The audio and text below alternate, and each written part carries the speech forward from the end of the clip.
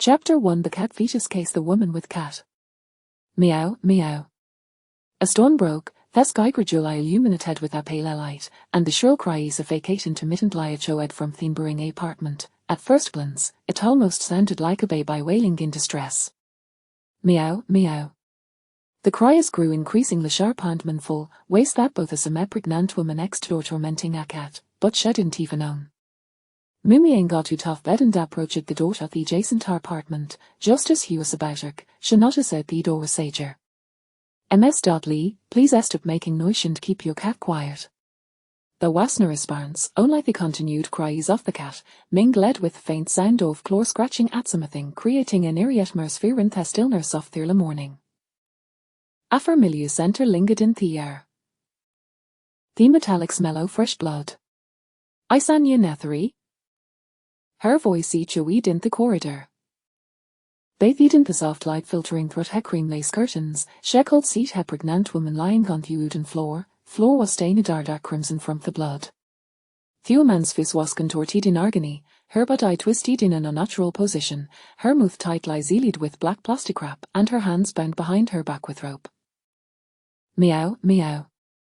The pitiful cries of a cat emanated from her swollen, trembling belly. The woman's abdomen heaved rhythmically, the centipede-like stitches in her and quivering as something struggled to break free from within. Wail! The piercing sound of police sirens hatted her tranquility of Zowli community in the early morning light. Zowli was a mid-range residential area in third such of Jiangzhou, where property prices were relatively high, yet infrastructure was quite lacking. Some buildings didn't even have elevators, let alone security cameras. The layout of the complex consisted of one building with 5 units, each containing 2 households. The crime scene was located in room 541 of building 8, unit 3. The construction of the complex was relatively enclosed, and there were an onlookers at the crime scene, which remained at Earlise Island. Several police officers pushed open the door, revealing the woman lying in a pool of blood. Her face was twisted, her ears bulging with red veins, suggesting she had endured immense suffering before death. Her shirt was lifted, exposing her disemboweled abdomen where entrails were laid bare, as if torn apart by some ferocious beast, the opposite flesh covered in scratch marks. Beside the corpse lay a toolbox containing a full set of dissection instruments, with blood-staining scissors and scalpel. Furnishings in the room were neatly arranged, showing no signs of struggle.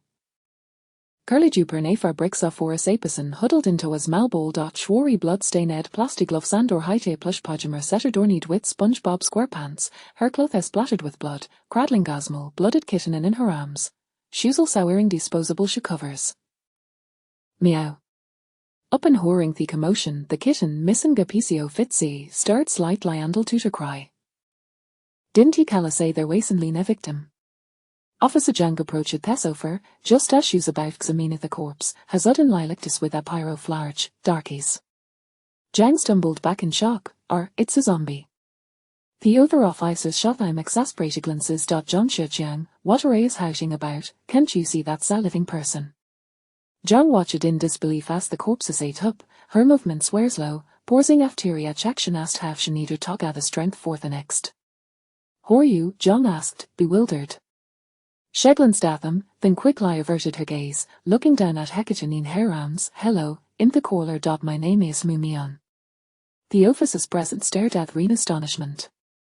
She appeared to be a high school student with shoulder-length hair and a petite frame. Her skin was pale, her expression blank, and her pyjamas twasmed with blood, giving her the appearance of a deranged killer from a horror film. Miss Mu, you're remarkably calm. How could you sleep in a crime scene? Jang was incredulous. Wait, if the murderer returned? This is far too unsafe. Thousa lurked more like the perpetrator herself. Mumayan did not respond to him, instead continuing her account in a tact manner. This morning at 4:21 a.m., I was awakened by the sound of Minibus cat. At 4:35 a.m., I went up knocking Minibus' door, the victim's door, and found it slightly open. I glanced inside and saw Minibus lying on the floor. Her voice was flat, devoid of emotion, reminiscent of an air engine formation. John couldn't help but murmur to Officer Wang, who was crouched on the floor collecting footprints. Wang, do I think Shesling, Consultant Lin mentioned that 8 witnesses suspect such a liar core even spacey doni motion, starting with the most significant facts, but she's reckoned chronologically, and saw precisely the CM's rehearsed. Why me dead in agreement, whispering, I think a mental state ice off. Look, shwant even me Torgazeshmist for feeling guilty, wesh would take her back to the station for questioning. Mimi and Zima oblivious to their hushed conversation, continuing to recount events mechanically. I heard T-Cat's cries coming from her belly. At the time, her body was still warm, approximately 34.5 C. After death, the body temperature drops by about 1 per hour within the first hours, although it's early spring, with been experiencing the cold snap lately, and the air conditioning wasn't in, so a shoulder's winter dater, with a coefficient of about 0.7. Roughly estimating, hertony of death should be between 3:30 and 400 am. John pointed at Pedicec's abdomen, his mouth agape. Wait, what did you say? The cat's cries were coming from where? A kill random everyone as spinest Hagelin seed at the mangled abdomen of Pedicec, instinctively thinking of something horrific. At 4:37 am, I let the polis. At 4:39 am, Iputonglof Sanduza Chisastocuto Penthestichus on Pedicec's belly, rescuing this kitten. I recorded the entire process in video, and did it my best to preserve at the scene. If you need it, I can send it to you. Finally finished, Mumayanli Tatarsik Ho Free Leaf. The sir people were resort, constantly interrupting her. Fortunately, Sharda strong ability to withstand distractions and to describe at events smooth lying clearly. Miath file litter lekatanli to tell outcry, seeming lie in agreement with her words. Jong, still in disbelief, repeated, Yumi and the murderer stuff Edakaten to Pedicec's belly. Did he murderer coherent and stuff vacaten her to further desecrate her corpse? Asked High Weeshocked, a discussion began about the motive behind the crime. It's not about desecrating the body, Mumayan corrected, looking gathidiciaste. She's still Olivia at that time. Still alive? She's right, medical examiner old Chin heard conducted a preliminary examination of the body. He explained that Pedicec weighs approximately 8 months pregnant. The murderer removed Hefachus along with the placenta from her abdomen and stove fide live in Garnamal into a router rusby for stitching her belly back up. Old King glanced Mumiarnan the kitchenin harams, using tweezers to extract acarther from Pedicec's abdominal cavity. It showed be cat, most oft internal wounds housing soft life, indicating that Pedicec endured immense suffering before death. Mumian casters de longlancy told Chin, then quickly look either way, whispering, the course of death was shape of a lemic shock. Exactly. Medical examiner suddenly felt that Mumian look at Samu up familiar meter halves in Samu re before. John exclaimed, oh my god, the murderer is so cruel. Mumayan agreed, yes, but this method of killing is quite creative. Creative John felt a kill run down his spine in had to be to lighter and to stuff a living Kate into a pregnant woman's belly. Jang turned to Mumian, puzzled. What about Pedicec's child?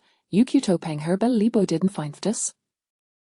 The murderer to a kit away, Mumayan low wet her eyelids, struggling against drowsiness, perhaps for consumption, to keep atrophy, or to dispose of it. You shall just see murdery about that. Is she really that perverse? I feel red. I told you everything you know. Mumayan placed Thekitin into Jangsams. I avitago talk today's my firsty, and I can't relate. Jang's expression was conflicted, but you can't leave now, you need to come with us to the station to make his statement. Is it Othesity Bureau? Yes. Mumian pondered for a moment and then relented. All right. Jang heard Tauju or David to coerce her to cooperate, but you was surprised by our griblashures. It's on the whiny way. Mumian flashed a massive smile, her near delighting it with excitement. John shivered. The girl was quite cute, but the smile was so rigid and reminiscent of Apope grinning in our horror film. And why was she smiling so happily at the mention of going to the police station? Chapter 2 The cat fetus case. Would you consider donating your body to me? The police conducted a Thorzico from 541, which was undoubted like the scene of the initial crime. There were no signs of a sedentary, and the interior yielded no suspicious evidence and live fingerprints of Pedicec were found. The victim, Leanne, was 28 years old, unmarried, unemployed, and her solitary woman who was 8 months pregnant. Creak. Faint sound of the door opening from behind startled Mumian, who was resting her head on the table. She immediately opened her ears, disoriented.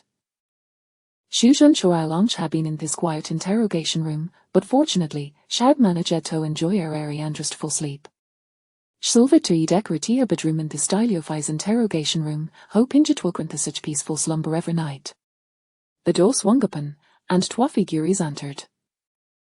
First person noticed waste the talkative young officer from that morning, followed closely by a tallman clad in a black leather jacket, his harp features it in Aston expression. Mumian recognized him from photographs he was Fangrui, the leader of the Special Crimes Unit. Hurrius brightened. This man possessed an impressive physique, his muscular contours perfectly suited for a human specimen. Shegazid intent lieth him, her heated sterik into a sharp scalp alasher mind big into the section, peeling her waylayer soft skin and muscle tor eviala flawless skeletal structure. Mumian had a fascination with bones and had collected many beautiful specimens, but eyes waste the first time Eshed encountered such a perfect human skeleton. Would habit that you was alive, and likely to remain so for many years to come. Officer Jang not seat her sudden spark in Mumian's previous live a canty sand waste a kenneback, what it cores it shook a transformation, has to leglan see it Fangru ways it possibly that the superior striking appearance had captivated her. Fangru ignored Mumian's fervent gaze Shepel to share and set her across from her, compelling her to meet Isis. Despite years of practice, Mumian still found it challenging to maintain a contact with others. Hello. Schwarzed herself to look into Isis, believing it would convey sincerity. Waldio considered donating but I told me of Tirio Pass, it promised to take good care of it. The emo momentarily froze. Fangru's expression flickered with surprise before a swift liverting to his usual impassivity meandered off we had not for the confines of the interrogation room in the presence of Officer Jong, he would have liked nothing more than to lift Mumayan and to shroud. Shalukit Zosmal Hikultisa Lilith the with on hand.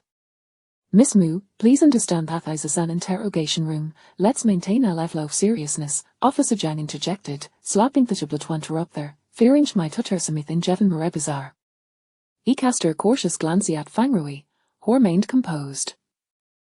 A suspected of ter superior, he was unfazed by psychotics. Many women pursued Fangrui, drawn to his physicality, but this was the first time Jang had encountered someone who considered his body sage object of interest. Mumayan corrected Jang, I am asking this for seriously. Then I shall respond with equals reasoness, Fangrui applied, a current live anoint and iron of donating my body. All right. Mumian slowly shifted her gaze to Jang. Jan Jim Dietler Shothra fierce Luke, red eye toady scurry genie further heights of body donation, but Mumai Ankwi at Liamerkt, or in choose opposite tobe taking knots. So had Emmys interpreted her intentions. What is I name? Django Pennedy's notebook. Mumian. How old are you? I will be 25 in 106 days. Nani Tobis precise, wait our relationship with the deceased. Not good. John paused, he's been hovering above the perch, could you elaborate? I don't understand her interpersonal relationships, Mumian musaber for confessing, they's quite complicated, beyond my comprehension. Jang's eyes lit up, for example. She's unmarried yet pregnant, her boy friend is a Maniel sesh husband. The killed minnow Tevin be her boyfriends. John was speechless shook relationship scout seem pipes amarized as the deceased ways a mistress hardly complex. John Preston, did you see in interior in Ibrahim last night, or hear any unusual noises coming from next door? Not before I fell asleep. Mumian lowered her gaze atop the table, which showed signs so vacant where, its surface a Captain June even, ace and so for irritation washed over her. I went to bedatan, IRV her bit half sleep in Geely. And after you fell asleep, Fangrut interjected into their conversation. Mumayan glanced at them, then quickly diverted her gaze, pulling her head into a scarf like a quail hiding from view. Silence, a long and profound silence. Fangru inquired, is that a difficult question to answer? His tone remained even, lacking any aggression. Mumayan's lips moved, her expression only feebly tempted to conceal something she found challenging to articulate. She spoke slowly, and see apperson eyes asleep, it is difficult to notice the sounds from the outside, this is among the ledge. You were sleeping quite soundly, yet urgently in transistal managetrasio, thys indicatisiae sensitiveto soundiotus like noise, do I not? At the mention of nurse, Mumian instinctively nodded in agreement. Shetrali detested nurse. These proofing in our building is not particularly good. Several residents reported hearing disturbances from the deceased's apartment last night. Fang Ru's fingers light up to the table, as if testing the integrity of Mumayan's mental defenses. So, is any bortat etisisi dan samans and sitiveto sound, wididian other those noises last night. The building spore sound proofing menthe teventhi slightly activity during 30 section of 30 sisidwu Dave be inaudible. Jangan diskalar geshaid interviewed residents bota bovi and below 30 east alof ha mentioned hearing dragging sounds from room 541 around 1 in the morning. However, duetto 30 sids frequent late night disturbances and her volatile temperament they goes not a lodger complaint. Yet Mumian claim edge heard nothing at all, it way survived thatch might be lying. Miss Moo, what were you doing last night? Is there a summy thing you'd prefer not to disclose? Mumian's fingers tracy the scratchers unthittable she tempted to conceal them, but fractionsonly made them a repronounced. Justers Fangrui assumed Mumayan would remain silent, sudden lighter need to a man declared, I am not he murderer. I believe you. Mumayan's my ledeth him, thank you for your trust. Janglo kidon in confusion, unsure if he hard missed something in the exchange. Would it sudden lies him sound clear? But okay I prove you're not the murderer. Mumian's my levanishadine an instant should known to tie enough speaking further, shekelled provide proof, but doing so old reveal her secrets, thus, Shekoseto remained silent.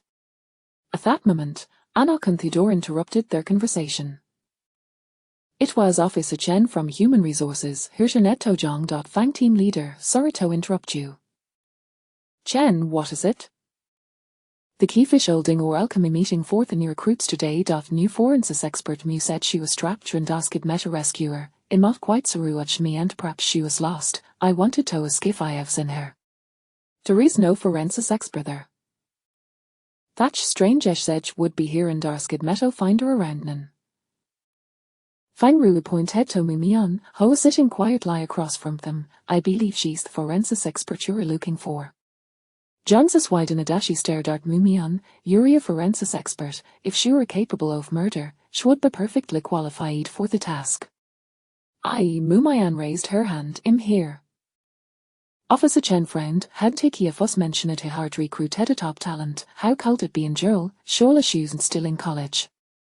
Fang Ru said, Officer Chen, new recruits need time to go physical examination, right, please take her for Sure. Officer Chan readily agreed, but her record tata physical aid already been conducted before hiring. Still, this anger looked a bite under the view of the perhaps no third check wouldn't hurt. Fang Ru insisted, take her now. Officer Chen glanced at Mumian, were period dazed, all right, the hospital is just next door. Mumian's smile stiffened. Shesho to serious look at Fang Ru before Kasulai averting her gaze. Once Mumian had left, John questioned, Boss, were so fixed head on thetis you? Perhaps she was simply exhausted and fell into deep sleep. Zhang felt that this line of questioning was not particularly helpful for the investigation. I just want to confirm me suspicions, Fang Ruai replied, his gazelling Goringen Mumian's retreating figure, his expression inscrutable. Zhang frowned, their leader illa focused intently on any except perhaps the most heinous criminals in prison. So, boss, you're no suspecting Shas's split personality, are you? John suddenly had an epiphany, is that it, after Mumian fell asleep last night, hero their persona emerged and killed their victim, while at this current persona has number of events, now in the Shelluk Shatire to Dashmas the being exhausted from the murder, plus, being a forensics expert, she would certainly ex-lack killing and dissecting. John felt his reasoning was brilliant, logical and entirely reasonable, a testament of their Igorous training he had received at the Polishi Academy. However, he noticed Fang Ru looking at him with a bemused expression. John's confidence began tone, Boss, did I say something wrong? Fang Ru replied, very imaginative, his tone shifted slightly, perhaps you should consider a career in writing fiction instead. John that way set off the question he hard worked to hard to become a civil servant. Chapter 3, The Cat Fetus Case, Psychological Testing. This year, the Jiangsu Public Security Bureau has recruited numerous newcomers through talent acquisition. To demonstrate their appreciation for these individuals, the Bureau organized a modest orientation gathering. Given that most of the positions are in law enforcement technology, the physical demands are not rigorous, resulting in a cohort of relatively slender recruits. Yet, even amidst this group, Mu Mian stands out distinctly. She resembles a solitary island, engaging in nearly no interaction with the others. Fang Rui, Consultant Lin, what do you think of this forensic expert, Mu? Director Wang Yong and Fang Rui stood outside the auditorium, observing Mu Mian through the window. Accompanying them was a young man, Lin Sen, a criminal psychology expert, who furrowed his brow as he scrutinized Mu Mian. She appeared lost in thought, fixated on an artificial tree, completely at odds with the lively surroundings. Director, is she truly a forensic expert? Young Zhang, passing by with documents, overheard Wang Yong discussing Mu Mian and couldn't resist chiming in. I suspect she hasn't even graduated from university. Did she perhaps get in through the back door? Wang Yong shot a glance at young Zhang, prompting him to immediately fall silent, though his eyes still sparkled with gossip. Fang Rui admonished, take your documents. There's no rush for these papers, a young Zhang muttered softly. Director, is this Mu really the talent you brought in? Indeed. Several police stations were vying for her. Fortunately, I acted swiftly and secured her ahead of the competition. Director Wang proudly boasted before handing the file to Fang Rui. Take a look at her sum. She holds a doctorate.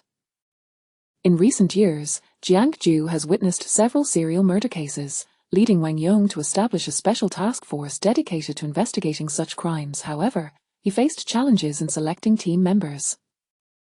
Although the veteran detectives were experienced, they often relied on outdated methods and found themselves at a loss when confronted with peculiar cases. Thus, he sought to incorporate some fresh talent into the special team, with Mu Mian being one of his top choices. Fang Rui casually flipped through Mu Mian SR sum. Mu Mian, 25 years old, a graduate of S University with a degree in clinical medicine, possessing dual doctorates in neuroscience and pathology. His gaze fell upon the self-introduction page. Since I dissected my first corpse at the age of 12, a charming little squirrel crushed by a wheel, I have aspired to become a forensic expert. As of the date you received this sum, February 10th, I have performed autopsies on 103 human bodies, 58 black, 35 white, and 5 Asian. Have you noticed the missing 5? This indicates you have read my sum thoroughly. Once you hire me, I will explain why they are not included. It is evident that I am in dire need of this position to enhance my understanding of the internal anatomy of our nation's populace. Fang Rui's lips twitched slightly. The self-introduction was certainly peculiar. Nevertheless, Mu Mian's entire demeanor was rather eccentric, and the sum seemed to align well with her character. Director Wang remarked, we have nearly finalized the members of our special task force. We only lack a forensic expert. Originally, Old Sheen was the best candidate, but unfortunately, he is retiring next month. Among this group of newcomers, Mu Mian is my top choice. Fang Rui cast another glance at Mu Mian. Her gaze had finally shifted from the aesthetically displeasing plastic tree, only to fixate on a potted artificial flower. He truly could not comprehend the director's satisfaction with this young woman. She resembled a small robot, and not one that functioned flawlessly at that. Was it merely her academic credentials that swayed him? Fang Rui expressed his discontent. Director, I cannot accept her into our special task force. Why not? Because she seems fixated on the boss. Just as young Zhang began to elaborate on Fang Rui's concerns, he was silenced by a piercing glare. She does not inspire confidence. Fang Rui pinched the bridge of his nose. I cannot bring a team member like her on board. But she appears quite obedient. Appearances are meaningless. She is not here to be observed. Find someone else. Fang Rui insisted. I am also against her joining, Lin Sen interjected. Why? Is it because she looks young and you doubt her capabilities, or is it a matter of gender bias? Lin Sen explained, she may very well be on the autism spectrum. Wang Yong frowned, that cannot be. Individuals with autism are usually unable to care for themselves, and she seems quite. He trailed off, for a closer observation of Mu Mian would reveal her apparent avoidance of eye contact and lack of engagement with others. She dislikes maintaining eye contact, exhibits communication barriers, and displays rigid behaviors. Lin Sen clarified, she might be a high-functioning individual on the spectrum. Nonetheless, even in that case, she may struggle to perform adequately in a professional setting, hence I do not recommend her employment. Lin Sen, are you certain she is on the autism spectrum? Fang Rui inquired, somewhat taken aback. I have never encountered an autistic individual who speaks so much. Lin Sen shot him a cold, indifferent glance. Wang Yong harbored doubts about Lin Sen's assessment. When we were selecting newcomers, we conducted preliminary psychological screenings. Look at page 7 of her file, there are testing results. Lin Sen flipped to page 7, revealing a psychological assessment report. Subject Mu Mian, Psychological Health Dimensions, Scale, SCL 90, scores for various indicators. Any scores exceeding 2 require attention somatization 1, 34, obsession 1, 82, interpersonal relationships 1, 41, depression 1, 02, anxiety 1, 29, hostility 1, 54, terror 1, 13, paranoia 1, 01, psychoticism 1, 21, others 1.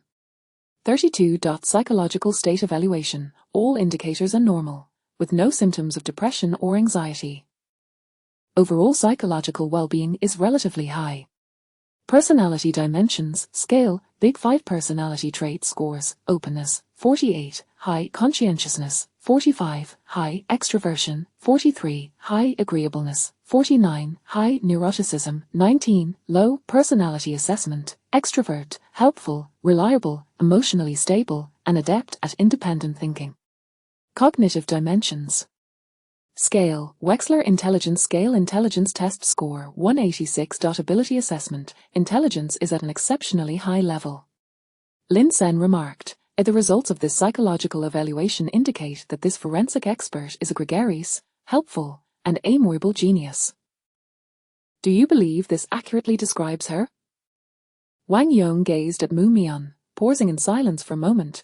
I still think we should not harbor prejudice against individuals with autism. We ought to grant her the opportunity to demonstrate her capabilities, should we not?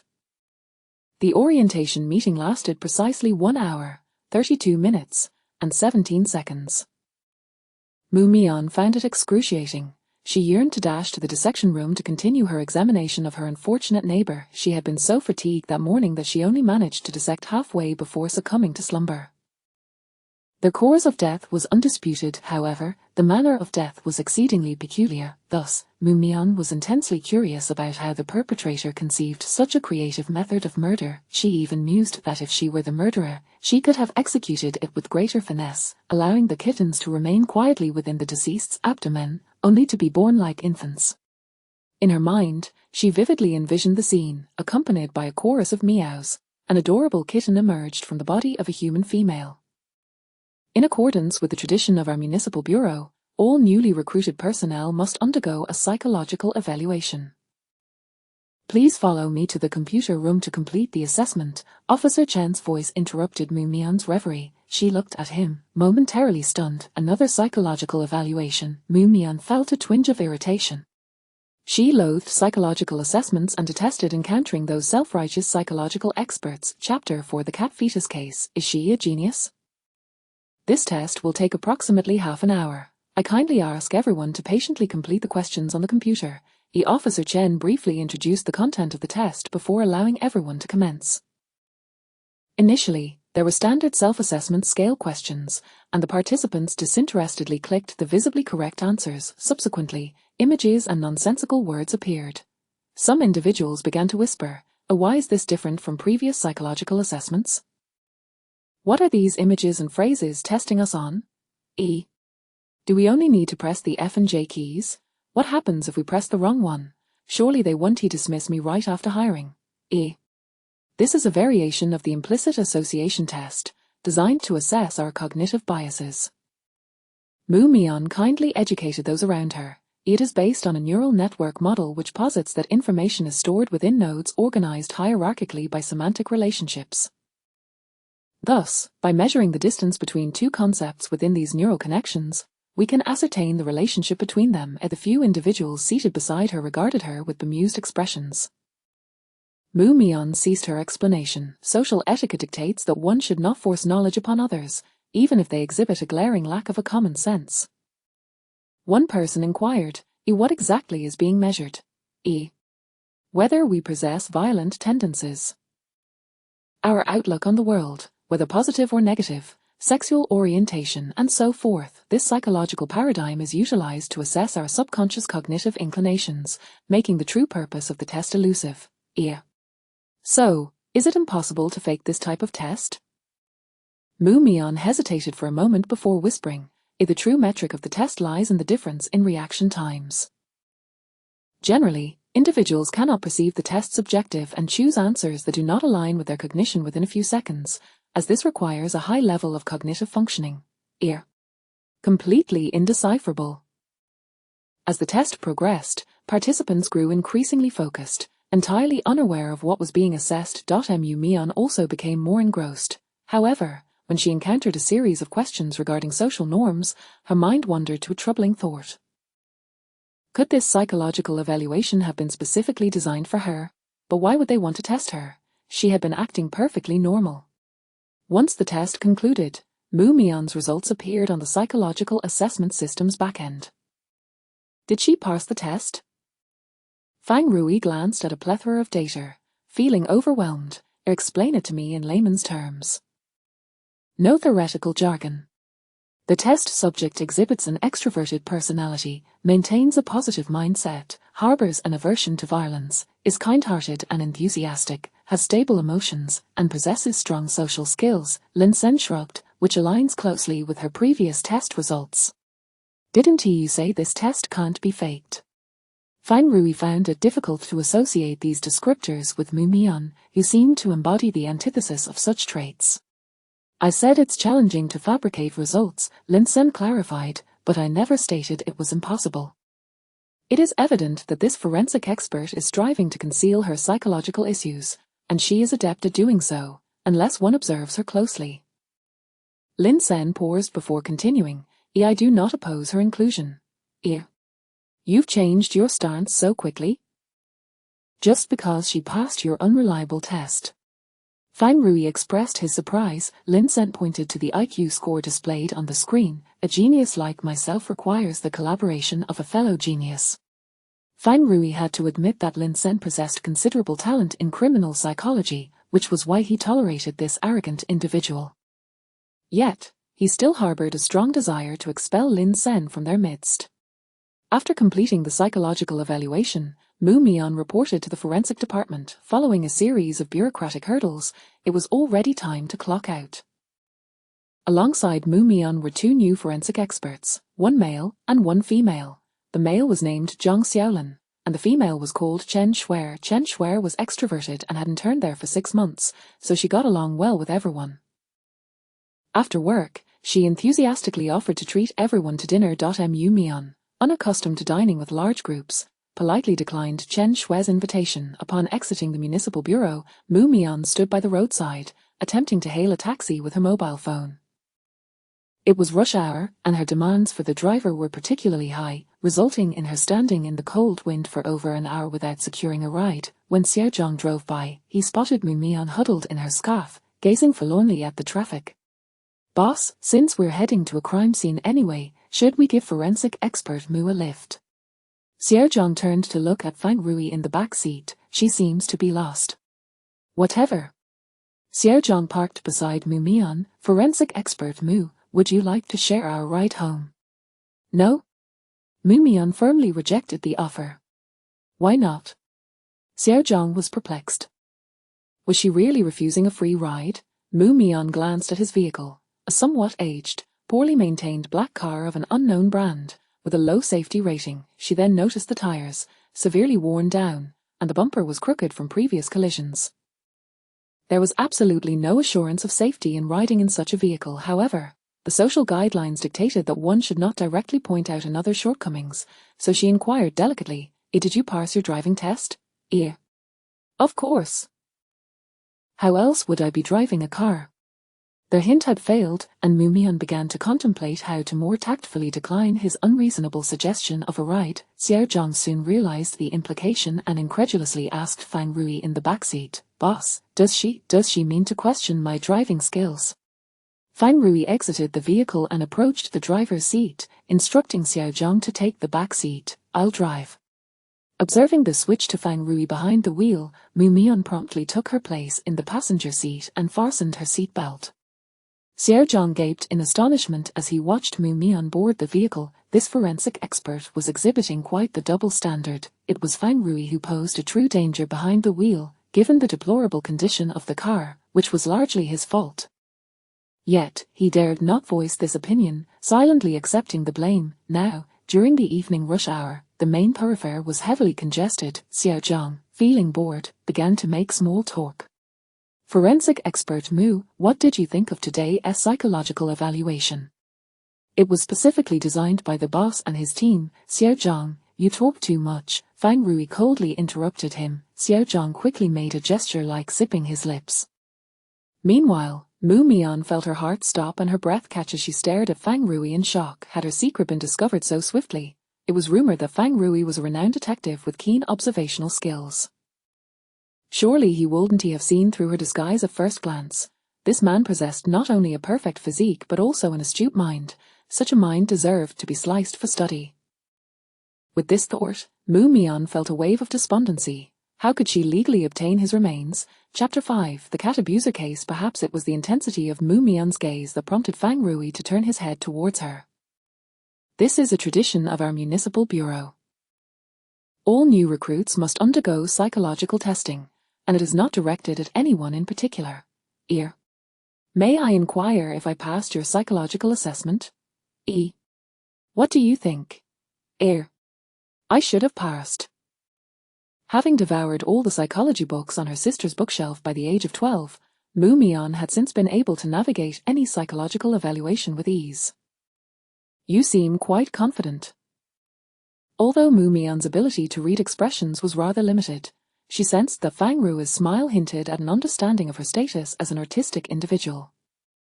Otherwise, there would be no need to subject her to such psychological scrutiny. Mu Mian quickly regained her composure, producing a bank card from her pocket that she had long prepared, and handed it to Fang Rui. He regarded her with surprise. Every action from this forensic expert was utterly unexpected. This is all the money I have, it's yours. Why would you give this to me? You ought to know. Being mindful of the presence of Xiao Zhang in the vehicle, Mu Mian wished to conceal her bribery from being too conspicuous. Fang Rui frowned, his expression stiffening. You don't intend to use money to purchase my remains, do you? He was tempted to immediately expel Mu Mian from the car, yet, considering her condition as an artistic person, he suppressed his irritation. Mu Mian's eyes widened, her tone tinged with excitement. So, money can indeed buy that. Moments later, she lowered her head, dejected. But I'm quite impoverished at the moment, this is all I have. In comparison to Fang Rui's remains, she was more concerned with safeguarding her secret. She did not want anyone to discover her autism, for that would mean her imminent dismissal. She desperately needed this job. Absolutely not. Fang Rui retorted sharply, do not even think about it. From now on, you are not permitted to utter the words remains in my presence. Fang Rui was a staunch materialist, yet no one relished the notion of being regarded as a corpse while still very much alive. Very well. Interrupted thus, Mu Mian found herself at a loss on how to steer the conversation back towards requesting Fang Rui to keep her secret, resolving to seek another opportunity to bribe him in private. After escorting Mu Mian home, Fang Rui and Xiao Zhang first approached the community security guard, Old Chen. Xiao Zhang handed a photograph of the deceased to Old Chen. Sir, do you recognize this individual? Of course, Old Chen glanced at the picture. Isn't this Miss Li from Building 8, Unit 3? Hard to forget her. E. Has she had any recent conflicts with anyone? E. Ms.Li is notorious in our community for her fierce temperament. She has had numerous altercations. To put it bluntly, delivery personnel would rather incur losses and resign than deliver to her home. Moreover, she is a mistress. Her boyfriend's wife even posted notices at the entrance of our community. You aren't referring to the person you carried away this morning, are you? Fang Rui interjected, please refrain from making baseless accusations. Old Chen instantly transformed into an eager detective, exclaiming, officers, you needn't investigate further. The culprit must be that young girl from Building 8, Unit 3, named Mu. What was it? Mu Mian, Xiao Zhang interjected, his body tensing. What leads you to believe she is the perpetrator? Everyone in the community knows. This girl is psychologically unstable. Why do you say that? She moved in 3 months ago. She was quite peculiar, initially silent yet smiling at everyone, though her smile was awkward, as if compelled. We thought she might be mute, and we were quite considerate of her, but when she encountered ms.li, her words were sharper than anyone else's. Fang Rui seemed to grasp Mu Mian's intentions. She was striving to masquerade as a normal person, yet such efforts only rendered her more peculiar. Reflecting on this, he felt a pang of guilt for having hastily rejected Mu Mian's inclusion in the Special Crimes Unit. Later, our property manager, Old Liu, went to fix her plumbing and noticed walls adorned with bones of various shapes. She even boasted about wanting to turn ms.li into a specimen to hang on her wall as a decorative piece. Fang Rui was at a loss for words. This indeed seemed like something Mu Mian could do, especially considering that her first question upon meeting him had been about the donation of remains. The fleeting guilt he had felt evaporated in an instant. Fang Rui then presented the photograph of the cat to old Chen. "Sir, do you recognize this cat?" "How could I possibly?" Old Chen glanced briefly before shaking his head, but upon closer inspection, he mumbled, "This cat is so thin. It must be a stray. There are plenty of strays around our community, all looking quite alike. However, this one is exceptionally emaciated. Ordinarily, several cat lovers in our community feed them daily, so it shouldn't be in such a state." Fang Rui seized upon the key point in his words. "Where do those stray cats tend to congregate?" "Just in the little park adjacent to our community." Old Chen pointed towards a nearby square. "There are numerous strays lurking in the bushes, both cats and dogs, and no matter what we do, we cannot drive them away. We cannot kill them either, so they remain there." "When do those cat lovers generally feed the strays?" "Typically early in the morning or in the evening, as that is when they are available. You wouldn't believe it, but the food those strays receive is often better than what some domesticated pets get. No wonder they refuse to leave. All right, if you remember any clues, please contact us promptly." I just remembered, this Ms. Li once killed a cat, and this one looks somewhat similar." Xiao Zhang and Fang Rui exchanged glances. This ms.li indeed had a history of cat abuse. That evening, Fang Rui and Xiao Zhang hastily consumed a light meal and then set out to canvass the area near the park. The recent spring chill made the night quite cold, and the park was sparsely populated. After inquiring with several individuals who claimed to have not seen the cat nor encountered any of those who fed the strays, they resolved to return another day for further inquiries. Chapter 6: The Cat in the Womb Case. He wanted the deceased to give birth to a live cat. Mu Mian and another girl, Chen Shui, were temporarily assigned as assistants to forensic Dr. Qin to familiarize themselves with their workflow. Chen Shui, with her sweet appearance and warm demeanor, was a graduate of the local medical university and had interned at the municipal bureau earlier in the year, making her well known among the forensic team. Throughout the morning, she chatted incessantly with Dr. Qin and even bought coffee for all her colleagues in the department. Chen Shui was a highly popular girl. Mu Mian felt somewhat irked. According to social etiquette, Chen Shui's behavior was entirely normal and served to foster closer relationships with her colleagues. However, Mu Mian found herself unable to engage with others as enthusiastically as Chen Shui did. She could only manage a social smile for everyone she encountered, yet their responses were often peculiar glances. Fortunately, Mu Mian was accustomed to such looks. She could only categorize them as signals of social behavior from normal humans, a code she had yet to decipher. Mian, have you heard? One of us is going to be transferred to the Special Crimes Unit. Mu Mian shook her head. I haven't heard. Is it important? She was indifferent about her assignment, as long as she could retain her job. Did you come here this morning in the vehicle from the Fang team? Chen Shui feigned casual conversation, though her expression bore a hint of tension. Did you know Fang before? You seemed quite familiar. He gave me a lift. I didn't know him before and we're not very close. Mu Mian paused for a moment and added, he seems to dislike me, as he has never smiled at me. Is that so? Chen Shui sighed in relief but wanted to probe further when Dr. Qin interrupted their chatter. Xiao Mu, regarding the case in Zawei Lane, you are the informant. Come with me to the case analysis meeting shortly. Mu Mian replied happily. Sure, Dr. Chin, may I apply to attend as well? Chen Shui asked. I want to learn too, then Xiao Shui can join as well. On their way to the conference room, Chen Shui continued to chat with Mu Mian. Mian, regarding the case of the pregnant woman being tortured with a cat, you are the informant, right? You were late to the welcome meeting yesterday. It wouldn't be because of the case, would it? Yes, the deceased was my neighbor, and I was the first to discover her body. What a coincidence. Chen Shui looked at Mu Mian, her gaze somewhat complex. Originally, her position at the bureau seemed assured, but Mu Mian was an unknown factor. Mu Mian's sum was exceptionally impressive. She had heard insider information that the bureau only needed one forensic doctor. The remaining two would be sent to various branch offices after training at the municipal bureau. Mu Mian could not quite comprehend Chen Shui's expression. It could have been sorrow or envy. She could only offer reassurance. Chen Shui, you needn't envy me for encountering such a unique corpse. It's merely a matter of luck, and I've always been particularly fortunate in this regard. Chen Shui responded with silence, pondering which normal person would consider encountering such a horrifying corpse to be fortunate. She suddenly felt that remaining in the bureau might not be so difficult after all. This Mu Mian appeared not particularly bright. The case analysis meeting commenced in a spacious conference room filled with attendees, with Mu Mian seated in the back alongside Dr. Chin and Chen Shui.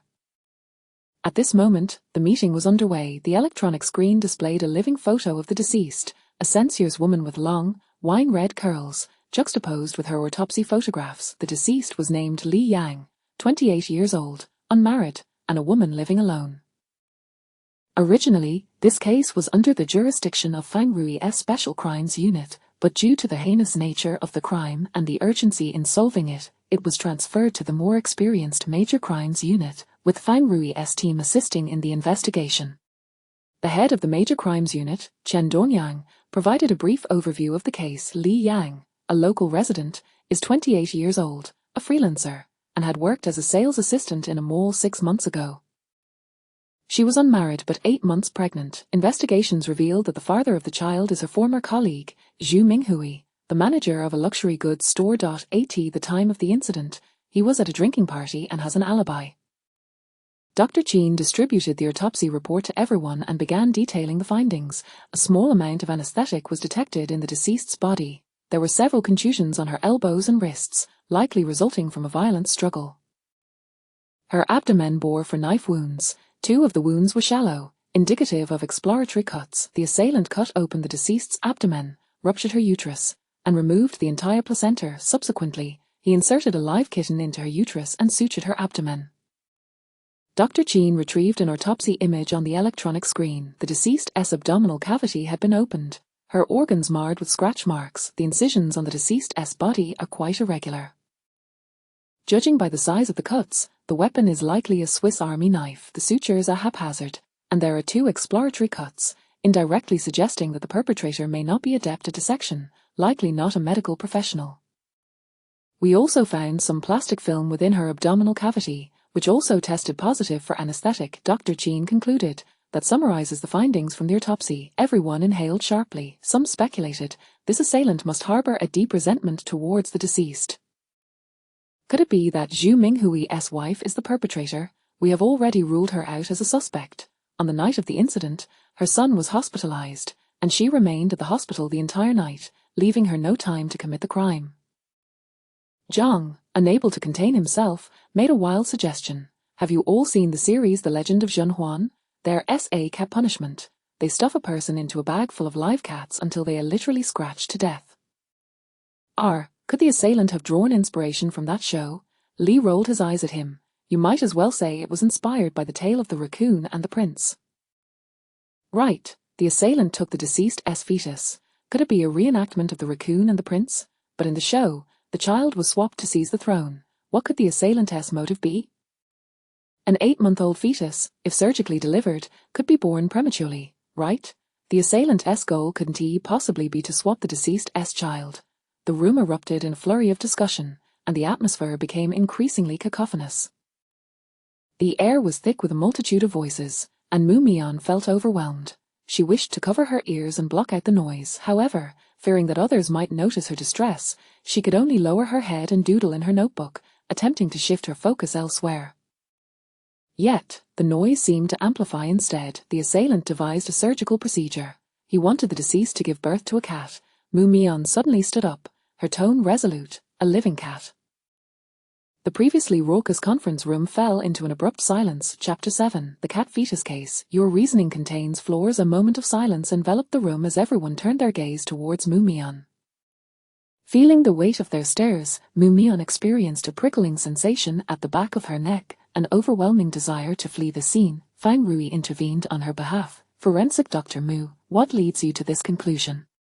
His voice seemed to possess a certain enchantment, alleviating Mu Mian's agitation. In theory, it is feasible, Mu Mian replied, sidestepping his question. As long as a synthetic placenta is created, sufficient oxygen is introduced, and a sedated cat is placed within it, replacing the deceased's placenta, while administering enough oxytocin to the pregnant woman and ensuring the deceased maintains sufficient vitality, she could potentially give birth to the cat. She held up a drawing, concealing her face, just like this. In fact, this was his attempt, yet his design was too crude, leading to his failure. It is highly probable he will attempt it again until he succeeds. Mu Mian's illustration was stark, with simple lines delineating a strikingly impactful image, a pregnant woman being dissected, with a small cat enveloped in a circular object nestled within her. The scene was both harmonious and eerie. Forensic Dr. Chin interrupted. However, toxicology results did not reveal any signs of oxytocin in the deceased. Thus, he failed. The conference room fell into a brief silence.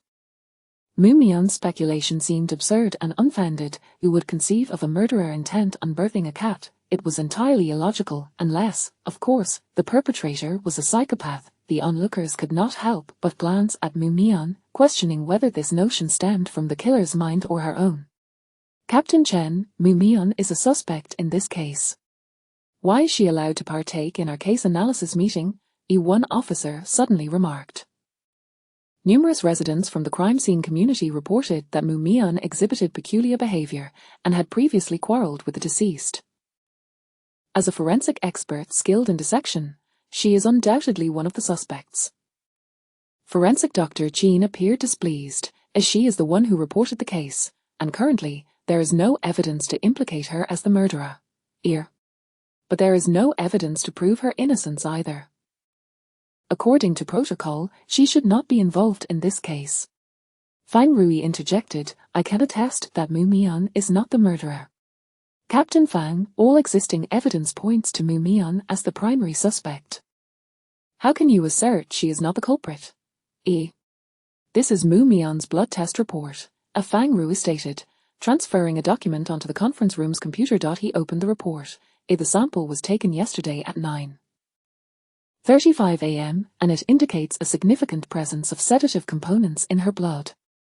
Upon seeing the report, Xiao Zhang suddenly grasped why Fang Rui insisted Mu Mian undergo a medical examination yesterday. It was to detect this very substance. Does this prove she is not the murderer? Fang Rui elucidated, based on the metabolism of the sedatives in her system, we can infer that during the time frame of the incident, she was in a deep state of unconsciousness, rendering her incapable of committing the crime. That explains why she appeared so drowsy that day. The effects of the medication hadn't worn off. Xiao Zhang concurred, I can attest that when we arrived at the crime scene yesterday, she looked as if she had just woken from sleep.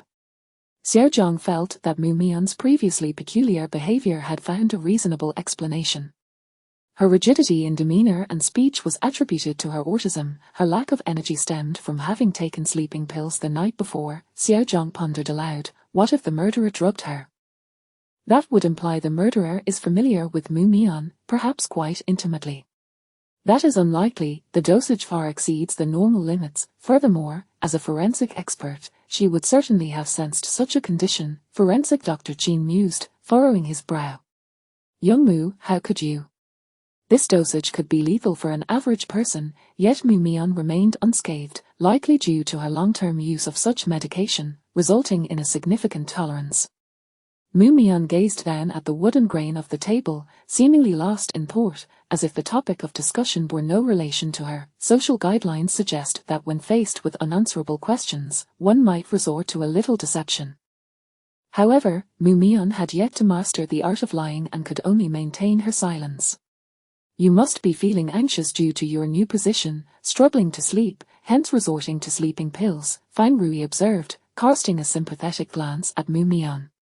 It's a common experience, wouldn't you agree? Finally, Mumyon snapped back to reality, glancing at Fang Rui with surprise, and nodded, indeed. Most individuals feel anxious and struggle to sleep when entering a new environment. Those who had doubted her fell silent. For the time being, Mumyon's suspicions were alleviated, yet due to Fang Rui's interruption, the group selectively disregarded her earlier hypothesis, returning their focus to the motive of murder. Captain Chen concluded that the perpetrator's use of such an unconventional method was intended to obscure their true motive, thereby misdirecting the police's investigative efforts. He summarized, "We will proceed with the following steps. First, investigate the deceased's social connections. Second, search through the neighborhood dumpsters to locate the infant's remains taken by the murderer. Third, review all surveillance footage from the community during the time of the incident to identify any suspicious individuals. Let us execute this immediately." After the meeting concluded, Mumyon pursued Fang Rui, who was walking alongside Lin Sen. They appeared to be engaged in discussion. Mumyon recalled Chen Shuer mentioning that Lin Sen was an expert in criminal psychology, even possessing the ability to read minds, making him exceptionally formidable. Many cases handled by Fang Rui were solved with Lin Sen's assistance. Mumyon cast a glance at Lin Sen, signaling with her eyes for him to depart, yet he misinterpreted her gesture as a greeting, standing there obliviously, even smiling back at her. Mumyon resolved to be more direct. "Consultant Lin, do you possess mind-reading abilities?" Upon hearing her question, Lin Sen looked utterly bewildered. "Are you inquiring about me?" Seeing that he still had no intention of leaving, Mumyon felt a wave of disappointment. "Well then, you must not have that ability." If he did, he would surely heed her unspoken thoughts and take his leave. Lin Sen's lips twitched. Although Mumyon's expression held no malice, he felt as if she was overtly mocking him, who decided that psychological experts must be mind readers. Nevertheless, Lin Sen discerned that Mumyon seemed eager to speak privately with Fang Rui, yet after being ridiculed, he was reluctant to depart. In light of this, Mumyon made an effort to ignore his presence and addressed Fang Rui. "Captain Fang, your evidence does not entirely vindicate me." Fang Rui appeared disinterested. "It matters not, as long as they believe it." Mumyon continued her explanation. "You overlooked a crucial factor, drug tolerance. Even if I consumed a substantial amount of sedatives, I could still retain the capacity for action, having developed a strong resistance to that medication." Mumyon spoke earnestly. "If I truly wished to eliminate my bothersome neighbor, I could still succeed. However, I would never opt for such a method, as my lack of imagination prevents me from conceiving such a creatively murderous scheme." Fang Rui retorted, "So what, are you attempting to prove to me that you lack imagination?" Mumyon gazed sincerely at him. "I merely wish to remind you that your reasoning contains significant flaws." "Are you the murderer?" Fang Rui's blood pressure surged, struggling to suppress the impulse to seize Mumyon and toss her out. What was he doing this for if not to clear her name? He had kindly intervened on her behalf, yet she dared to criticize the rigor of his reasoning. Mumyon shook her head. "Of course not." "Then you ought to express your gratitude to me." "Very well. Thank you." Mumyon acknowledged his help, but hesitated as she glanced at Lin Sen once more. Seeing he still had no intention of leaving, she could only exit regretfully. "I didn't expect you to exhibit such patience with this forensic Dr. Mu," Lin Sen teased. "It seems you intend to invite her to join the Special Crimes Unit." "We shall see." Fang Rui diverted the topic. "I find Mumyon's analysis somewhat credible. The murderer cannot genuinely desire for that pregnant woman to give birth to a living cat, can they? Previously, I discovered that the deceased had a history of animal cruelty, having killed a cat. Is it possible the murderer sought to have the deceased's child atone for the cat's life? If so, the killer may be superstitious regarding the concept of karmic retribution." Lin Sen countered, however, their method of execution constitutes a form of cruelty towards the cat as well. If the murderer intended to punish the cat abuser, why would they resort to such a brutal means of harming the cat? Fang Rui pinched the bridge of his nose. Logically, this should be a straightforward case of breaking and entering, yet I am astonished at how deeply the perpetrator has concealed themselves. I suspect the perpetrator may be a serial killer. Lin Sen's expression turned grave. Such criminals typically select their targets based on their own criminal fantasies, exhibiting a degree of randomness, making it challenging for us to apprehend them using conventional investigative methods. Lin Sen paused. Currently, there is only one victim, and thus I am unable to create a criminal profile. Chapter 8. The cat fetus case. Has the true culprit been captured? Fang Rui and Xiao Zhang arrived at the square early in the morning. The area was bustling with elderly individuals engaging in their morning exercises, creating a lively and cacophonous atmosphere. Yet, Fang Rui's keen eyes quickly spotted Mu Mian amidst the crowd. She was still wrapped in a thick scarf, her figure nearly engulfed by it, staring vacantly at the greenery in the flower bed. Following Fang Rui's gaze, Xiao Zhang also noticed Mu Mian. Medical examiner Mu, what are you doing standing here, engaging in morning exercises? Xiao Zhang remarked, somewhat surprised, as Mu Mian did not appear to be the athletic type. I am waiting for a bus. This area doesn't allow parking. How could you possibly wait for a bus here? You ought to stand by the roadside. Mu Mian cast a glance at Fang Rui before averting her gaze. I'm waiting now. Xiao Zhang felt baffled. Where's the bus? I don't see one. Why don't you wait in the car? Fang Rui offered Mu Mian the keys. Xiao Zhang and I have a task to attend to. In that instant, Xiao Zhang understood.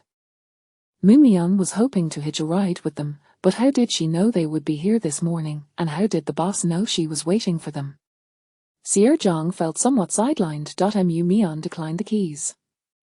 I will accompany you in the investigation. I am quite familiar with this area. When I first moved here, I would patrol the surroundings of the community daily. Although I've reduced it to once a week now, it shouldn't hinder anything. Xiao Zhang was left speechless. Had Mu Mian previously worked as a secret agent, or had she crossed someone? Why would she need to patrol her surroundings daily? Recently, Fang Rui had been catching up on information regarding autism, which often causes individuals to resist unfamiliar environments. They require repeated exposure to adapt. Thus, he was not surprised by Mu Mian's behavior. Do you know anyone who is knowledgeable about stray cats? Mu Mian pointed to a girl squatting by the lawn. According to my observations, she feeds stray cats more frequently than anyone else around here. The girl was young and had a sweet appearance, surrounded by several frail kittens at her feet. Hello, I am Zhang Qiang from the Municipal Bureau. We would like your assistance with our investigation. Xiao Zhang presented his credentials. Have you seen this cat? He then showed her a photograph. The girl, Bai Jing, who had just graduated from university, was a social worker in the community. She first glanced at Mu Mian, her expression one of surprise, before taking the photo. After scrutinizing it for a moment, she replied, I know this cat, I used to feed it. Bai Jing pointed to the photograph. Look at its ear. There's a small piece missing. I often fed it ham sausage, but I haven't seen it around lately. Ear. How long has it been since you last saw it? About 4 or 5 days. Are there many people feeding cats around here? Quite a few. There's a university nearby, and many students come to feed the cats. Many residents in our community also occasionally feed them. Do you all know each other? Most of the regular feeders are familiar with one another. We have a group chat with many fellow cat enthusiasts like me. Could you recommend that group to us? Sure. Bai Jing opened her phone and added both Fang Rui and Xiao Zhang to the group. This group mainly discusses cat care tips. Nothing particularly special. Have any of the people you feed cats with exhibited unusual behavior lately? Not that I can recall. We only occasionally converse while feeding cats, so we don't really know each other well. Oh, I remember, there is someone in our community who feeds cats every morning, and he uses particularly expensive cat food. which left a strong impression on me. I think his name is Zhu. Bai Jing seemed to struggle to recall, but she quickly called over a passing delivery man. Chen Hui, come here for a moment. The delivery man, named Chen Hui, halted his delivery bicycle. He was tall, slightly plump, with fair skin, sporting a pair of stiff black glasses, yet his face bore a smile. Bai Jing, what's up? Do you remember the person who used to feed cats with us, the one who favored imported cat food? What was his name, the one with the surname Zhu who always wore a blue shirt? Zhu Yaming, Chen Hui promptly replied, recalling the name. Xiao Zhang quickly jotted it down. Fang Rui then inquired if they knew a Li Yang. Upon hearing the name, both Bai Jing and Chen Hui displayed expressions of disdain. Bai Jing exclaimed, she is a lunatic, constantly having fits. Anyone who crosses her path is doomed. She pointed to some bushes not far away. Right there, she nearly kicked a stray cat to death, simply because it brushed against her. A woman like that is bound to face retribution. What happened to that kitten? A kind-hearted person took it to a pet hospital, and that person later adopted it. I believe that person was Zhu Yaming.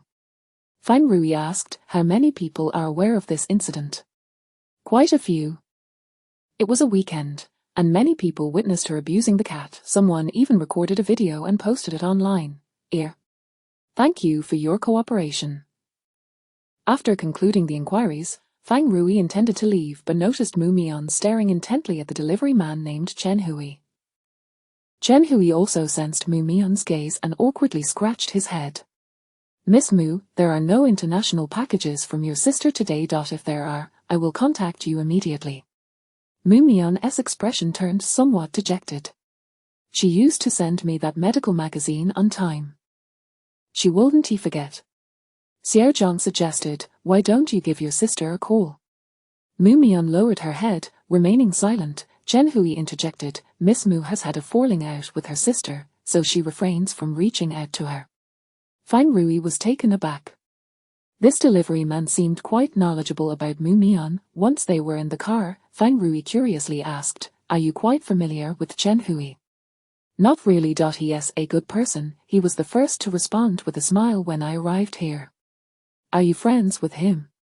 No, I have no friends, Mu Mian replied, still downcast. I am quite troublesome. No one wishes to be my friend.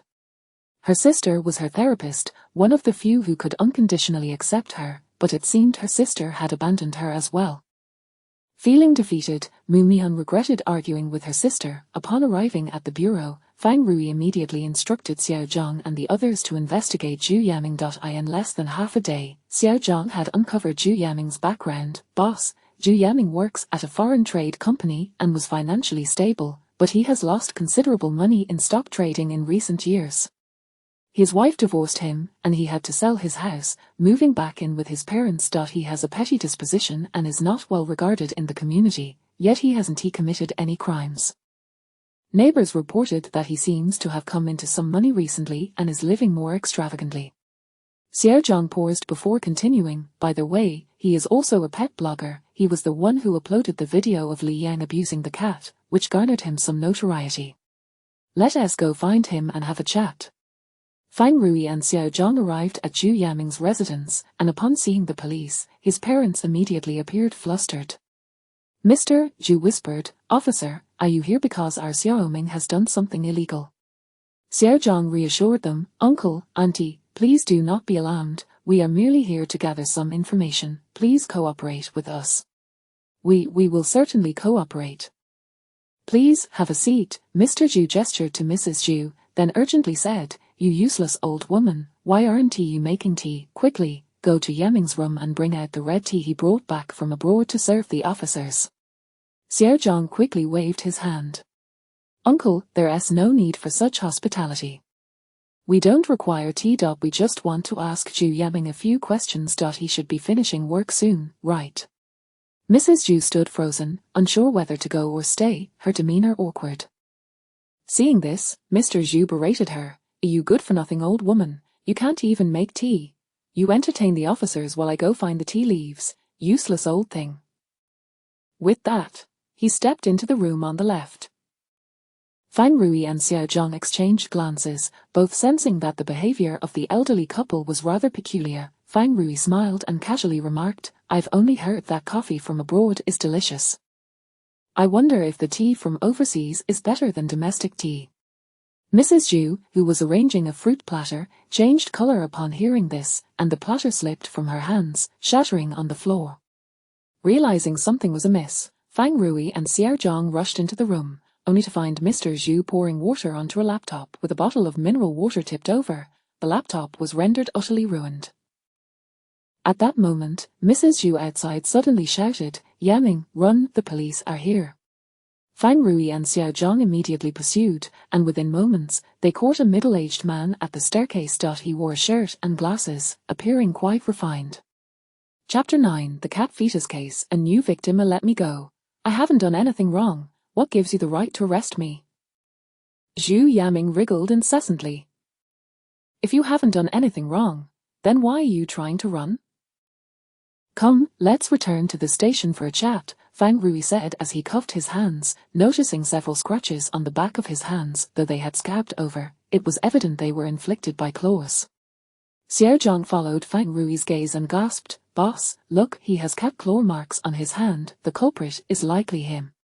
"Officer, you are slandering me. These scars are from a fight with my girlfriend, not from a cat," Zhu Yaming countered immediately, though a flicker of panic crossed his eyes. Fang Rui, uninterested in his excuses, patted his shoulder. "No need to worry, I'll have the forensic expert examine it shortly to determine the true origin of these wounds." Zhu Yaming's face turned ashen. Inside the interrogation room, Zhu Yaming curled into the chair, perspiration beading on his forehead, yet he struggled to maintain a facade of calm. Fang Rui slid the test report in front of him. "The forensic analysis has come back. The expert asserts that the scratches on your hand are indeed from a cat, and they are recent. Do you wish to explain?" "Officer, I was wrong. I lied. Those marks are from a cat. I was feeding a stray when I got scratched. You were so aggressive earlier that I panicked and fabricated a story," Zhu Yaming confessed. "Oh, so it was merely nerves that led to your deceit. But you wouldn't be hiding anything else due to anxiety, would you?" "No, I truly haven't committed any illegal acts." "Committed no illegal acts. It seems we must wait for our tech team to recover the data from your computer's hard drive before you are willing to speak the truth." Fang Rui tapped the table, his tone growing impatient. "Forget it. I won't waste any more time interrogating you. Once we gather sufficient evidence, you can explain everything to the judge." "I'll tell everything. Abusing a cat isn't a crime, right? It's my own cat. It's my private property, and I can do as I please," Zhu Yaming retorted. Fang Rui raised an eyebrow. "Is that all you did, abuse a cat?" "I even recorded it on video," Zhu Yaming added, prompting Fang Rui to silently urge him to continue. "I uploaded the video online and made a decent profit from it." The tech team swiftly recovered Zhu Yaming's computer data. Fang Rui watched a brief segment of the footage, wherein a faceless man viciously struck a kitten's head with the heel of a high-heeled shoe, reducing the poor creature to a blooded pulp. This was no mere animal cruelty, it was sheer madness. Although they had failed to apprehend the true perpetrator, Fang Rui felt a sense of accomplishment in exposing a sadistic animal abuser. After working diligently for over 10 consecutive days, Mu Mian gradually acclimated to her new position. The investigation into the case revealed no progress. The police had not located the fetus taken by the murderer, nor could they identify any suspects through existing leads. The case had reached a stalemate. As Mu Mian exited her neighborhood as usual, she noticed a large crowd gathered near the square. "Oh my God, that woman actually gave birth to a cat in the restroom. It was quite a sizable one," someone gestured. "How terrifying. That's absurd. Who can give birth to a cat? You can't just fabricate tales," another scoffed. "Old Shen saw it with his own eyes. That woman died in childbirth, and there are photos. Stop spreading such nonsense. Slander is punishable. The murderer killed that pregnant woman and then placed a dead cat on her body." Upon overhearing their whispers, Mu Mian felt an ominous premonition. "Could you please make way?" she called out to the crowd, yet no one heeded her, remaining tightly packed. Growing anxious as she detested physical contact, she found it impossible to navigate through the throngs. "Mumyon, what are you doing standing there?" Fang Rui noticed her dazed expression from a distance and approached. "Has another victim emerged? Why don't you see for yourself?" As he spoke, Fang Rui parted the crowd to lead Mumyon to the crime scene, the abandoned public restroom. The restroom was cordoned off with bright yellow tape, and police officers were maintaining order, keeping the crowd at bay. The dilapidated restroom had been unused for quite some time, dimly lit and permeated with a foul odor. Upon entering, Mumyon observed the deceased wearing a loose-fitting maternity dress, her belly resembling a deflated balloon, shrunken and lifeless. The woman's complexion was pale, and her hands were bound behind her back. A drip line protruded from the back of her left hand, leading to an empty bag. The murderer appeared to have attempted to sustain the victim's vital signs through intravenous fluids. "Mu forensic expert, come quickly," Xiao Zhang called out as he spotted Mumyon. The victim is yet another pregnant woman, and since medical examiner Qin had not yet arrived, the body had not undergone an autopsy. Mumyon donned the gloves Xiao Zhang offered, gently lifting the woman's nightgown for a brief glance before adjusting her clothing, quietly continuing Xiao Zhang's thought. "It seems she really did give birth to a cat." Between the deceased's legs lay a small red ball, curled up quietly, revealing the faint outline of a blooded kitten. The little creature had already ceased to breathe. "The murderer has refined their methods this time," Mumyon remarked to Fang Rui, but they still failed. Failure implied the possibility of further attempts. Within an hour, the case had gone viral online. The first witness to discover the body had captured photos and videos of the deceased and shared them on social media. Since the victim was a minor internet celebrity with a considerable following, these images and clips rapidly circulated, becoming a hot topic. The previous case involving Li Yang was also brought to light, with a series of such brutal and morbid incidents occurring in the same neighborhood. Public panic ensued. Simultaneously, some sensationalist netizens dubbed the perpetrator as the cat fetus man. The escalating public discourse ensured that this case received heightened attention. Chapter 10: The Cat and Human Case. New clues in the dissection room. Forensic Qin had placed the corpse on the autopsy table and was about to begin examining the surface characteristics of the body when he felt a piercing gaze upon him. Turning around, he saw Mumyon staring at him with a pair of sparkling eyes. He abruptly halted and said to Mumyon, "Little Mu, why don't you conduct the examination on this body? Xiao Shui, you shall assist her." Chen Shui, who was also interning nearby, paled slightly but replied, "All right." Mumyon commenced her examination of the corpse's surface features, noting numerous abrasions on the deceased's body. She meticulously photographed and measured the length of each wound. Initially, Forensic Qin marveled at how diligently and attentively Mumyon performed her tasks despite her youth. However, as she spent half an hour simply documenting those seemingly trivial injuries, he began to think she was being overly meticulous. "Little Mu, our purpose in performing the autopsy is to ascertain the cause of death. There is no need to record the insignificant wounds in such detail. But each injury could potentially relate to the cause of death," Mumyon earnestly replied. "If we do not examine them individually, we risk overlooking crucial details." Forensic Qin found himself unable to refute Mumyon, particularly when confronted with the unwavering seriousness in her eyes.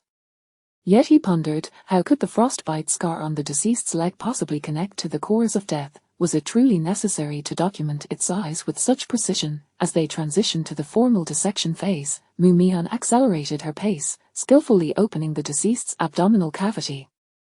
Inside, there were several scratch marks, yet nothing as gruesome as seen on the previous victim. She inspected the internal organs and proceeded to take samples. What remained was to await the toxicology report. However, both Mumyon and Forensic Qin were already inclined to believe that the cause of death for this victim would likely mirror that of the first. After completing the examination of the second victim's body, Mumyon inquired, "Forensic Qin, may I also perform an autopsy on the second cat?" "The second cat? Oh, you mean the one discovered at the crime scene today? There's no need to waste time on an autopsy. We already know the cause of death was asphyxiation, likely due to a difficult passage through the birth canal that resulted in compression of the head." Mumyon persisted, "I assure you I will finish swiftly." Forensic Jean considered the enthusiasm of the young intern to be a positive trait and replied, "Then proceed. I shall return to write my report." Seeing Forensic Jean depart, Chen Shui subtly asked Mu Mian if she required any assistance. Mu Mian shook her head, prompting Chen Shui to leave as well. Before exiting, she noticed Mu Mian fervently dissecting the small cat, her eyes alight with excitement, a stark contrast to her usual lackluster demeanor. What a peculiar individual, Chen Shui couldn't help but shake her head. Although Mu Mian's dissection skills were quite proficient and her work thorough, she seemed more suited for research than for forensic work, becoming overly entangled in unnecessary details. Once Mu Mian completed the dissection and meticulously reassembled and sutured the cat's body, she suddenly felt a pang of hunger. Glancing at the clock on the wall, she realized it was already past 1 o'clock. She hurried to the cafeteria, only to find, as expected, that the staff had already cleared away the food. Stunned, Mu Mian felt her hunger intensify. She needed to eat, yet her social guide offered no solutions for such a predicament. "Mu Forensic, why haven't you left after your meal?"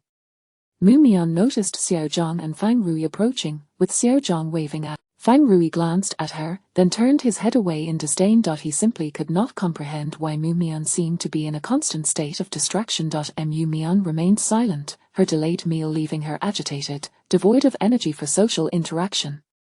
Xiao Zhang approached the cafeteria window, and before he could utter a word, the cleaning lady inside handed him several food containers, her face adorned with a warm smile. "Xiao Zhang, fortunately, you messaged me on WeChat to save some dishes for you. Otherwise, you would have missed out on today's braised pork." "Indeed, I was clever to do so, otherwise, I would have been left with takeout for lunch." "That young lady seems to have missed her meal as well." "You and Fang Rui surely can't finish all that food, why not share some with her?" Xiao Zhang suddenly realized and turned to Mu Mian, "A Mu Forensic, so you haven't eaten, come, let us share a meal. It is a perfect opportunity to discuss the case." Mu Mian contemplated declining, as she had never shared a meal with anyone aside from her family. However, the grumbling of her stomach made the decision for her. "Mu Forensic, you don't have any dietary restrictions, do you?" Xiao Zhang began to open the food containers, intending to share some of the delicious braised pork with Mu Mian as a gesture of goodwill towards a new colleague. "I'm not picky," Mu Mian replied, gesturing towards the food containers. "I just don't eat this greasy fat, nor do I consume diced carrots or boiled cucumbers." Xiao Zhang's expression grew awkward. Then there's nothing left for you to eat." "What a troublesome individual." Fang Rui, unperturbed, scooped a bowl of white rice, drizzled several spoonfuls of braised pork sauce over it, and handed it to Mu Mian. "Eat." Mu Mian said nothing, quietly accepting the bowl and beginning to eat. Xiao Zhang was taken aback, so Mu Mian only enjoyed rice. Halfway through the meal, Xiao Zhang grew restless.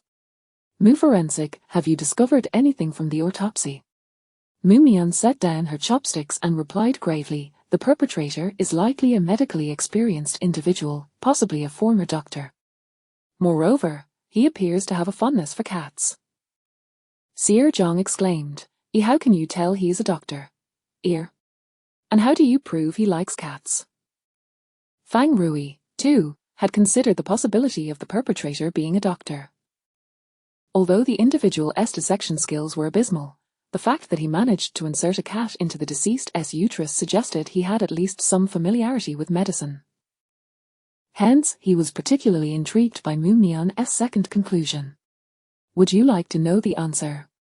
Mu Mian gazed at Fang Rui, her eyes sparkling with excitement. "If you agree to one condition, I shall share it with you now. I'll never donate a body to you." The light in Mu Mian's eyes extinguished instantly, and the rice in her bowl lost its appeal. She retrieved her phone and displayed the photos within to Fang Rui. "Can these provide proof?" Chapter 11, The Case of the Cat Fetus Man, the depraved infatuated with their mother's womb. This case garnered significant attention, prompting the establishment of a dedicated task force, designated as the 317 Special Investigation Team, with Fang Rui appointed as the team leader, tasked with apprehending the perpetrator within 7 days. The pressure on Fang Rui escalated dramatically. As the meeting commenced, Fang Rui provided a brief overview of the victim's circumstances. Given that the deceased was a social media influencer, various details had already been disseminated by netizens. The police swiftly uncovered the identity of the victim, a woman named Lu Yao Yao, who had previously been a streamer in the dance category on a particular platform. Months prior, she had been exposed for being a mistress, leading to a torrent of vitriol from online users. Coupled with her inability to continue streaming due to her pregnancy, her career suffered a severe blow, resulting in a notable decline in her popularity. Fang Rui gestured towards the information of the two victims displayed on the screen and summarized, the two deceased share a striking commonality. Both were third parties in relationships, both were approximately 8 months pregnant, bearing illegitimate children. This seems to be the criteria the murderer used to select their victims. Current investigations reveal that the social circles of the two victims did not intersect. They were previously unfamiliar with one another, although the body of the second victim, Lu Yao Yao, was discovered in the Zueli community. She resided in the Central District at Lejing community, which is over 20 kilometers from the crime scene. Forensic expert Qin reported on the autopsy findings. The modus operandi of the second case closely mirrors that of the prior incident. The cause of death remains hypovolemic shock.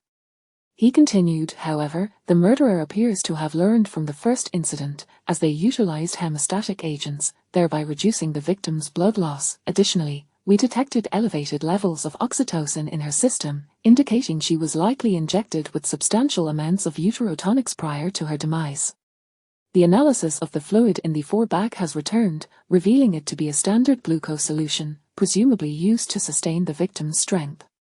Upon hearing this, others turned their gaze towards Mu Mian, pondering whether, as she suggested, the murderer intended for the victim to give birth to a live cat. Sensing the attention upon her, Mu Mian mistook it as her turn to speak and stood up, asserting gravely, the perpetrator is likely a clinician with practical experience, possibly even having been one. Qin immediately countered, that seems improbable. The incisions on the victim's body are crooked, accompanied by several superficial cuts, and the suturing technique is exceedingly crude. This does not resemble the work of someone with a medical background. Mu Mian inserted her USB drive into the device, projecting images of the abdominal wounds of the two victims onto the screen. The curvature of these incisions is nearly identical, and both victims exhibit 3 superficial cuts on their abdomens. What does this signify? Someone questioned skeptically. Qin quickly grasped Mu Mian's implication, stating, superficial cuts are indicative of a nervous perpetrator struggling to accurately locate their incision points. The remarkable consistency between the two cases, along with the similar angles of the incisions, suggests that the murderer is not inexperienced but rather deliberately masquerading as such. Seeing that she had persuaded the group, Mu Mian then displayed several images of a small cat's remains, showcasing its body, claws, and a dissected stomach.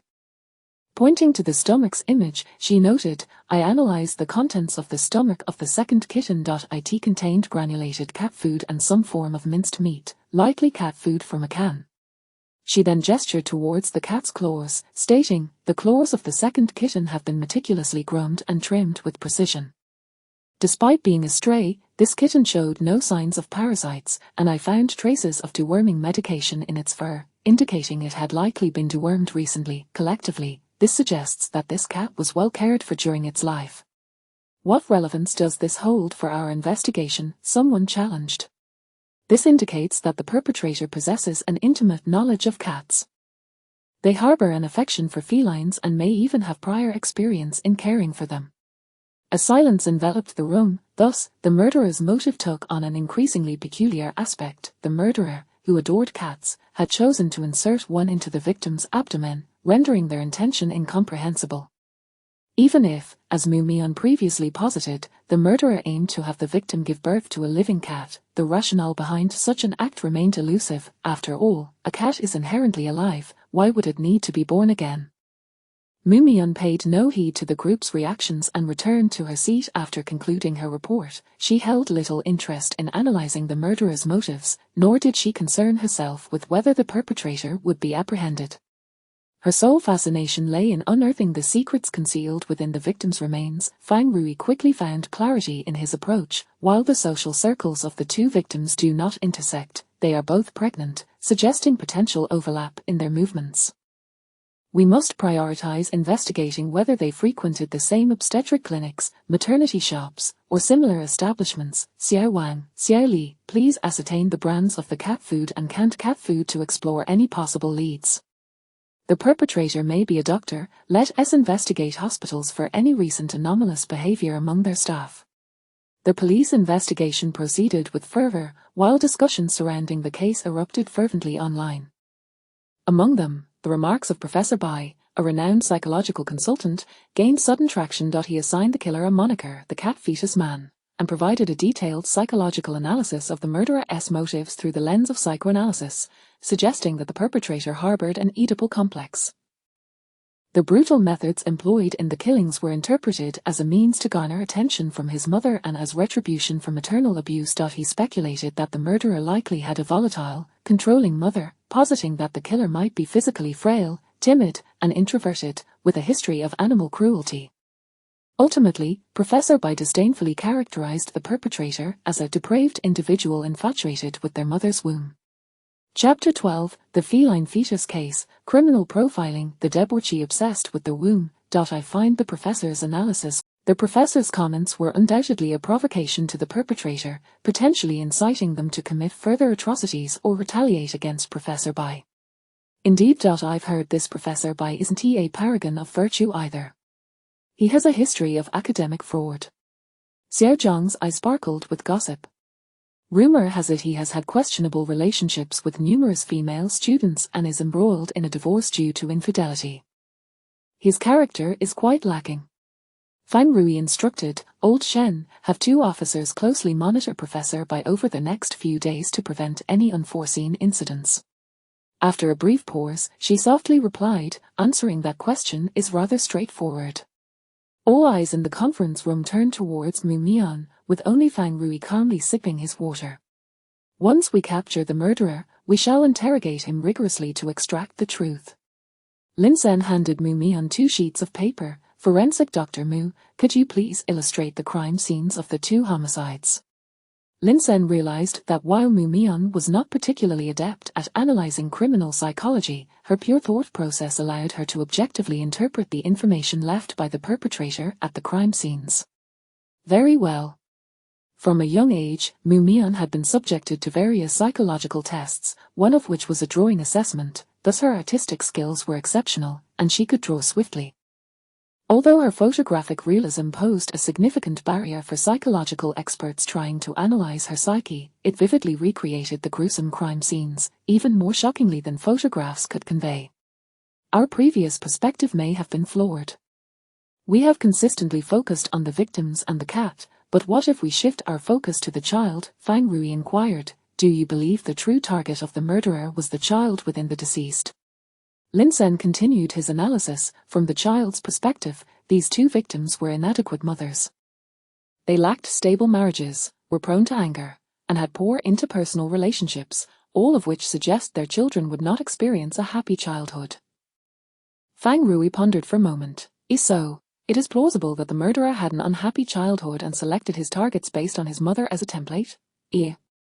Precisely.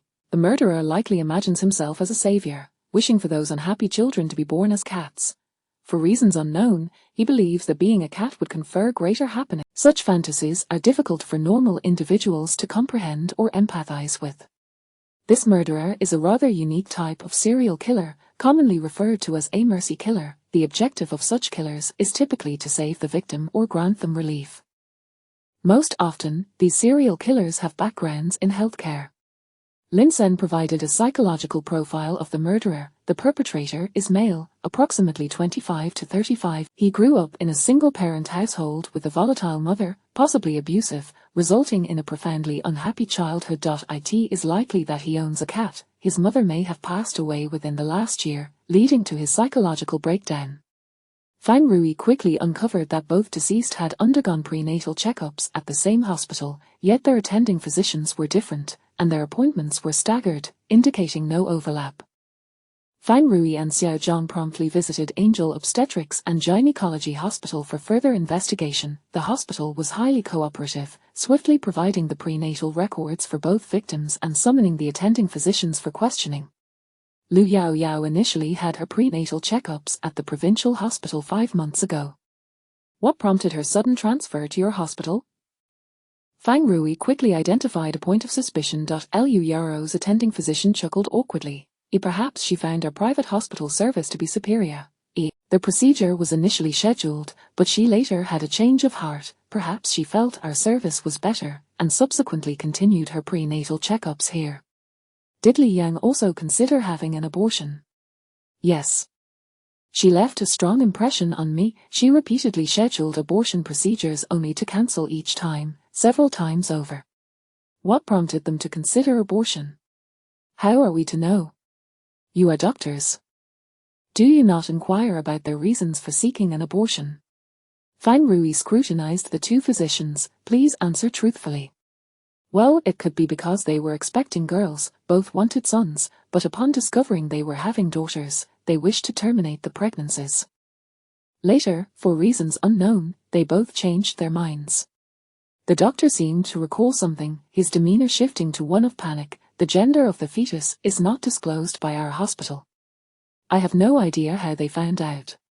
Fang Rui requested a list of all medical personnel from the hospital, including those who had resigned in recent years. After thorough verification, the majority on the list had alibis. The remaining few without alibis were still under investigation.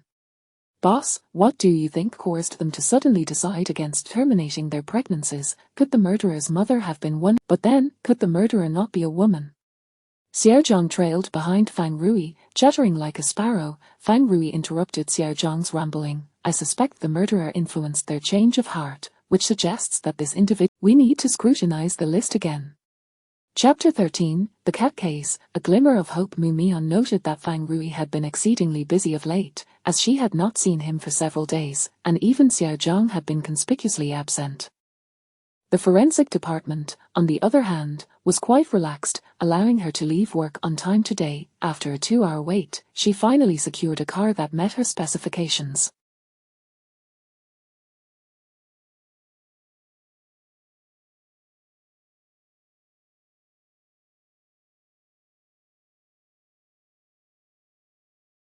Upon arriving at the residential complex, Mu Mian spotted a delivery truck parked by the roadside. The courier, Chen Hui, was humming a cheerful tune while loading packages into the delivery locker.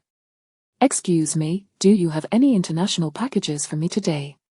Miss Mu, I'm afraid not.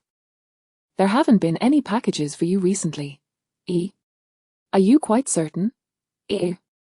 Absolutely. Why would I deceive you? If there were any, I would contact you immediately. Very well. At that moment, a commotion erupted nearby. Bai Jing, are you the one spreading those rumors online? Are you intent on ruining my reputation? My name is already tarnished, and you think you can escape unscathed. Get a grip on yourself. A middle-aged man clutched Bai Jing's arm, vehemently accusing her. Mu Mian recognized the man. He was the internet-famous professor who referred to the murderer as the cat. So he knew Bai Jing. Bai Jing, I'm addressing you. What's with your attitude? My divorce from your mother is our matter. Why are you interfering? I warn you, you better behave yourself. I've told you, it wasn't me. I have no ties with you now, so stop harassing me. With a resounding slap, Professor Bai struck Bai Jing. Is this how you speak to your father? Have you no manners? Bai Jing looked at him with cold indifference. Right, I no longer have a home, so why would I have any manners? Chen Hui discarded the package he was holding and rushed over to push Professor Bai aside, placing himself protectively between Bai Jing and her father. Chen Hui, this isn't your concern. Stay out of it. This is your boyfriend? Bai Jing, look at how far you've fallen. Working in this miserable place is one thing, but dating such a lowly scoundrel, don't you dare claim to be my daughter. You bring me shame. Chen Hui attempted to strike Professor Bai. It's not worth engaging with someone like him. Let's just ignore him. Bai Jing, I'm warning you one last time, delete those rumors you've spread online, or you can forget about receiving a single penny of my inheritance. Professor Bai continued his tirade before driving away in a huff. The onlookers were abuzz with chatter. Bai Jing slumped helplessly onto the ground, covering her face with her hands as she sobbed. Why must I have such a father? Chen Hui gently patted her back, offering silent comfort. Mu Mian felt a shock. In her understanding, parents were supposed to love their children unconditionally, much like how adoptive parents cared for her sister. She recalled her sister's words. Mu Mian, have you ever? Both Bai Jing and Chen Hui were taken aback for a moment before Bai Jing accepted the tissue. Mu Mian, thank you. Mu Mian did not respond but turned to head home. Fang Rui had pulled an all-nighter, and it was only as dawn approached that he leaned on the desk for a brief rest. Only a few doctors' situations remain uncertain, Xiao Zhang reported. Shen Yuan and Zhang Linyang have taken positions at a hospital in the north, and Haven Ti returned to the city in the past 6 months. Chen Jian, Li Qiang, and Yu Wenwen are said to have gone abroad for further studies, but we haven't been able to contact them to ascertain if they've returned recently. Chen Jian. Is that his actual name? Fang Rui inquired, frowning as he flipped through Chen Jian's file. Boss, you find that name peculiar too, right? I suspected it was an alias, so I checked his identity information, and astonishingly, that is indeed his name. His parents must have been quite thoughtless to bestow such a name upon him.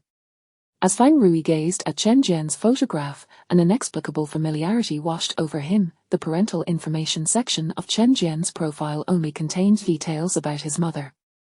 The farther S section was blank. Find out where he is now. Boss, are you suspicious of him?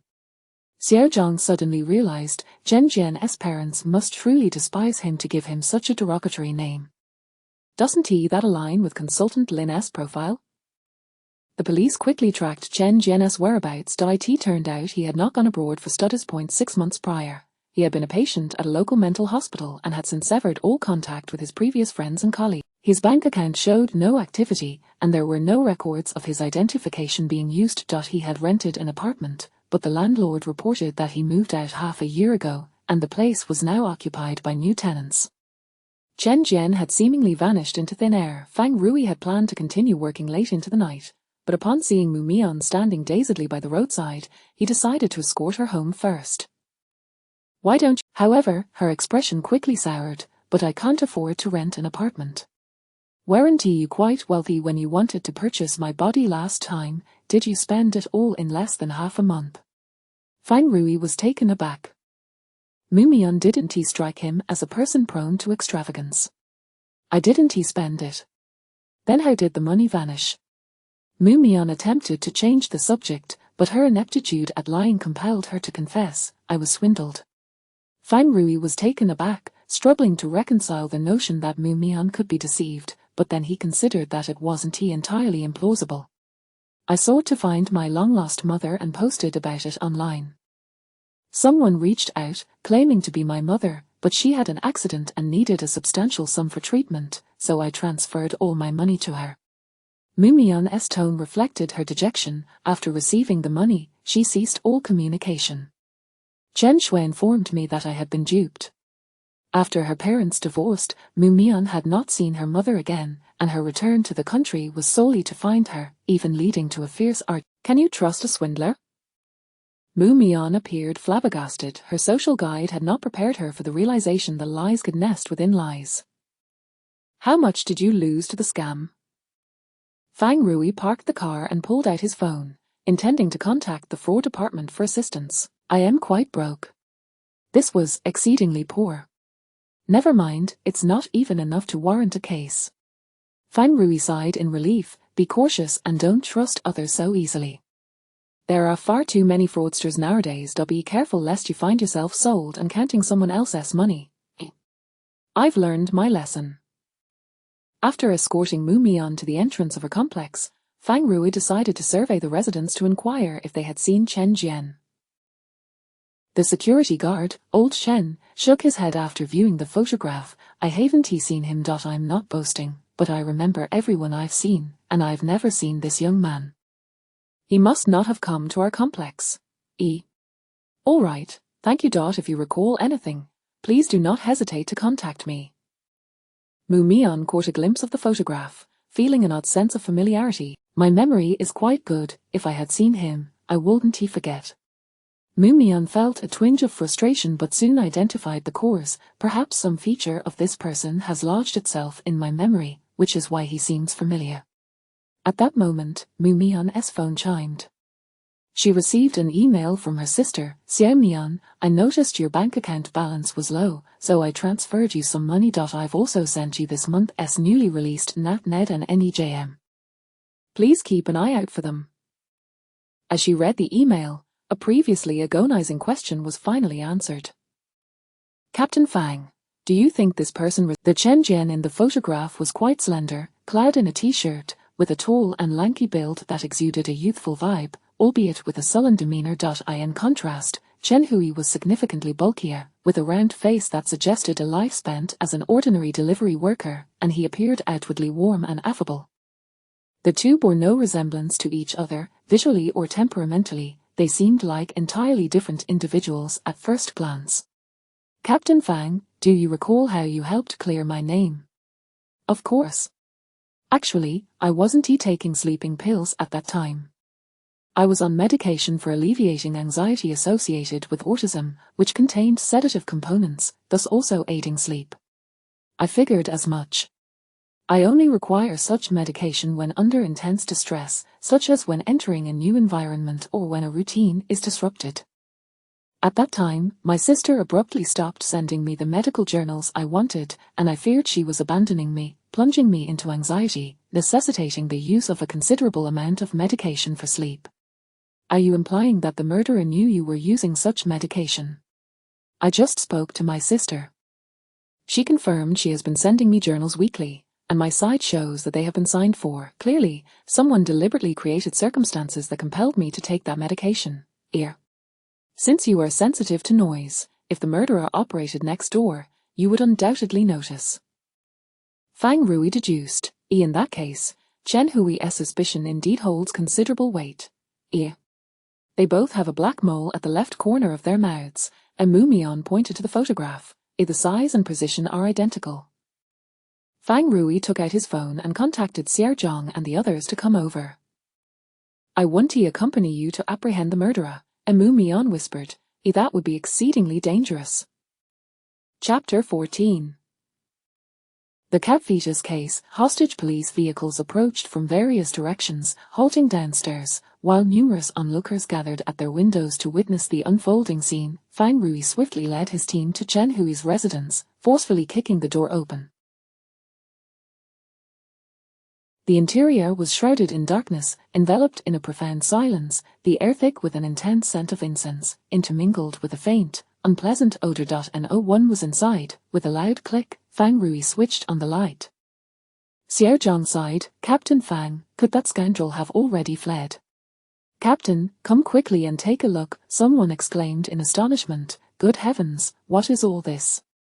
Stop your exclamations, what horror could there possibly be? The voice faltered as everyone stood in shock at the sight before them. On the left side of the living room stood a massive iron rack, upon which were arranged rows of transparent glass jars of varying sizes. Each jar contained an infant, some mere masses of flesh, others beginning to differentiate, and some fully formed fetuses, all suspended in formaldehyde.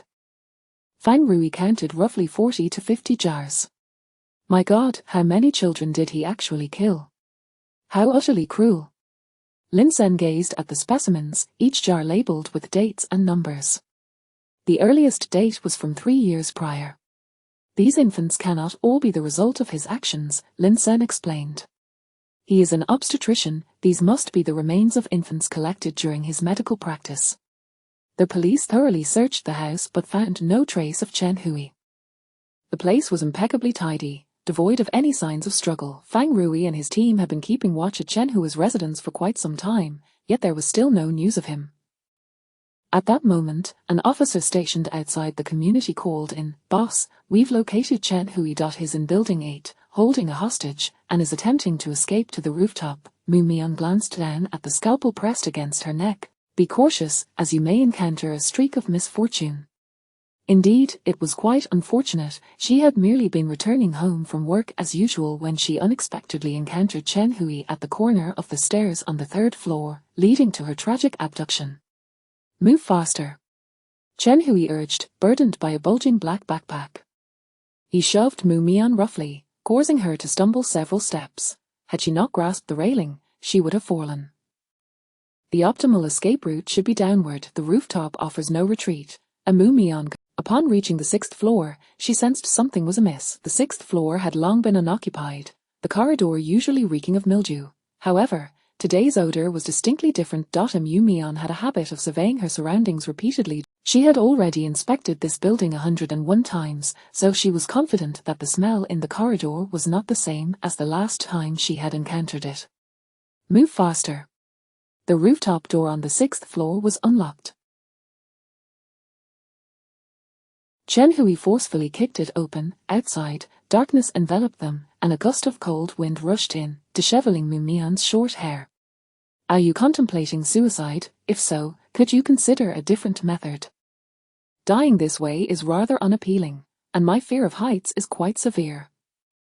Chen Hui pressed the scalpel against Mu Mian's neck, muttering incoherently, For you, this is a dead end.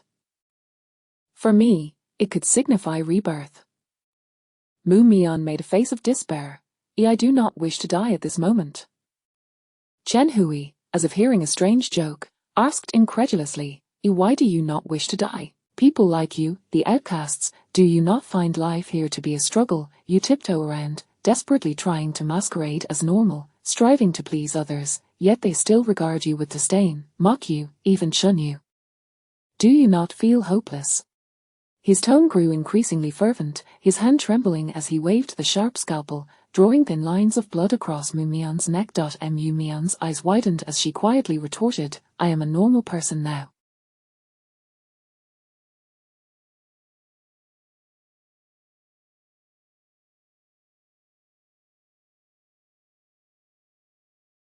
My sister said so. She is a highly skilled psychotherapist. She loves me dearly, and I cannot die, for it would cause her great sorrow.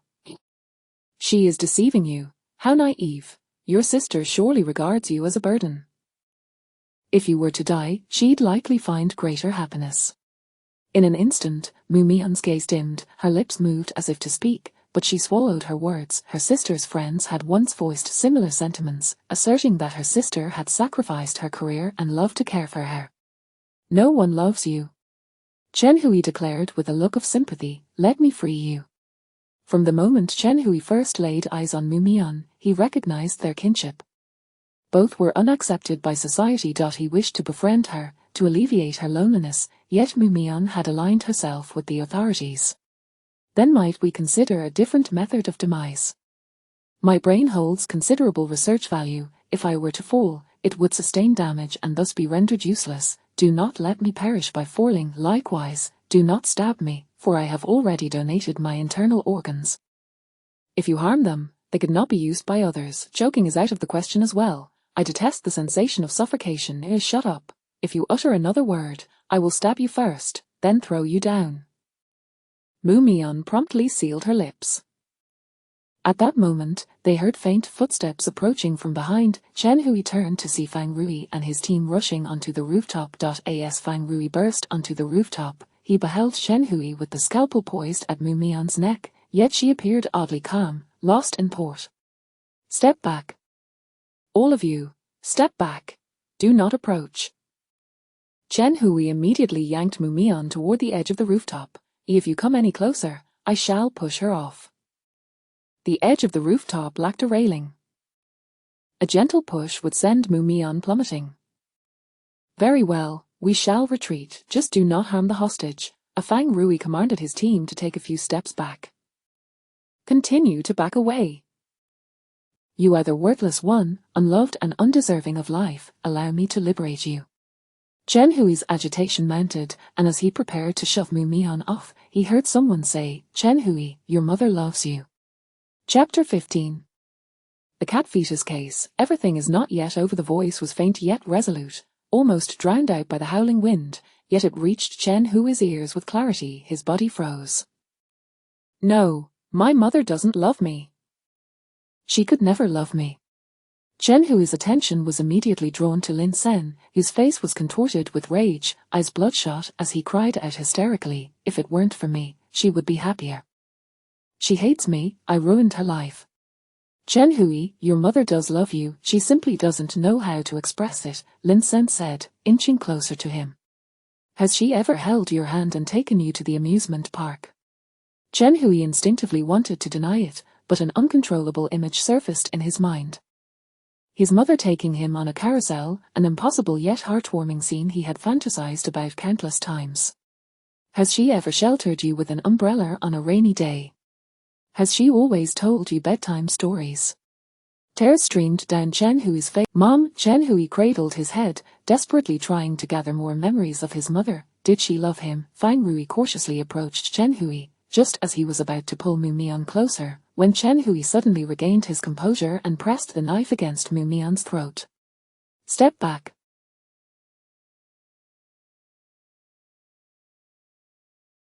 All of you, step back. He glared at Lin Sen and coldly stated, are you a hypnotist? Don't waste your efforts, hypnosis won't work on me. Lin Sen was momentarily taken aback, he rarely faltered. Because I've self-hypnotized countless times, yet still cannot find any trace of my mother's love in my memories, Chen Hui's expression was one of desolation. No one loves me, I can't find any trace of my mother's love either, Mu Mian suddenly cried out, my mother doesn't love me. She abandoned me. Chen Hui was momentarily stunned, steadying his emotions before realizing it was Mu Mian speaking. My sister said it isn't our fault, some mothers simply do not love their children. But Mu Mian's sobs grew more intense. Isn't it our fault? Chen Hui murmured. No one had ever uttered such words to him over the years. Everyone around him, his grandparents, his uncles, even his mother, had condemned him repeatedly, as if his very existence was the greatest mistake. He worked hard to meet their expectations, yet no one ever loved him. Of course not. We were so young then. How could we have done anything wrong? Mu Mian's tone was resolute, as if convincing both Chen Hui and herself. Chen Hui's gaze darted around, a sense of urgency overtaking him. It was my fault. I was disobedient. That's why my mother doesn't like me. At that moment, the school bell rang, signaling the end of evening study hours. Mu Mian, I am luckier than you. I know how to make my mother love me. Chen Hui suddenly displayed a strange smile, releasing Mu Mian and leaping from the building. Mu Mian nearly followed him down, but thankfully, Fang Rui caught her hand, pulling her into his embrace. Chen Hui, however, fell straight down. In that fleeting moment before impact, a look of relief crossed Chen Hui's face. Would becoming a cute little kitten make his mother love him just a bit more? This thought had taken root in his mind for so long. His mother despised him, often hitting him or using him to extort money from his biological father. She had repeatedly said that if he did not exist, she would be happier. Yet, she treated the family cat with utmost affection, grooming it, feeding it the finest cat food, and cuddling it at night, speaking sweetly to it. From a young age, Chen Hui had wished to become a cat. As he grew older, through a series of misfortunes, he became an obstetrician and was assigned to perform abortions on pregnant women. Each day, he bid farewell to many children, tiny beings, some of whom had not even opened their eyes to see the world, only to be deprived of life. These children were unfortunate, for they were unwanted, yet they were also fortunate, for they would not have to face the malicious world that lay ahead, unlike him, who would repeat his tragic existence. No one in this world loved him, not even his mother. In his next life, he wished to be a little kitten, whether sheltered in a warm home or wandering the streets. Even if he were ugly, missing an ear or a leg, there would still be passers-by to feed him sausages and compliment his cuteness. No one could possibly dislike a little kitten. With a thud, Chen Hui landed heavily on the ground, his backpack bursting open and a transparent glass jar rolling out. Blood flowed from his mouth and nostrils, staining his smile crimson. Isn't that little Chen? What on earth made him jump off? Call an ambulance. The crowd gathered below quickly surrounded him. Security guard old Chen squeezed into the throng, muttering, Isn't little Chen the one who killed with a cat? Impossible. How could such a kind-hearted young man be a criminal? Exactly. Did the police make a mistake? Little Chen is a good kid with a warm heart. One never knows a person's true nature. Who would have thought that the simple and honest little Chen could turn out to be this way? Oh dear, we should refrain from letting couriers come to our doors, who knows what they might do. Yes, indeed. In this economically unstable time, people are prone to becoming twisted. We must all be vigilant. Bai Jing pushed through the crowd, rushing to Chen Hui's lifeless body. Chen Hui, what happened? Didn't you tell me to live strong? How could you leave us first? She turned to the onlookers, pleading, please, someone call an ambulance. The police on the rooftop also felt a sense of unreality. Is it really over for Chen Hui? Too merciful for him. Fang Rui, too preoccupied with Mu Mian, who appeared pale and stunned, gently patted her face. Mu Forensic, are you all right? Mu Mian snapped back to reality, bursting into tears again. War, your mother doesn't love you, but you shouldn't cry like this. Gather your tears. Fang Rui felt at a loss. He had not anticipated that Mu Mian would cry uncontrollably. She did not seem like an emotionally expressive person. I was so scared just now. It was so high, I almost fell. So you cried out of fear? Yes, I have a fear of heights. I don't even know if my mother loves me. I was lying when I said that. Good job, you've mastered the art of deception. That was a kind lie, Mu Mian corrected him.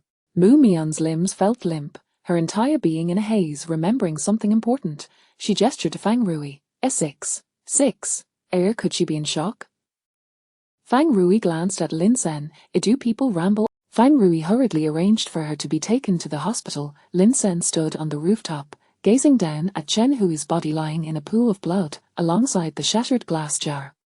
The shards reflected blinding light. Chen Hui hadn't merely jumped, he had toyed with them for a while before making the decisive leap. Was he waiting for the right moment? Xiao Zhang sighed. My goodness, this case is finally closed.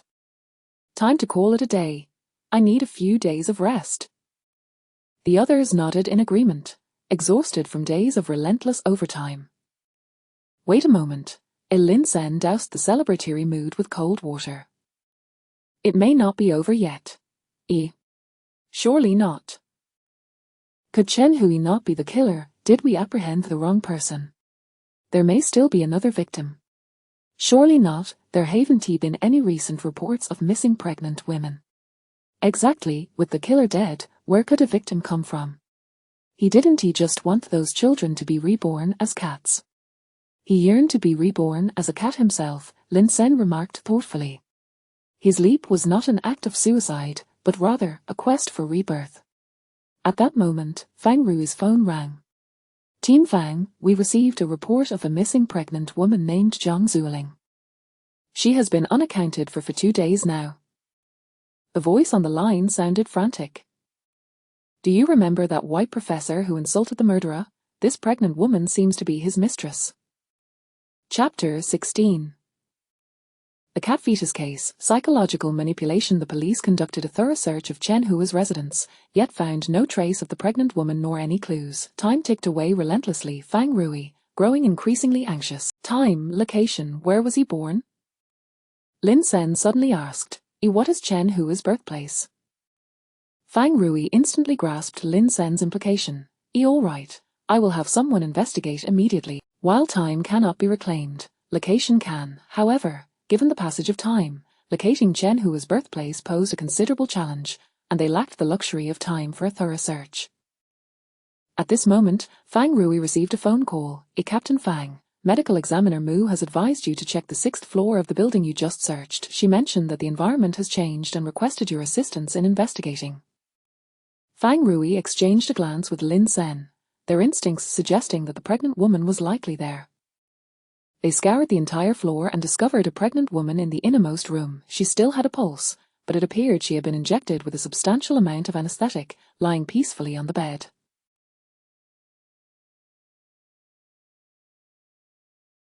2 bags hung beside her, delivering fluids to sustain her life. Fang Rui hurriedly dispatched the woman to the ambulance. Thanks to the timely transfer to the hospital, the doctors successfully performed surgery to remove the cat from her womb. The cab was already deceased, and although the pregnant woman regained her life, her uterus suffered severe damage, rendering her unable to bear children for the rest of her life. Alas, it's all that Professor Bai's fault for humiliating the perpetrator online. Otherwise, this girl wouldn't have attracted the killer's attention, as Xiao Zhang lamented. However, she is also to blame. Why become a mistress? Prompted by Xiao Zhang's remark, Fang Rui suddenly recalled something. Xiao Zhang, investigate whether this Professor Bai has a daughter. Why this inquiry? These embryos had been specially treated to prevent decay. Fang Rui found a collection of esoteric books beside Chen Hui's bedside, all concerning the reincarnation of souls. Among them was a crime novel where the murderer, seeking media attention, stuffed a live cat into a pregnant woman's abdomen.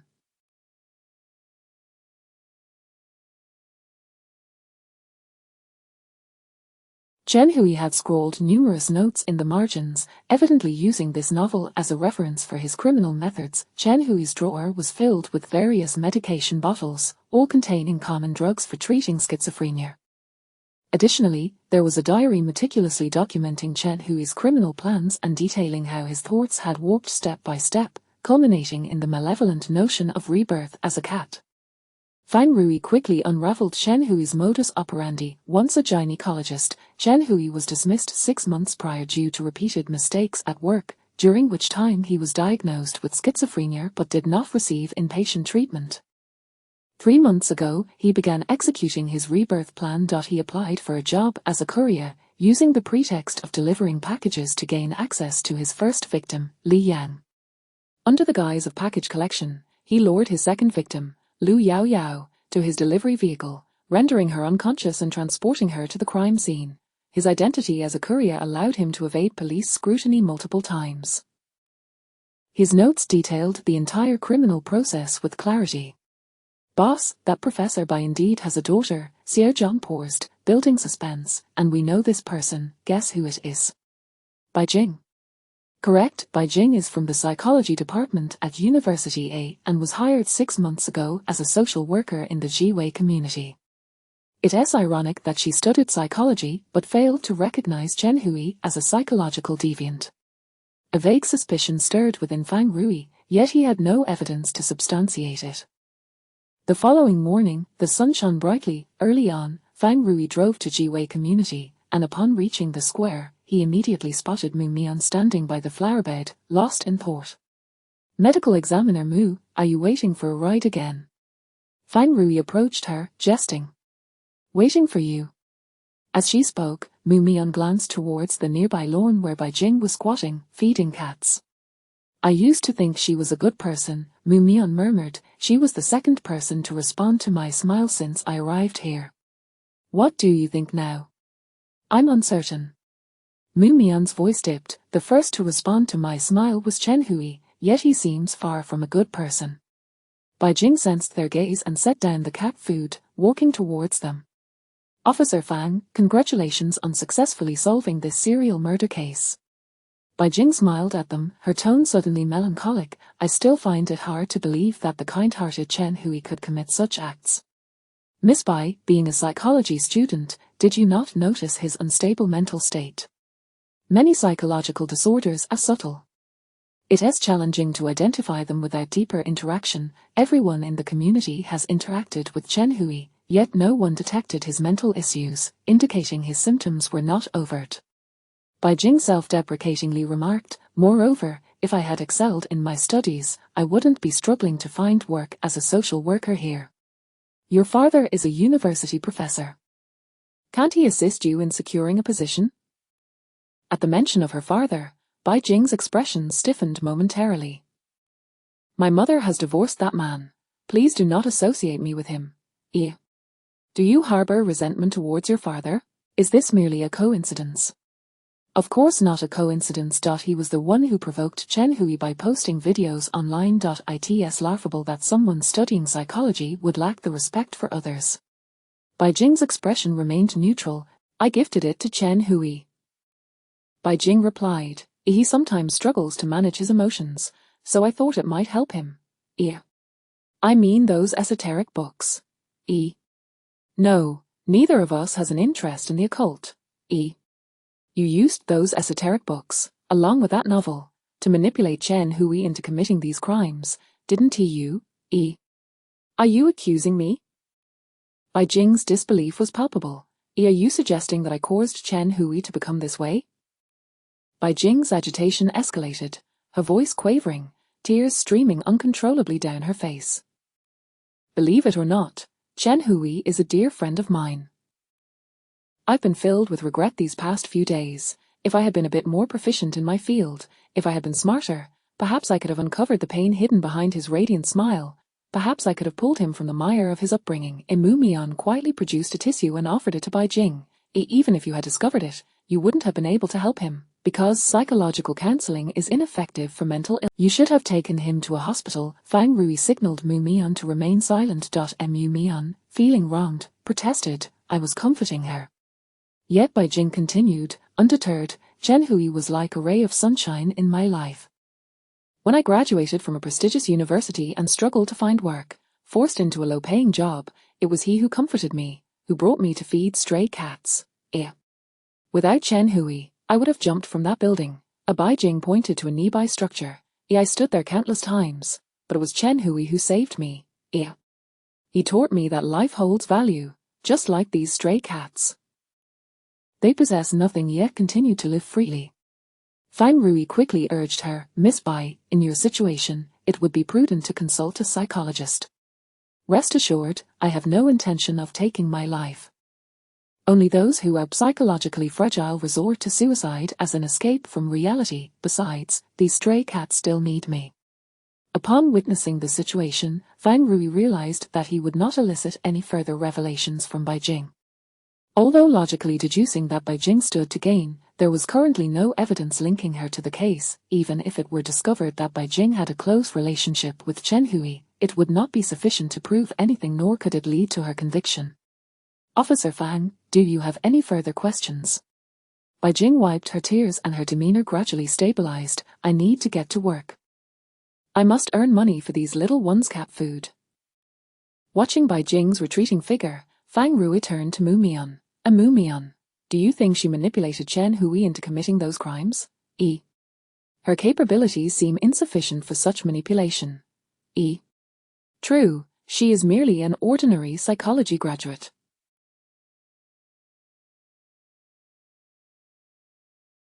She likely lacks the ability to coerce Chen Hui into crime.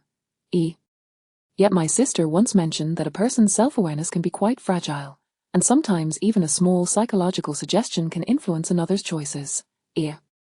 Even if Chen Hui acted under her influence, we cannot apprehend her. We cannot simply claim that Bai Jing used psychological suggestion to turn Chen Hui into a serial killer. Fang Rui felt a sense of helplessness. If Bai Jing had truly manipulated Chen Hui through psychological suggestion to become a serial killer, she would be utterly terrifying. While I cannot ascertain whether her expressions are genuine or feigned, I believe Chen Hui was indeed a ray of sunshine in her life. She would not willingly extinguish her own light. Whether Bai Jing induced Chen Hui remains known only to her. Mu Mian turned to Fang Rui and asked, why are you keeping my secret? What? You know I have autism, right? Yet I haven't been expelled. Did you keep that a secret from me? Fang Rui was taken aback. Was this truly a secret? Did not everyone see it at a glance? Fang Rui changed the subject. Let's go. I'll treat you to a meal. I'll treat you. Thank you for keeping my secret. After taking a few steps, Fang Rui turned back and smiled at Mu Mian. Mu Mian, you need not pretend to be normal. A smile. This was the third person to smile at her since she arrived here. In that moment, Mu Mian felt as though sunlight had enveloped her heart, warming her. It was a feeling of acceptance and fulfillment. Because your secret may no longer be a secret. Mu Mian felt as though she had been struck by lightning, her eyes widening in shock. Who have you told? She had disguised her condition so well, how could anyone else have discovered it? It was Consultant Lin who discovered it. Xiao Zhang was present at the time. You may not know his loose tongue, but once he learns something, everyone in the precinct is bound to know. Mu Mian felt as though she could weep. Had all her careful pretense over the past half-month been in vain, she had believed her disguise to be particularly effective. Mumyon, from now on, just be your authentic self. There's no need to deliberately act normal. Could she truly be her authentic self? Captain Fang. Mumyon looked earnestly at Fang Rui. Would you consider donating your body to me? Chapter 17, The Case of the Fetal Remains, the Unloved Child. Following the resolution of Chen Hui's case, the personnel at the police station found themselves with a newfound leisure. During the investigation, Mumyon distinguished herself with her exceptional contributions, earning her a permanent position and formally joining the Special Crimes Unit, while Chen Shui became her assistant. The Special Crimes Unit even organized a welcoming ceremony in honor of Mumyon. Upon her arrival, she was greeted by familiar faces, all of whom received her warmly, especially considering her pivotal role in solving a significant homicide case shortly after her arrival at the City Bureau. Mumyon's persona had evolved from an eccentric forensic expert to a skilled investigator. Mumyon, please write a reflection on your recent experience. It is imperative to consider why a forensic expert was taken hostage by a perpetrator, Fang Rui remarked, shattering the previously amicable atmosphere. Submitted to me before the end of the day. Very well. Upon receiving Mumyon's reflection, Fang Rui noted her earnestness. Her self-analysis was quite profound, however. Just as he was about to file it away, he noticed the conclusion stated, "The aforementioned discussions do not encapsulate the fundamental reason for my abduction by the assailant. The true reason is that I have been experiencing a streak of bad luck recently." In Chen Shui's words, "I am undergoing a period of misfortune. It seems that all Leos are currently facing ill fate." Seeing Mumyon lost in thought at her computer, Chen Shui gently tapped her shoulder. Mumyon, why are you conducting DNA tests on these fetuses? It is a laborious and futile endeavor. Chen Shui, I wish to assist these unborn children in finding their mothers. Their mothers chose to terminate their pregnancies. They are unwanted. What difference does it make to locate their parents? They would not reclaim these jars. They might even consider them a source of bad luck. Are they also abandoned by their mothers? Mumyon gazed at the clusters of flesh suspended in glass jars, her expression tinged with confusion. Of course. Chen Shui remarked, sensing an unusual heaviness in Mumyon today, despite her usual blank demeanor. Though you often appear detached, today, your mood seems particularly somber. With her head bowed, Mumyon pondered, why would they be unwanted? These embryos appear healthy. They could have been normal children. Mumyon had always believed that only abnormal children were cast aside by their mothers, such as those in orphanages suffering from illness, physical disabilities. It could be an unintended pregnancy, or perhaps they simply cannot afford to raise them. In any case, their mothers no longer wish to see them. Chen Shui sipped her coffee. Thus, we must expedite the transfer of these embryos to the mortuary. Their presence here is merely ominous. Mumyon remained silent. I understand your sympathy for these embryos. How about we give them names? That way, they will have left a trace of existence in this world. I have already named them. Only then did Chen Shui notice the labels affixed to the jars. BB1, BB2, do these names hold any special significance? This one is called baby number 1, and this one baby number 2, and so forth. Chen Shui facepalmed. While Mumyon had a heart, her creativity seemed lacking. Mumyon continued her search in the police department's gene database for the parents of these children. However, her efforts yielded no results, causing her to feel increasingly frustrated. She matched the DNA of the two victims with those of the children, yet the results showed no compatibility. Frowning, Mumyon questioned whether the jar labeled with the date of the victims' deaths did not contain the children of the deceased. Chen Hui's residence had been thoroughly searched, and all jars had been brought to the station. Mumyon had collected all the DNA data, yet the DNA of the infants in the jars did not match that of the three victims. Where, then, had the viable embryos from these victims been concealed by Chen Hui? And why did he feel the need to hide them? Mumyon pulled up the records of the three victims, discovering that they had all undergone prenatal examinations at the Angel Maternity Hospital where Chen Hui worked. Mumyon, Zhang Qiang mentioned a gathering this evening. Will you be attending? Chen Shui's voice interrupted Mumyon's train of thought, and suddenly, she felt that the truth of the matter was not as significant as she had previously believed. These children were all unwanted, and who would truly care about the whereabouts of their remains? Is it possible to decline? Absolutely not. As a newcomer in the workplace, attending gatherings is a necessity. Upon returning home, Mumion was about to unlock her door when she noticed the keyhole had been misaligned by 5 degrees. Someone had entered her home using a key. Just as she contemplated whether to call the police, the door swung open from within. Xiao Mian, Shin Shiyin was the daughter of her adoptive parents and also Mumion's therapist. Having lived abroad since childhood, Mumion's parents divorced, and after her father's passing, a colleague of his took her in. Shin Shiyin released Mumion, revealing a gentle smile. This time, you didn't push me away. It seems that living independently has brought about some changes in you. It has been a long time since we last met. Thus, a hug is permissible. Mumion detested physical contact, and it was a struggle for her to refrain from pushing her away. What happened to your neck? Shin Shiyin keenly observed the scar on Mumion's neck. Officer Zhang said it is a badge of honor. Mumion replied with a hint of pride in her tone. A badge of honor. It is a testament to my cleverness in outsmarting a ruthless criminal. Mumion briefly recounted the events, omitting the part where she fainted due to her acrophobia and embellishing how she escaped from Chen Hui's grasp. Mumion realized she had become adept at articulating benign untruths. Your job seems quite perilous.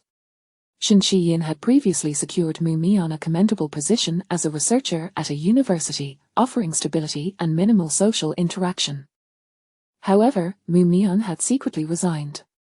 It is not dangerous. Chen Shui claims I am the only forensic expert in the department to have been taken hostage by a perpetrator, which indicates that this profession entails low risk. But you were injured.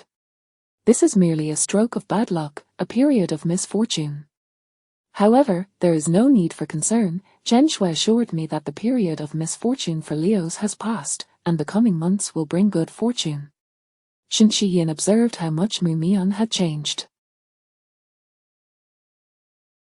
Mumion retrieved several notebooks from her desk, stating, I have documented the recent events in my self-observation journal. Many extraordinary occurrences have transpired.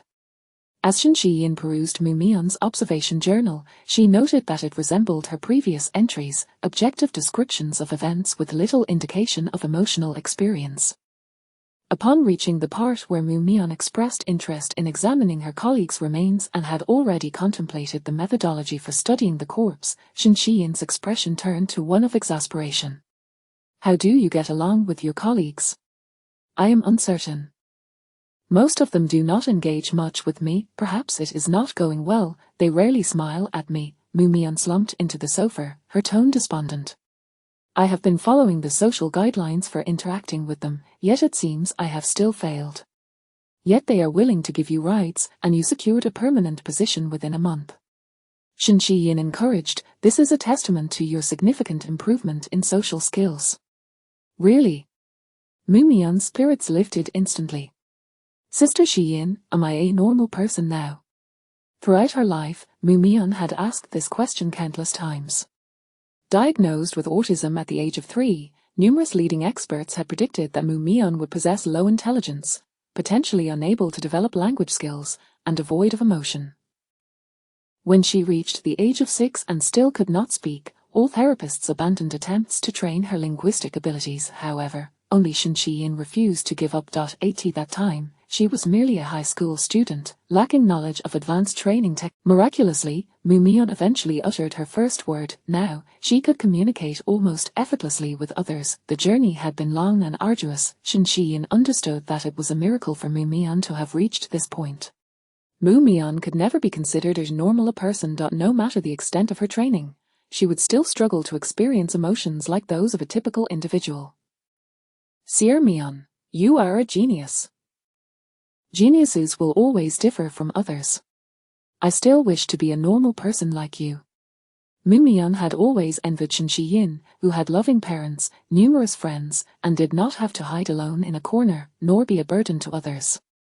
Shin Shiyin comprehended Mumion's desire to become a normal person. Mumion stubbornly believed that if her autism were to be cured, her mother would return to her. Sir Mion, I apologize. It was my mistake to hide your mother's photograph. You have the right to seek your mother. Half a year prior, Mu Mian had discovered her mother's marriage certificate and a stack of photographs in Shun Shi Yin's room, one of which depicted her mother cradling a small infant, her eyes filled with affection. This photograph shattered Mu Mian's previous perception of her mother as a heartless woman who abandoned her autistic child. Consequently, Mu Mian had a fierce argument with Shun Shi Yin and ran away from home.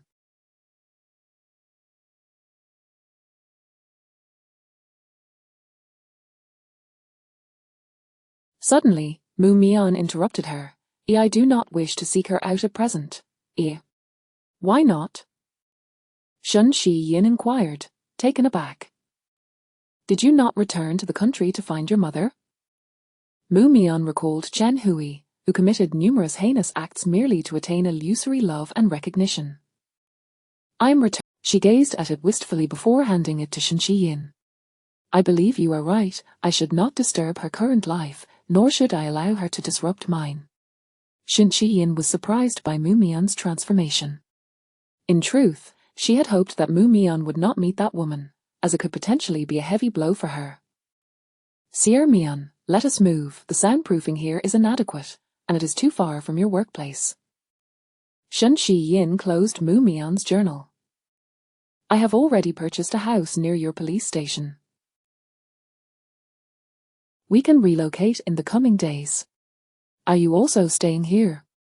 Mu Mian asked, astonished. What about your job? A senior colleague of mine has opened a psychological clinic and wishes for me to return to assist her.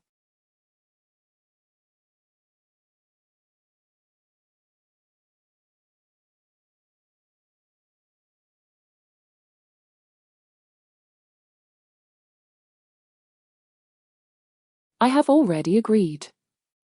Noticing Mu Mian's low spirits, Shun Shi Yin added, Sir Mian, you are not a burden to me. You are my family. And no matter what happens, I will never abandon you.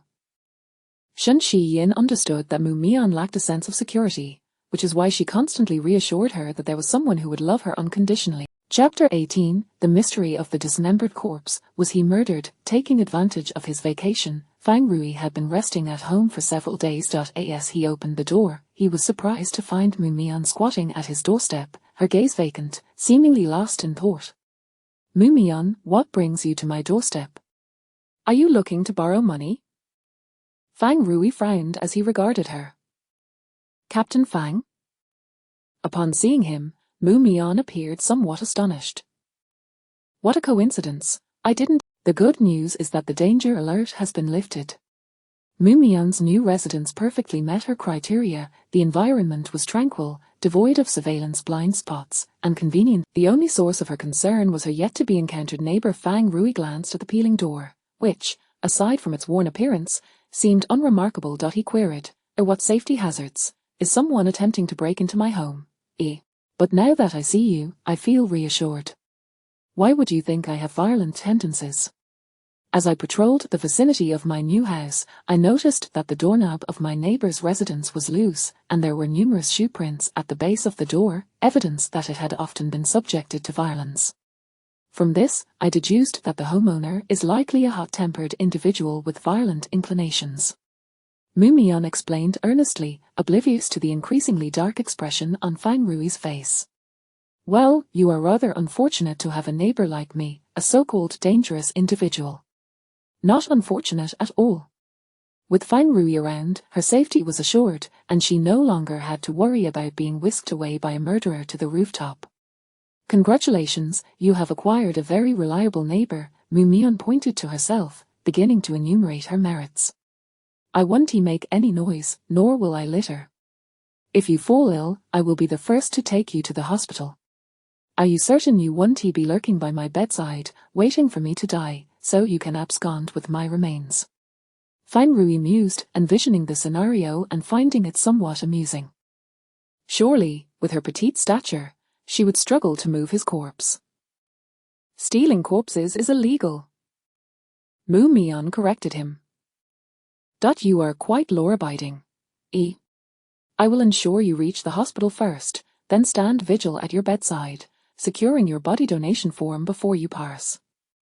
Rest assured, I shall take great care of your remains. It was entirely his fault for having brought up those two words. Just then, Fang Rui's phone rang. As Mu Mian attempted to step aside, Fang Rui placed a hand on her shoulder, his expression turning serious. In the event of a fire, you should contact the fire department.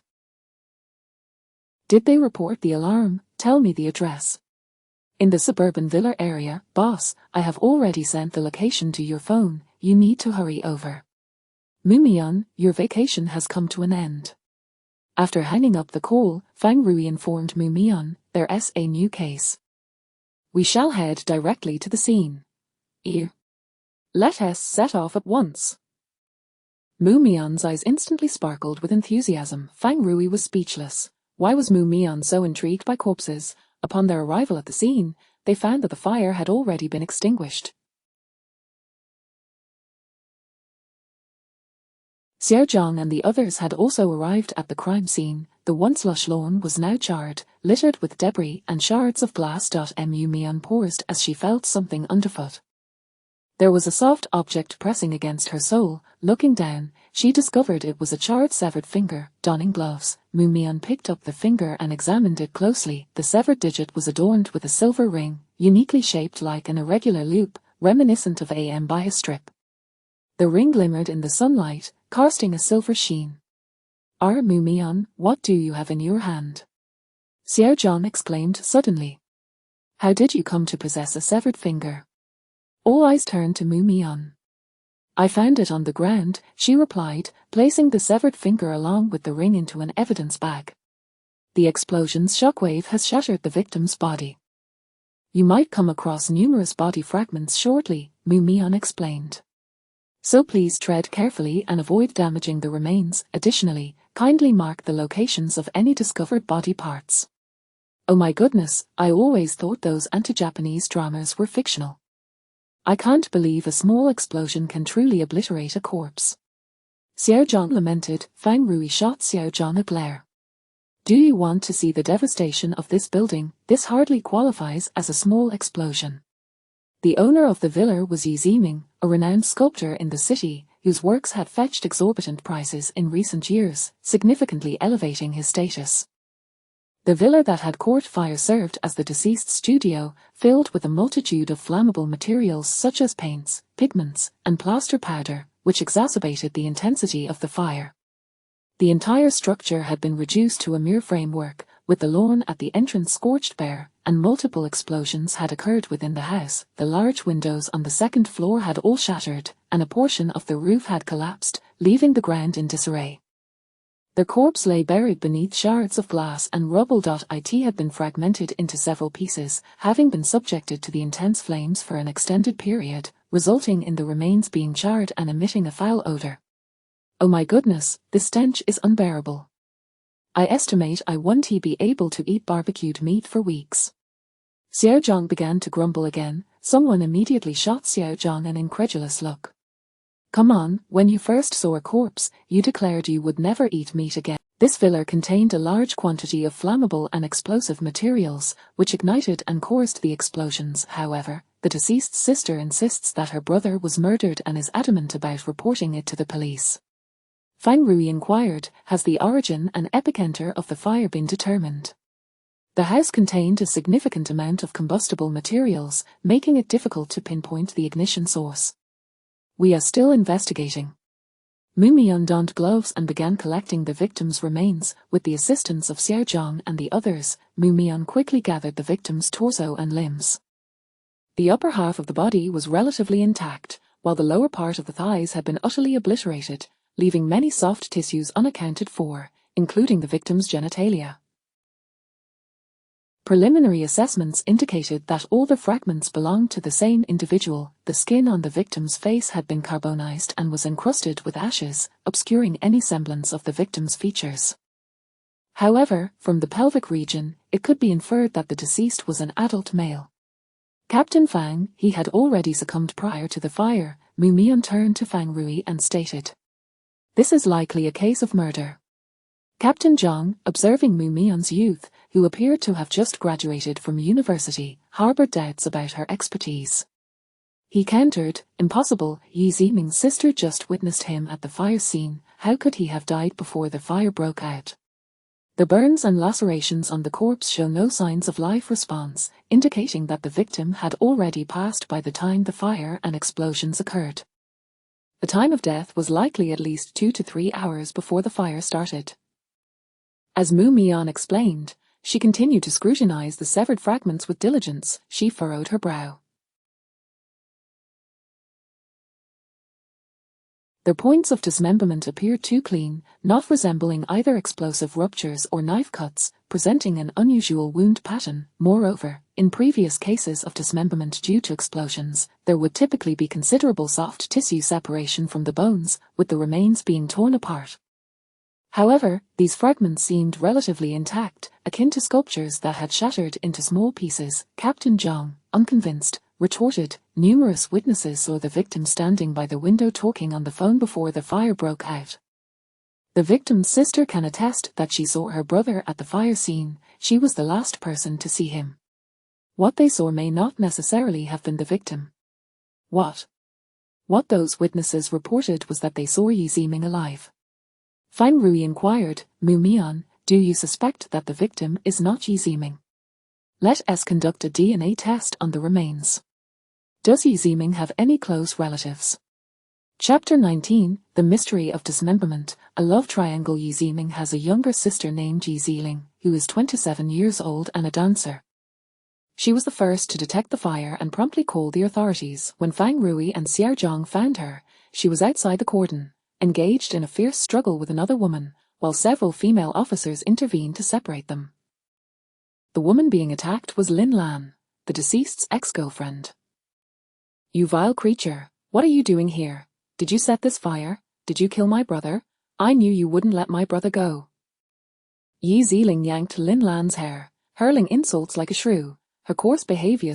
Impossible, my brother assured me he would never see you again. How could he have called you? You are lying. Yi Ziling became increasingly hysterical, her fierce gaze seemingly capable of tearing Lin Lan apart. Your brother said he wanted to see me one last time. Shut up. You are deluding yourself into thinking my brother has feelings for you. He despises you, you wicked woman. He would never meet you. Lin Lan retorted sharply, irregardless, it was your brother who summoned me.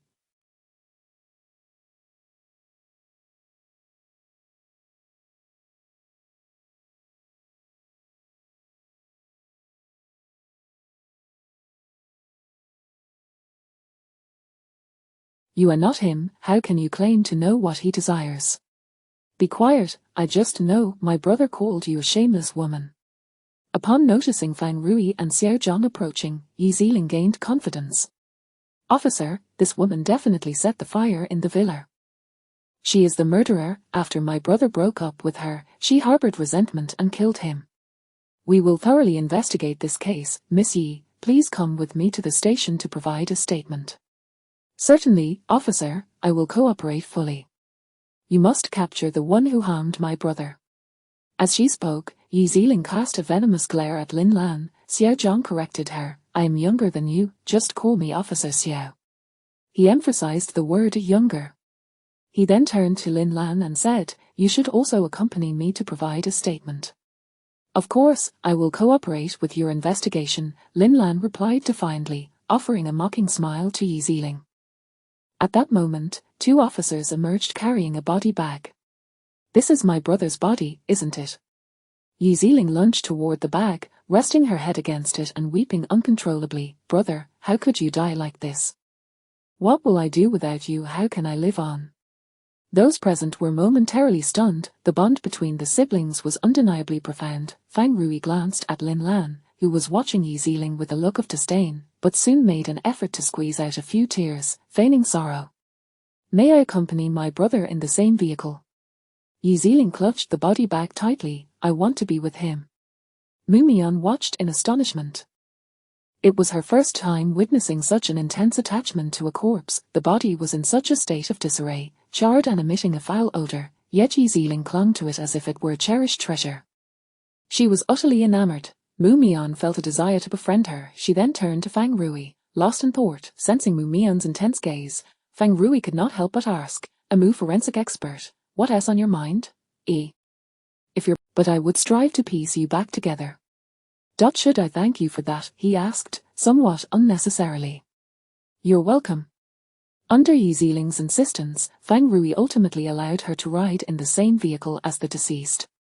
If you're not afraid, then you can ride in this vehicle, he said. This is my brother's body.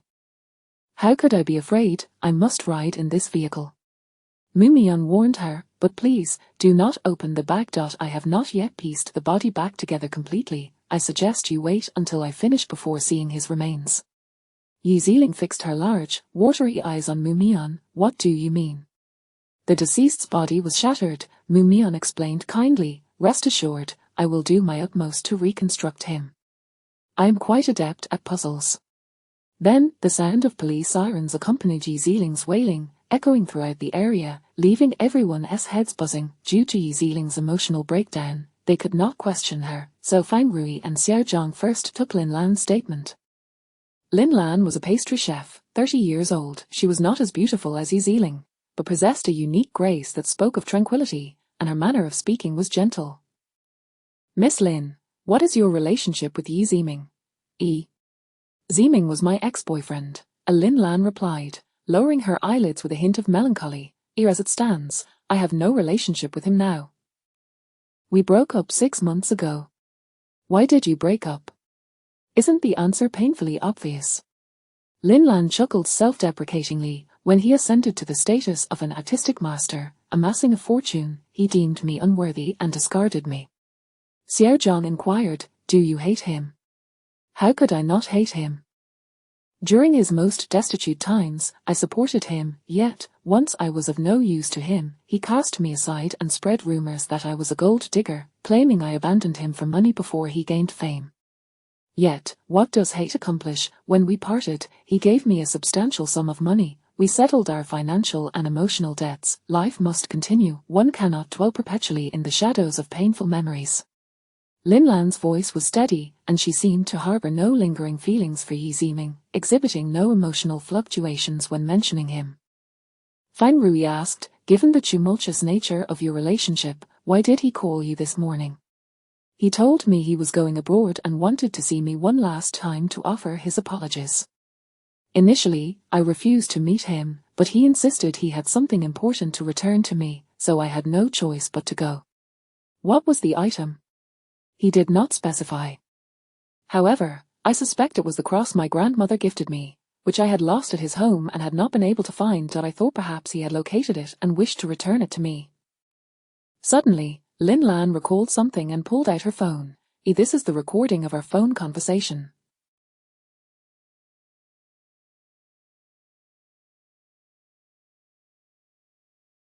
You may listen.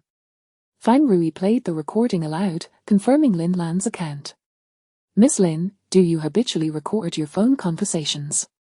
Fang Rui casually inquired. In our line of work, we often need to communicate requirements with clients.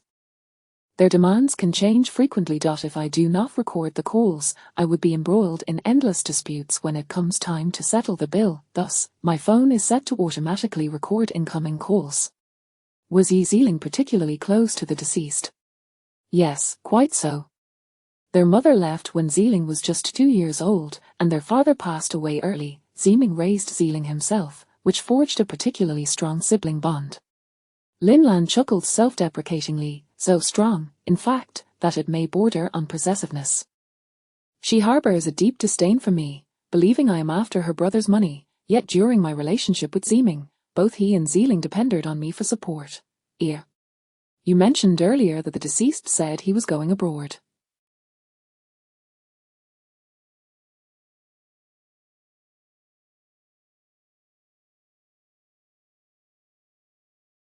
Do you know why? Perhaps it was for love. Love? I cannot say for certain. However, he previously mentioned that he believed he had found true love. His decision to break up with me was also because he wanted to be with his true love. Fang Rui asked, Miss Lin, do Yi Ziming and Yi Ziling have any other relatives?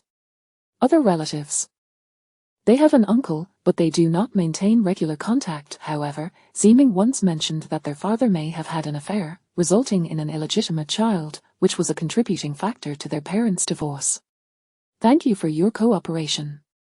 If you come across any leads, please do not hesitate to contact me. Upon exiting the interrogation room, Xiao Zhang immediately remarked, "Boss, don't you think the relationship between the deceased and his sister is rather twisted? It doesn't resemble a typical sibling bond at all." Fang Rui corrected him, "It is still uncertain whether the deceased is indeed Yi Ziming. Who else could it be?" Earlier, Lin Lan mentioned that Yi Ziming had found true love. Given Yi Ziling's possessive nature, if she discovered her brother had found someone, she would likely go mad and harm him. Could the murderer truly be Yi Ziling? According to your logic, shouldn't she have targeted her brother's true love first? True? You always think of everything. Should I return to the fire scene to see if I can unearth the body of the deceased's true love? Go ahead. Xiao Zhang dashed off in a flash. Fang Rui suddenly felt a profound silence envelop the world around him. Chapter 20, The Enigma of Dismemberment. Sibling affection. At the entrance of the autopsy room, "I forbid you from touching my brother's body. No one is allowed to lay a finger on it." Yi Ziling clutched the body bag tightly, her eyes darting warily around her. Anyone who dared to approach would feel the sting of her nails. "Leave. All of you, step away. You cannot disturb my time with my brother." Mu Mian observed the scratches on her hand, feeling that her career had earned yet another badge of honor. She might very well be the first forensic pathologist in Jiangzhou's bureau to be scratched by a victim's family member. "Miss Yi, by monopolizing the body, how can we assist you in apprehending your brother's murderer?" A female police officer cautiously stepped forward, gently soothing her. "Please, release your brother's body and come with me to the lounge." "All right." "No? Don't think for a second that I don't know. The autopsy means cutting my brother open, and I won't let you succeed." "But your brother's body has already been shattered and scorched by fire," Mu Mian carefully reminded her. "It wouldn't make a difference to cut it open, as it is already damaged." I don't want to hear you speak. Get away, go away." The female officer, a psychological counselor named Li Lanlan, shot Mu Mian a glare, signaling her to step back and cease provoking the grieving family member. Quietly, Mu Mian retreated, yet her gaze remained fixated on the body bag held tightly by Yi Ziling. She was immensely eager to perform the autopsy on this body, yearning to uncover what had transpired to cause such fragmented wounds. "Miss Yi, please try to remain calm. Your brother would want to rest, and if you continue to cry and fuss, he would surely feel distressed." Li Lanlan gently patted Yi Ziling's shoulder. "Can we move your brother's body inside first?" Yi Ziling seemed to soften at the suggestion, her grip on the body bag loosening. However, upon glancing up, she caught sight of Mu Mian's fervent gaze fixed on her brother's remains, and she immediately tightened her hold again. "No, you are lying. You just want to dissect my brother's body." Mu Mian sighed inwardly. If this dragged on much longer, darkness would fall. When night arrived, the timid Chen Shui would refuse to stay late with her, leaving her to confront the autopsy alone in solitude. "Xie Mian, what has happened?" Turning around, Mu Mian recognized her sister, Shen Qin. "Sister Xin, what brings you here?" "Professor Jiang invited us to dinner today." "I'm here to fetch you." Professor Jiang is a leading expert in the field of autism in our country and a good friend of Dad's. She has been eager to meet you. Mu Mian was not particularly keen on attending. Those so-called experts always repeated the same monotonous procedures, tedious and tiresome, yet she did not wish to inconvenience her sister. Shen Qin shifted the topic. "What is going on? What is wrong with that girl? She is in shock. She desperately needs psychological crisis intervention." Mu Mian quietly recounted the events, adding, "I truly wish to perform the autopsy on that body right now." Shen Qin approached Yi Ziling, squatting down to meet her gaze. "Miss Yi, I understand that the news of your brother's passing is profoundly sorrowful for you. I also realize that you do not genuinely wish to obstruct the police from conducting the autopsy. You are simply struggling to accept that your brother is gone. Am I correct?" Tears streamed down Yi Ziling's face in torrents. "Your brother loved you dearly. He would wish to see you be brave and strong. You want to bring him peace, don't you? If my brother loved me, why did he leave me?" Yi Ziling began to sob uncontrollably. "Without my brother, what will I do alone? You love your brother as well, and for his sake, you can become braver and stronger." Yi Ziling clung to Shen Qin, Woo-woo, my brother promised to take care of me for a lifetime. How could he deceive me?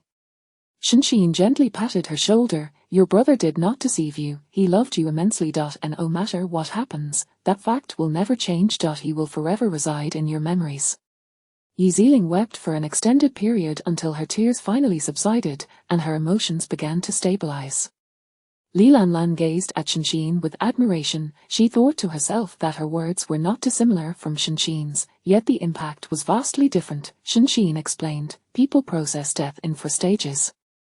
Denial and shock, anger and resistance, grief and mourning, acceptance and adjustment. Miss Yi's situation is rather unique. She witnessed her brother's death firsthand, making it impossible for her to deny this reality.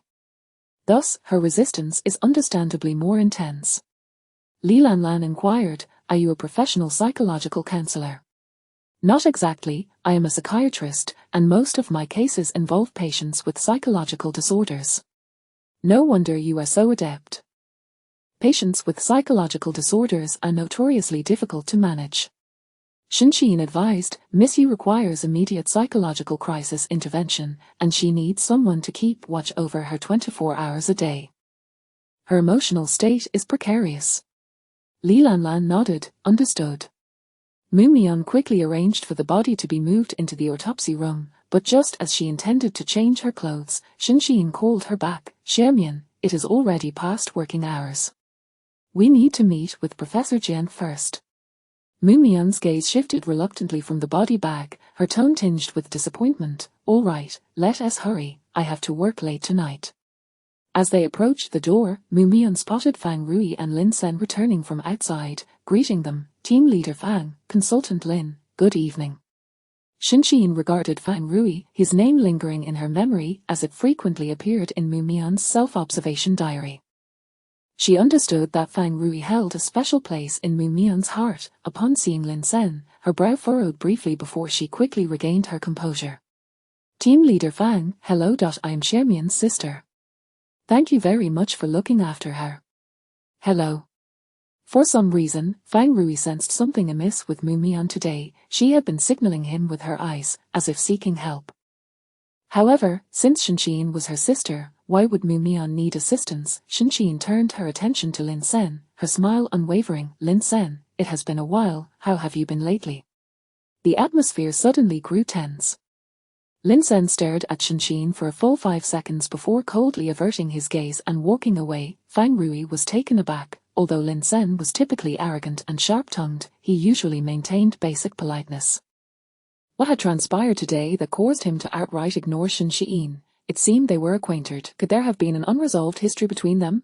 Mu Mian's eyes were nearly blinking out of existence, yet she failed to signal her distress to Fang Rui, seizing the opportunity of overtime to extricate herself from a sister's grasp. Sister, let's go quickly. We need to eat, hurry. All right. Shinshine addressed Fang Rui, Team Leader Fang, I will take my sister to dinner now, we can chat another day. After Mu Mian and her sister departed, Fang Rui ascended the stairs, only to find Lin Sen observing Shinshine from the 2nd floor. What transpired between you and Mu Mian's sister? She greeted you, yet you completely disregarded her. Was she your ex-girlfriend? Lin Sen tilted his head, coldly regarding Fang Rui. Even if she were your ex-girlfriend, you shouldn't treat her with such indifference. Fang Rui urged, you are not a child anymore. Maintaining that cold demeanor will only hinder your chances of finding a partner. Fang Rui and Lin Sen had grown up together as childhood friends. Lin Sen had always been aloof and proud, disliking social interactions, yet he had many friends and admirers, seemingly untouched by any romantic inclinations. Fang Rui had always believed it was due to Lin Sen's excessively high standards. No one seemed to meet his approval. You are single too. That is because I have dedicated myself to the noble cause of combating crime. I am far too busy to entertain romantic pursuits. Lin Sen remained silent, and just as Fang Rui thought he had contracted Mu Mian's autism, Lin Sen finally spoke. She was the one who broke up with me. She said she no longer wished to see me, yet just now, she appeared before me, calling my name and inquiring about my well-being, as if nothing had ever happened. Fang Rui could not suppress his curiosity. What led to your breakup? He speculated that Lin Sen must have met Shinxin during his studies abroad. I don't know. She claimed she did not love me, however, I cannot accept that as a valid reason. Fang Rui had not anticipated that Lin Sen would still be so infatuated. Fang Rui, do you think her decision to break up with me could have been influenced by Mu Mian? Perhaps she sacrificed our love to care for her autistic sister. Fang Rui could not help but interject. Firstly, you need to determine whether there was any love between you two. Assuming there was. How pitiful, so utterly pitiful. To even require the use of assuming when questioning whether the other party had ever loved them, Fang Rui began to feel a twinge of sympathy for Lin Sen. I doubt it was because of Mu Mian. Why? If she wanted you to help care for her autistic sister, would you not have immediately agreed without hesitation? Of course. Then it is quite possible that she truly does not love you. Fang Rui patted his shoulder. A fruit that is forced to ripen is never sweet. Chapter 21. The cloud of dismemberment, unforgettable emotions due to the traffic congestion. Mu Mian and Shinxin were delayed for a while, and by the time they arrived at the restaurant, Professor Jiang had been waiting for them for quite some time. Professor Jiang was a kind-hearted elderly lady, her hair a silvery white and adorned with glasses. Upon spotting Mu Mian, she greeted her warmly. Little Mian, hello. It's a pleasure to finally meet you. You are just as adorable as in the photographs. Professor Jiang, hello. It is a delight to meet you as well, you appear just as professional as in your photos. Mu Mian forced herself to maintain eye contact with Professor Jiang, managing a smile that resembled that of an ordinary person. Little Mian, there's no need to feel anxious. We are merely here to dine. I shan't conduct any behavioral evaluations today. I am not nervous. Professor Jiang then engaged in small talk with Shinxin before cautiously turning her attention back to Mu Mian, probing delicately. Little Mian, would you like to meet your mother? Mu Mian was intently studying the menu, not quite catching what Professor Jiang had said. Professor Jiang, Shinxin interjected, handing the menu to her. What would you like to eat? Professor Jiang shot a disapproving glance at Shinxin, yet chose to suppress her forthcoming question. They were dining at a Western restaurant, where Shinxin ordered a seafood risotto for Mu Mian and a steak for herself. I'll have another seafood risotto, to go. Mu Mian instructed the waiter. Shinxin looked at her in confusion. Are you particularly hungry today? I have a friend who often forgets to eat dinner on time. I thought I would bring him a portion. Once the dishes arrived, Shinxin and Professor Jiang discussed work-related matters. Mu Mian meticulously picked out the shrimp and carrots from her plate, placing them into the takeout container. Little Mian, was that not meant for your friend? How can you put food you dislike into it? Although Mu Mian had been picky in the past, she never had the habit of placing food into someone else's bowl. He won't mind. He enjoys these. He finished all the carrots from the last plate. Shinxin was somewhat taken aback. Mu Mian was a person with a strong sense of boundaries, and yet, her friend seemed to have been included in the circle she had delineated. Over the past 6 months, Mu Mian's social skills had significantly improved. Having finished selecting her food, Mu Mian began to eat with fervor. Sister, please refrain from speaking to me, it disrupts my eating pace. Professor Jiang inquired, puzzled. Little Mian, why are you eating so quickly? Are you pressed for time? There is a corpse awaiting my attention, it is quite urgent, and I need to return swiftly. Professor Jiang's expression momentarily froze, then she regained her composure with a smile. So you are now a forensic expert. Indeed. And an exceptionally proficient one at that. That is evident, for you are quite dedicated. Your logic is flawed. Not all dedicated forensic experts are exceptional. Chen Shui is also very dedicated, yet she is not an outstanding forensic expert. Mu Mian quickly finished her meal, declining Shinxin's offer to accompany her, opting instead to take a cab alone.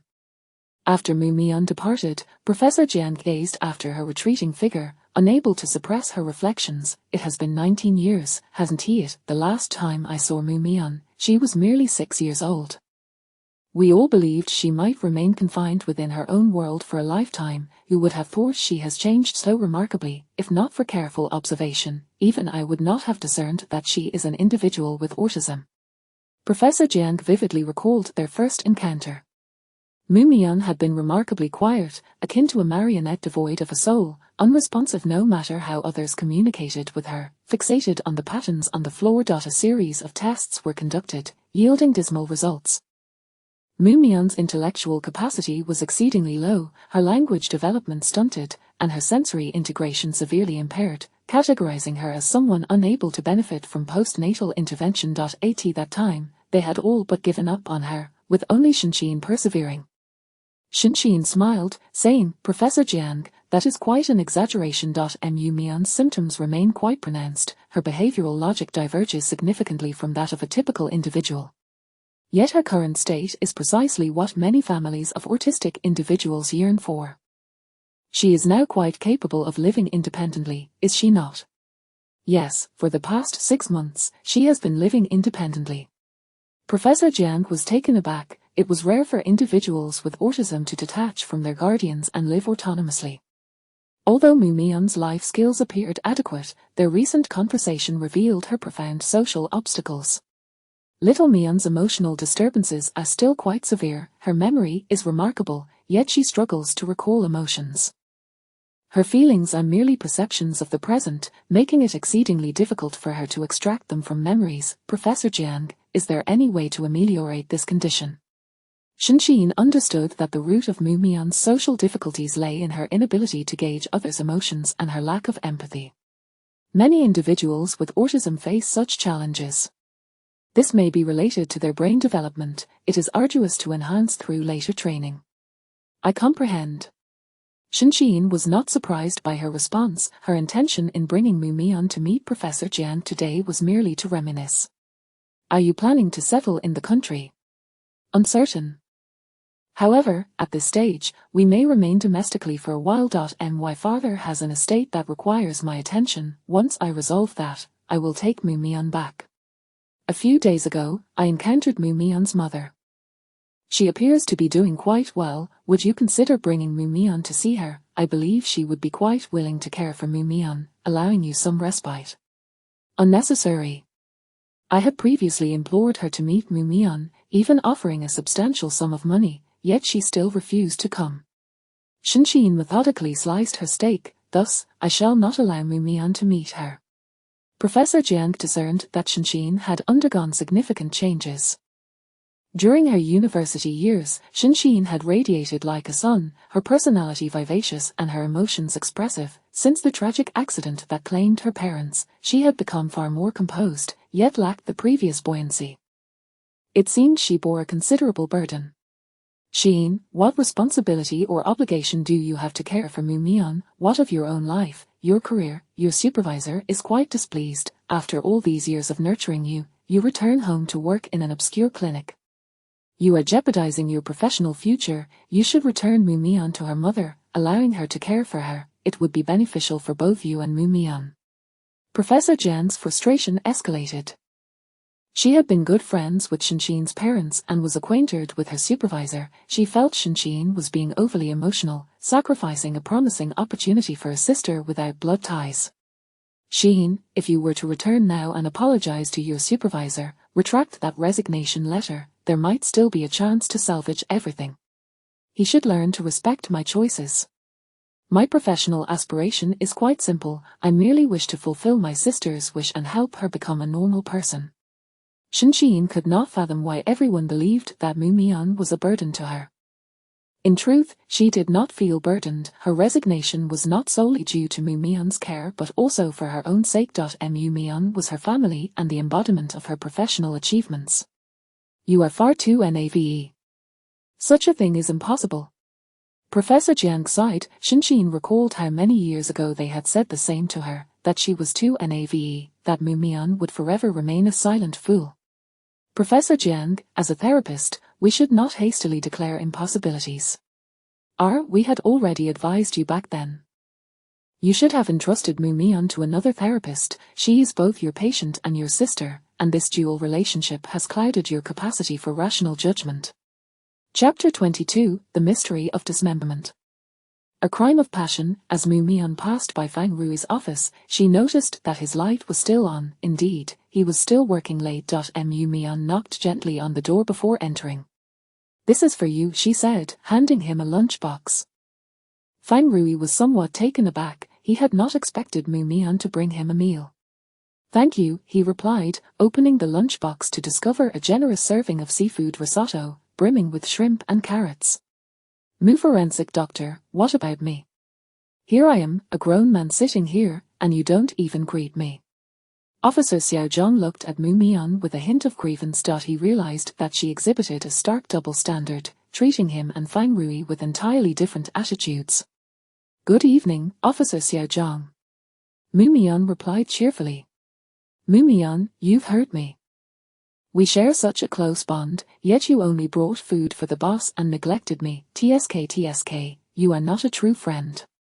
Having grown accustomed to Xiao Zhang's exaggerated manner of speaking, Mu Mian explained, "Because you've already eaten." He was left speechless. Xiao Zhang had just returned from an assignment and had already indulged in a hearty meal. "But I could still enjoy another portion." "You are allergic to seafood. Even if I had brought you seafood risotto, you wouldn't be able to eat it." Xiao Zhang felt a twinge of gratitude. Mu Mian had remembered his seafood allergy. However, surely that restaurant must have other dishes. Do they only serve seafood risotto? "Of course not, but since you don't eat seafood, I couldn't very well pick out the shrimp and carrots I dislike and place them in your lunchbox." "Har har har, as expected of you." Xiao Zhang's mood instantly lifted. Fang Rui remained silent, realizing that Mu Mian had merely transferred the foods she disliked into his bowl. No wonder it was so full. Mu Mian listened to Xiao Zhang gossip while occasionally stealing glances at Fang Rui as he ate. Her actions were unmistakably obvious, leading Xiao Zhang to gasp in astonishment before quietly asking Mu Mian, "Mu forensic doctor, have you finally realized that our boss is quite handsome?" Fang Rui closed the lunchbox and said to Mu Mian, "Let's go." "Go where? Aren't you seeking my assistance?" Mu Mian was somewhat surprised but nodded in agreement. "Yes, I am in need of a daring assistant." "Assistant? I can do that too, Mu forensic doctor. If you need help, why not seek me out? I am quite free at the moment." Fang Rui and Mu Mian simultaneously turned to look at Xiao Zhang, with Fang Rui helplessly remarking, "Aren't you afraid of having nightmares tonight?" Xiao Zhang watched their departing figures, sensing that something was amiss, an elusive thought flickering through his mind, yet regrettably, it slipped away. Mu Mian and Fang Rui carefully arranged the body parts on the autopsy table. The upper half was largely pieced together, but the lower half was severely fragmented, with many portions missing.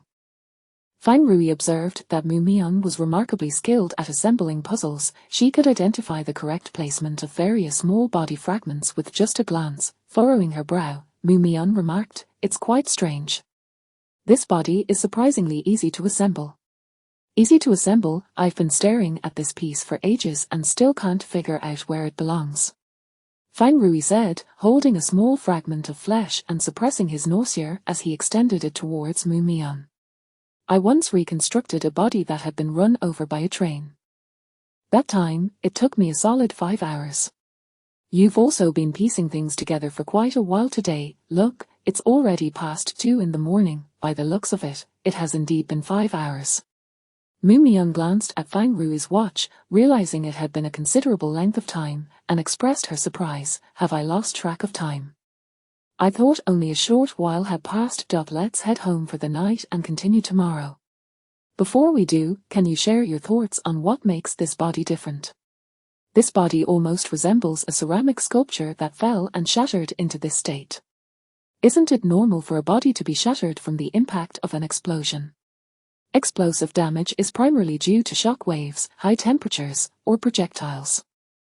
In this case, the most evident injury pattern is fragmentation. The shock wave from an explosion creates various ruptures and tensile forces, which can tear the body apart. Because the forces are uneven, the resulting fractures are irregular, and a significant amount of soft tissue is separated.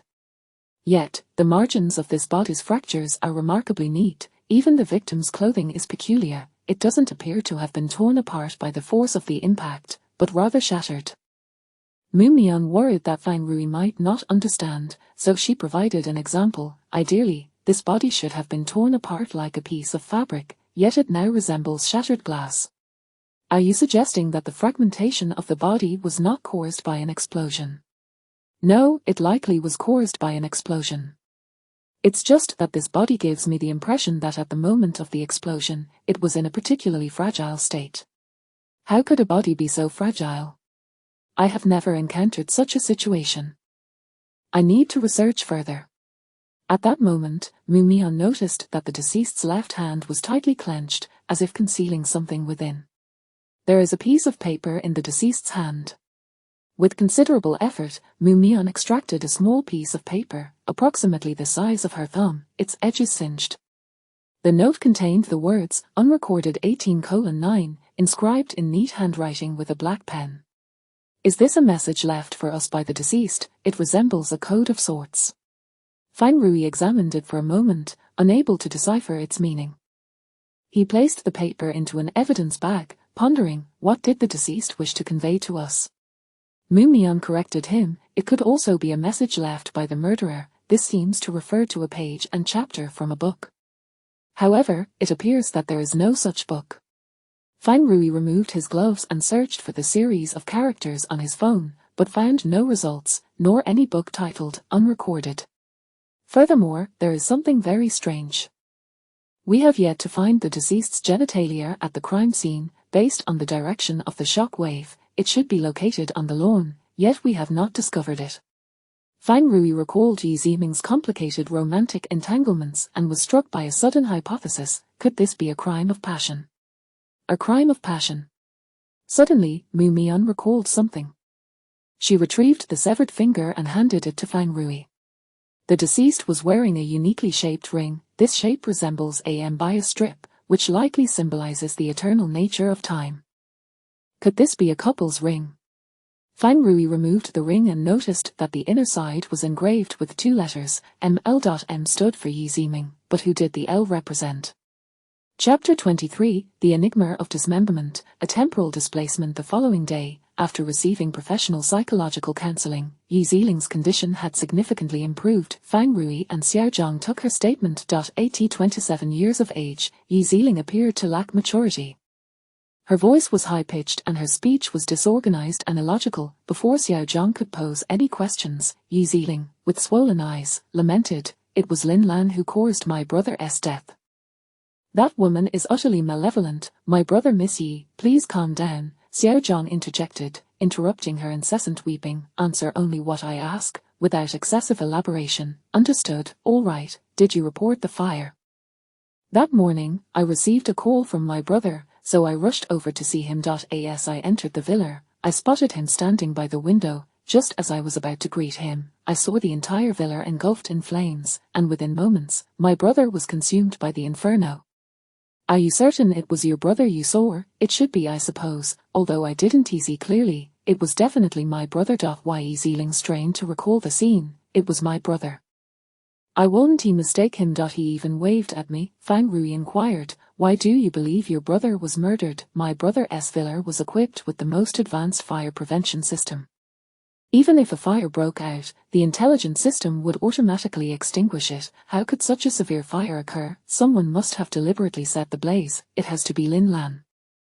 She knows the layout of my brother's house and must have disabled the system in advance," Xiao Zhang reminded her. "However, Lin Lan has an alibi. During the time of the fire, she was involved in a traffic accident, which can be verified by the traffic police. Do not make baseless accusations, as it tarnishes her reputation. Isn't he Lin Lan the murderer?" "What was the nature of your brother's relationship with Lin Lan? How did they part ways?" "My brother did not care for Lin Lan, yet that wretched woman clung to him like a leech. She was only after my brother's money. She is exceptionally malicious. She even harmed my beloved pet dog. Woe is me, that was my cherished Teddy. Why did they break up? My brother didn't love her, so he discarded her. A woman like her is unworthy of my brother." Xiao Zhang continued, "After your brother ended things with Lin Lan, did he have a new girlfriend?" Yi Ziling's expression shifted, and she immediately denied. "No, my brother said he would never date again." The damage inflicted by that wicked woman Lin Lan was too great. He would never love another. Fang Rui asked, Miss Yi, do you have any other siblings aside from Yi Ziming? Why do you ask? He is my only brother. There are no others. I believe your father had an illegitimate child. Are you aware of this matter? An illegitimate child? Impossible. My father passed away when I was very young. There couldn't he possibly be another child? Yi Ziling suddenly recalls something. Is it Lin Lan who mentioned this? She is a pathological liar. Not a word she speaks is true. Do not believe her.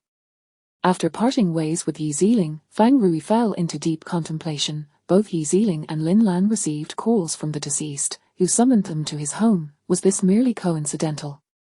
Have we located the deceased's phone? Yes, it has been found and placed in evidence bags. However, the device was severely damaged by the fire, and the data may be irretrievable. Have the tech department investigate for any clues.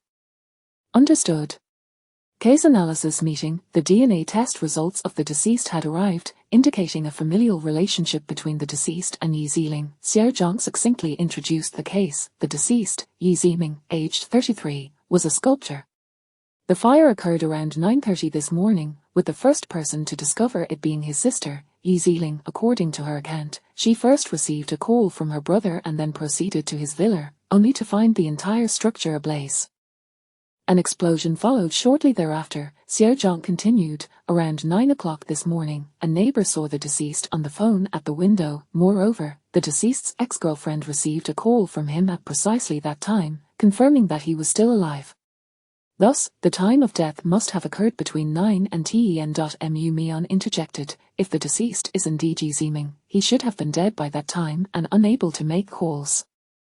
However, there is a recorded call to substantiate this. We have played the recording for Yi Ziming's sister, and she is certain that it was her brother's voice.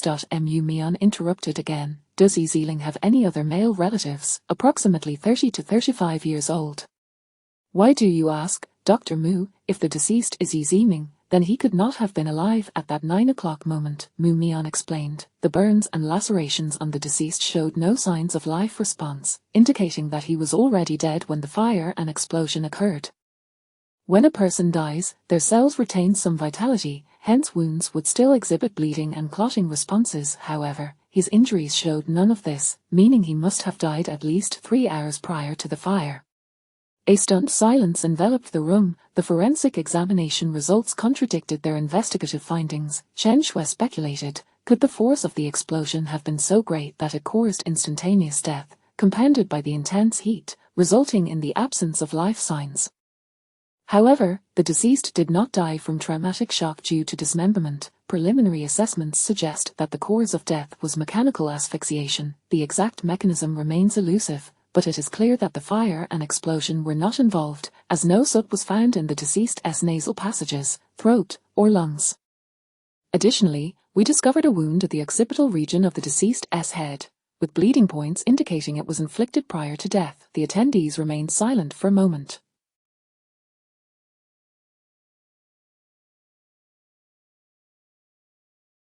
They had initially believed it to be a mere accident, but if the fire scene had been deliberately fabricated, it would constitute murder, Xiao Zhang queried. But how do we explain that several individuals saw Yi Ziming prior to the fire?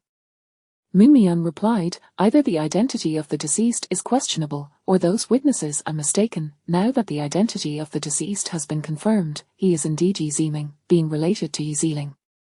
Could those witnesses have all hallucinated, seeing a false Yi Ziming? Fang Rui interjected. A familial connection does not guarantee he is Yi Ziming. Lin Lan mentioned that Yi Ziling has a half-brother.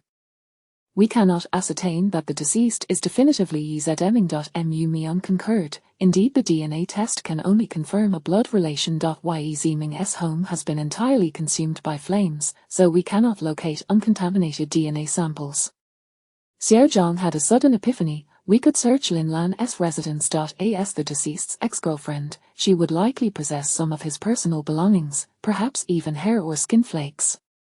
However, we cannot guarantee that any samples extracted would belong to Yi Ziming. Fang Rui turned to Mu Mian. Dr.Mu, do you have a method to confirm the identity of the deceased?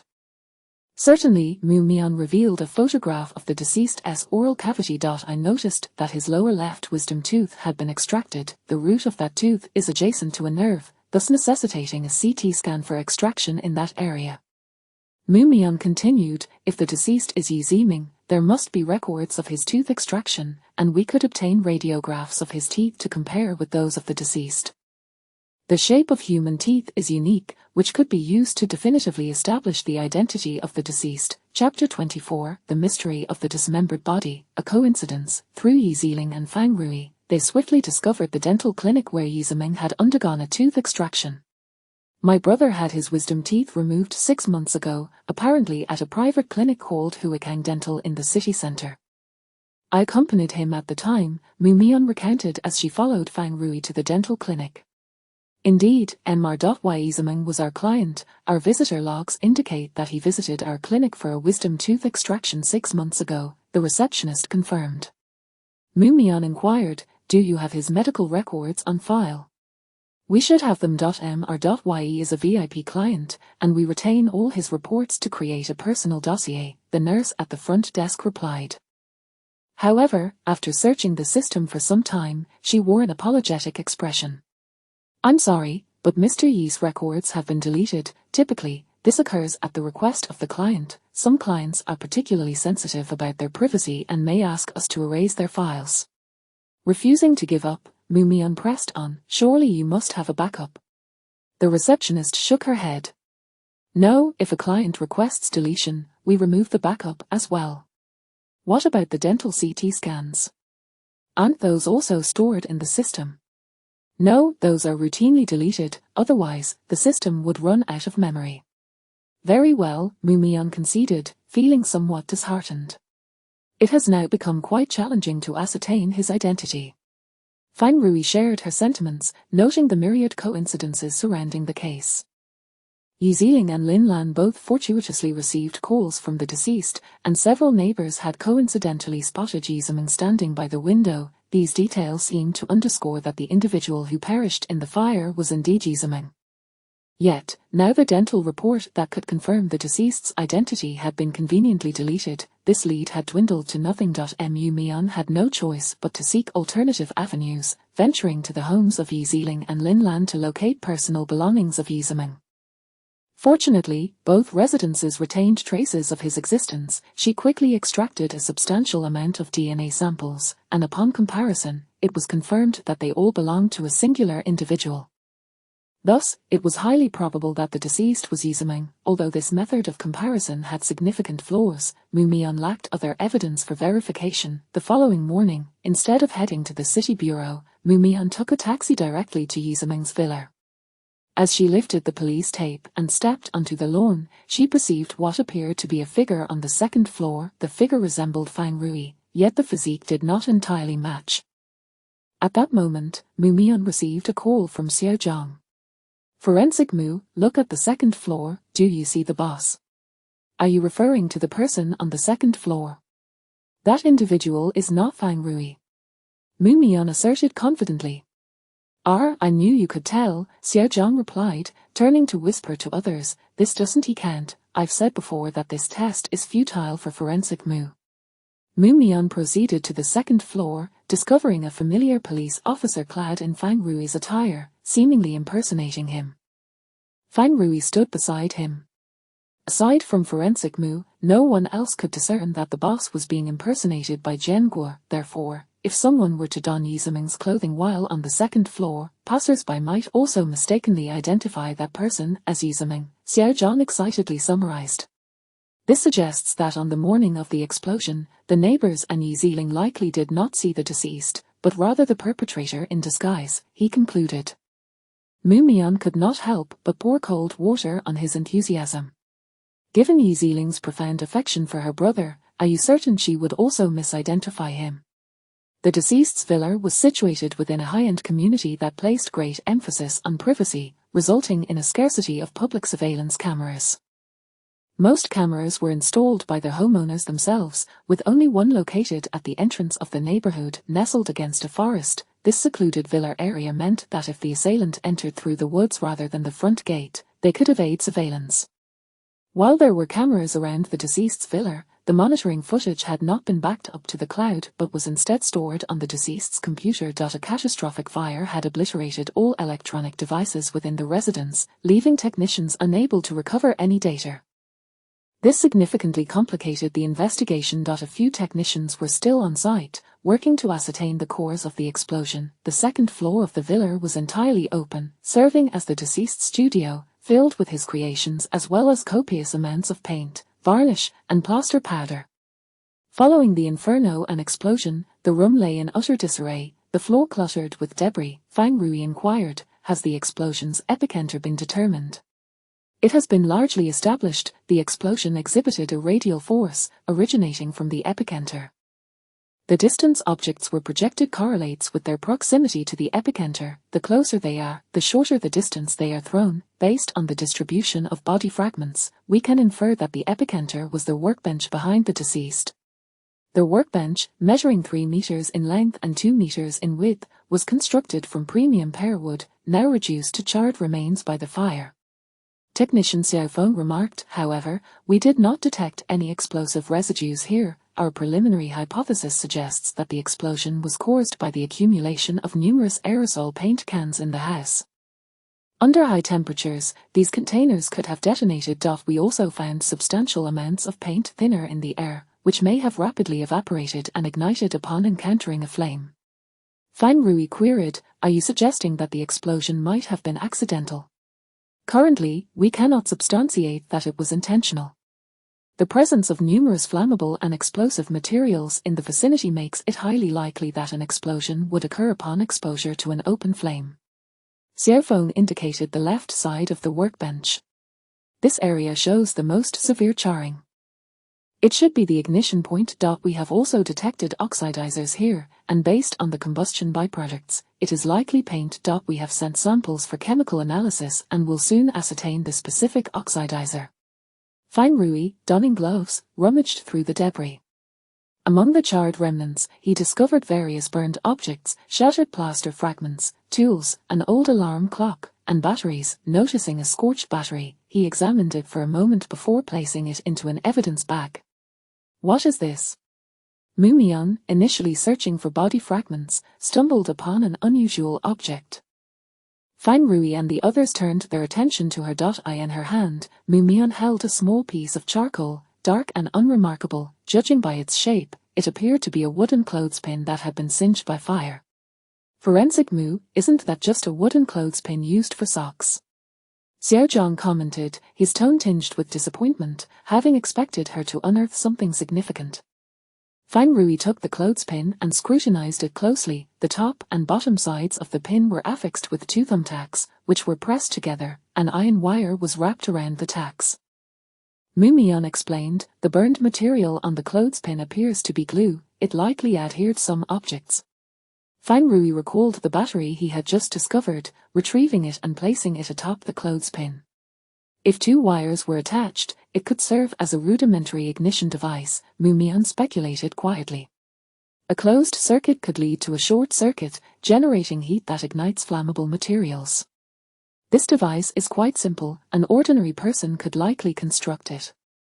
Everyone present was taken aback. This implication suggested that the assailant might have had the capability to set the fire remotely. Consequently, previous alibis that had been investigated could be rendered invalid. The technicians conducted a further examination of the villa and soon made another discovery. This villa is equipped with a smart fire suppression system that alerts authorities and activates sprinklers in the event of a fire. However, we found that the electrical system of this system has been tampered with. This revelation confirmed that the fire at the villa was not accidental but rather a deliberate act of arson. Mu Mian searched the crime scene extensively and eventually located additional fragments of the deceased's body, yet she still could not find the victim's reproductive organ. Based on the angle between the epicenter and the body parts in relation to the ground, she could infer where the severed limb should have been located. The positions of the other body fragments largely aligned with Mu Mian's deductions, but she remained unable to locate this specific piece. Hence, Mu Mian deduced that it had likely been removed or destroyed by the perpetrator. Chapter 25, The Enigma of Dismemberment. Suspects Fang Rui and his companions swiftly reconstructed the ignition device discovered at the fire scene, a number 5 battery affixed to the upper end of a wooden clip, with 2 pushpins inserted into the inner side of the clip that could grasp objects, separated by a piece of stiff paper. The positive and negative terminals of the battery were connected to 2 wires, the ends of which were wrapped around the pushpins. Can this simple contraption really ignite something?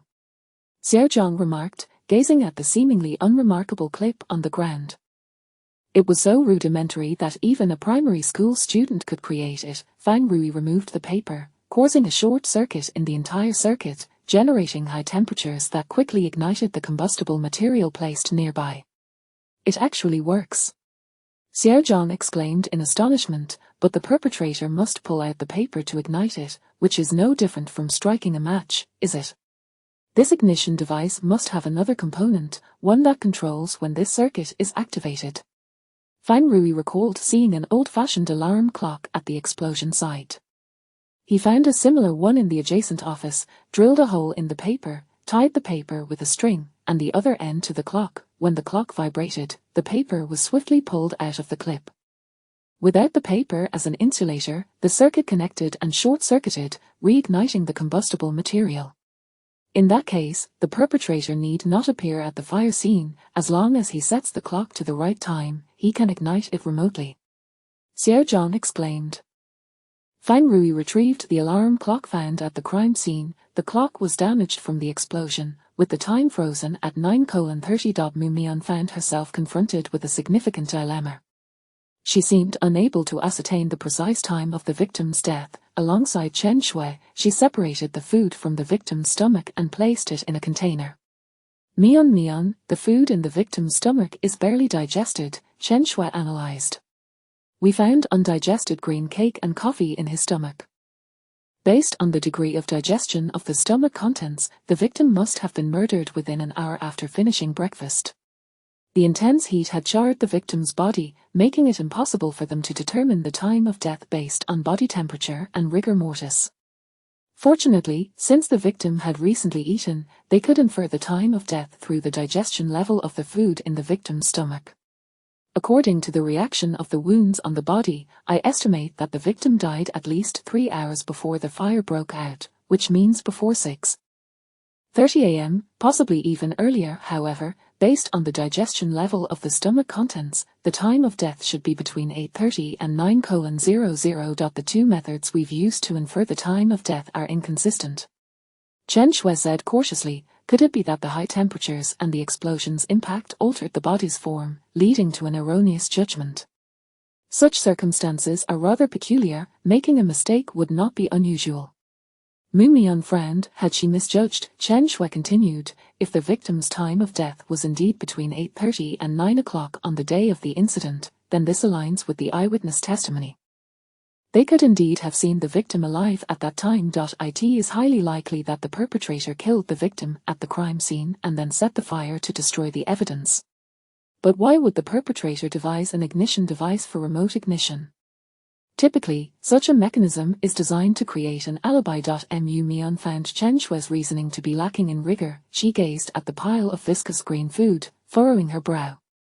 After death, food in the stomach continues to digest, although estimating the time of death based on the digestion level of the stomach contents cannot be precise. The margin of error should not be so vast. Was there something that impeded the victim's stomach digestion? In fact, Mu Mian had a hypothesis, but regrettably, she currently had no evidence to validate her thoughts. Fang Rui and his team reviewed the surveillance footage from the fire scene and soon identified a suspicious individual, the victim's apprentice, Liu Jeller. Liu Jeller, aged 31, had previously clashed with the victim on multiple occasions, even leading to altercations that required police intervention. Surveillance footage from the villa area revealed that Liu Jeller had been seen several times in the past 2 weeks following Yi Ziming in a furtive manner. However, the surveillance at the community entrance had not captured Liu Jeller entering the villa in the past week. The victim's neighbor had observed Liu Jeller climbing through a window into Yi Ziming's home, prompting him to report to the police.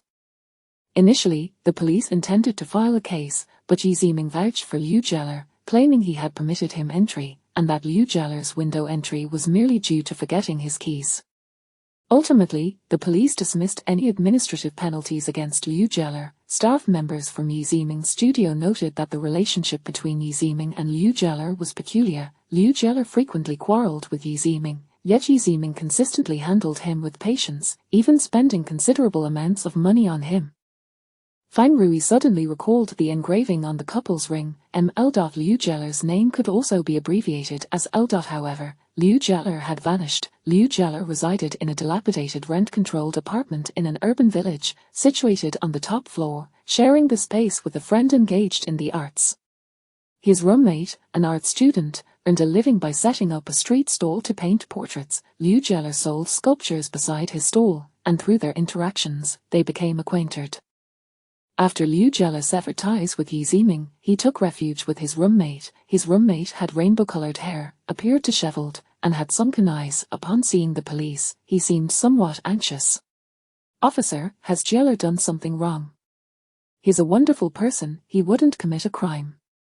The room contained several of Liu Jialer's belongings, primarily paints and some finished sculptures. Although Fang Rui and Xiao Zhang were not well versed in art, it was evident that Liu Jialer's works exuded a strong artistic sensibility, characterized by abstract forms and colors, yet possessing a harmonious beauty. Above Liu Jialer's bed hung a self-portrait. He had an unremarkable appearance but bore a distinct air of artistic melancholy, lending him a brooding charm. "When was the last time you saw Liu Jialer?" "Last Thursday. Jialer came back in a sudden panic that afternoon, telling me he was going to seek refuge with his cousin out of town. He hurriedly packed a few clothes, slung on his backpack, and left. Since then, he hasn't returned. I can't reach him on the phone either." The fire occurred on June 12th, and the previous Thursday was June 8th, indicating that Liu Jialer had been missing prior to the incident. "Do you know your cousin's address?" "No. I even suspect he doesn't have a cousin at all. Jialer grew up in a single-parent family with few relatives. I've only heard him mention his mother." "Do you have contact information for his mother?" "No. She passed away 7 years ago while he was still in college. After that, he lost motivation and abandoned his studies to pursue art." Fang Rui inquired, "Do you know Liu Jialer's master? Are you referring to the renowned sculptor Yi Ziming?" "I've met him a few times. He seems quite nice. Every time he sees Liu Jialer, he gives him money and has repeatedly urged him to return to the studio, but Jialer always refused. He said he disliked the oppressive atmosphere of the studio and preferred a more liberated creative environment." Liu Jialer had few friends in Jiangsu and no relatives, making it difficult for the police to locate him. Surveillance footage near the rental house showed Liu Jialer carrying a black backpack, appearing anxious and frequently glancing around, before he disappeared from the camera's blind spot. Based on his ID number, there were no records of him purchasing bus tickets, train tickets, or plane tickets, but it could not be ruled out that he left Jiangsu by private vehicle. Chapter 26, The Mystery of Dismemberment. The double Fang Rui and Xiao Zhang returned to the police station to inquire about the altercation between Liu Jialer and Yi Ziming. Liu Jialer assaulted Yi Ziming, and during the scuffle, Yi Ziming sustained a fracture to his left leg. "Initially, we intended to detain Liu Jialer criminally. However, Yi Ziming claimed he had fallen by himself and chose not to pursue Liu Jialer's culpability. Ultimately, the two reached a settlement." Fang Rui inquired, "What prompted Liu Jialer to attack Yi Ziming?" "It appears to be a matter of money." Liu Jialer alleged that Yi Ziming promised him 5 million, but Yi Ziming failed to deliver. In his desperation for funds, he resorted to coercion. Fang Rui then requested the police record of the incident. Upon exiting the police station, Xiao Zhang, perplexed, queried, "It is said that Yi Ziming has assets exceeding 100 million, and he even owns a grand villa. Could it be that he cannot come up with 5 million? Fang Rui shared the same bewilderment. Moreover, why would he owe Liu Jialer money? "He seems to be quite fearful of Liu Jialer. Xiao Zhang, please investigate Yi Ziming's transaction records." To their astonishment, Yi Ziming was not as wealthy as the rumors suggested. Rather, he was heavily in debt. He once possessed 2 commercial properties and a villa, but 6 months prior, all these assets had been mortgaged. Even so, Yi Ziming still owed the bank over 10 million in loans. Xiao Zhang suddenly realized, no wonder Lin Lan mentioned he was planning to go abroad recently. Could he be attempting to flee from his debts? Boss, could it be that the deceased is not Yi Ziming, but someone else? Fang Rui was equally taken aback. Yi Ziming was an artist. Even if he squandered money recklessly, it was hard to believe he could accumulate such a staggering amount of debt. The bank personnel assisted in examining Yi Ziming's banking transactions, revealing several large transfers to overseas accounts, which had since been closed. Money transferred overseas. Could it be that Yi Ziming fell victim to a telecom scam? Or perhaps he has been gambling. Otherwise, such substantial transfers would be inexplicable. Fang Rui then instructed Xiao Zhang to look into Yi Ziming's insurance purchases. Captain Fang, you were right, Yi Ziming indeed purchased insurance. 6 months ago, he acquired 3 personal accident policies, each with a significant payout. One policy names Lin Lan as the beneficiary, while the other 2 designate Yi Ziling as the beneficiary. He even insured his villa, with Yi Ziling also as the beneficiary. Xiao Zhang couldn't help but exclaim, "Boss, had it not been for the DNA test confirming the deceased is indeed Yi Ziming, I would suspect he faked his death for insurance fraud." Fang Rui had initially considered this a case of passion, but now he too began to doubt, was the deceased truly Yi Ziming? Mu Mian had been working overtime for many consecutive days. When Fang Rui arrived at the autopsy room, he found Mu Mian had disarrayed the body parts, as if engaged in a puzzle. Piecing them together anew. Mu Mian appeared somewhat agitated. She despised this state of unresolved issues. Forensic Officer Mu, do you have any alternative means to ascertain the identity of the deceased? Fang Rui's query snapped Mu Mian back to reality. The testimonies of the deceased's neighbors, the statements from his sister, and the phone recordings can confirm that the deceased was alive around 9 o'clock on the day of the incident. However, I also trust your autopsy conclusion. The 2 pieces of information contradict each other, leading me to question whether the deceased is indeed Yi Ziming. Mu Mian was somewhat taken aback. You believe me? Of course. Mu Mian felt her agitation dissipating. However, proving whether the deceased is Yi Ziming poses a challenge. The fire has charred his external characteristics, and the only dental records that could verify his identity have been erased. The deceased has a disciple named Liu Jialer, who is currently missing. I even suspect that the body found at the fire scene might belong to Liu Jialer. Fang Rui produced a photograph, presenting it to Mu Mian. It was a picture of Liu Jialer and Yi Ziming together.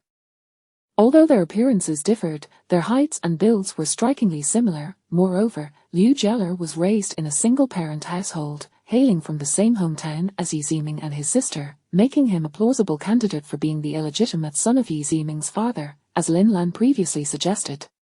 The face of the corpse found at the fire scene had been so severely burnt that, were it not for the DNA test confirming a blood relation to Yi Ziling, Fang Rui would have doubted that the body belonged to the missing Liu Jialer.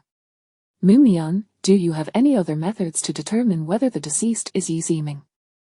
Yi Ziming is heavily in debt and has purchased several insurance policies. We cannot dismiss the possibility that he faked his death for insurance fraud. Although the DNA samples extracted from Yi Ziling and Lin Lan matched the deceased's DNA, if the murderer had indeed planned a faked death, he might have already replaced the DNA samples. I will do my utmost. Mu Mian was nearing completion in reconstructing the body. As she positioned the deceased's left lower leg, preparing to insert the fragmented soft tissue, she noticed a surgical scar on the deceased's knee. Upon incision, she discovered a titanium alloy bone screw within the joint. Fang Rui, I have a way to prove whether this person is indeed Yi Ziming, Mu Mian exclaimed, a gleam of excitement illuminating her face. Fang Rui followed her gaze and observed the metallic screw at the joint, likely used to stabilize a fractured joint. What is this? Mu Mian carefully extracted the screw and placed it into an evidence bag. Fang Rui, we need to go to the hospital now. Which hospital? I don't know. We will have to search one by one. Mu Mian swiftly organized the autopsy room and returned the body to the cold storage for preservation. Upon exiting the municipal bureau, the night was shrouded in darkness, with scarcely a star in sight, and the once bustling city was left with only a few scattered lights. When Fang Rui parked the car at their apartment complex, Mu Mian expressed surprise. Aren't we going to the hospital? Mumian, doctors need to rest. But, good night. The answer lay right before them, yet they would have to wait until tomorrow for its revelation. Mumian wondered how Fang Rui could possibly sleep. She certainly could not, remaining awake throughout the night, and by dawn, she awaited him at his doorstep. As Fang Rui opened the door, he was greeted by the sight of Mumian, who bore 2 dark circles under her eyes. Her short hair was tousled, presenting a rather disheveled appearance, yet her eyes sparkled with determination. Fang Rui, let us set forth. Mumian's initial strategy was to inquire at hospitals one by one. However, recalling that Liu Jialer and Yi Ziming had previously been embroiled in a dispute at the police station due to Yi Ziming's leg injury, Fang Rui decided to head directly to the first municipal hospital. This is a titanium alloy bone screw. Based on the numbering, it should have originated from our hospital. You might want to check with the orthopedic department. Mumian then sought out the head of orthopedics. This type of titanium alloy screw is utilized to stabilize bones following a fracture. This particular one is from our hospital. It bears our hospital's specific code. Can we trace the user of this titanium alloy screw based on this code? Absolutely. The on-duty nurse promptly assisted in retrieving the medical records of the user. Chapter 27, The Mystery of the Dismembered Corpse, The Green Cake Beneath the Blazing Sun. Mumian sat languidly in the passenger seat. She had perused the medical records countless times, yet the glaring 3 characters remained unchanged. To their astonishment, the deceased was indeed Yi Ziming. It's all right, at least we've eliminated one erroneous possibility. Since the deceased is Yi Ziming, the missing Liu Jialer becomes highly suspect. If we locate Liu Jialer, we might unearth more clues. At that moment, Fang Rui received a phone call. Boss, we have found Liu Jialer. His mobile payment app indicates that he made a purchase at a convenience store in Dongcheng district. The store surveillance captured footage of a male who bears a striking resemblance to him. Have you located him?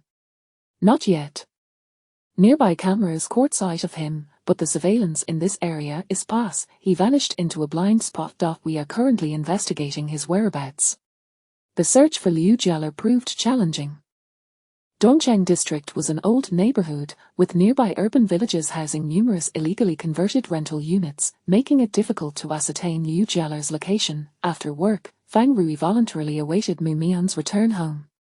He realized that ever since Mumian moved next door, he had unwittingly assumed the responsibility of her transportation. Meanwhile, Mumian unashamedly reveled in it. Fang Rui, I want to buy a cake. Weren't you not fond of sweets? In a few days, it will be my sister's birthday, and I wish to order a beautiful cake for her. Very well, I shall take you. Fang Rui recalled Lin Sen's infatuation and decided to inquire about Shinxin's recent circumstances. Mumian, does your sister currently have a boyfriend? Mumian paused at the question, gazing at Fang Rui for a few seconds before averting her eyes. I don't think so. I'm not entirely sure. In truth, Mumian had little insight into Shinxin's personal life, or perhaps she simply did not care. Ever since their adoptive parents passed away in a car accident, Shinxin had become exceedingly busy, managing her own career, handling her adoptive parents' estate, and ensuring Mumian's well-being, which consequently left them with little time together. Nonetheless, Mumian believed her sister had no boyfriend. If she did, she would undoubtedly inform her. Does she not take you to meet her friends? She does take me. She has many friends, both male and female, and they often give me gifts. However, I am indifferent to them. Each time I go, I merely focus on eating. Shinxin's friends were generally kind to Mumian, yet she disliked the pitying glances they often cast her way, as if to affirm that she was not a normal person. She had no need for other sympathy or compassion. Has your sister ever mentioned whom she likes? Yes, her favorite psychologist is Piaget, and her favorite author is Camus. Mumian found it peculiar that Fang Rui suddenly displayed an interest in her sister. Could it be that he had developed feelings for Shinxin? Fang Rui, do you like my sister? Mumian's tone was tinged with excitement. If Fang Rui were to marry her sister, then when Fang Rui passed away, she could request her sister to donate his body to her. Surely, her sister would not refuse. Fang Rui quickly clarified, I do not have feelings for your sister. Mu Mion's expression dimmed slightly. Are you certain you do not wish to consider? My sister is remarkable. She is kind and quite affluent.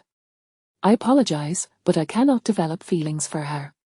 Fang Rui felt a tightness in his chest, becoming somewhat flustered. I was inquiring on Lin Sen's behalf. He harbors feelings for your sister. However, I do not desire Lin's body. He cannot even read minds, his brain lacks research value. Fang Rui suddenly chuckled, nearly forgetting that Mu Mion was autistic and seemingly unaware of what liking someone truly meant. Fang Rui drove Mu Mion to the nearest cake shop. Upon entering, he discovered that the establishment was owned by Lin Lan. Lin Lan paused momentarily upon seeing Fang Rui and Mu Mion, quickly regaining her composure. Officer Fang, do you have any further inquiries for me? Mu Mion replied, I would like to order a beautiful cake. Lin Lan cast a teasing glance at Fang Rui. Officer Fang, is this your girlfriend? She is quite adorable.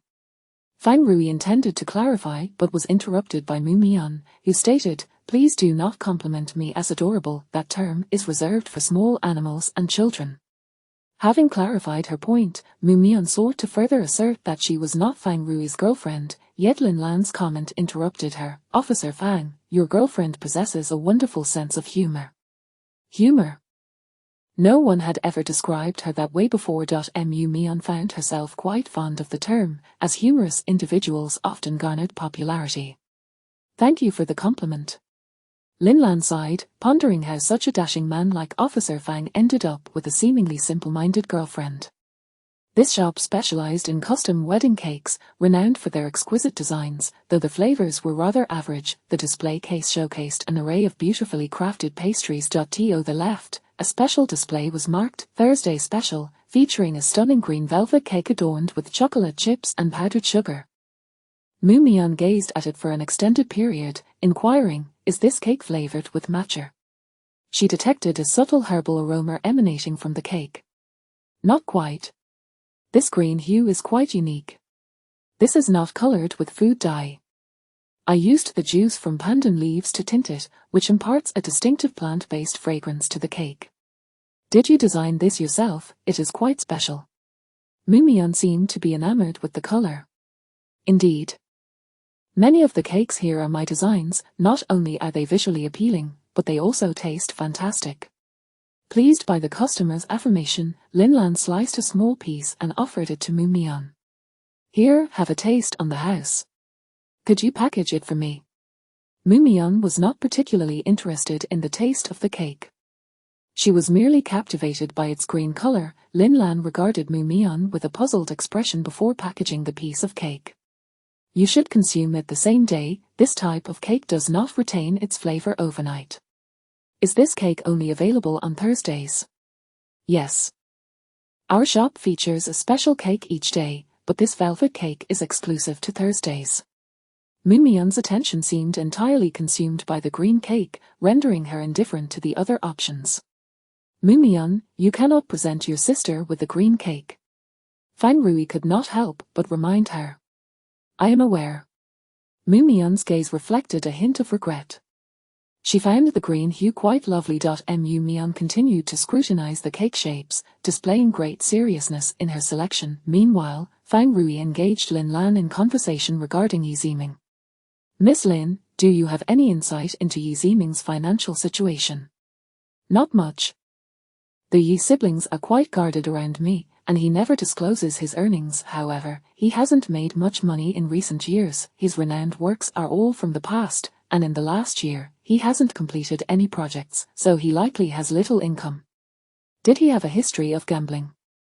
Gambling? Not that I know of. He had no bad habits while we were together. I cannot speak for him after our breakup. However, it's curious that he recently asked if he could borrow money from me. At that time, I was preparing to open a branch, so I did not lend him any. Fang Rui continued, do you know Liu Jialer? Yes, I do. Jialer is Ziming's apprentice. They share a good relationship. Jialer was once Ziling's boyfriend, but they broke up later. Subsequently, Jialer's relationship with Ziming also soured, seemingly due to differing artistic philosophies. Ziming has a rather volatile temperament. He can be quite ruthless in his dealings and often offends others. Upon mentioning Liu Jeller, Lin Lan's expression softened. Jeller is a very talented artist. He may surpass Zieming in the future, however. Zieming has been excessively harsh on him, continually suppressing his confidence, which likely contributed to their falling out. After a lengthy deliberation, Mu Mian ultimately selected a cake themed around roses and the little prince. Lin Lan inquired, "Miss Mu, when would you like to pick up the cake?" "Sunday morning." "I'm afraid our shop does not operate on Sunday mornings. I will be attending church. Would you be able to come on Saturday evening?" "I will wait for you, no matter how late it is." "Then Saturday it is." "Thank you very much for your understanding. Here is your order slip. Please remember to bring it when you come to collect the cake." Lin Lan wrote out the receipt and handed it to Mu Mian. As Mu Mian accepted the receipt, she noticed several books on Lin Lan's desk. Judging by the titles on the spines, most were detective novels, and the topmost was the Bible, its gilded title already worn, indicating it had been perused many times. Suddenly, Mu Mian recalled the code on the small piece of paper, unrecorded 18:9. Lin Lan seemed to sense Mu Mian's gaze and naturally placed the receipt book atop the Bible, obscuring its title. Mu Mian asked, "May I take a look at that book? I wish to inscribe a blessing from the Bible on the cake, but I have forgotten the phrase, and I would like to reference it." Chapter 28. The Mystery of the Dismembered Body, the secret on the note. Lin Lan hesitated for a moment before handing the book to Mu Mian. "Do you believe in God as well?" Mu Mian did not respond to her query. Instead, she swiftly flipped through the pages of the book, landing on one that appeared whole. "Forget it, I'll return the book to you. I no longer wish to add any words to the cake," she said, handing the book back to Lin Lan before departing the cake shop, leaving Lin Lan in a state of confusion. Once in the car, Mu Mian addressed Fang Rui. "Fang Rui, I have deciphered the meaning behind the words on that small piece of paper." "Are you referring to the note found in the deceased's hand?" "Indeed." "The string of words seems incomplete. The complete reference should be Leviticus 18:9. Leviticus is a book from the Bible, and 18:9 corresponds to chapter 18, verse 9. Mu Mian recited the passage, "You shall not uncover the nakedness of your sister, whether by the same father or by the same mother, born in the house or outside." Fang Rui summarized, "So the perpetrator left this note to indicate that the deceased had a special relationship with his biological sister." Fang Rui appeared somewhat shocked, yet recalling Yi Ziling's peculiar reactions, he felt that the relationship between the Yi siblings was indeed rather abnormal. He and Mu Mian promptly set off to locate Yi Ziling. Due to Yi Ziling's fragile mental state, the police had assigned a female officer to provide her with close protection. Yi Ziling resided in a high-end community in the city center, and the apartment, beautifully decorated, was under Yi Ziming's name. "Captain Fang, are you looking for Yi Ziling?" the female officer remarked, somewhat surprised to see Fang Rui. "Yes." Upon seeing Fang Rui, Yi Ziling rushed over with fervor. "Officer Fang, have you found the murderer of my brother?" Upon turning her head, she caught sight of Mu Mian and instantly transformed into a fierce demeanor. "Stay away from me. I do not wish to see you." Mu Mian, however, smiled at her, perceiving Yi Ziling as a kindred spirit who shared her fascination with corpses. "Miss Yi, what is your relationship with Liu Jeller?" Fang Rui inquired. "Jeller is my brother's apprentice. They have known each other for many years and shared a close bond. Since we are all orphans, my brother and I regarded him as family. However, Liu Jeller recently had several conflicts with your brother." "What was the cause?" Yi Ziling's expression shifted subtly, yet she quickly masked it. "It is because Liu Jeller has changed. He has made some acquaintances outside and no longer shares my brother's artistic vision. He insists on leaving my brother's studio. My brother believes that Jeller is family and should not indulge in the company of those individuals, for he would eventually go astray." "Is that the sole reason?" "That is the primary reason." "Was Liu Jeller your ex-boyfriend?" "Of course not. Jeller and I are merely friends. He is the most talented student in my brother's studio, and I often visited, which led to our acquaintance. He once confessed his feelings to me, but I did not reciprocate. I was fond of someone else at that time." Fang Rui scrutinized her, asking, "Is the person you liked your brother?" My brother is my family, isn't it natural to have affection for him? Yi Ziling replied, awkwardly brushing her hair back, her expression becoming somewhat unnatural. Mu Mian observed her hand as she tucked her hair behind her ear and bluntly asked, did you engage in a sexual relationship with him? Yi Ziling's face flushed instantly, her body trembling with anger as she pointed at Mu Mian, exclaiming, what nonsense are you spouting? How could I have a sexual relationship with my brother? You are slandering me. Mu Mian grasped Yi Ziling's hand, pointing to her finger. What is this mark? An irregular indentation was evident on Yi Ziling's middle finger, left by a ring. What business is it of yours? This is a private matter. Yi Ziling quickly withdrew her hand. Isn't it true that you once wore a ring here? From this mark, we can deduce that the ring was of an irregular shape. Such a distinctive impression would allow us to easily reconstruct the ring's form. Yi Ziling's complexion shifted. Fang Rui interjected, your brother also wore a ring inscribed with ML, the initials of your names, correct? Yi Ziling's face flushed with indignation. Be silent. Do not speak such absurdities. My brother and I are entirely innocent. I can produce that ring. We can compare and ascertain the truth. Yi Ziling suddenly covered her face and burst into tears. I simply love my brother dearly. Is that a crime? Why can't I love my brother? Mu Mian and Fang Rui exchanged glances. If there were indeed an improper relationship between Yi Ziming and his sister, then Lin Lan's suspicion as a murderer would certainly be significant. Not only is it wrong, but it is also illegal, Mu Mian cautiously reminded. In our country, marriage between close relatives is prohibited. Shut up. I love my brother, he is so exceptional, he belongs solely to me, and I will not allow him to be kind to anyone else. My brother has promised me that he will no longer associate with others.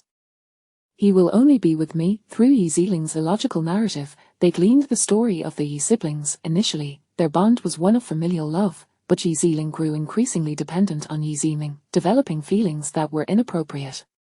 Subsequently, after Yi Ziming's breakup with Lin Lan, Yi Ziling seized the opportunity to engage in a relationship with her brother. Under Yi Ziling's relentless pursuit, they maintained this distorted relationship until his untimely demise.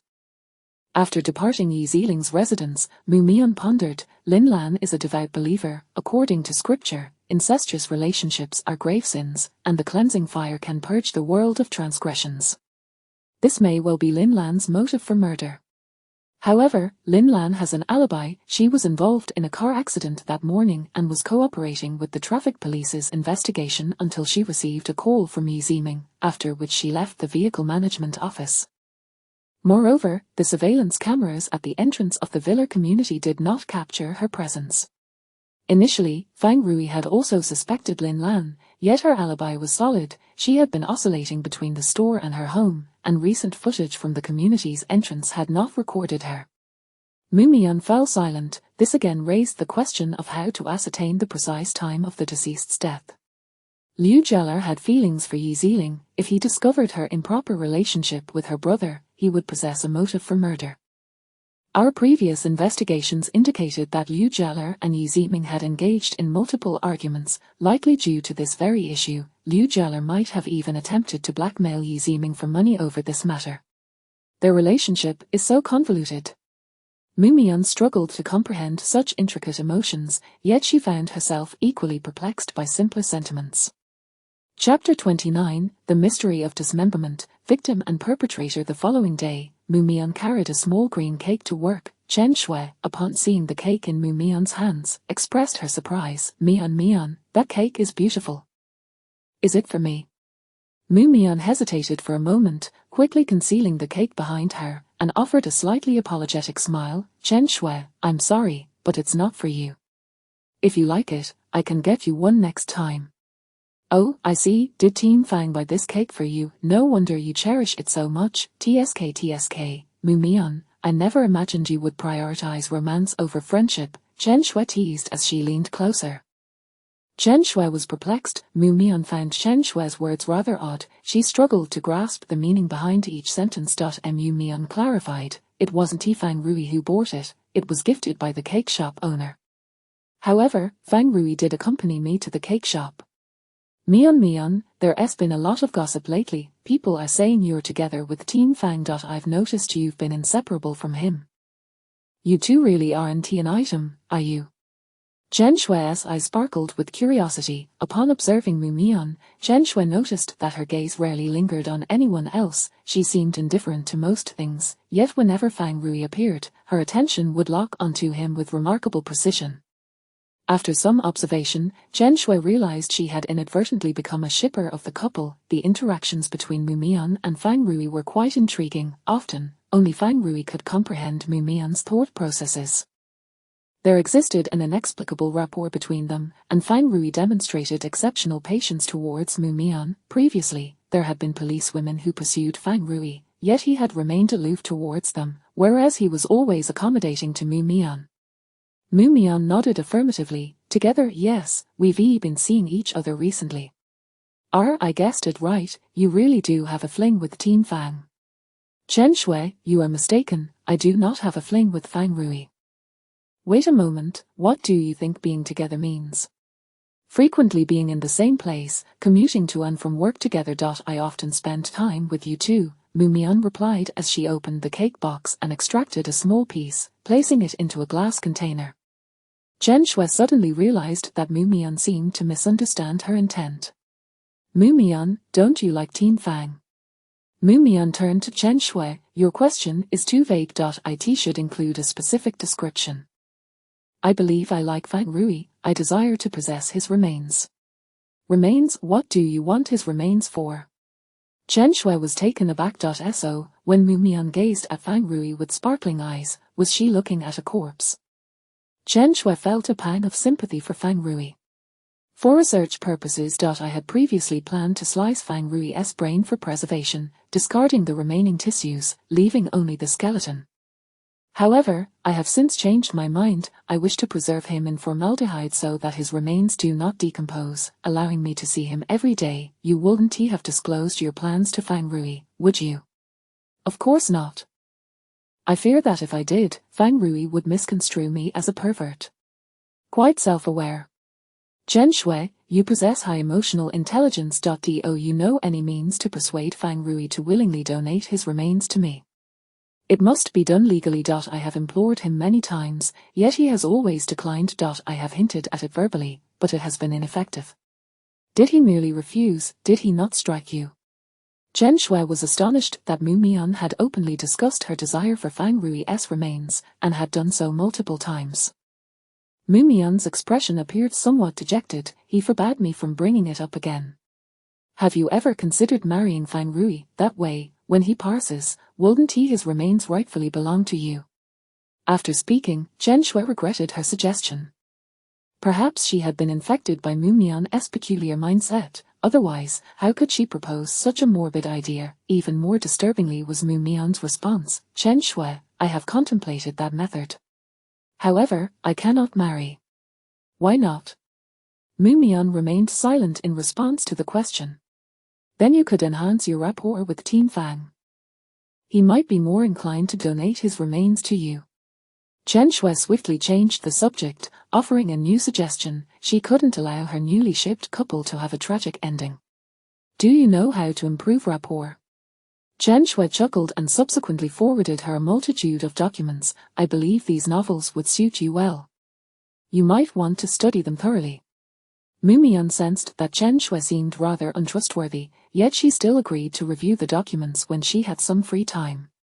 Fang Rui and his team had spent considerable time finally pinpointing Liu Jialer's approximate location.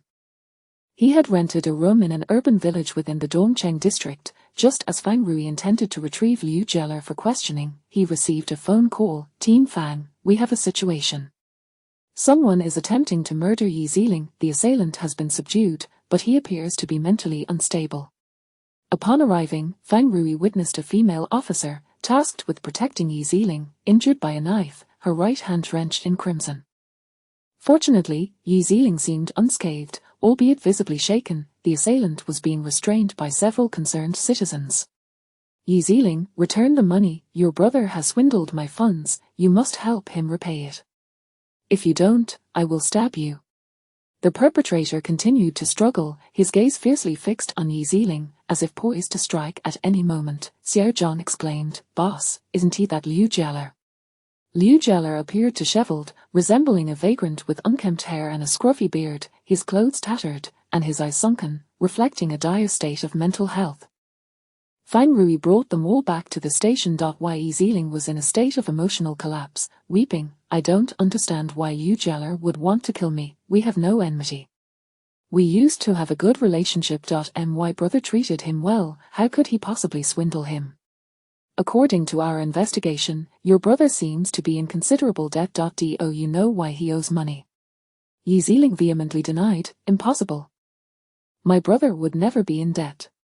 Yet her tone lacked conviction. Fang Rui proceeded to take Liu Jeller's statement. Liu Jeller had calmed down. "Officer, I didn't intend to kill Yi Ziling.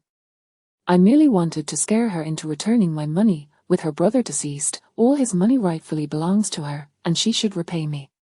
We have yet to release the results of our investigation." "How can you be so certain that the deceased at the fire scene was him?" Liu Jeller paused, then responded. "The news reported it, stating that Yi Ziming had died and warned us to be cautious with fire." "How much did Yi Ziming owe you?" "Initially, he managed to keep afloat by selling his works, but eventually, his creation stopped selling, and he turned his sights on me. He promised that if I gave him all my money, he would arrange for Ziling to marry me.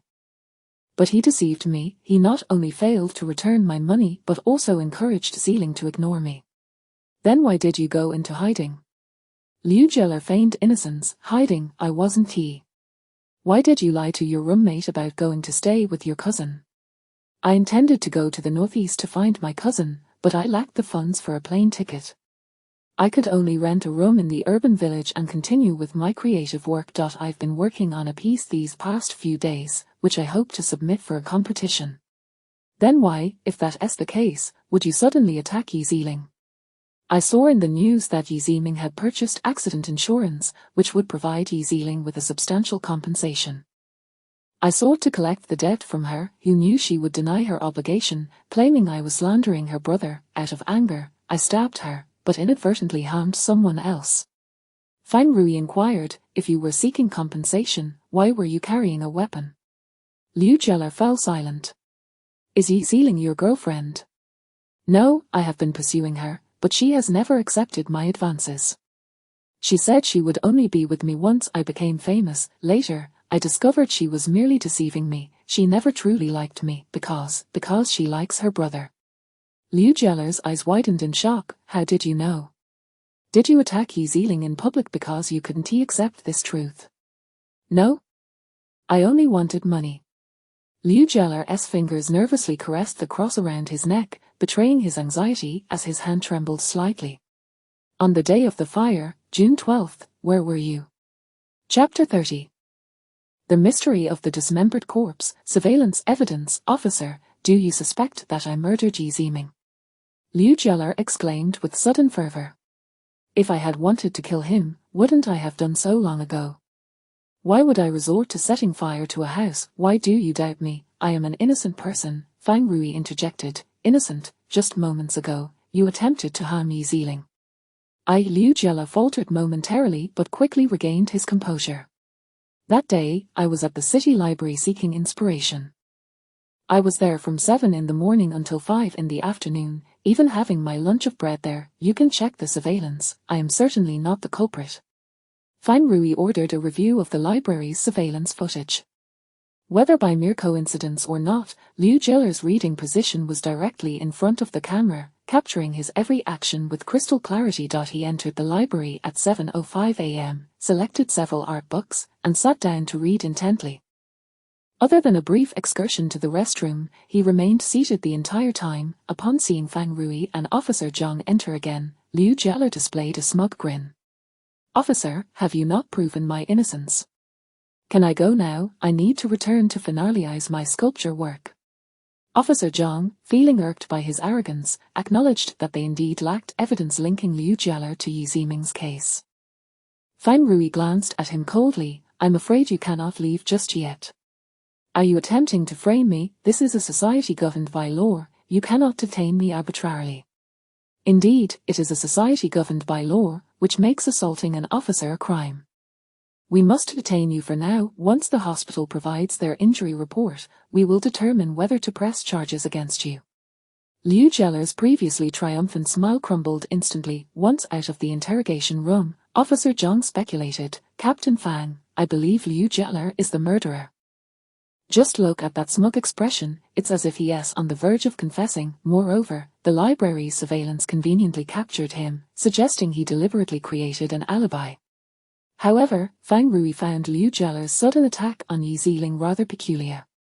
Even if Liu was desperate for money, there seemed no need for such an extreme approach. Upon returning to his office, Fang Rui discovered Mu Mian seated at his desk, awaiting his arrival. "Fang Rui, I declare that green shall henceforth be my lucky color." Mu Mian's tone was brimming with excitement, her face radiating an unspoken invitation to inquire further. Fang Rui obligingly asked, "Why is that?" "I have reached a conclusion, though not entirely rigorous. I believe it may aid your investigation." Mu Mian produced a report and handed it to Fang Rui. "The deceased likely died on a Thursday." Fang Rui recalled Mu Mian's keen interest in a particular green cake. The sign beside that cake had mentioned a Thursday special. "Is it because of that green cake?" "Precisely. We found undigested green cake in the deceased's stomach. At the time, I noted the color was quite distinctive, not resembling matcha or artificially dyed hues. Yet, I couldn't pinpoint what made it so unique until I saw the green velvet cake at Lin Lan's shop. I have compared the ingredients, and they are identical." The fire had occurred on June 12th, a Monday. This cake is only sold on Thursdays, yet the fire happened on a Monday. Logically, the deceased could not have consumed that cake on that day. Mu Mian continued, "Thus, I reasonably suspect that the actual time of death was the preceding Thursday, June 8th. Fang Rui suddenly recalled that Liu Jeller had gone missing on June 8th. "Of course, my reasoning lacks rigor, which is why I only share it with you. Should the time of death be pushed back, many alibis would be rendered invalid." "Mu Mian, you are quite biased, revealing your suspicions only to the captain," Officer Zhang interjected unexpectedly. Mu Mian was taken aback when Head Officer Zhang appeared. "I entered when you uttered the first word." Officer Zhang analyzed, "Mu Mian, according to your reasoning, the deceased must have been dead for several days. The body should have begun to decompose. Shouldn't this have been immediately evident during the autopsy?" "Indeed, this leads to another of my less than rigorous conclusions," Mu Mian sighed. "I suspect that the murderer, after killing the victim, immediately froze the body. By employing ultra-low temperatures, they prevented any changes in the corpse's condition. Then, they used the fire to destroy the body's surface characteristics, thereby confusing forensic analysis. When the explosion occurred, the body must have been in a frozen state, which explains why I perceived it as being as fragile as a sculpture." Mu Mian felt her analysis was sound, yet lacked concrete evidence to substantiate her deductions. Unfortunately, at the time of her examination, the body had already undergone freezing in the cold storage. Mu Mian recalled Yi Ziling, cursing her for meddling with the corpse and wasting her time. Officer Zhang was left speechless. This murderer is exceptionally clever.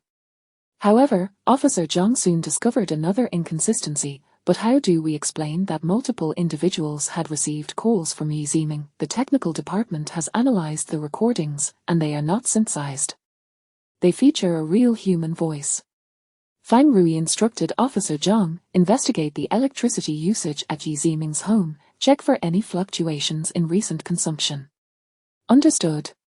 The investigation results arrived swiftly. Yi Ziming's electricity usage had spiked unusually on June 8th, maintaining that elevated level for several subsequent days.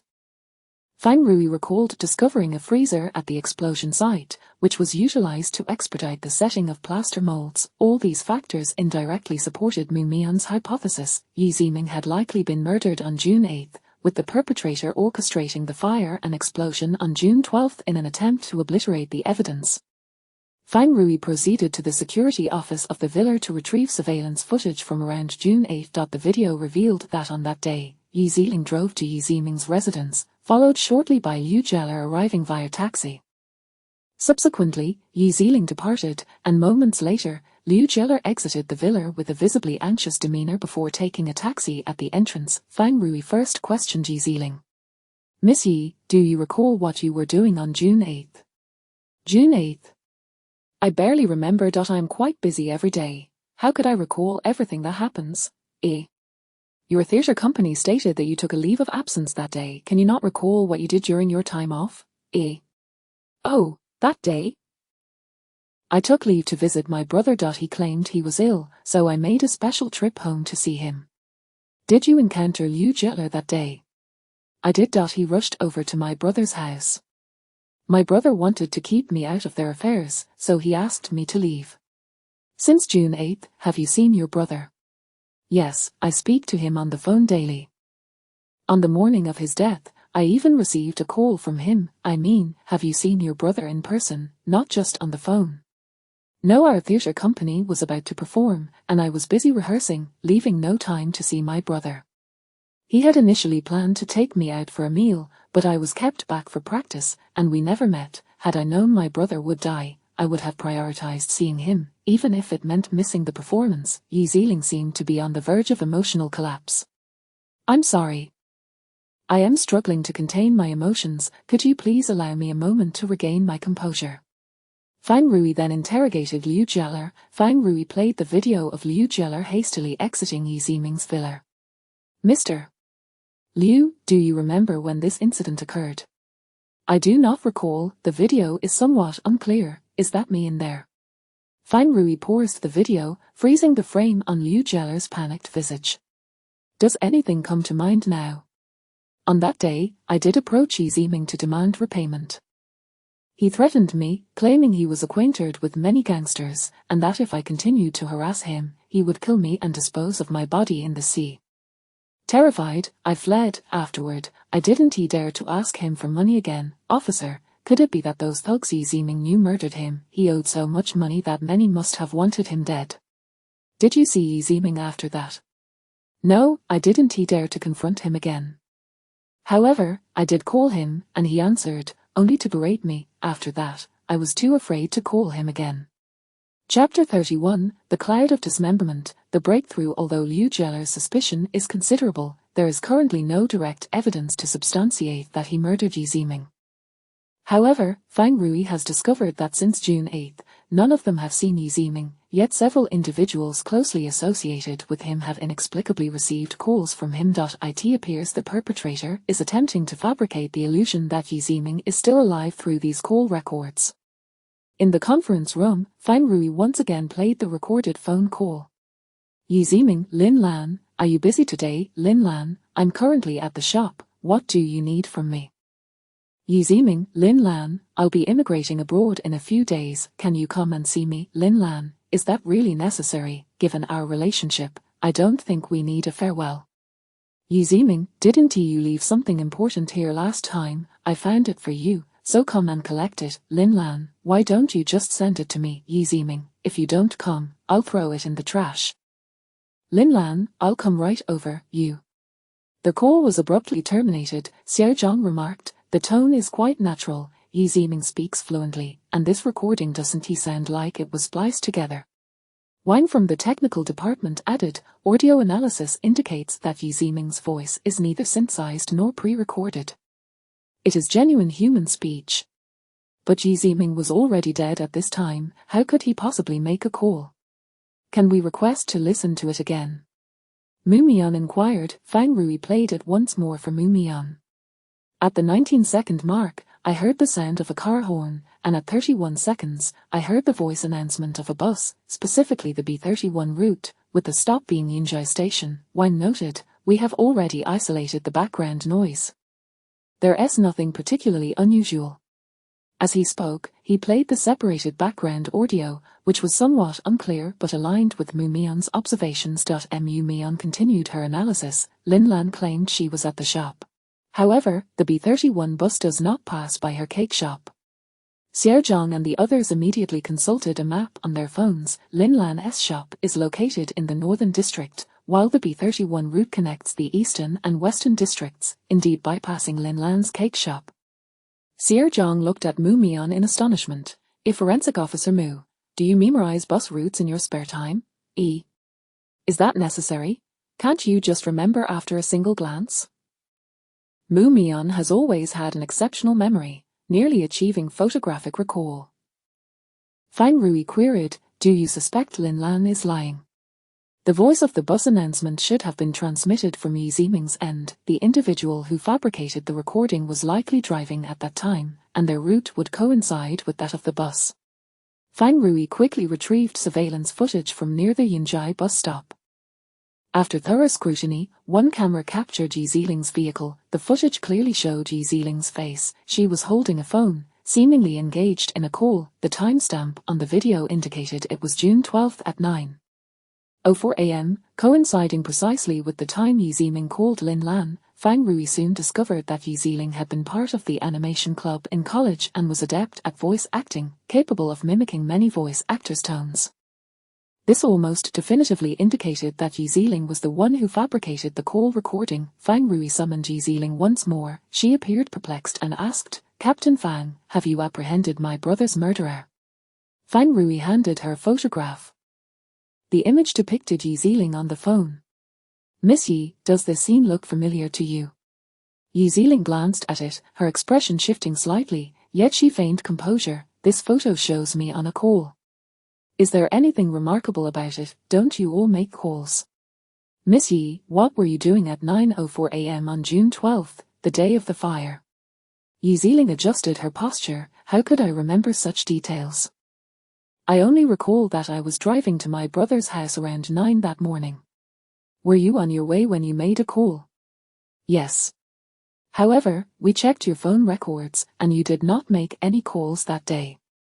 You used your brother's phone card to call Lin Lan, correct?"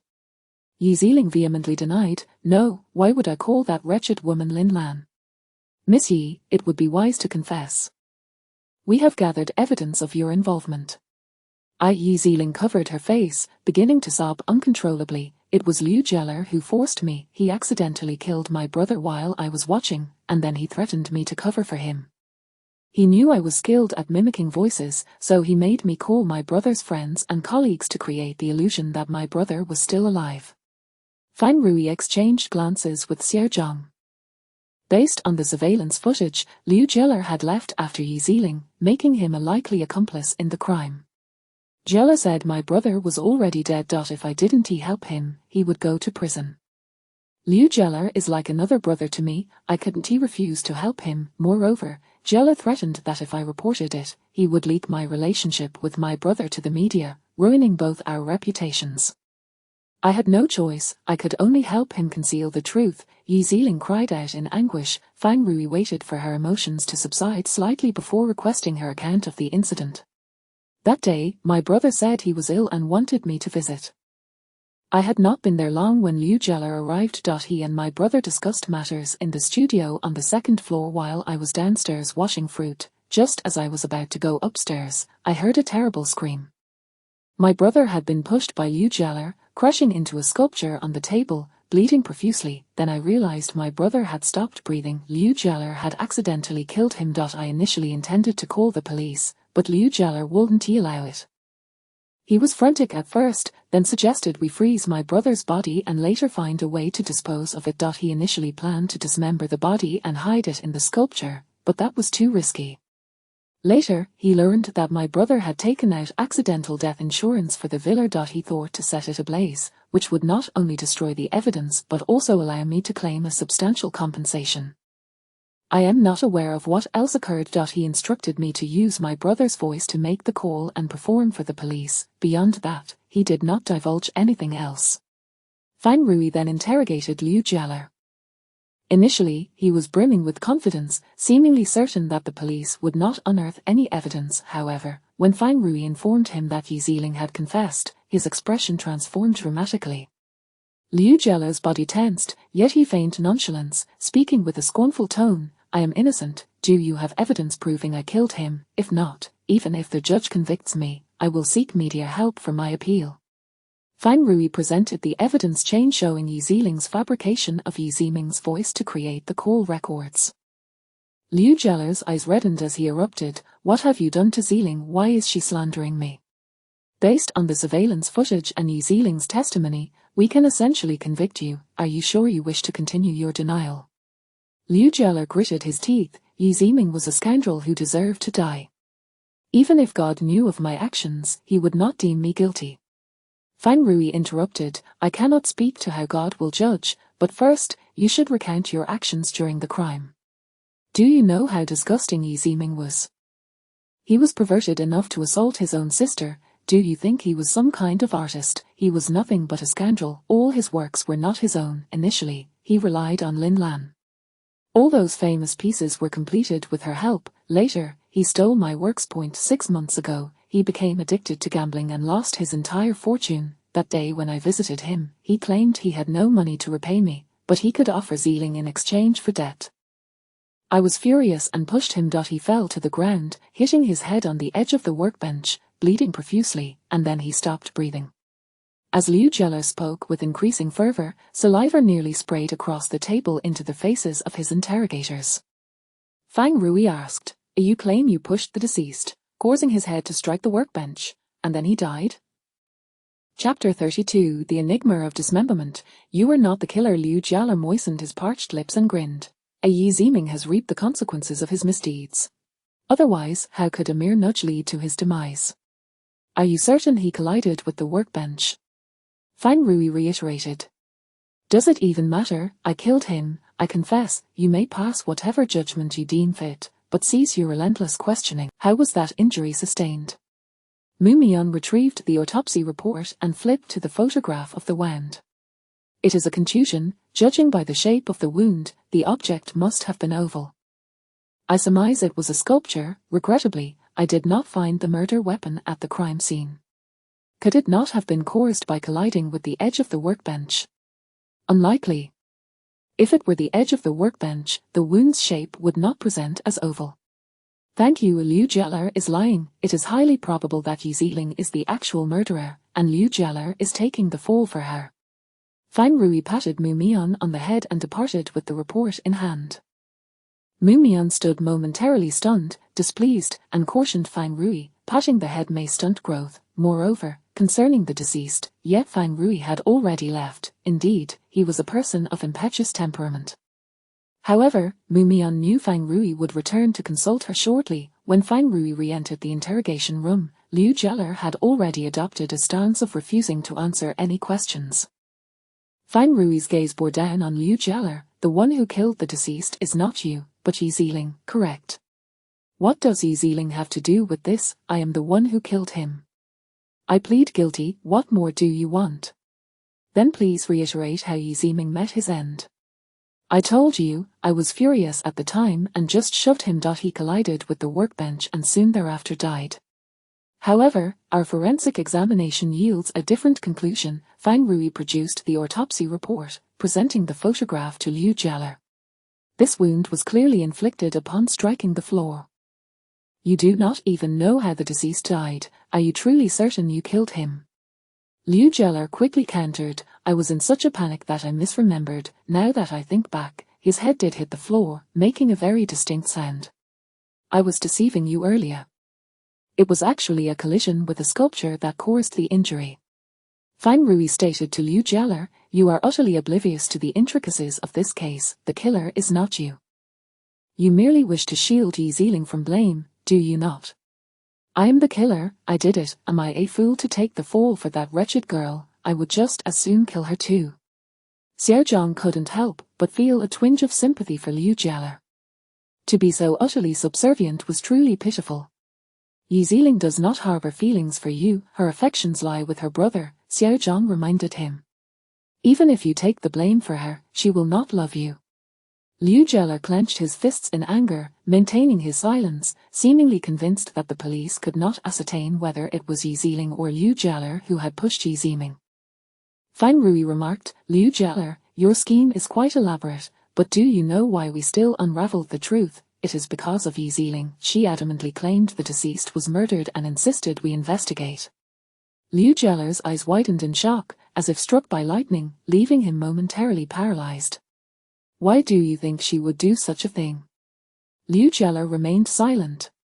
If your plan succeeded, absolving you both of guilt, then Yi Ziling would be at your mercy, her future forever under your control. Conversely, should the case be solved, you would willingly bear the blame for her, allowing her to evade punishment while leading a life of freedom. No, you are speaking nonsense. Ziling would never do this to me. Fang Rui pressed on. In light of this, it seems Yi Ziling is far more cunning than you. Her plan embodies the essence of the perfect crime. Liu Jeller was on the brink of mental collapse, yet he defended Yi Ziling. Ziling did not intend for this, she accidentally pushed her brother, and who could have foreseen such a result? It was merely manslaughter. Then why fabricate a fire and explosion? That was my idea. We were both in a state of panic. Later, we regained our composure, yet were blinded by the prospect of great gain. Yi Ziming had taken out an insurance policy with Ziling as the beneficiary. If the insurance company discovered that Ziling had killed Yi Ziming, she would receive not a penny. The debts incurred by Yi Ziming would also go unpaid. Our intention in staging the fire was to ensure the prompt discovery of Yi Ziming's body, allowing the insurance company to disperse the compensation. Liu Jeller recounted the details of their crime. Upon discovering her brother's obsession with gambling and the resulting massive debts, Yi Ziling was utterly devastated. She vented her fury at him, and when Yi Ziming attempted to comfort her, she forcefully shoved him, causing him to lose his balance and collide with a large sculpture on the table. In a state of panic, Yi Ziling fled the villa, only to encounter Liu Jeller, who had come to collect debts. Noticing her distress, he inquired about the matter. Upon learning that Yi Ziling had accidentally killed Yi Ziming, Liu Jeller immediately vowed to help her resolve the situation. An avid reader of detective novels, he rapidly devised various methods for disposing of a body. Initially, he contemplated dismembering the corpse and concealing the pieces within a batch of plaster sculptures. He first severed Yi Ziming's genitals with a knife and, in a fit of rage, smashed them with a hammer. However, upon seeing the gruesome wound, he panicked and hesitated to proceed with dismemberment. Yet, he conceived a more ingenious plan. He and Yi Ziling placed Yi Ziming's body in a freezer, setting it to the lowest temperature, thereby preventing decomposition and making it impossible for forensic experts to ascertain the exact time of death.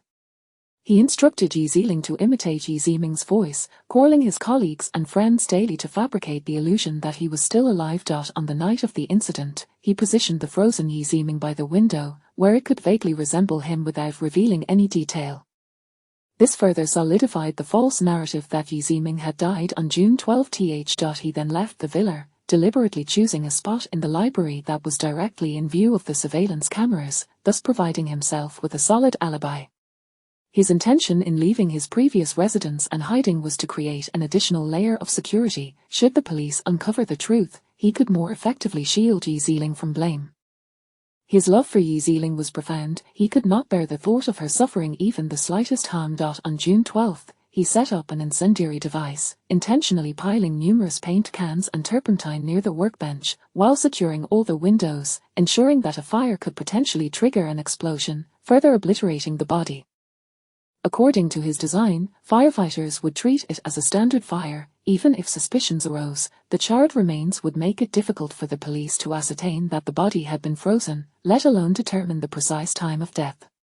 However, an unexpected turn of events occurred. The investigating officers proved to be astute, unraveling the intricate threads of the case, inching ever closer to the truth. Yi Ziling learned from the female officer assigned to protect her that the police had determined Yi Ziming had been murdered and had made significant progress in their investigation. Yi Ziling relayed this information to him, prompting him to orchestrate a staged street attack on her, thereby diverting the police's investigative focus onto himself. Should the situation unravel, he would have a plausible reason to take the fall for Yi Ziling. His plan was flawless, ensuring Yi Ziling's exoneration, yet it was ultimately the very person he sought to protect, Yi Ziling, who became the architect of his downfall. Liu Jeller's face turned ashen. He realized Yi Ziling did not love him, yet he had not anticipated her capacity for such malice. Indeed, both siblings were demons. Chapter 33, The Mystery of the Dismembered Corpse. The third party Yi Ziling soon confessed, burdened with the torment of having personally taken the life of her beloved brother. Thus, even before Fang Rui and his colleagues could press her for details, she recounted the entire incident with unwavering candor. Her account aligned closely with Liu Jeller's testimony. Suddenly, Fang Rui recalled something and inquired, "Miss Yi, was that little note found in the deceased's hand placed there by you?" "What note?" Fang Rui sensed that there were still unresolved enigmas surrounding this case. However, everyone else was already lost in the euphoria of having cracked the case. Xiao Zhang remarked, This case is finally solved. I never expected Yi Ziling to be such an accomplished actress. She nearly deceived me. Indeed, she wept so sorrowfully while cradling her brother's corpse. Who could have imagined that the murderer was none other than herself? Yet, she is unfortunate. Had she confessed truthfully, she might have faced a sentence. Now, having complicated matters so much, she will surely receive a lengthier sentence.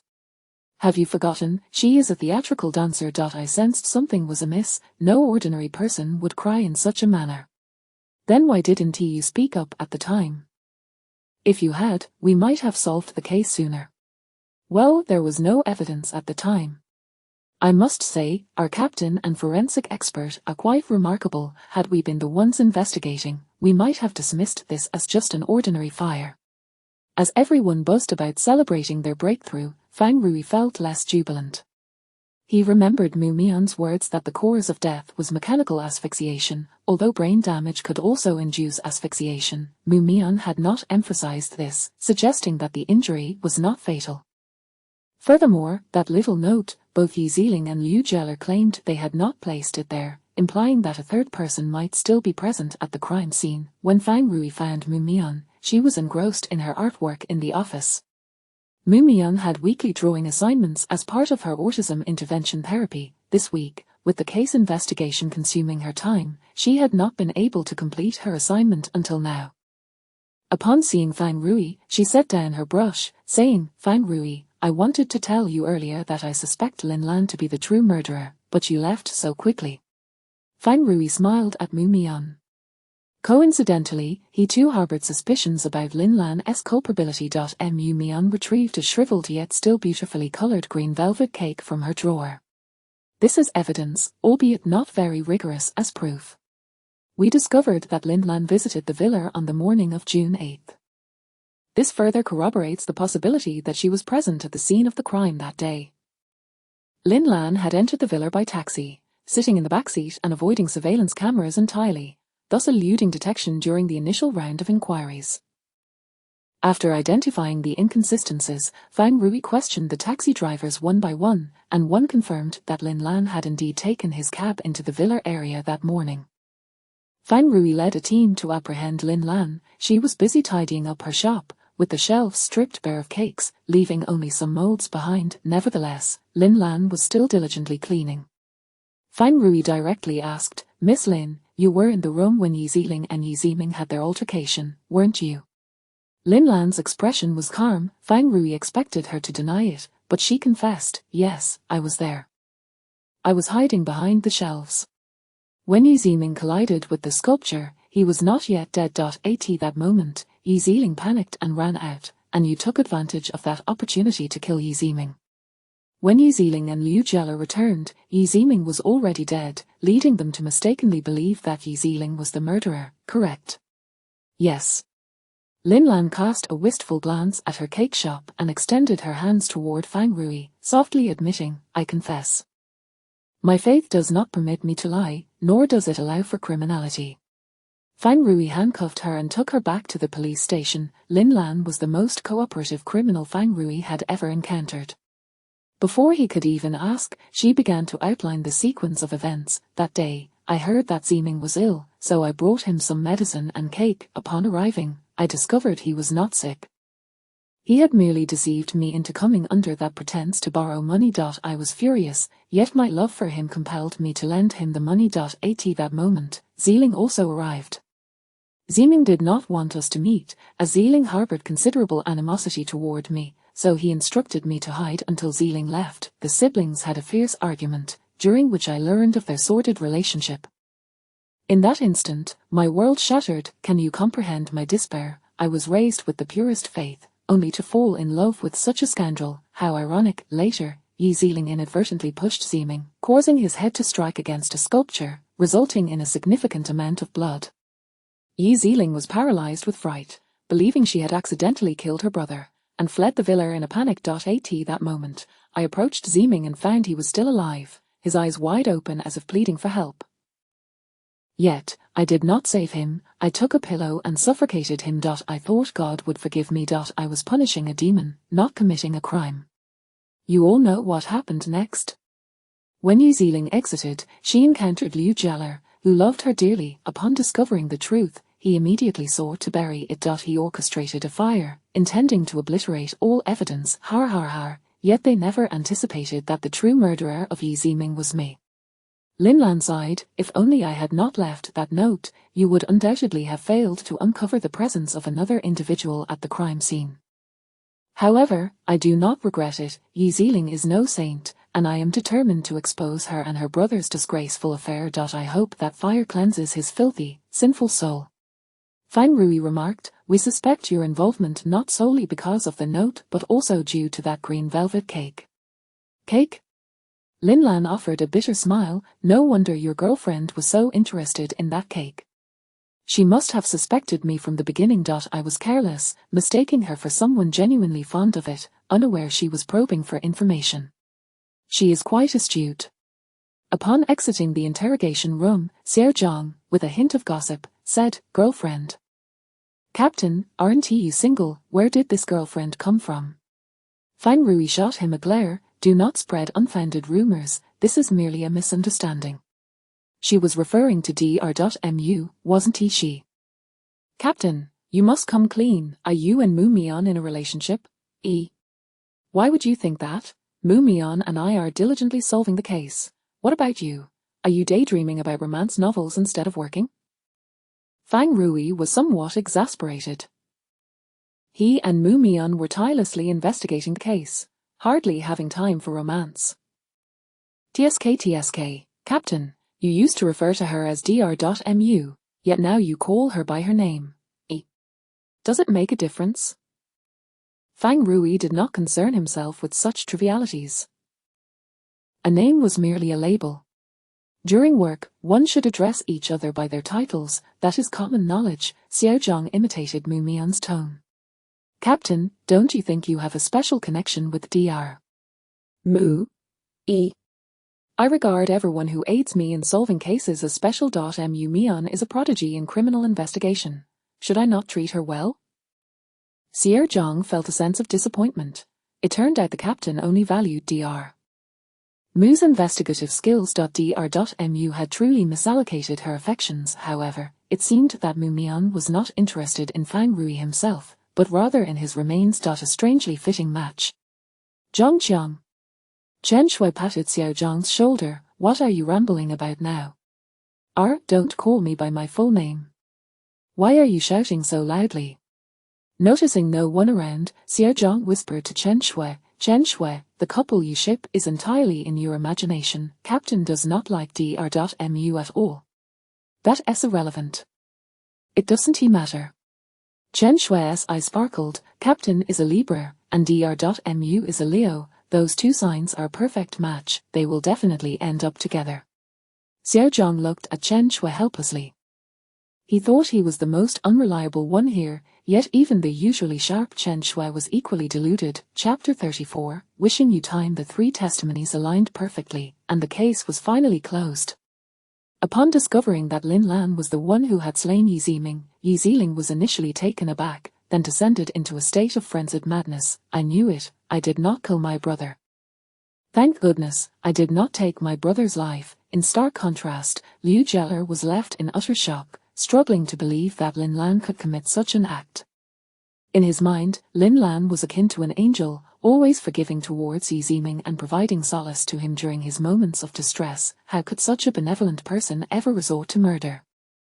In the detention center, he contemplated ending his own life, insisting on seeing Lin Lan. Though clad in a yellow prison uniform, Lin Lan maintained an air of tranquility, exuding a sense of serene composure.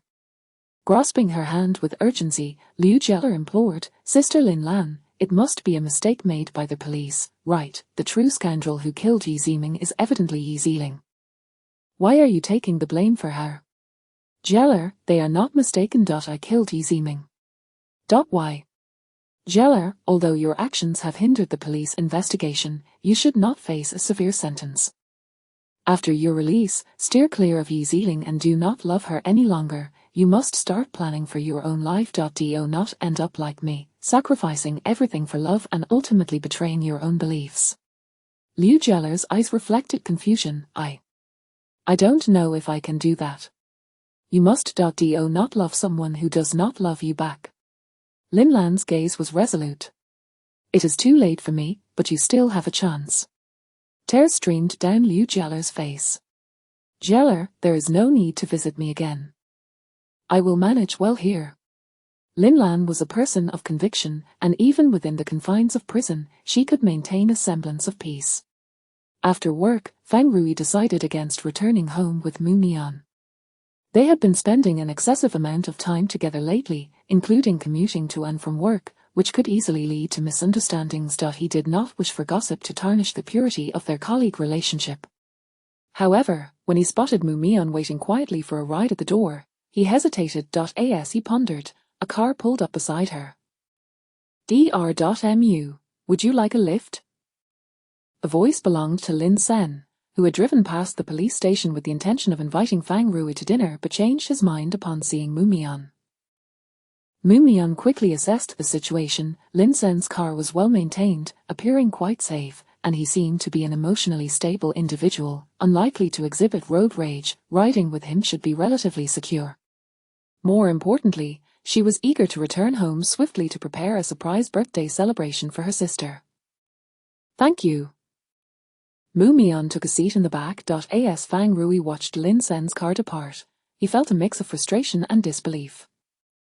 When had Lin Sen, that selfish and indifferent fellow, ever shown such kindness? Was he possibly attempting to forge a connection with her sister through Mu Mian? Love truly blinds one, Fang Rui could not help but lament. Xiao Zhang, noticing Fang Rui's gaze fixed longingly on Lin Sen's car, commented, Lin's conditions are quite favorable. Dr.Mu wouldn't he be swayed, would she? Fang Rui shot him a glare. Are you so idle? Had it not been for Xiao Zhang's incessant chatter, perhaps he would not have been swayed by such rumors. The instigator of this entire debacle dared to stand before him. Lin Sen possesses a keen intellect. Dr. Mu wouldn't he be captivated by his charms, would she? Chen Shui chimed in, appearing from seemingly nowhere. Fang Rui retorted, you think too much.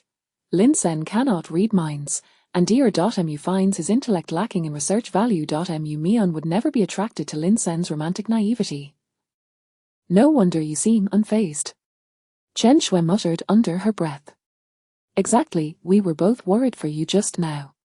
You too? Fang Rui scrutinized them. Chen Shui and Xiao Zhang felt a chill run down their spines. Xiao Zhang's voice trembled. Boss, what's wrong? You two are acting strangely, always glued to each other lately. You aren't dating, are you? Boss, don't spread rumors. Chen Shui and I are completely innocent. Oh. Chen Shui hastily clarified, Captain Fang, Xiao Zhang and I share a brotherly bond. They merely enjoyed discussing fictional couples together.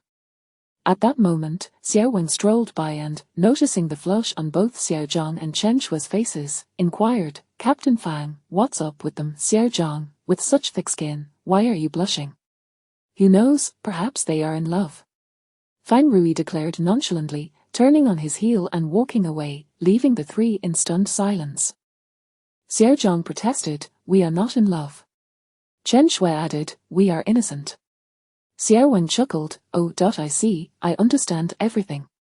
Within minutes, the rumor of Xiao Zhang and Chen Shui's supposed romance spread throughout the entire police station.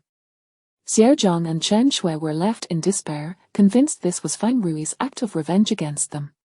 After work, Xinxin returned home only to be taken aback by the sight of Mu Mian descending from Lin Sen's car. She felt a sense of astonishment. Lin Sen's name had only appeared once in Mu Mian's observation diary, indicating a lack of familiarity between them. Sister. Lin Sen, thank you for bringing my sister home. Lin Sen did not respond to Xinxin but remained, silently observing her. Mu Mian, completely oblivious to the undercurrents between them, glanced between Xinxin and Lin Sen, then curiously inquired, a consultant Lin, sister, are you communicating through mind reading? But I cannot read minds. I don't know what you are discussing, and I find it quite dull standing here. Could you possibly use words to communicate? I promise to keep it a secret from Fang Rui. Shun Xiyin addressed Mu Mian. A little Mian, could you please head home first? All right. But sister, do return home quickly. Mu Mian showed no interest in their secret conversation. Once Mu Mian departed, Shun Xiyin turned to Lin Sen. Lin Sen, can we be friends? Lin Sen ignored her, pulling a pack of cigarettes from his pocket and lighting one. I do not need friends. Shun Xiyin sighed. She understood Lin Sen's stubborn nature, but she too was quite obstinate. Having decided to part ways in the past, she would not entertain the idea of rekindling their relationship. After taking a drag from his cigarette, Lin Sen's tone softened slightly. Are you returning to investigate the truth behind your parents' car accident? Shun Xiyin's mother was a renowned neurosurgeon, and her father a senior researcher at a pharmaceutical company. They had perished in a car crash. The police discovered that the vehicle involved had been tampered with, but the culprit remained elusive. Lin Sen had participated in the investigation at the time, leading them to a suspect who had since immigrated abroad. Shun Xiyin's smile gradually faded as she struggled to maintain her composure. Please do not tell Mu Mian about this. I can handle my parents' matters on my own. Shun Xiyin, I can help you. I will look after Mu Mian with you, and I will assist you in uncovering the truth behind your parents' accident. Can we get back together? Lin Sen, that is not possible. Upon returning home, Shun Xiyin found the house shrouded in darkness. Just as she pondered this, Mu Mian emerged from a room, cradling a cake. Sister, happy birthday. Shun Xiyin felt a mix of surprise and warmth. This was the first time Mu Mian had taken the initiative to celebrate her birthday. I had originally ordered a beautiful cake adorned with lovely flowers, but the owner of the bakery was apprehended. Guess who discovered she was a murderer? You. Yes, but Fang Rui also figured it out. Mu Mian recalled Lin Sen. Fang Rui said Consultant Lin has feelings for you. Do you like him? Once, I liked him very much. Will you marry him? Never, Shun Xiyin replied. I will not marry anyone. How unfortunate for Consultant Lin. He loves you, yet you won't marry him. He will be all alone, and loneliness will consume him. He will eventually love another girl, Shun Xiyin sighed. I will not marry. Why do you not consider me pitiful? Sister, you have me. I will always be by your side. Shun Xiyin smiled. Mu Mian turned on a small speaker, playing a birthday song. Sister, hurry and blow out the candles and make a wish. After Shun Xiyin made her wish and extinguished the candles, Mu Mian presented her with a beautifully wrapped gift box. This is my gift to you. How lovely, I adore it. Shun Xiyin opened it to find an hourglass, simply designed, with soft, white sand contained within transparent glass. Since you have been so busy since our parents passed away, I thought you looked exhausted. So I got you an hourglass. Chen Shui said it represents time. Sister, I wish you time. Though Shun Xiyin had not cried when her parents died, at that moment, she found it hard to contain her emotions. It turned out Mu Mian could sense her feelings, though the younger version of Mu Mian had yet to learn how to express them. Mu Mian opened her arms and said to Shun Xiyin, a sister, I will allow you to hug me. Little Mian, thank you. You're welcome. Mu Mian felt elated, believing she had finally done something to bring joy to her sister. She resolved that when Fang Rui's birthday arrived, she would also gift him a cake and an hourglass, hoping it would touch him enough to immediately donate his body to her. Chapter 35, Reversal of Judgment, Voluntary or Coerced. As Mu Mian arrived at the office, she overheard Xiao Zhang and Chen Shui engaged in a lively discussion about their romantic gossip. She felt somewhat taken aback, yet it seemed plausible. Both of them were so fond of conversing that they must have had much in common. Upon noticing Mu Mian's astonished expression, Chen Shui realized that rumors seldom go unnoticed by their wise. Minute, you must believe me, Xiao Zhang and I are not in a romantic relationship.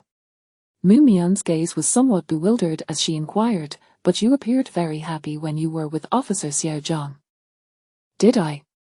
When you spoke with me, you smiled that way. Mu Mian rigidly mimicked a cry-laughing expression. I was smiling sweetly at you. Your imitation is utterly unconvincing. When you smile at Officer Xiao Zhang, your mouth stretches wide. The leading lady in a film smiles at the male lead like that. Moo Myeon again imitated a hearty laugh. One of the interventions for autism involves having autistic individuals watch films chosen by therapists and then write their reflections. Among the films in Moo Myeon's viewing list were several romantic movies. She had watched them numerous times without comprehension, yet they had left her with a vivid memory of the leading lady's smile.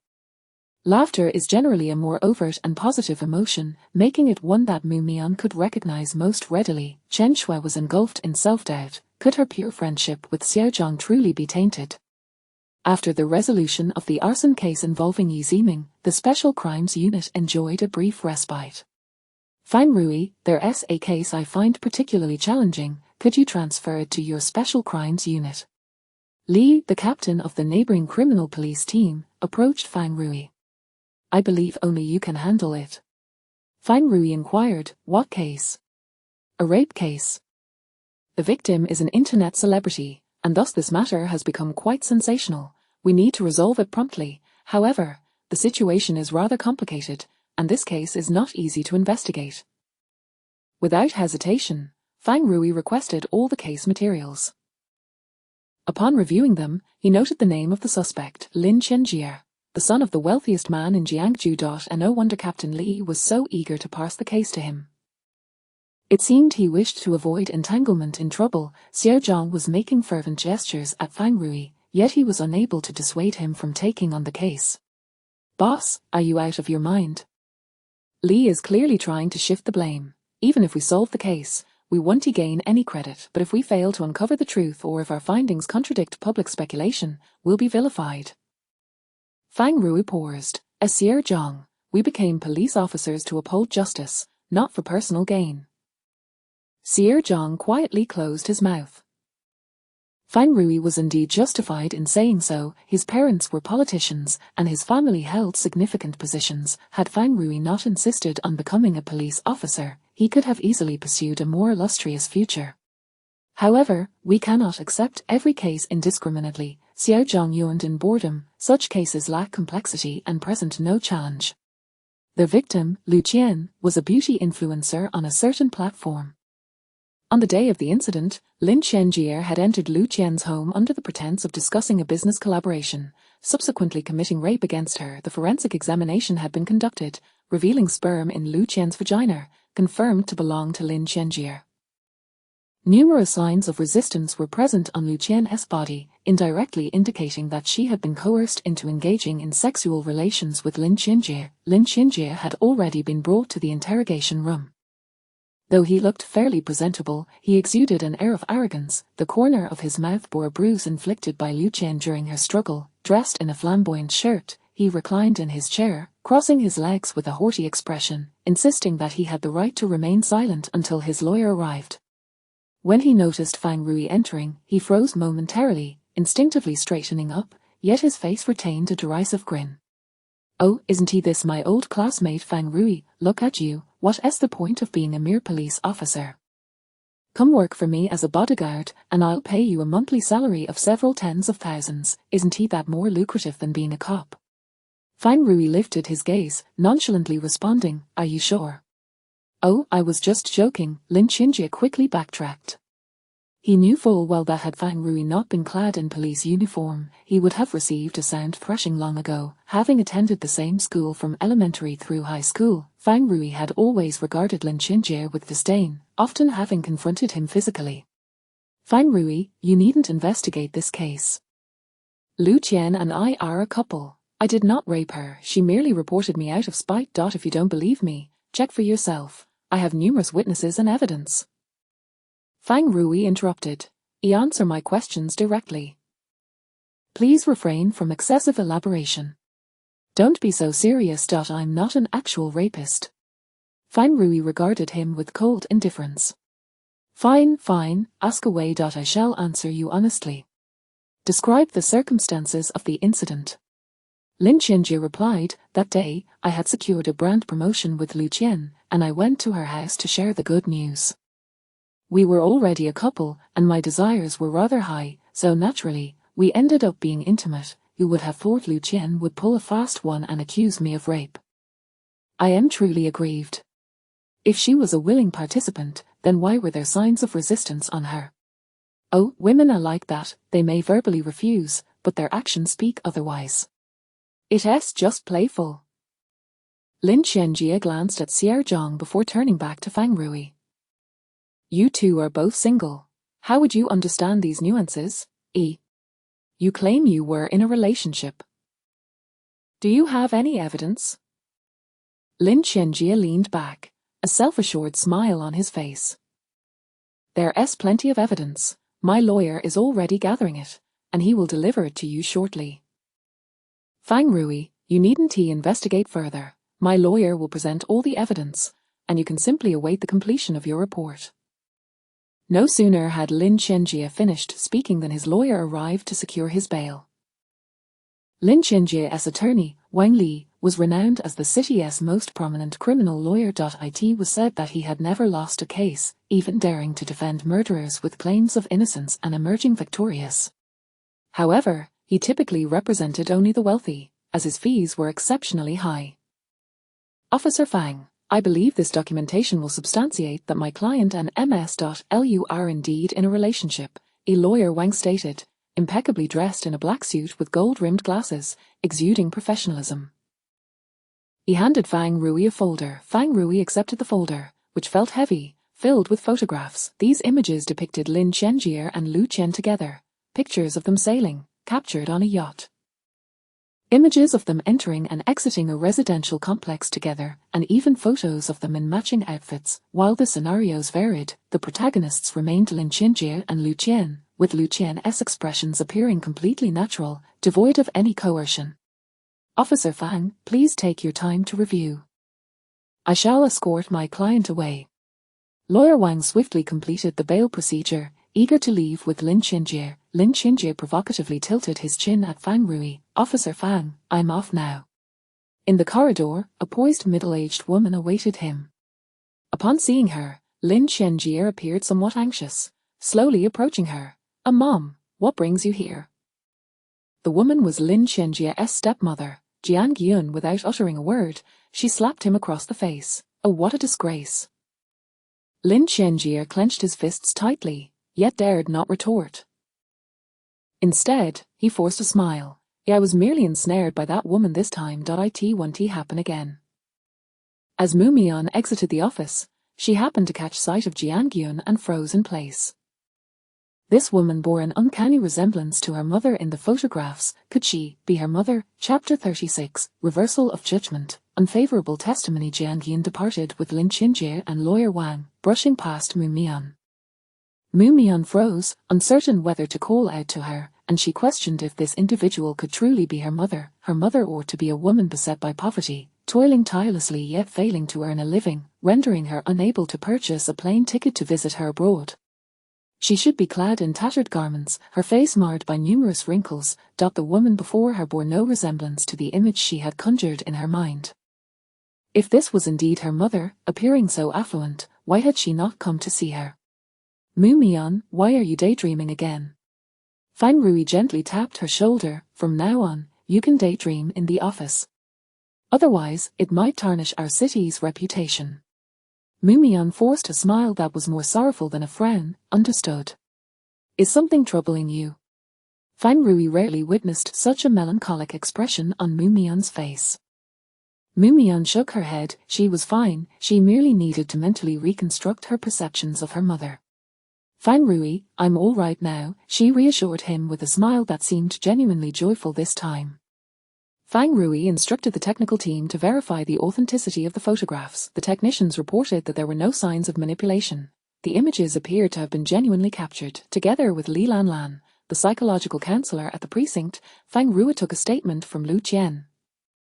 At 27, Lu Qian was strikingly beautiful, possessing a classical allure, yet, seated in the interrogation room, her visage was haggard, her enchanting almond-shaped eyes swollen from tears. In a soothing tone, Li Lanlan inquired, Miss Lu, what is your relationship with Lin Qianjie? He is a friend of my best friend. I suppose we can be considered friends, Lu Qian replied. However, he claims that you two are in a romantic relationship, Li Lanlan carefully stated, wary of upsetting Lu Qian, who appeared exceedingly fragile at that moment. That's preposterous. I have no feelings for him. He has never confessed to me. We are merely acquaintances. He is spreading rumors. He must be lying to exonerate himself. Miss Liu, please try to remain calm. On the night of the incident, why did you allow him into your home? Lu Qian wiped her tears incessantly. I have explained this numerous times. He said he wanted to discuss an advertising collaboration with me initially. My best friend was present, but she left to take a phone call. At that point, Lin Qinjie and I were discussing the contract details, and it felt inappropriate to ask him to leave, so I let him stay. To my horror, he later dragged me into a room and forced himself upon me. Each recollection inflicted significant trauma upon Lu Qian. Her inherently timid nature, compounded by her emotional struggles, made this retelling even more devastating. She began to weep uncontrollably. Fang Rui presented a photograph of her and Lin Chenjie, asking, Miss Liu, how do you explain this image? In the photograph, Lu Qian and Lin Chenjie were posing together, Lu Qian's smile sweet against the backdrop of a cerulean sea, suggesting intimacy between them. This photo was taken with my best friend and Lin Chenjie. Why does it only show the two of us? My best friend should also be in it. Lu Qian exclaimed, her expression one of shock. This photo is fabricated. I have never taken such a picture with him. Fang Rui reminded her, however, there are many such photos, all captured in different settings. Impossible. I have never taken a photo alone with Lin Qinjie. We wore matching outfits because we participated in a charity event together, where many others were also dressed in the same shirt. This image has been altered. We were photographed with a group of people. For each picture, Lu Qian could provide a relatively reasonable explanation, yet, in the face of overwhelming evidence, her defenses seemed feeble. Fang Rui seized upon a critical figure in her narrative, her best friend. His instincts told him that Lu Qian was not lying. Fang Rui was somewhat acquainted with Lin Qinjie, who had a history of serially dating, his personal life notoriously disordered. This was why Fang Rui had often resorted to physical confrontations with him in the past. Boss, could Lu Qian really be lying? Xier Zhang queried, holding up his phone. The cleaning staff from Lu Qian's complex has leaked information online, claiming to have seen Lin Chenjie leave her home multiple times.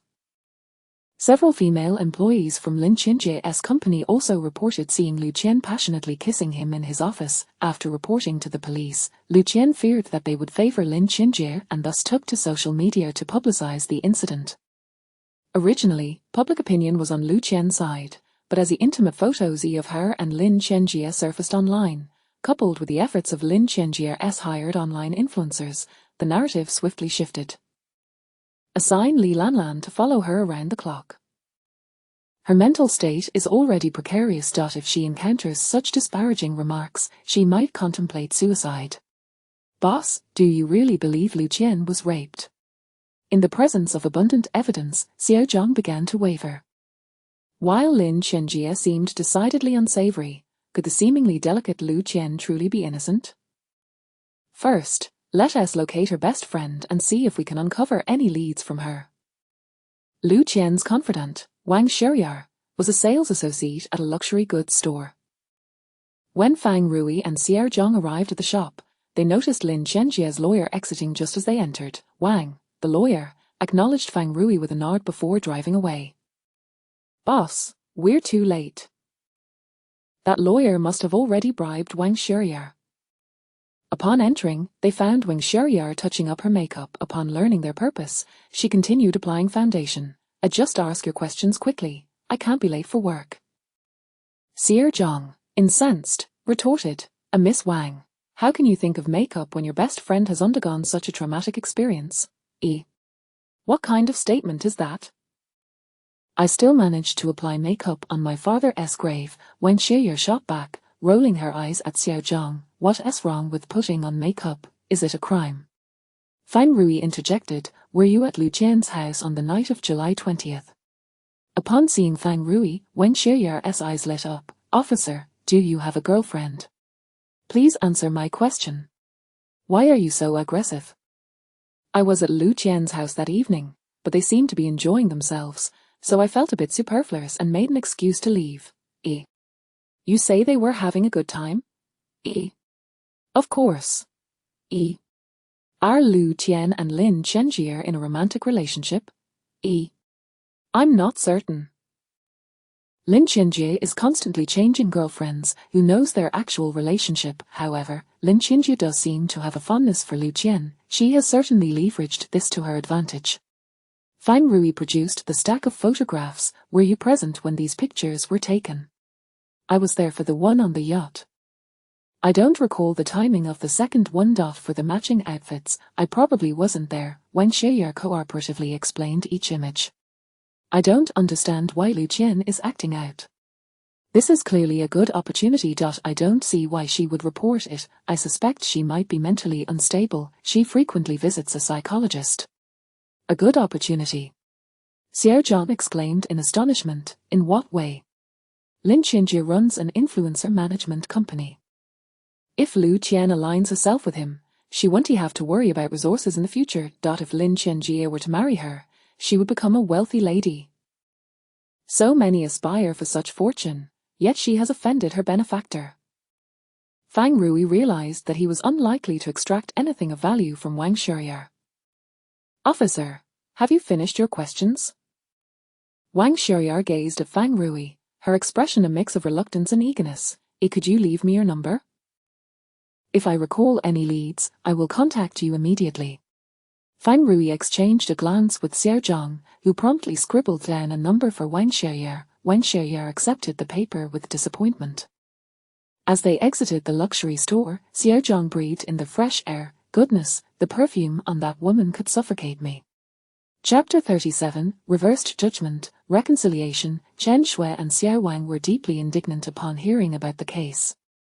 They were unequivocally biased in favor of Lu Qian, who possessed a delicate and pitiable appearance, evoking a sense of sympathy. In stark contrast, Lin Chenjie, by his very countenance, resembled nothing more than a debauched scion of wealth. Is there truly nothing we can do to assist Lu Qian? Chen Shui exclaimed in exasperation. Even if Lu Qian were indeed in a relationship with Lin Chenjie, does that grant him the right to coerce her into intimacy? Chen Shui, your statement is fundamentally flawed. If they are genuinely in a romantic relationship, the nature of the situation changes entirely. It is not uncommon for couples to engage in such activities, someone retorted. Chen Shui's anger intensified. As long as the female is not consenting, it constitutes rape. Otherwise, how could there exist the crime of marital rape? Mu Mian, disturbed by the rising volume of their debate, turned and interjected, Lin Chenjie is not a good person. Mu Mian, is this not a matter that is glaringly obvious and beyond dispute? Mu Mian continued, he has been embroiled in such legal troubles more than once. One of the victims not only lost her case but was also sued for defamation by Lin Chenjie. Ultimately, that young woman took her own life by leaping from a building. How do you know all this so well? I found it on the computer. Chen Shui immediately rushed to Mu Mian's computer, where she discovered a judgment document.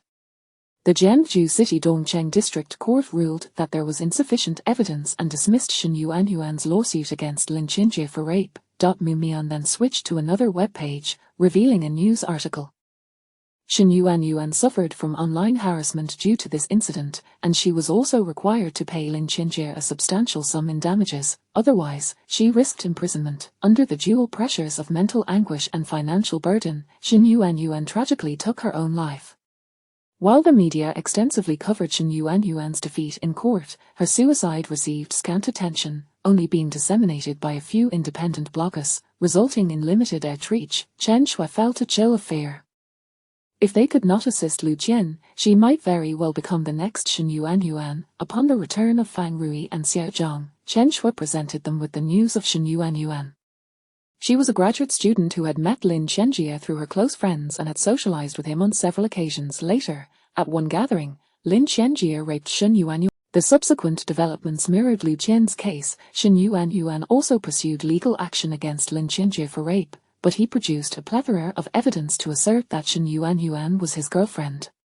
His lawyer even provided chat logs suggesting Shen Yuanyuan had attempted to extort him. In the end, Shen Yuanyuan not only lost the case but was also left liable for exorbitant damages. Sierra Zhang felt a shiver run down his spine. Lin Qianjie is a habitual offender. Fang Rui found himself with a headache, given the current circumstances. Unless they procured direct evidence of Lin Qianjie raping Lu Qian, she would undoubtedly lose the case. The following morning, Lin Qianjie and his defense attorney proposed a private mediation with Lu Qian, to be held in a restaurant's private room. Lu Qian did not hire a lawyer. Accompanying her was the prosecutor handling the case. It was not that Lu Qian could not afford legal representation, rather, the other lawyers in Jiangsu City were disinclined to defend her, coldly informing her that she had no chance of winning the lawsuit. At this juncture, Yang proactively approached her. As a criminal case, rape charges are typically prosecuted by the public prosecutor's office, and most prosecutors shy away from such cases. However, Yang requested to take on this one. Upon learning that Lin Qianjie had arranged for a private settlement with Lu Qian, she accompanied her out of concern that Lu Qian might be taken advantage of. Lin Qianjie recognized Yang and smiled smugly upon seeing her. "Isn't this prosecutor Nai? Haven't you suffered enough defeat last time?" Yang ignored him and entered the restaurant's private room directly. Lin Qianjie turned to Wang Li and said, "Let's not reconcile with that wretched woman. Let us sue her for defamation just like last time." Wang Li's expression was grave as he adjusted his glasses. "Miss Jiang has advised that we should aim for a settlement." Lin Qianjie immediately fell silent. Lawyer Wang poured a cup of tea for Lu Qian and bluntly stated, "Miss Lu, if you are willing to withdraw your lawsuit and publicly apologize to my client online, my client is prepared to offer you 1 million as a settlement."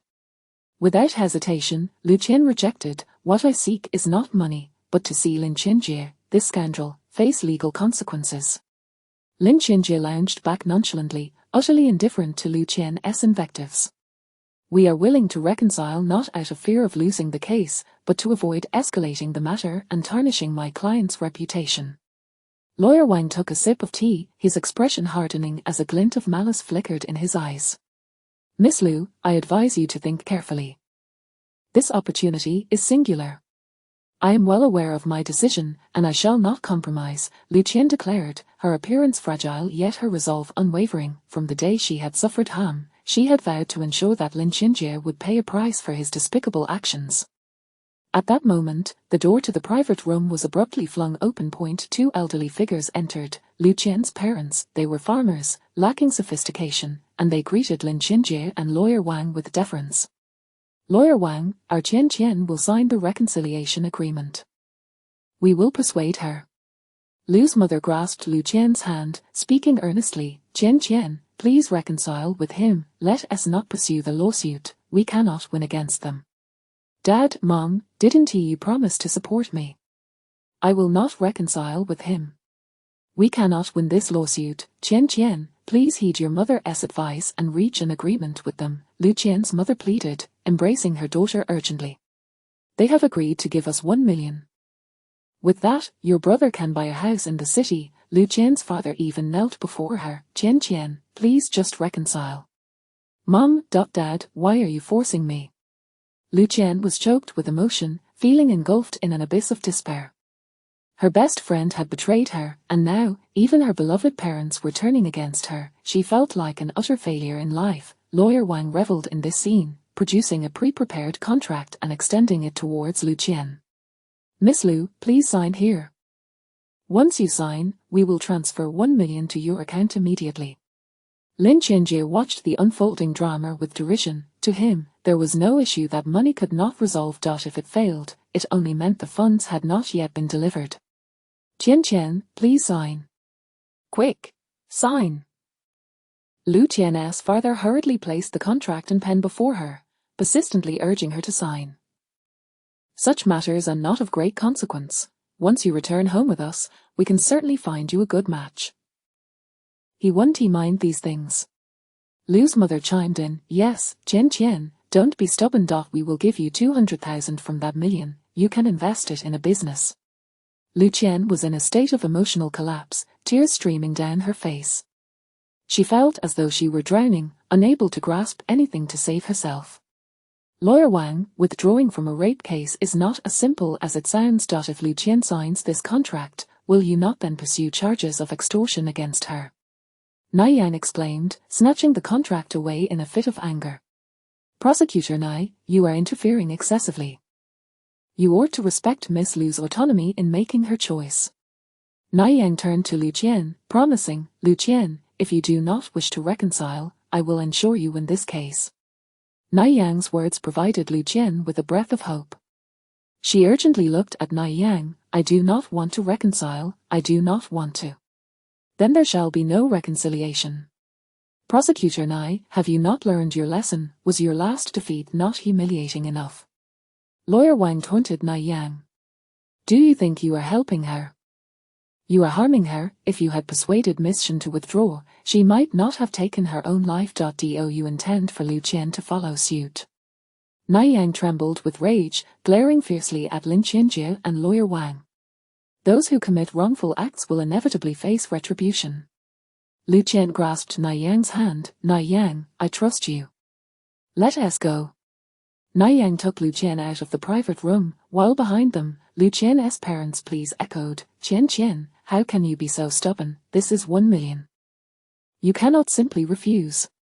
Qian, please listen to your father just this once, he is begging you. Lu Qian ignored her parents. From the moment they had pressured her to sign, she had resolved to sever ties with them. Nai Yang, are you not afraid of offending them by assisting me? Lin Qianjie's family is quite powerful, could they not retaliate against you? Nai Yang regarded Lu Qian, seeing through her to another fragile yet resolute girl. I do not wish to witness another you. I want to bring Lin Qianjie to justice. Nai Yang had previously handled Shen Yuanyuan's case. She had lost that trial, which resulted in Shen Yuanyuan's tragic demise. She was determined to prevent a similar tragedy from recurring. Watching Lu Qian depart, Lin Qianjie turned to Lawyer Wang. Since they refuse our good intentions, let them suffer the consequences. This time, I not only intend to sue Lu Qian but also to ruin Nai Yang's reputation. Lawyer Wang shot Lin Qianjie a disapproving glance. Ms. Jiang has only tasked me with helping you in this case. She did not authorize me to engage in other matters. Rest assured, I will not let you work for nothing. I will provide you with additional compensation. Lawyer Wang's expression brightened with satisfaction. That prosecutor Nai has repeatedly opposed me. I have long wished to deal with her. Trust me, this time I will ensure the end of her career. Chapter 38, The Reversal of Judgment. First come, first served. Fang Rui intended to accompany Xiao Zhang to Lu Qian's residence in hopes of uncovering some clues. However, just as he exited his office, he found Mu Mian blocking his path. Fang Rui, may I join you in the investigation? Why? Fang Rui replied, slightly taken aback. In his recollection, Mu Mian had never shown much interest in investigations. Her fascination lay solely with corpses. Mu Mian glanced back at Chen Shui, then turned to Fang Rui, for the sake of justice. Coincidentally, Xiao Zhang had gone out on duty, so Fang Rui decided to take Mu Mian directly to Lu Qian's home. Lu Qian resided in the Wenyuan community in the Eastern District, an area known for its relatively good security. She lived in room 603 of Building 6. The door was opened by Nai Yang. Lu Qian had been in a rather poor emotional state lately, so Nai Yang had been keeping a constant watch over her, fearing she might harm herself. Upon seeing Fang Rui, Nai Yang expressed her surprise. Officer Fang. It has been a while. Are you the one investigating this case? Yes, Nai Yang. Are you in charge of Lu Qian's case? Indeed. Are you here to see Lu Qian? She just took her medication and has fallen asleep. It'll probably be a while before she wakes up. Nai Yang had previously specialized in handling criminal cases and was an outstanding prosecutor, which was why she often collaborated with Fang Rui, leading to their acquaintance. However, after being marginalized at the prosecutor's office, Nai Yang primarily dealt with minor cases, resulting in fewer interactions with Fang Rui. Fang Rui, seeing that you are investigating this case gives me newfound confidence. I am certain we will find evidence to prove Lin Qianjie's guilt, Nai Yang remarked with enthusiasm. Fang Rui and Nai Yang continued their pleasantries, inadvertently blocking Mu Mian's way, which began to irritate her. Thus, she chimed in, and I'm here too. It was only then that Nai Yang noticed the young girl following Fang Rui. This is Prosecutor Na Yang. Fang Rui smiled at Mu Mian, then introduced her to Na Yang. Na Yang, this is our city bureau's new forensic doctor, Mu Mian. Hello, Dr. Mu? Na Yang extended her hand toward Mu Mian. Hello. Mu Mian looked at Na Yang's fair hand, which she suspected harbored countless bacteria. Feeling conflicted, she preferred not to shake hands with this prosecutor, so she averted her gaze to the ceiling. I'm sorry, but I don't like shaking hands. Na Yang retracted her hand, sensing that Dr. Mu seemed unwelcoming towards her. The location of the assault was Lu Qian's room. Her room faced south, featuring a large window that provided ample natural light when the curtains were drawn back. Since the assault, Lu Qian had not re-entered the room, preserving the crime scene. The entire room was in disarray. Pillows lay on the floor, shards of avar scattered about, and the bedding was disheveled, indicating that Lu Qian had resisted fiercely. Mu Mian peered through the window and could see the balcony of the building opposite. The distance between the two buildings was not great, and with keen eyesight, one could even make out the television screen in the opposite living room. The 8th-floor residents directly across were watching SpongeBob SquarePants, desiring a clearer view. Mu Mian leaned further out the window to inspect the flowers on the 9th-floor balcony, momentarily forgetting her fear of heights. Fang Rui, who had been discussing the case with Na Yang, caught sight of Mu Mian's precarious position out of the corner of his eye and rushed over to pull her back. Mu Mian, do you realize how dangerous that is? Aren't you afraid of heights? Why would you lean out the window like that? We're on the 6th floor. If you fell, it could be fatal. Fang Rui was exasperated with Mu Mian. Startled, Mu Mian couldn't help but remind him, I can't fall. I only leaned out a quarter of my body. According to the principle of leverage, I won't fall. Seeing Fang Rui's increasingly dark expression, she quickly amended, Fang Rui, thank you for saving me. If you do that again, I won't take you on investigations anymore. Feeling somewhat wronged, Mu Mian thought it was Fang Rui who was overreacting. She hadn't done anything particularly dangerous. She valued her life and wished to live for a long time, so she could one day dissect his remains after he passed. What are you trying to see? That balcony over there. Following Mu Mian's gaze, Fang Rui observed the 8th-floor living room where the television was indeed playing an animated show, presumably SpongeBob SquarePants. Fang Rui nearly laughed in frustration. Mu Mian, you risked your safety just to watch SpongeBob, can't you just check it on your phone? Mu Mian wanted to argue, but with Na Yang still present, she could only concede. Na Yang noted the change in Fang Rui. Though they had previously interacted, he had always been adept at managing his emotions, often exuding an air of detachment. Yet, with Mu Mian, he appeared remarkably different. Fang Rui suddenly realized that the proximity of the buildings compromised privacy. The residents across might also witness what transpired in Lu Qian's apartment. At the time of the incident, the curtains were not drawn, correct? Fang Rui turned to Lu Qian. Lu Qian replied, I can't be certain. He suddenly dragged me into the room that day. I don't remember clearly, however. I didn't touch the curtains afterward, so they should have remained open. Na Yang instantly grasped Fang Rui's implication. The occupants of the building across could potentially have seen what happened here. She dashed out to investigate, watching Na Yang's hasty departure. Mu Mian sighed, Fang Rui, next time, try not to reveal clues. Look, she got ahead of us. She is Lu Qian's prosecutor, she's on our side. Shouldn't we remain neutral? Fang Rui paused. Perhaps it was Lin Xinjie's extensive criminal history that instinctively swayed him to favor Lu Qian's side. Yet, it was also possible that Lu Qian was the one lying. It's fine, the residents are still at work and won't be home yet. If she goes, it will be a wasted trip, Fang Rui said. Let us wait until dark before we interview those residents.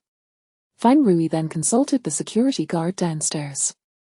The guard, a tall man from the northwest, spoke with a noticeable accent. Miss Lu and Mr. Lin are definitely a couple. We often see them coming in and out of this community together.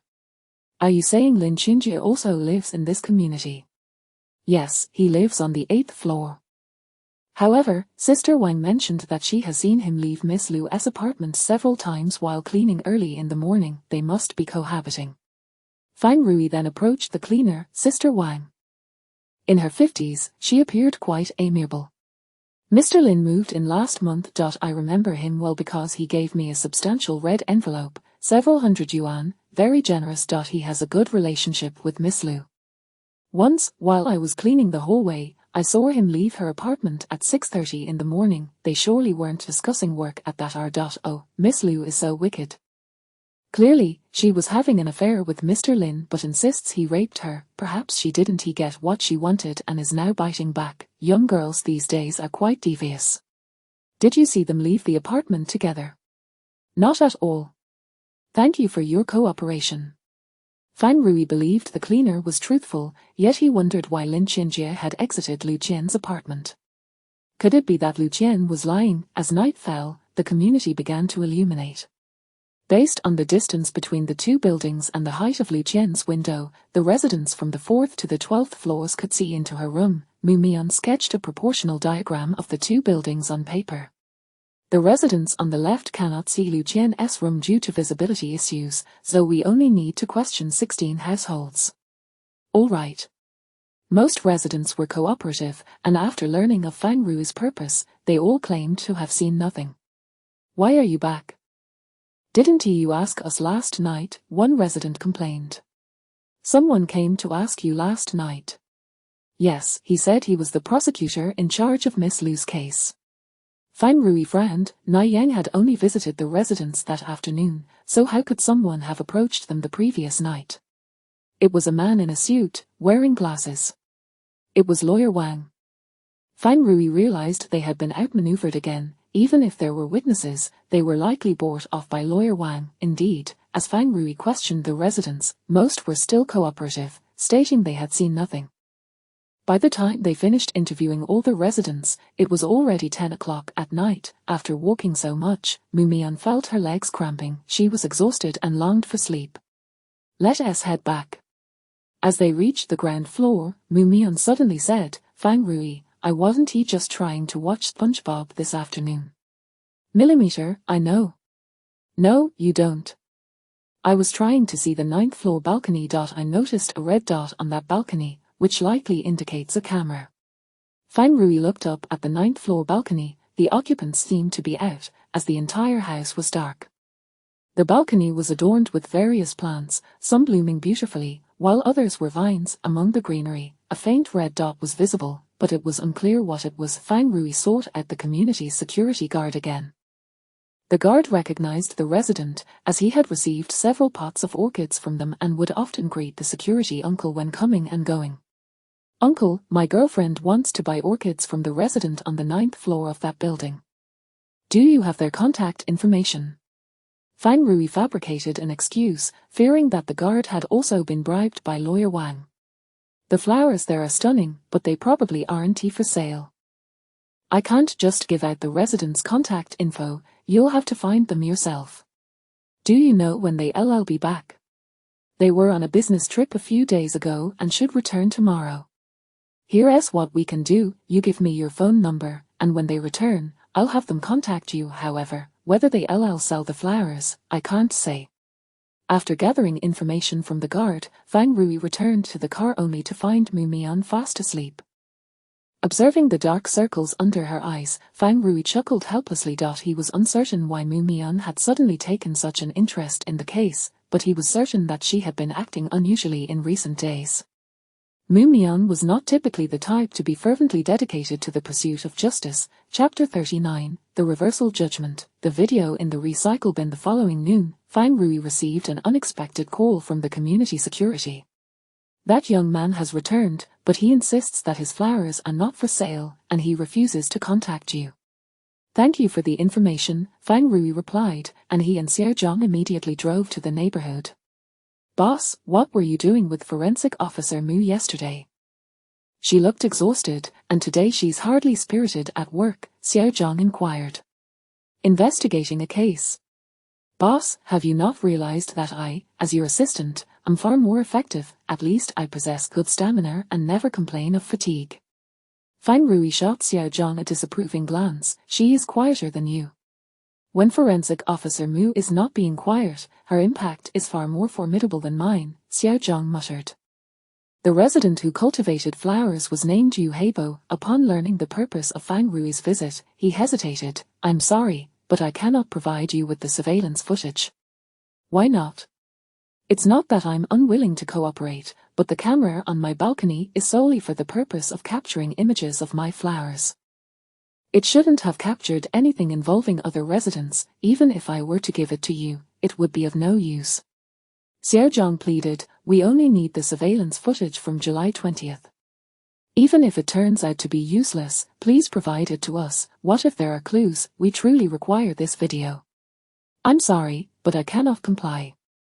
Yu Heibo made a gesture indicating the end of their conversation. Officers, I need to rest and cannot host you any longer. We will not disclose your personal information, Fang Rui assured him. There will be no need for your cooperation during future court appearances. You simply need to provide us with the footage. After a long moment of hesitation, Yu Heibo finally spoke the truth. I installed the camera solely to capture images of my plants, but if I were to give you the footage and it captured something inappropriate, my reputation would be ruined. How would others perceive me? I am a university professor. If this information became known, I could easily be labeled a peeping Tom. Mr.Yu, we will ensure your confidentiality. Yu Heibo interrupted Xiao Zhang. Officer, it's not that I wish to refuse your assistance. Firstly, I doubt the footage contains anything of value. Secondly, even if it did capture something, the court would undoubtedly require my testimony. If I do not appear in court, that evidence may very well be rendered invalid, and it would be of no use to you. Therefore, I suggest you seek other evidence. Mr.Yu, consider the case of Shen Yuan. If you refuse to assist, Miss Lu may very well become the next Shen Yuan. I'm sorry, but I cannot help you. I will destroy the footage shortly, so please do not come looking for me again. Yu Heibo's tone was resolute. He wished to be a good person, but everything he possessed had been hard-earned, and he did not want to face any risks. Fang Rui understood that it would be challenging to change Yu Heibo's mind, and he did not want to morally coerce him. He turned to Xiao Zhang and said, Xiao Zhang, let's go. The surveillance camera installed on the balcony was private property, and without Yu Heibo's consent, the police could not demand it unless Fang Rui and his team could prove that the camera had captured the situation at Lu Qian's residence. Once they exited the community, Xiao Zhang continued to glance back. Boss, are we really not going to persuade him further? This is our most promising evidence. We can only search for other evidence now. Upon returning to the office, Chen Shui rushed over to inquire about the outcome. Xiao Zhang, did you manage to obtain the footage? Xiao Zhang replied dejectedly, no. The other party refuses to hand over the footage. Mu Mian, who had been resting her head on the desk, sighed upon hearing Xiao Zhang's words. In that case, Prosecutor Nai is very likely to lose this case. Mu Mian then looked at Fang Rui. Fang Rui, do you want to go comfort her? Xiao Zhang and Chen Shui both turned to Fang Rui. Captain Fang, why would you comfort Prosecutor Nai? Who is Prosecutor Nai? Mu Mian explained. Prosecutor Nai is the public prosecutor in the Lu Qian rape case. She is also a friend of Fang Rui. Just go back to sleep. Fang Rui pressed Mu. The prosecutor is incredibly skilled in investigations. Moreover, she possesses a strong sense of justice. I've always thought she should be a police officer. Her talents are wasted at the prosecutor's office. Xiao Zhang then whispered to Chen Shui, it seems she has a crush on the boss, but unfortunately, the boss hasn't picked up on her hints, and they ended up not together. Your ship is sounding alarms. Chen Shui's alarm bells rang in her mind as she glanced at the carefree Mu Mian, utterly exasperated. Mu Mian, your man is about to be taken away, and yet you can still sleep soundly. She wanted to shake Mu Mian awake but felt a chilling gaze upon her. Chen Shui, do not disturb Mu Mian's rest, she needs to recuperate properly, Fang Rui quietly reminded her. She had worried for nothing. When Nai Yang learned from Fang Rui that Yu Heibo's surveillance might have captured the incident, she sought out Yu Heibo numerous times, but he consistently refused to provide the footage and claimed he had already deleted it, urging her to stop bothering him. Nai Yang presented a newspaper featuring reports on the victim of another case to Yu Heibo. Mr. Yu, this is a news report about the victim of a different case. If you do not assist us, Lin Qinjie may very well target other girls. I implore you to reconsider. Yu Heibo took the newspaper but still refused to hand over the surveillance video. The trial for Liu Qian's case was fast approaching, and the police had yet to find new evidence. The existing evidence suggested that Lin Qinjie and Liu Qian were in a relationship, which did not constitute rape. Although Chen Shui was not directly involved, she was more anxious than anyone else, buzzing around Mu Mian's ear like a fly. Mian, clever and adorable Mian, used that brilliant mind of yours to think of a way to help Liu Qian. Unable to disturb Fang Rui, she could only pester Mu Mian.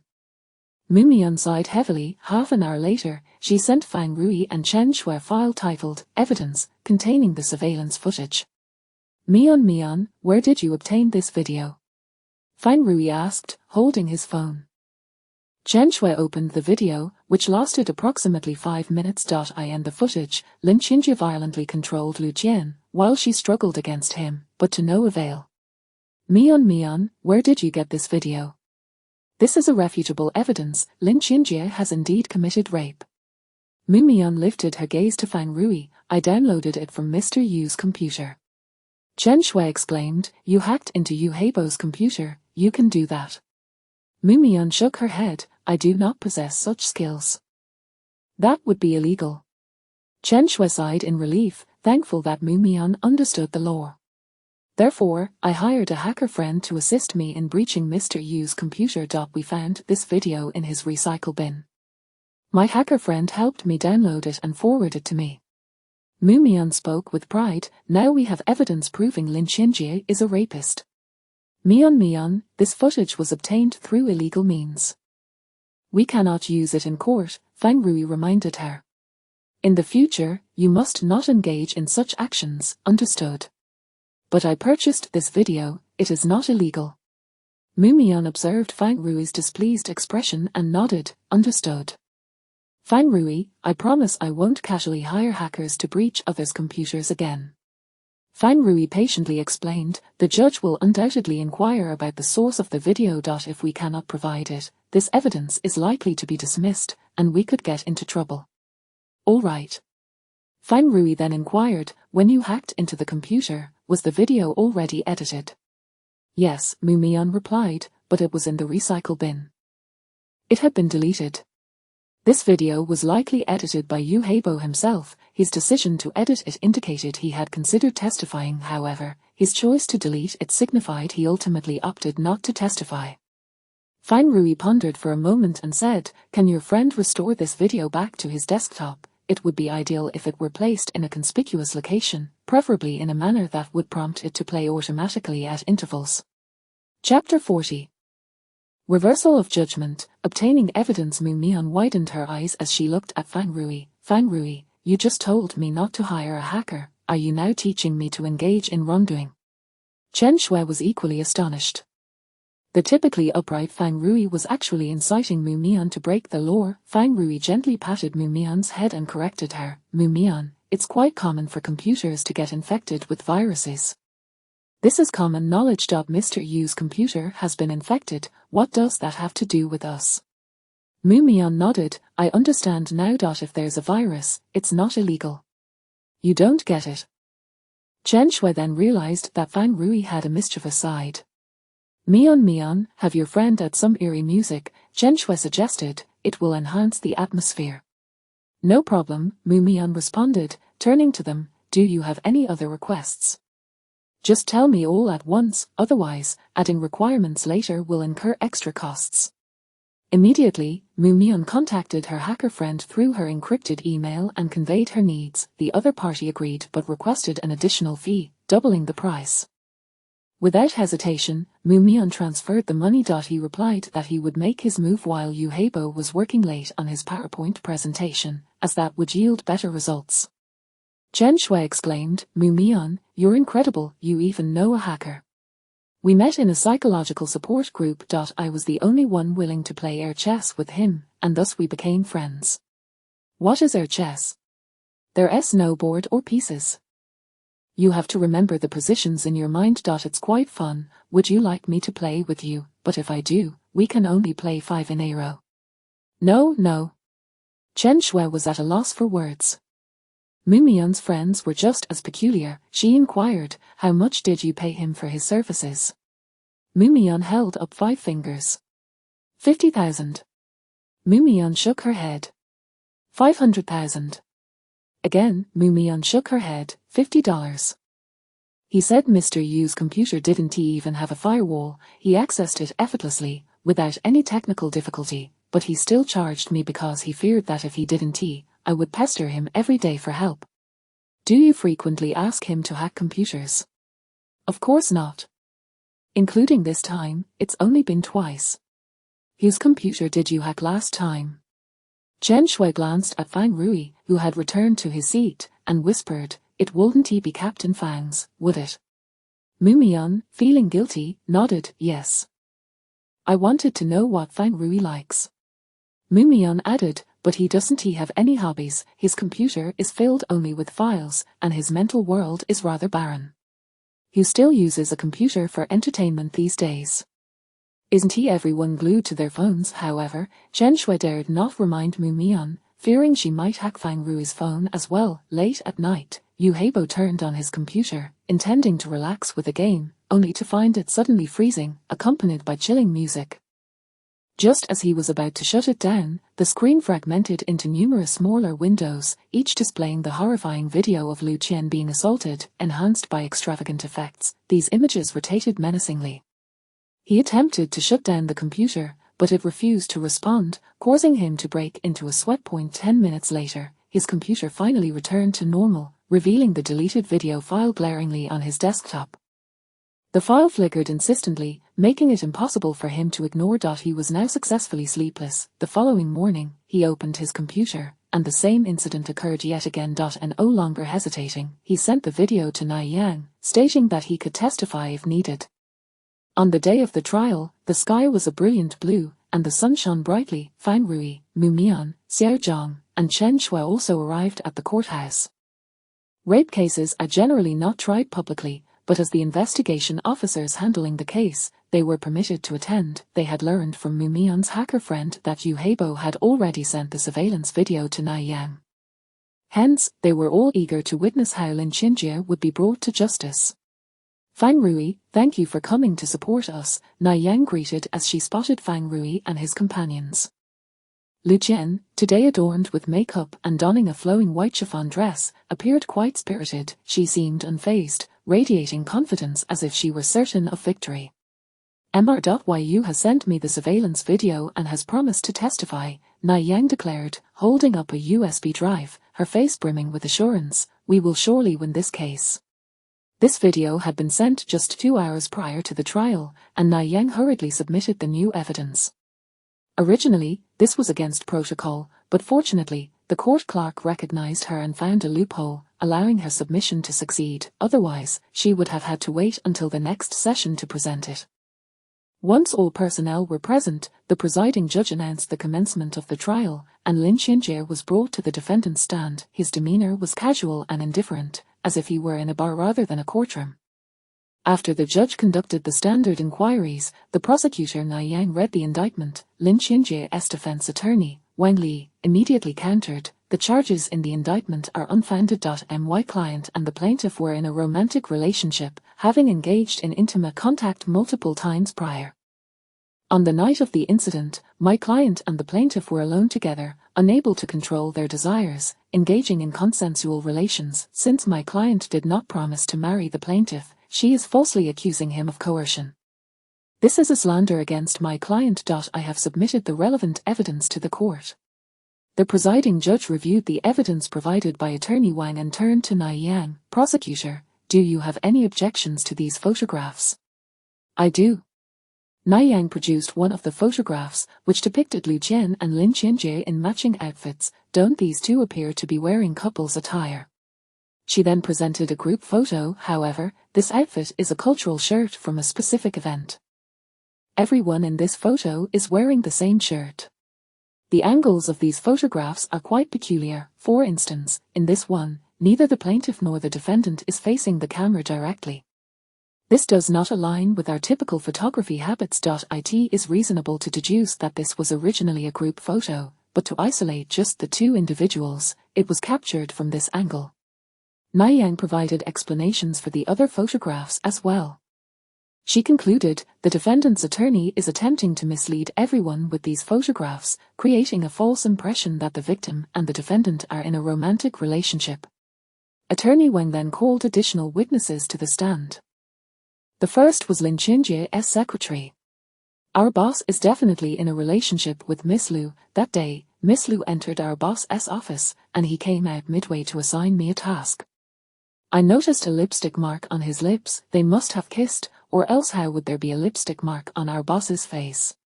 When did this incident occur? On July 15th. Niyang smiled. The victim suffered from cheilitis in early July, so she did not use lipstick for most of that month. Thus, the presence of a lipstick mark on your boss's face has no connection to the victim. I objection, this is misleading language. Wang Li interrupted Niyang's questioning. Objection sustained. Prosecutor, please present relevant evidence, the presiding judge stated. The fact that the victim had cheilitis was mentioned in her live stream video. She broadcasts daily, and her recent videos show she did not wear lipstick. The next witness was a janitor from Liu Qian's neighborhood. I saw Mr. Lin leaving Miss Liu's home. Niyang inquired, how many times have you seen him? 2 or 3 times. You usually clean the hallway between 5 and 7 in the morning. So you see Mr. Lin every time in the morning? Niyang asked.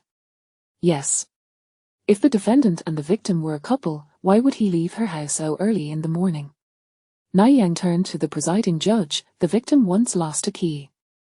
I suspect that the defendant picked it up and used it to enter the victim's home, fabricating the illusion that they were living together. Niyang countered every piece of evidence presented by the defendant's attorney with reasoned rebuttals. However, these counterarguments lacked sufficient strength, leaving the case in a state of ambiguity where neither side could definitively prove the truth.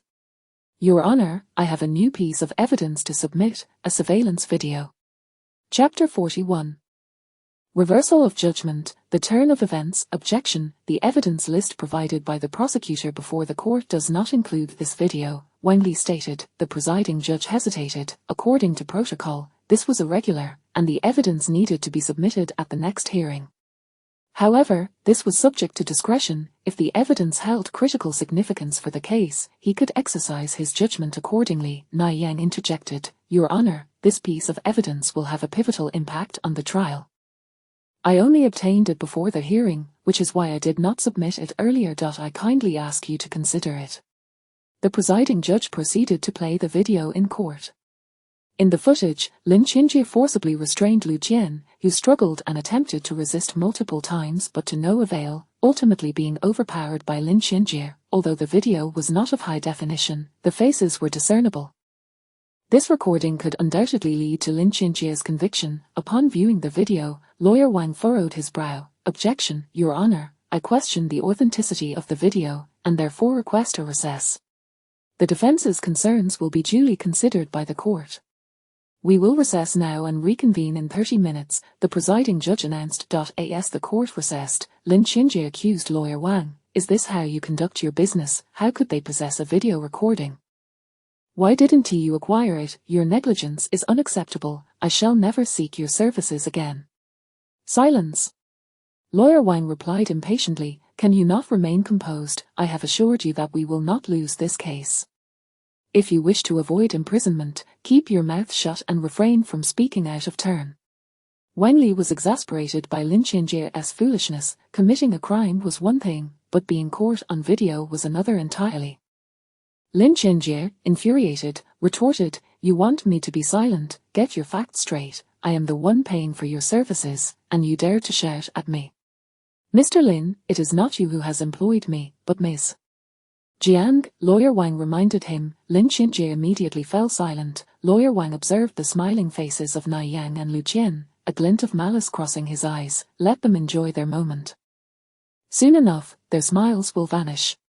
He had not intended to take harsh measures against Liu Qian, but they had brought this upon themselves. Fang Rui, from amidst the crowd, looked at Lawyer Wang, whose gaze was as cold and venomous as that of a serpent.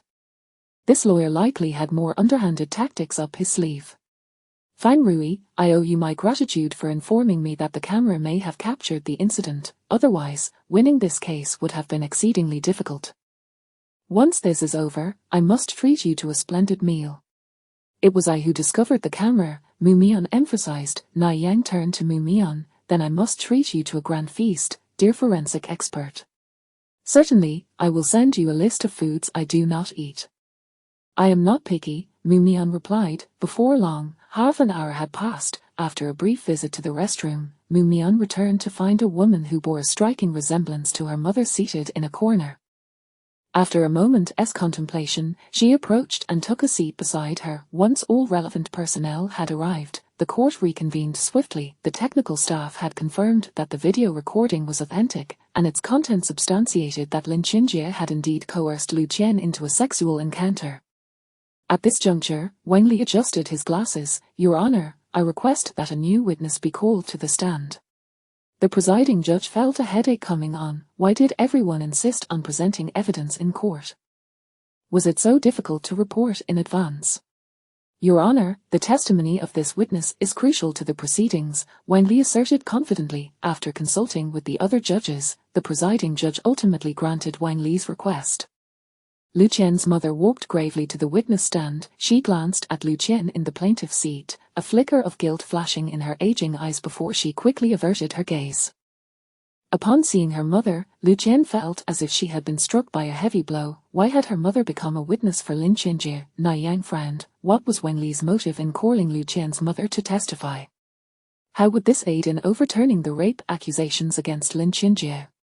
Witness, please state your identity, the presiding judge inquired. Wang Guixiang, I am Lu Qian's mother, she replied. Are you aware of your obligation to testify truthfully before this court? Should you provide false testimony or intentionally conceal facts, you will face legal repercussions, the presiding judge reminded her, following protocol.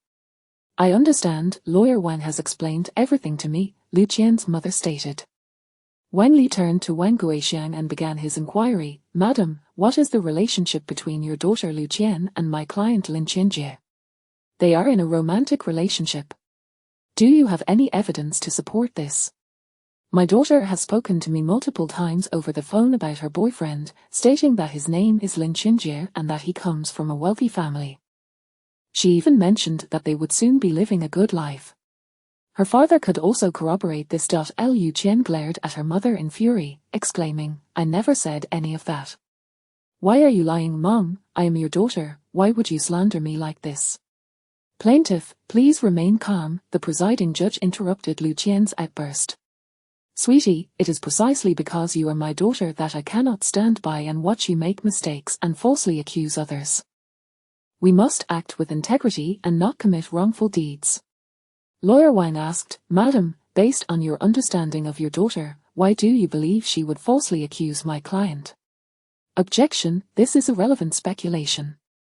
Na Yang interjected. Objection overruled. Please continue, witness, the presiding judge ordered. Sweetie has mental health issues, her emotions are volatile. One moment she is happy, and the next she is in a rage. She has been seeing a psychologist for several years without improvement.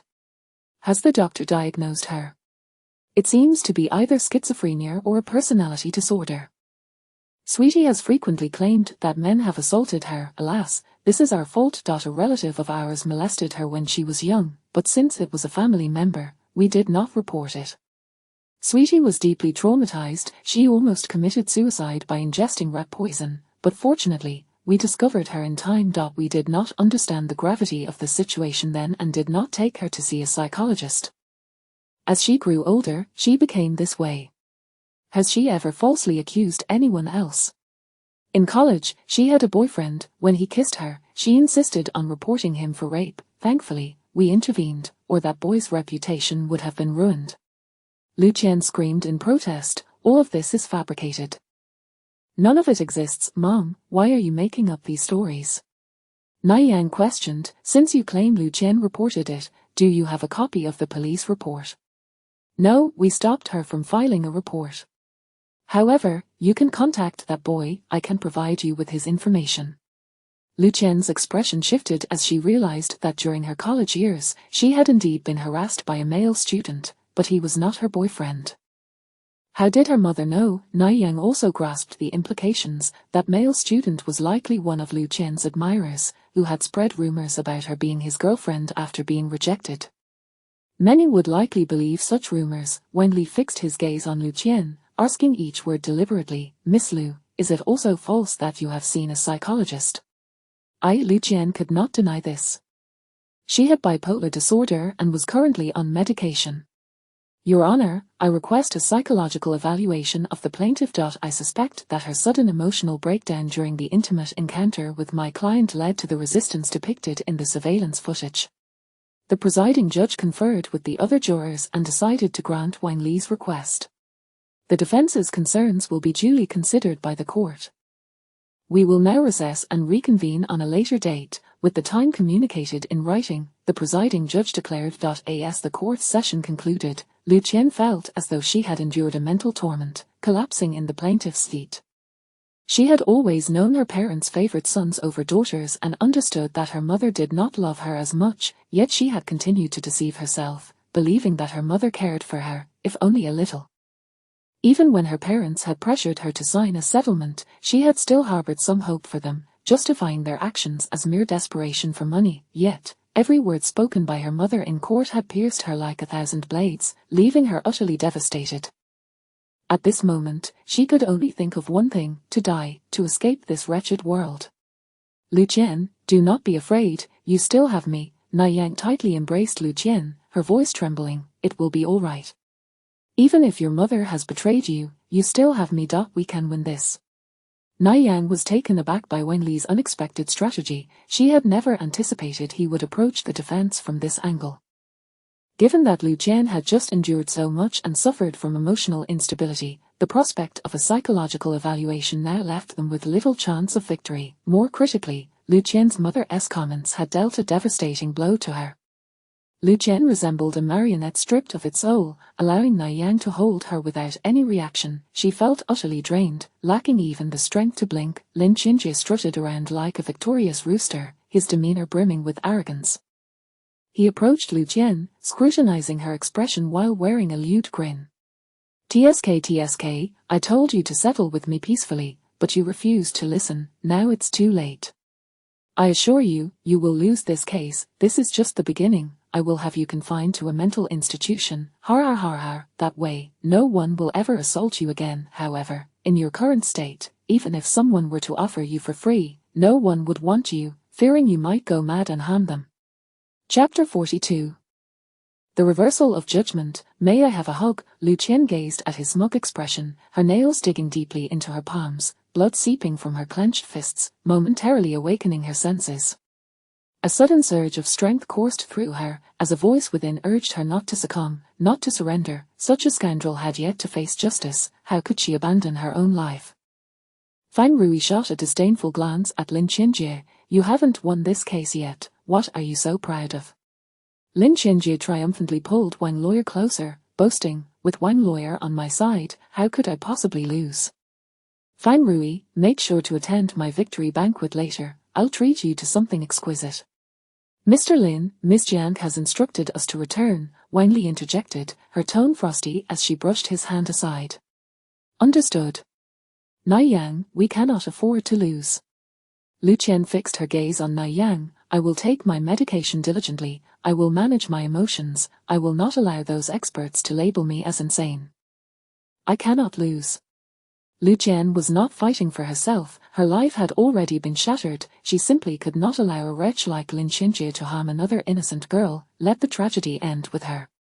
However, Yang felt less confident. Mental evaluations were not as easily discernible as other forms of evidence. If Wang Lawyer bribed those experts, even a fraudulent report would be irrefutable. Mu Mian seemed to have shut out the sounds of the outside world, focused solely on the painting in her hands. Jian Yun sensed something peculiar about the girl seated beside her. She appeared to want to speak but continually hesitated. Finally, Mu Mian found her opening line. Hello. Do you know the person in this portrait? She offered her freshly completed drawing to Jian Yun, her tone tinged with caution. The paper depicted a loving mother cradling a small infant, and Mu Mian had captured the essence of the photograph with delicate strokes. Jian Yun accepted the drawing, glancing at it, her expression frozen in shock. The suppressed memories surged forth like a tidal wave, flooding her mind. She cast a cold glance at Mu Mian. Who are you? What is your relationship with Mu Mian? Mu Mian remained silent. She was uncertain whether to acknowledge her mother. The expression on her mother's face hardly conveyed joy, but rather aversion. Why would a mother despise her own child? Jian Yun continued, you must be from the Shen family, right? Did I not make it clear that I want nothing to do with you? Whether that child Mu Mian lives or dies is of no concern to me. I will not meet her. If you seek money, I can offer a substantial sum, but only if you cease to harass me. Why do you not wish to meet her?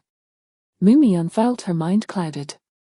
Though her adoptive mother treated her with utmost care, nurturing her like a precious and fragile porcelain figure, it was not the love of a mother for her child, it was merely the concern for someone with autism. Her entire understanding of motherhood stemmed from beautiful fairy tales, rendering her incapable of grasping the current reality. Of course, she also struggled to comprehend the fairy tales themselves. She is my lifelong nightmare. I cannot accept having a child akin to a fool. Jian Yun pinched the bridge of her nose, striving to suppress the flood of past recollections. You have raised her for so many years. Continue to do so. Why come to me now? So that was it. Mu Mian looked into Jian Yun's eyes, striving to maintain eye contact. In her cold gaze, Mu Mian glimpsed her own pitiable reflection. Her sister was right, not all mothers love their children, only those in fairy tales do. Jian Yun scrutinized the peculiar girl before her, finding familiarity in her features. She longed to ask if she was indeed Mu Mian, yet felt it impossible.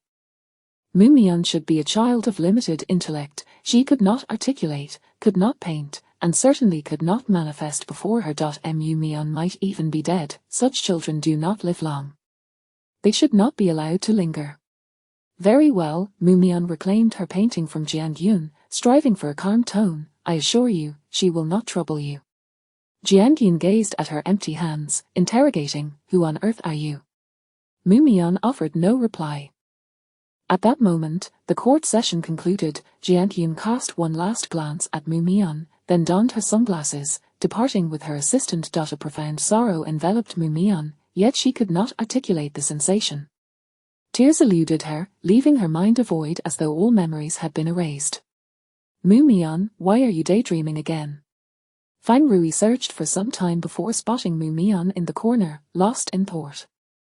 She seemed markedly different from her usual self. At that moment, Mu Mian appeared utterly alone, as if encased in a glass dome, isolated within her own world. Memories surged back into Mu Mian's consciousness.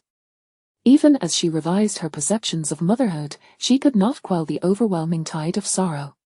Fang Rui, I am deeply saddened, I need comfort. Mu Mian extended her arms toward Fang Rui. Could you, perhaps, give me a hug? Fang Rui glanced around. Most individuals were exiting. He was reluctant to embrace someone in public, even if that person was Mu Mian, yet, she appeared so fragile at that moment. With a sigh, Fang Rui enveloped Mu Mian in his arms. Did you see your mother? He had surmised what had transpired upon noticing the painting in her hands. Yes, she is entirely different from what I envisioned.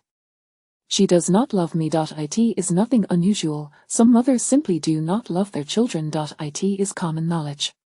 Mu Mian realized she did not harbor as much love for her mother as she had thought. She had merely been beguiled by the image of the mother she had conjured in her mind, an ideal that embodied her yearning to be loved as a normal person. Upon finally meeting her mother, that illusion shattered, leading to her deep sorrow, for it signified that she would forever be deprived of the emotional experiences that a normal person should possess. Feeling the warmth of his embrace, Mu Mian suddenly sensed the tide of sorrow receding, replaced by an unfamiliar and exhilarating emotion. She could not identify it, yet it consumed her thoughts, filling her with unprecedented joy. In that moment, Mu Mian longed more than ever to possess Fang Rui's essence. Reluctantly, she released him. Fang Rui reached out and ruffled her short hair, offering comfort. Mu Mian, it's all right that she doesn't love you. There are many who will. Fang Rui resolved to treat Mu Mian with greater kindness in the future. She seemed to be in desperate need of affection. I know many love me, however, Fang Rui, you must not touzle my hair. It feels akin to petting a kitten or puppy, which I detest. Mu Mian protested as she smoothed her hair, though her adoptive parents and sister had never regarded her as a normal person, their love was genuine.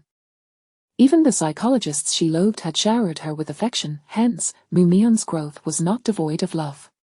If you truly enjoy petting my head, I might allow it, but only if you donate your essence to me. It is evident that you are no longer as saddened as before, shall we return? Mu Mian followed Fang Rui outside. Upon seeing Nai Yang and Lu Qian at the courthouse entrance, she recalled her inquiry about the trial's outcome. Prosecutor Nai, did we win the case? No. The session has been temporarily adjourned. Both parties must supplement their evidence. The opposition demands a mental evaluation for Lu Qian. Would you like to give Prosecutor Nai a hug? Fang Rui retorted, why would I hug her? He was genuinely curious about what thoughts occupied Mu Mian's mind day by day. She is your friend. She did not win the case. Do you not wish to offer her consolation? I have already verbally consoled her. Adults do not comfort one another with embraces. Mu Mian tilted her head, but you just hugged me. Where had that fragile Mu Mian gone? Was her emotional resilience truly so remarkable? Chen Shui, with her keen hearing, leaned in to inquire, Mian Mian, what were you just saying? I thought I heard the word hug. Misleading mental health and psychological experts into erroneous diagnoses is not particularly challenging. Mu Mian deftly shifted the topic. Feigning illness or pretending to be well is quite simple. What does Lu Qian need to achieve? I can teach her. Chapter 43, The Reversal of Judgment, Dissociative Conversion Disorder. Mu Mian, not everyone possesses the ability to effortlessly manipulate the results of psychological assessments as you do, Fang Rui interjected. Moreover, your disguise is rather poor. It was easily dismantled with a mere glance from consultant Lin. Mu Mian, feeling guilty, lowered her gaze. Although she consistently passed the evaluations conducted by psychological experts, she would inevitably reveal her true self during the behavioral assessment phase. For a time, she had firmly believed in the existence of mind-reading, as those psychological specialists could see through her FA8 with just a look. It turned out that the reality was her disguise was simply inadequate.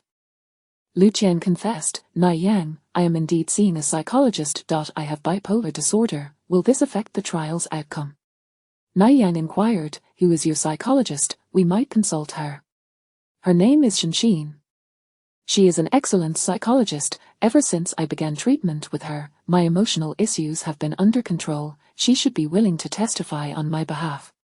She is my sister, Mu Mian said with a tone of pride. She is an outstanding psychotherapist and will undoubtedly be able to assist you. Fang Rui reminded them, the pressing issue is that Wang Li is likely to have bribed those experts to produce false evaluation results.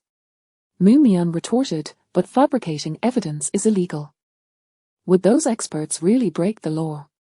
Silence enveloped them. No one offered Mu Mian an answer. The second court session arrived swiftly. Zhang had gone on an official assignment, and Chen Shui, fearing an unfavorable outcome, refused to attend. Thus, it was just Fang Rui and Mu Mian who went to the courthouse point for psychiatric experts, and 2 psychologists from the Judicial Appraisal Center evaluated Lu Qian's mental state. The 6 arrived at a unanimous assessment, providing detailed analysis. Lu Qian suffers from dissociative conversion disorder, commonly known as hysteria or, colloquially, split personality. The patient is unable to recall significant past events. She has forgotten the experience of being molested as a child and the incident where she falsely accused her ex-boyfriend of rape. There are delusions. She has repeatedly informed her parents that someone has raped and molested her. There is recent memory loss. She often intermittently forgets that she and Lin Qinjie are in a romantic relationship, which has led to her suddenly attacking Lin Qinjie during their intimate moments, as captured in the video.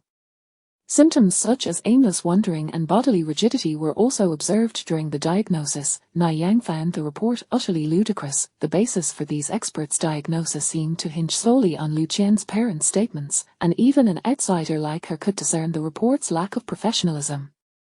Nai Yang also summoned their own expert witness. Witness, what is your identity? The presiding judge inquired. I am Lu Qian's psychologist, Shenxin. Shenxin replied. Nai Yang asked, Dr. Shen, do you endorse this mental assessment report? I do not. Lu Qian does not have dissociative conversion disorder, her personality is stable, and she has not exhibited memory issues, Shenxin stated. Her actual problem is bipolar disorder, commonly referred to as manic depressive illness. This is an emotional issue and does not significantly affect our memory capabilities. Wang Li queried, Dr. Shen, are you questioning the diagnostic conclusions of these experts? Mental and psychological issues do not possess the explicit pathological basis that other physical ailments do. They are often implicit and necessitate prolonged observation to arrive at accurate conclusions. If the assessment results emphasize that Miss Liu has memory issues, then memory tests should have been conducted to demonstrate that emotions can affect her memory. However, no such tests were performed during the evaluation, hence, I question the rigor of this assessment. Furthermore, I express doubts regarding the qualifications of these experts. Could you provide further credentials? Shenxin's voice was gentle, yet her rebuttal was well-reasoned. Wang Li frowned, recognizing the professionalism of the psychologist, and thus shifted the topic. If we follow your diagnosis, Miss Liu has bipolar disorder, will this affect her behavior? It will, she replied. Wang Li continued, please elucidate the nature of bipolar disorder for us. Bipolar disorder is a severe mental health condition that may manifest as episodic extreme depression, akin to depressive disorder, followed by periods of heightened euphoria. This cycle of mania and depression can vary. Some individuals may experience manic or depressive episodes every 6 months, while others may encounter them monthly, and those with severe cases could experience multiple instances within days or weeks. Does this resemble the symptoms of dissociative conversion disorder? Not at all. They are unrelated. Thus, the patient's behavioral patterns are markedly different in these two emotional states, correct? Shenxin gazed at Wang Li for a long moment before responding, yes. Is it possible for her to suddenly exhibit aggressive behavior? If she is in a manic phase, aggressive behavior may occur. Your Honor, the expert witness's diagnosis further substantiates that the plaintiff's emotions are highly unstable. In a manic state, she may exhibit inexplicable aggression. I have reasonable grounds to suspect that on the day of the incident, the defendant experienced a sudden episode, which led to the assault on my client. Wang Li also called to the stand a male classmate who had harassed Lu Qian during university. Lu Qian was originally in a relationship with me. My friends can attest to this. However, when I attempted to kiss her, she struck me and accused me of harassment. Your Honor, Lu Qian undoubtedly has some form of mental illness that renders her unable to accept intimacy. Wang Li stated, Your Honor, my client is an ordinary individual, unfamiliar with mental illness. He believed that intimacy between partners is quite normal and did not realize that the plaintiff's resistance stemmed from a medical episode, mistaking it for mere shyness. After a prolonged wait, the verdict was finally announced. The presiding judge declared, due to insufficient evidence, the plaintiff Lu Qian's rape lawsuit against Lin Qianjie is dismissed. Lin Qianjie is acquitted and released forthwith. Lu Qian listened calmly to the judge's pronouncement, then turned to Nai Yang and smiled, Prosecutor Nai, it appears we truly cannot win. But thank you for your unwavering support. Perhaps anticipating the outcome or perhaps due to the effects of the antidepressants she had taken, Lu Qian did not feel particularly despondent. At least she had bravely battled against the darkness. Even in defeat, there was honor in her struggle. Nai Yang fought to hold back her tears. She had lost once more, this time to power. The legal knowledge she had acquired failed to uphold justice. Rather, her sense of justice had been mercilessly crushed by Wang Li's legal machinations. She had not only lost a case but also her faith in the law and the steadfast dreams she once held dear. She grasped Lu Qian's hand tightly, her voice choked with emotion. Lu Qian, promise me you'll take care of yourself, will you? Lu Qian nodded resolutely, yes, I will. For Nai Yang's sake, she would strive to live on. She could not allow Nai Yang to bear another psychological burden. Lin Qianjie observed their sorrowful cries, a smirk involuntarily playing at the corners of his mouth. He turned to Wang Li and said, Lawyer Wang, well done. I will seek your services next time. Next time. Wang Li shot him a cold glare. If it weren't for Ms. Jiang's reputation, do you think I would bother with someone like you? Tone it down. Next time, luck may not be on your side. Having said this, Wang Li departed without another word. Lin Qianjie rolled his eyes at his retreating figure, but his attention was soon captured by Shinshine. He had taken a liking to the beautiful and gentle psychologist during the court proceedings. Chapter 44, Reversal of Judgment, Defeat Yet Honor. In the parking lot, Lin Xinjie caught up with Shinshine. Dr. Shin, please wait a moment. Upon recognizing him, a look of disdain crossed Shinshine's face, but she quickly donned a professional smile. May I ask what you need?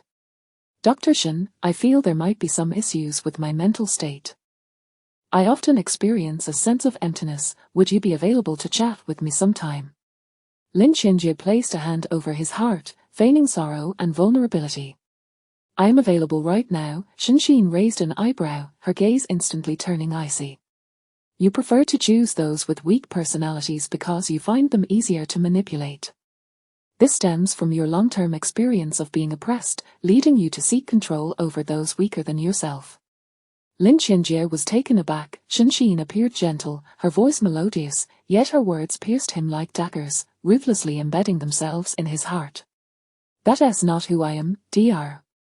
Shin, you don't know me well enough. How about you give me your contact information so we can get to know each other better? I must clarify my earlier statement. Even if you choose the most timid of girls, you still lack the confidence to control them, which is why you resort to coercion. I even suspect that your sexual prowess is lacking, leading you to attempt to overpower those girls, thereby preventing them from experiencing any positive sensations in that regard. Have you ever received affirmative feedback from a girl regarding your abilities? Shut up. You're hardly a psychologist, you're just a fraud. Lin Xinjie retorted, his anger flaring like a cat whose tail had been stepped on. Shinshine raised an eyebrow. Your erectile dysfunction is likely rooted in psychological factors. You indeed ought to consult a psychologist. However, I am not specialized in that area. Would you like me to recommend someone? Lin Xinjie instinctively wanted to argue but restrained his expression, instead responding with bravado, why not test my abilities and see for yourself? Are you certain?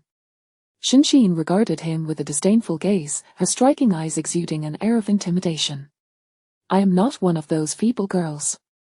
I enjoy turning others into my playthings. Are you sure you wish to engage with me? You are a psychologist, aren't you? Why are you so twisted? Are you frightened now? I am a psychologist precisely because I excel at controlling others. Once you become my toy, you will truly understand what it means to be deviant. Care to give it a try? Shinshine regarded him with interest. I find you quite intriguing. Terrified, Lin Xinjie took a few steps back. Shinshine's expression reminded him of his stepmother, that loathsome and terrifying woman. His previously wicked intentions toward Shinshine evaporated in fear. Such a woman was undoubtedly beyond his control. Sis? Mu Mian, seeing Shinshine entangled with Lin Xinjie, quickly called out to her. Upon hearing Mu Mian's voice from behind, Shinshine swiftly reverted to a gentle demeanor. Lin Xinjie was startled by her sudden change in expression. Mr. Lin, consider this psychological consultation complimentary. Should you seek my services again, I will have to charge you. Shinshine lowered her voice significantly. Of course, you may serve as my plaything for free. What a stroke of bad luck to encounter someone like you today. Lin Xinjie glared fiercely at Shinshine before hastily getting into his car. Shinshine noticed Mu Mian standing beside Fang Rui. She was taken aback. Wasn't Mu Mian a forensic doctor? Why was she at the courthouse? Had Mu Mian already encountered that woman? She had been too careless. She should have taken Mu Mian directly to meet her mother, which would have allowed her to manage the situation and mitigate some of Mu Mian's suffering. Sis, Lin Xinjie is a bad person. You should keep your distance from him, Mu Mian quietly warned. Shinshine smiled at her. Don't worry, he probably won't appear before me again. I am a psychologist, after all, I have dealt with even the most twisted patients, and someone like him is easily manageable. Mu Mian turned to Fang Rui and said, yes, my sister is an exceptional psychologist. Fang Rui remarked to Shinshine, Dr. Shin, Lu Qian is in a precarious state of mind, please keep a close eye on her condition. I have increased Lu Qian's medication. If she adheres to her schedule, her emotions should be manageable. Shinshine sighed, compared to Lu Qian, I am more concerned about Prosecutor Nai. She has yet to recover from her previous psychological trauma and is now facing new distress, and she is quite resistant to therapy. Her situation may be quite dire. Shin had previously suggested that Na Yang seek psychological treatment. Her emotional state was not significantly better than Lu Qian's. However, Na Yang had declined the offer. Fang Rui inquired, "What should we do?" For the next few days, let her family pay more attention to her to prevent her from harming others or herself. Human emotions always need an outlet. Na Yang's parents would not arrive until tomorrow. Fang Rui had initially planned to have Li Lanlan provide close protection for Na Yang and Lu Qian, but Chen Shui had volunteered to go to Na Yang's home, simultaneously monitoring and safeguarding both girls. She had also invited Mu Mian, citing a valid reason. Mu Mian's medical skills were superior, and in case of a suicide attempt, she could provide immediate rescue. Chen Shui was quite sociable. Before long, she had become well acquainted with both Lu Qian and Na Yang. She had a knack for enlivening the atmosphere and had specifically purchased a variety of ingredients to prepare a hot pot. Lu Qian and Na Yang were also affected by her cheery demeanor, and the group gathered around the table to enjoy the hot pot. Mu Mian sat quietly, gazing at the hot pot, descending into a state of melancholy. None of the dishes on the table were to her liking. Moreover, why opt for hot pot in the sweltering summer? Mu forensic doctor, why aren't you eating? Na Yang queried, using a serving chopstick to offer Mu Mian a piece of meat. It's delicious. You should try it. Mu Mian regarded the unidentifiable piece of meat with distaste. She refused to consume such unregulated products. Chen Shui was unyielding with Mu Mian. She coated the meat in sesame sauce and shoved it into Mu Mian's mouth. Mian Mian, chew it a little. After chewing, Mu Mian found it quite palatable. She proceeded to take another piece of meat, silently continuing to eat. Mian Mian, you must be brave enough to try new things. Thus, Mu Mian boldly sampled the chili peppers from the hot pot base. The spiciness brought her to tears. Indeed, one should not experiment recklessly. Mu Mian set down her chopsticks. Chen Shui had also brought several cases of beer, declaring to Lu Qian and Na Yang, "We shall not rest until we are intoxicated." She then whispered to Mu Mian, "Watch how I get them drunk." Once they are inebriated, they won't have the capacity to overthink. What if you end up drunk first? Mu Mian expressed her concerns, fearing that if Chen Shui lost consciousness, she would be unable to prevent both girls from attempting suicide simultaneously. Impossible. I can drink 1,000 cups without faltering. As Chen Shui and the others downed can after can of beer, Na Yang began to voice her feelings. I feel utterly useless. After so many years of studying law, I can accomplish nothing. I am a failure. Lu Qian encouraged her. No, you are simply too hard on yourself, always choosing cases that no one else wants to take. You are incredibly brave. You are the best prosecutor and a champion of justice. Indeed, I shall become the most outstanding prosecutor. Na Yang felt tears welling up but could not bring herself to cry. She watched helplessly as Shen Yuan jumped to her death before her eyes, unable to intervene. Even if given another chance, she would still lose. If incompetence were a crime, she would be utterly condemned. Chen Shui chimed in, I too will be an exceptional forensic doctor. Lu Qian clinked glasses with them. Though we may face defeat, we still hold our heads high. As Mu Mian observed the jubilant atmosphere, she found herself puzzled. She struggled to comprehend their behavior, yet she did not feel excluded. Mu forensic doctor, what is your dream? Na Yang asked. Mu Mian parted her lips, about to respond when Chen Shui interjected, she wishes to have the remains of Fang Rui. Har. Mian Mian's thoughts are always unique, unlike ours. Mu Mian nodded, indeed. Yet, she harbored numerous dreams. Na Yang's expression turned momentarily bewildered before she smiled at Mu Mian, saying, keep at it. With a bit more effort, you might just gain control over Fang Rui's remains. Really? Na Yang exchanged glances with Chen Shui, and both burst into laughter. Why are you laughing? Mu Mian questioned, confused. Mu Mian, I wish you happiness. Na Yang raised her glass towards Mu Mian. Mu Mian found her behavior peculiar. I have always been quite happy. Na Yang then raised her glass to Chen Shui and Lu Qian, proclaiming, here's to your happiness. Chen Shui and Lu Jian, now tipsy, responded with silly grins, "We will all be happy." Nai Yang possessed a high tolerance for alcohol.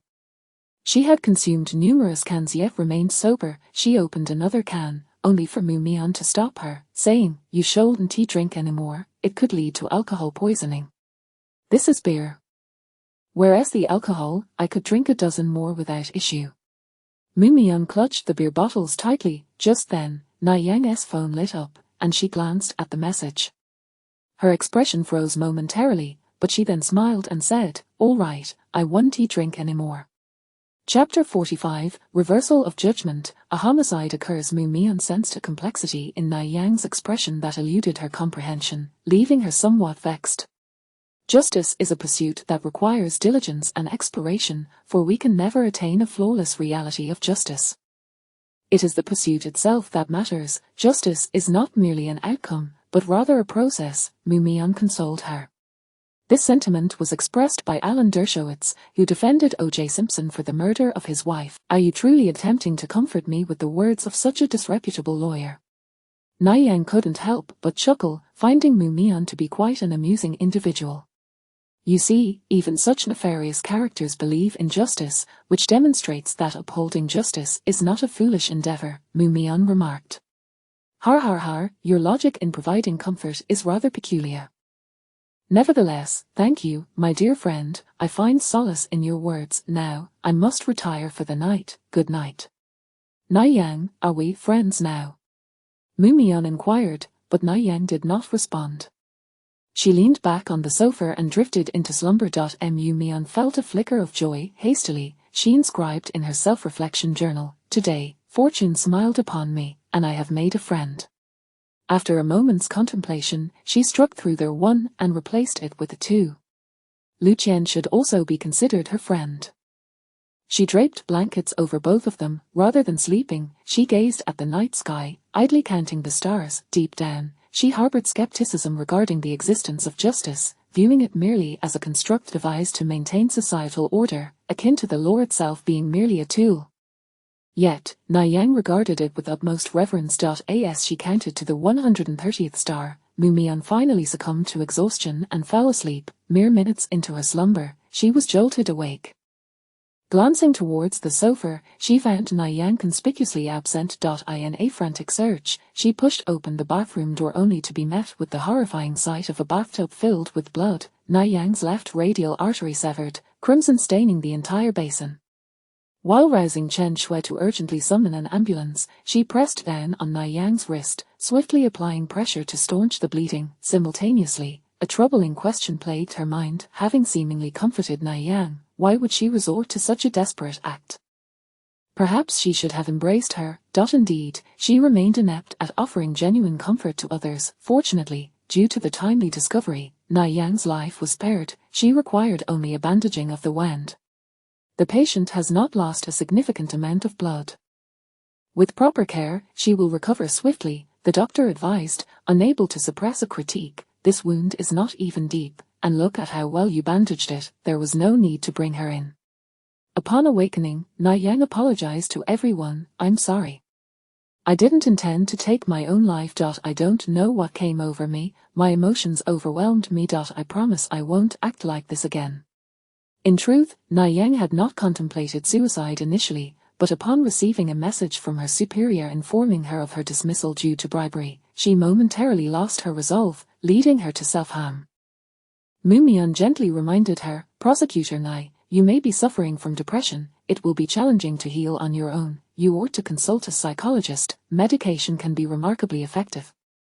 She handed Nai Yang the business card of Shenxin. "All right, I will see a doctor once I'm discharged." Nai Yang accepted the card, carelessly tucking it beneath her pillow. Observing her dismissive demeanor, Mu Mian felt a surge of irritation. "I am genuinely making this suggestion. As friends, I hope to see you again in the future. I assure you I will seek psychological help." "I would never deceive you, however." Nai Yang gestured to her bandaged wrist. "You cannot expect me to go right now, can you? I must first tend to my injury." "You must go without fail after your discharge," Mu Mian reiterated emphatically. "Understood." Upon hearing the news, Na Yang's parents quickly arrived at the hospital.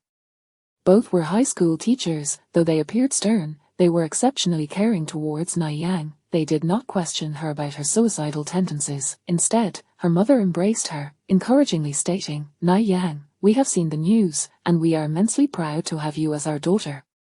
Clinging to her parents, Na Yang wept inconsolably. "Mother, I no longer wish to pursue a career in law. I want to return home with you," she ardently declared. "Let me become a teacher like you." "Very well, even if you choose not to work, whatever you decide, your father and I will support you. However, we hope you have genuinely considered this, rather than succumbing to temporary setbacks to evade challenges and abandon your dreams." Seeing Na Yang's parents care for her, Mu Mian and Chen Shui decided to leave the hospital. As dawn broke, the sun rose resplendently on the horizon. Today is yet another splendid day. Chen Shui yawned, admiring the sun's ascent above the horizon, snapping pictures and exclaiming, "How beautiful, just for this stunning sunrise, it's worth living fully." "Chen Shui, the sunrise is hardly beautiful.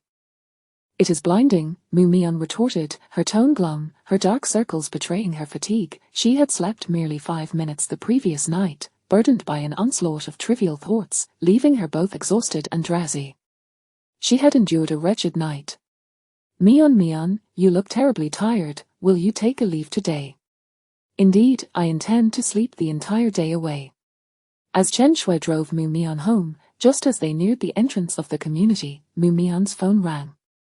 She dismissed the call, seeking more rest, when Chen Shui's phone chimed as well. "Chen Shui, there's been a homicide, 2 victims," came the voice of Xiao Zhang. "Is Mu forensic expert with you? Head directly to the dock, I have sent you the location." Before Chen Shui could respond, the call ended abruptly. "Mu Mian, you." Chen Shui turned to Mu Mian, about to inquire whether she still intended to take the day off, only to find Mu Mian's gaze alight with intensity. "Chen Shui, hurry to the dock. We must prevent them from tampering with the evidence. Were you not just fatigued?" Chen Shui was taken aback. Mu Mian's recovery of energy was astonishing. "I can manage. I once endured 5 days without sleep, and even then, my cognitive speed was unaffected." "Why would you go 5 days without sleep?" Mu Mian offered no reply, instead gazing out the window, exclaiming, "Chen Shui, the scenery here is so beautiful. If you don't want to share, that's fine. All I see outside are vehicles, there's no scenery to behold. Mu Mian, your method of diverting the topic is quite clumsy. Jiangsu City is a coastal metropolis, boasting a lengthy coastline with breathtaking seaside vistas. The scene of the homicide unfolded aboard a modest yacht, which had already set sail. For passengers were aboard, celebrating together. During the festivities, 2 of them suddenly convulsed, foaming at the mouth, and within moments, they lay still. The remaining 2 promptly navigated the yacht back to the dock and alerted the authorities. Upon their arrival at the yacht, Mu Mian and Chen Shui found Fang Rui and his team already investigating the scene. On the floor lay 2 deceased individuals, 1 male and 1 female. "Is the deceased truly Lin Qinjie?" Chen Shui exclaimed in disbelief as she recognized the victim's face, giving a couple of kicks in shock. "Wasn't he alive and well just yesterday?" Mu Mian expressed her discontent. "Chen Shui, do not step on the bodies." "My apologies, I slipped." Chapter 46. The reversal of judgment, poisoning. "We are equally astonished," whispered Xiao Zhang. "The deceased female is named Wang Xiaoyer. She was a close friend of Lu Qian. What a coincidence that these 2 individuals met their demise. The perpetrator is undoubtedly not Lu Qian or Prosecutor Nai. Yesterday, Mu Mian and I remained by their side without a moment's separation. In the latter half of the night, Na Yang even attempted suicide, but thankfully, forensic expert Mu intervened in time. Otherwise, Na Yang would have lost her life." Chen Shui immediately exonerated Lu Qian and Na Yang. "We were not suspicious of them either," Xiao Zhang retorted. "There were only 4 people on the yacht. With 2 deceased, one of the living must certainly be the murderer." Mu Mian scrutinized the 2 corpses, noting the white froth at the edges of their mouths and the cyanosis of their skin. "They have been poisoned, likely with some form of neurotoxin," she observed meticulously as she examined the surface of the bodies. There are no visible injuries or apparent needle marks, which initially rules out injected substances. A toxicology test is necessary to ascertain the specific poison. Fang Rui turned his gaze towards one of the reporters. You did not consume any illicit substances last night, did you? The reporter, named Chen Dongdong, was Lin Xinjie's assistant and lackey, often accompanying him in his reckless endeavors. No. Of course not. Chen Dongdong's expression flickered evasively. I can assure you I did not. If you doubt me, feel free to subject me to a urine test. I sincerely hope that is the case. Mu Mian collected samples from all the food aboard the yacht. On the table were several opened bottles of alcohol and a few glasses containing remnants of the same, which she packed for transportation to conduct toxicological analysis. What is this? Xiao Zhang pried open the nightstand drawer in the yacht's bedroom, discovering a bottle of medication. The bottle was white, and the label bore an English name that Xiao Zhang could not comprehend. Though unfamiliar with the drug's name, Mu Mian understood the ingredients. Judging by the components, it may be some form of aphrodisiac. Let us take it back for testing. Twisting open the bottle, she poured out a few of the white pills within. With only half a bottle remaining, it seemed the user had been consuming this medication for some time.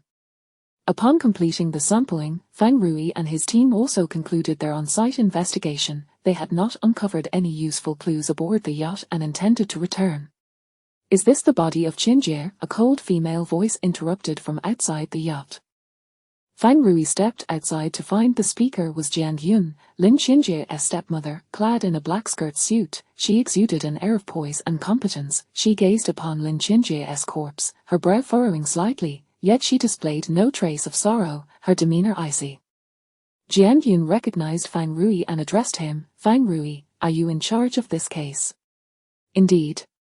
This case no longer requires your investigation. I shall take this corpse with me and seek out the murderer myself. Jiang Yun's tone was somewhat aggressive. Her previous experience with the police's evident bias towards Lu Qian in the prior rape case left her skeptical of Fang Rui's team's commitment to this investigation. Fang Rui firmly declined. I'm afraid that is not possible. We have already taken over this case, and according to protocol, you cannot remove the body. I am a family member of the deceased. I have the right to handle his remains. Once the investigation concludes, we will return the body to you, Mu Mian interjected suddenly, but not now. Please trust us, we will clarify the case as swiftly as possible. Although Mu Mian wore a mask, Jiang Yun recognized her as the girl she had encountered in the audience that day. Jiang Yun scrutinized Mu Mian, her tone haughty. Are you the forensic expert? You appear remarkably unprofessional. Why should I believe you can uncover the true culprit?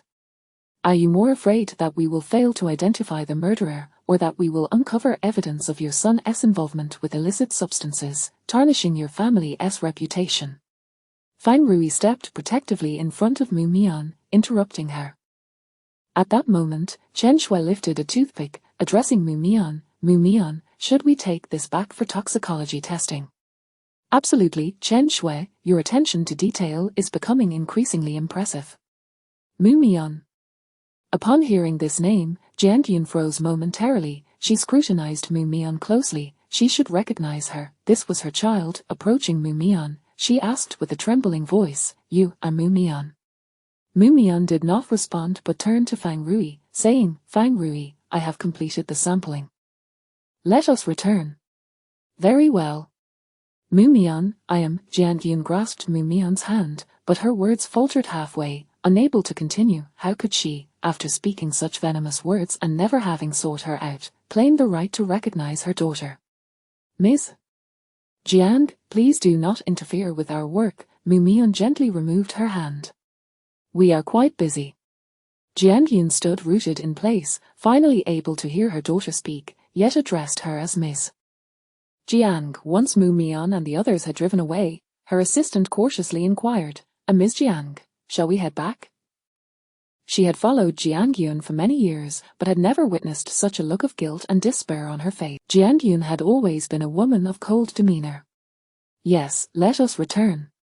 Jiang Yun reined in all her emotions, reminding her assistant, if the police discover Xinjie used illicit substances, ensure the news is contained immediately. I understand. I will arrange for someone to follow up. In the autopsy room, Chen Shui frequently glanced at Mu Mian, suspecting that Jian Gyun was the mother Mu Mian had long sought, yet she was uncertain how to convey this to her. Chen Shui, Ms. Jiang is my biological mother, Mu Mian stated as she incised Lin Qinjie's stomach, a strong odor of alcohol wafting forth. His stomach was nearly empty, with scarcely any food residue. It seemed probable that the poison was concealed within the alcohol. Then why do you not acknowledge her? Chen Shui inquired, puzzled. Did you not always wish to meet your mother? Indeed, hence, having met her, I no longer yearn for that connection. Mu Mian extracted the deceased's heart blood for toxicological analysis. However, she is quite affluent. If you were to recognize her, you would instantly become wealthy, Chen Shui mused. Then you would no longer need to work and could indulge at will.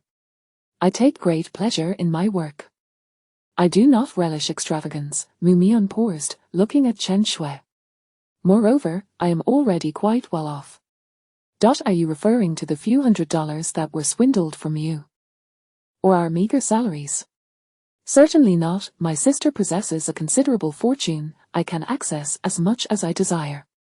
Chen Shui had met Mu Mian's sister, she was stunning and exuded grace, judging by her attire and the car she drove, she was indeed affluent. That Ms. Jian does not seem to be a good person, it would be wise to maintain your distance from her, look at what she molded Lin Qinjie into, a scoundrel, thankfully, you were not raised by her. Otherwise, you might have become a bloodthirsty forensic expert. I harbor no fondness for blood, I am intrigued by bones. I could envision myself as a thief, stealing mummies from museums or pilfering corpses from ancient tombs. Chen Shui was speechless. Even if Mu Mian were to embrace a darker persona, it would pose little threat. Chapter 47, The Reversal of Judgment, the method of poisoning. The following day, the results of the toxicology tests were revealed. Mu Mian reported, the poison found in the deceased's body is tetrahydro, 2,4-dimethylthiazoline, commonly known as rat poison. It is a tasteless, odorless, and highly toxic powdered substance. The lethal dose for humans is merely 7 to 10 milligrams. Clinical manifestations of poisoning include tonic and clonic seizures, accompanied by loss of consciousness, foaming at the mouth, and cyanosis throughout the body, resembling a persistent state of epileptic seizure, potentially accompanied by psychological symptoms. In severe cases, seizures can occur frequently with little to no respite, even leading to opisthotonose. We have also detected some undissolved soil in the poisoned glass, likely impurities from the rat poison. Zhang, perplexed, inquired, rat poison has been completely banned from production and sale for many years. How could the murderer possibly obtain such a toxin? Due to the stable nature of tetrahydro, 2,4-dimethylthiazoline, it does not decompose even after several decades, Mu Mian elucidated. It is possible that it was produced prior to the ban. Fang Rui furrowed his brow, stating, in that case, it would be challenging for us to investigate from the source of the poison. Mu Mian continued, although Lin Qinjie and Wang Xieye were both poisoned, Lin Qinjie's level of poisoning was far more severe than that of Wang Xieye. Had medical assistance been timely, Wang Xieye could have been saved. There were 4 glasses present at the crime scene, and we detected the presence of rat poison in one of them, while the other 3 contained no traces of the toxin. All 4 glasses contained the same type of liquor. The bottle of liquor found at the scene showed no signs of poison. Likewise, no other food or containers tested positive for toxins. This indicates that the poison was likely administered directly into the glass. Fang Rui commented, this suggests that the murderer had a specific target in mind. The intent was not to poison everyone. Otherwise, the poison would have been added to the bottle. Mu Mian then displayed the medicine bottle, saying, the contents of this bottle are aphrodisiacs. Only Lin Qinjie's fingerprints were found on it, indicating that it belongs to him. There were no traces of rat poison in it, suggesting that the medication was not tampered with. Zhang gasped, no way, Lin Qinjie is incapable in that regard. How could he possibly assault those girls? Chen Shui cast an exasperated glance at Zhang, retorting, this is an aphrodisiac. He may not be entirely ineffective, merely somewhat deficient. Perhaps it is this very insecurity that has warped his psyche, leading him to target innocent girls. What a pervert, with all his wealth, why wouldn't he seek treatment for his issues, instead of preying on innocent girls? On the night of the incident, there were 4 individuals aboard the yacht. The deceased Lin Qinjie and Wen Xieye, the reporter Chen Dongdong and Xu Qin. Chen Dongdong was Lin Qinjie's assistant and was in a romantic relationship with Wen Xieye, which afforded her the opportunity to be on the yacht that night. Xu Qin was Lin Qinjie's new girlfriend. They had been together for over 6 months, often breaking up and reconciling, yet never quite managing to part ways completely. Lin Qinjie had recently won a lawsuit and initially intended to celebrate extravagantly, but his stepmother had suspended his credit card, instructing him to keep a low profile. In a fit of anger, he took his yacht out to sea, a pastime he had indulged in frequently. Fang Rui decided to take Chen Dongdong's statement first, and Mu Mian expressed her desire to accompany him, as she had several inquiries to make. Fang Rui allowed Chen Dongdong to recount the events leading up to the incident. Chen Dongdong recalled, "At that time, we were all drinking. Lin Xiao was in a bad mood and had consumed a bit too much. We were drinking along with him, however. Midway through, Lin Xiao collapsed, convulsing on the ground and foaming at the mouth. It was quite terrifying. After a while, Xieye also fell to the ground, convulsing just like Lin Xiao. No matter how I called out to her, she wouldn't respond. Xu Qin and I were terrified and thought we would be the next to collapse, but after waiting for a long time, nothing happened to us. I hurriedly navigated the yacht back to the dock and then called the police." "Did Lin Qinjie and Wen Xieye drink from the same glass?" Mu Mian inquired. They. Chen Dongdong's expression turned awkward as he stammered, "We were playing games. Xieye lost, and the punishment was to feed Lin Xiao drinks with her mouth. Does that count as drinking from the same glass?" "Whose drink was it?" "Lin Xiao's." Mu Mian exchanged a knowing glance with Fang Rui. It seemed the true target of the murderer was Lin Qinjie. Wen Xiye's poisoning and subsequent death were likely the result of that trivial game. "Did you all drink the same liquor?" Mu Mian asked. "Yes, Jamaican rum," Chen Dongdong replied. "Lin Xiao adores this brand." "Does he have a habit of taking medication?" "Not that I know of." "Are you certain?" Mu Mian produced the bottle of medicine found at the crime scene. "Then what is this?" I don't know." Fang Rui crossed his arms, stating, "Providing false testimony is punishable by law, you know that, right?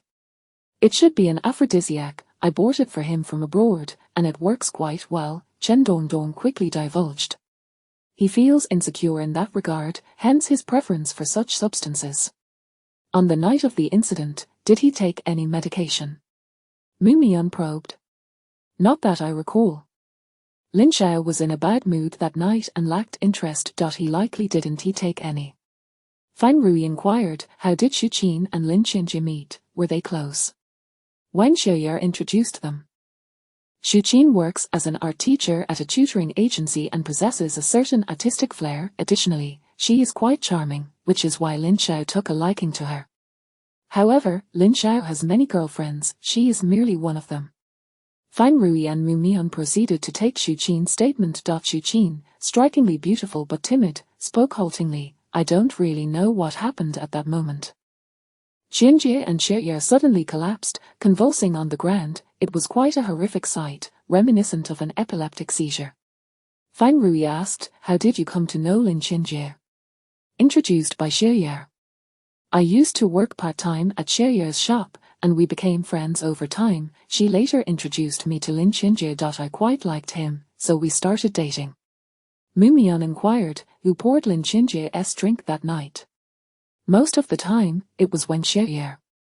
She was quite affectionate towards Qinjie. She even forced a kiss on him during the game," Xu Qin stated. "Officer, could it have been Wen Xieye who poisoned him? Why do you suspect her?" "Don't be fooled by Wen Xiye's seemingly carefree demeanor.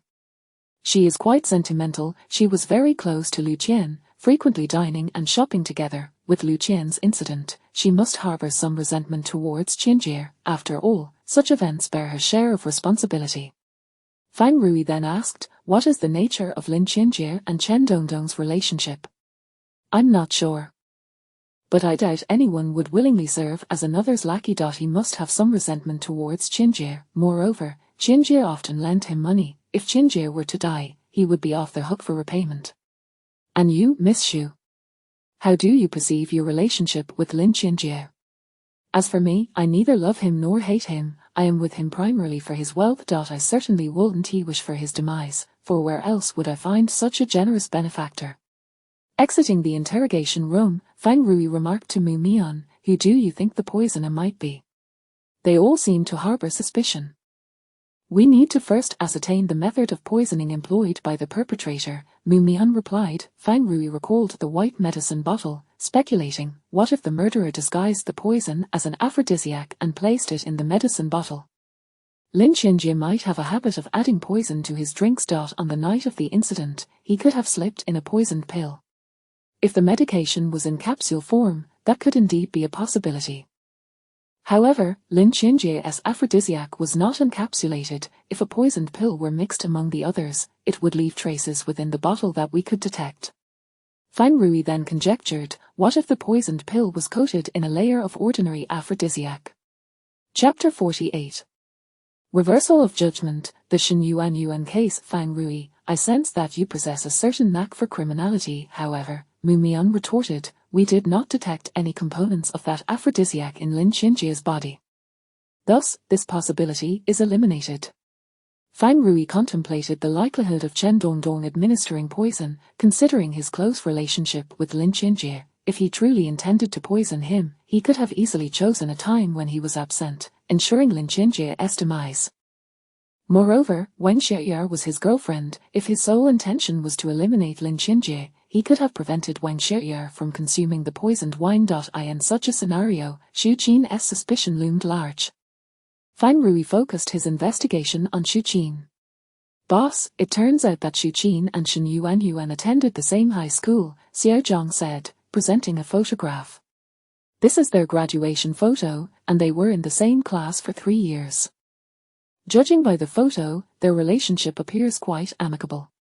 The photograph featured 3 girls, all smiling joyfully. The third girl in the image, Shen Mailin, did not pursue higher education after graduating from high school, but she has remained in contact with Shen Yuan as she works in Jiangsu.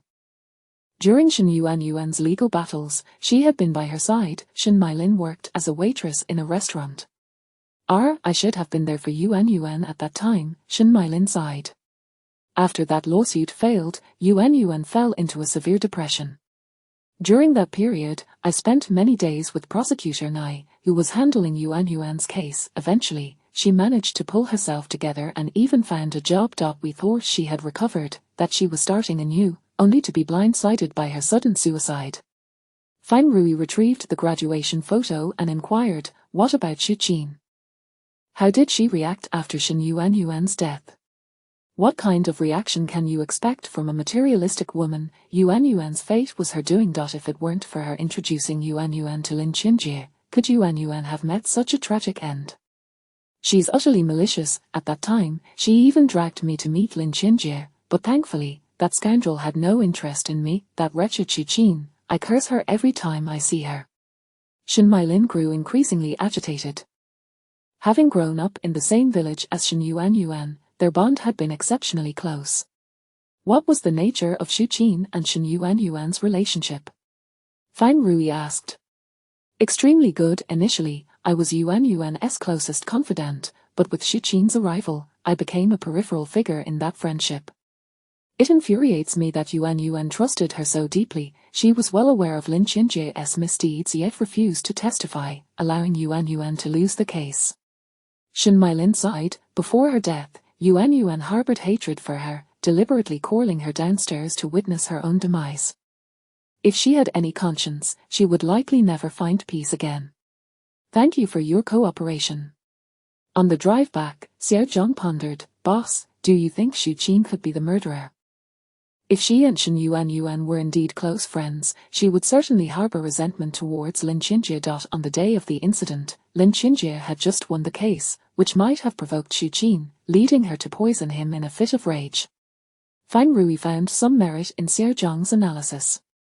During the interrogation of Xu Qin, she had expressed disdain for Wang Xieyar, suggesting that Wang Xieyar would feel guilty regarding Lu Qian's situation. Could this be a reflection of her own feelings? We should speak with Shuqin again, Fang Rui decided. Shuqin, an art student, was now teaching children to paint at a tutoring center. When Fang Rui found her, she was guiding a child in coloring. Shuqin led Fang Rui to her office.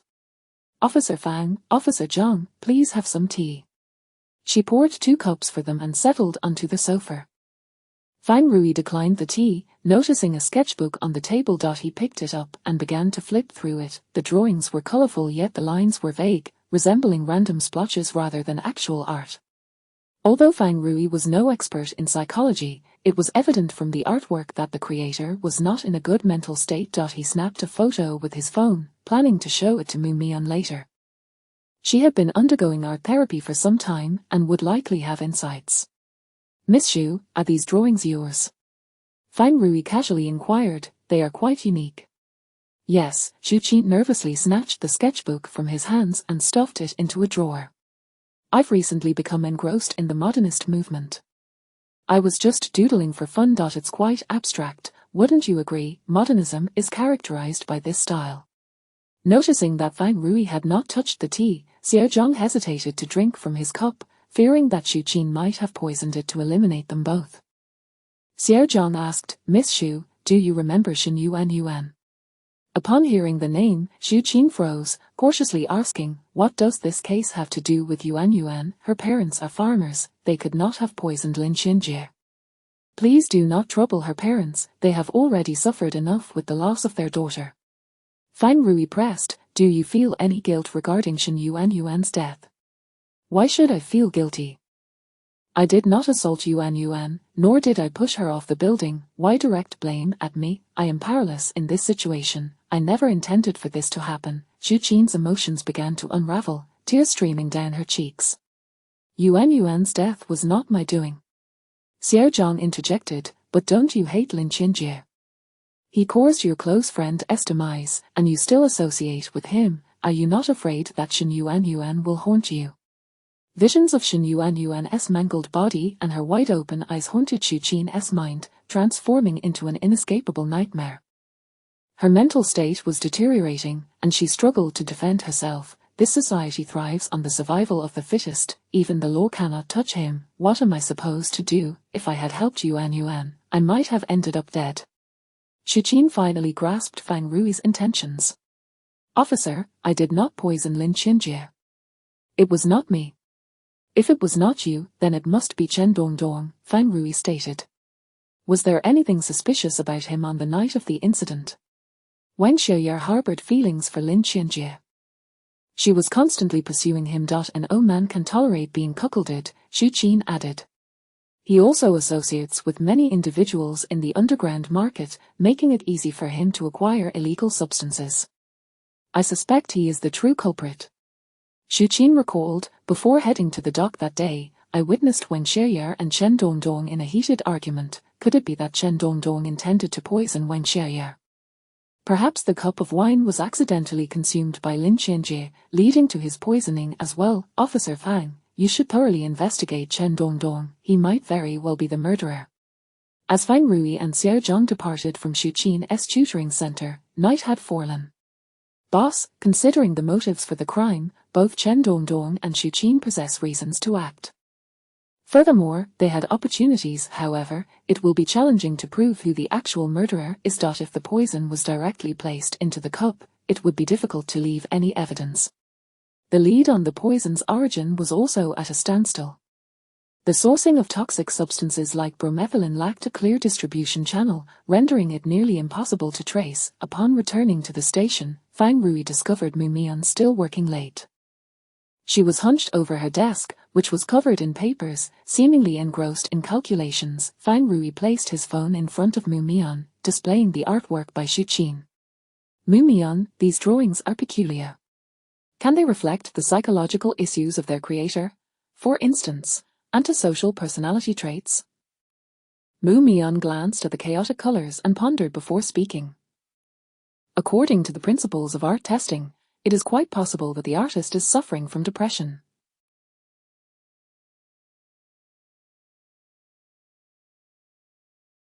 She requires psychological therapy. These drawings are by Xu Qin. I initially believed they indicated a strong propensity for aggression, however, it seems she does not fit the profile of a murderer. Yet many poisoners lack overt aggression. The perpetrators in such cases are often female, unable to seek revenge through violent means, they resort to poisoning instead, Mu Mian continued, jotting calculations on the paper. What are you calculating? Liquid concentration, Mu Mian replied, I have completed the calculations. Fang Rui glanced at the paper filled with formulas, unable to decipher much. What is the purpose of this calculation?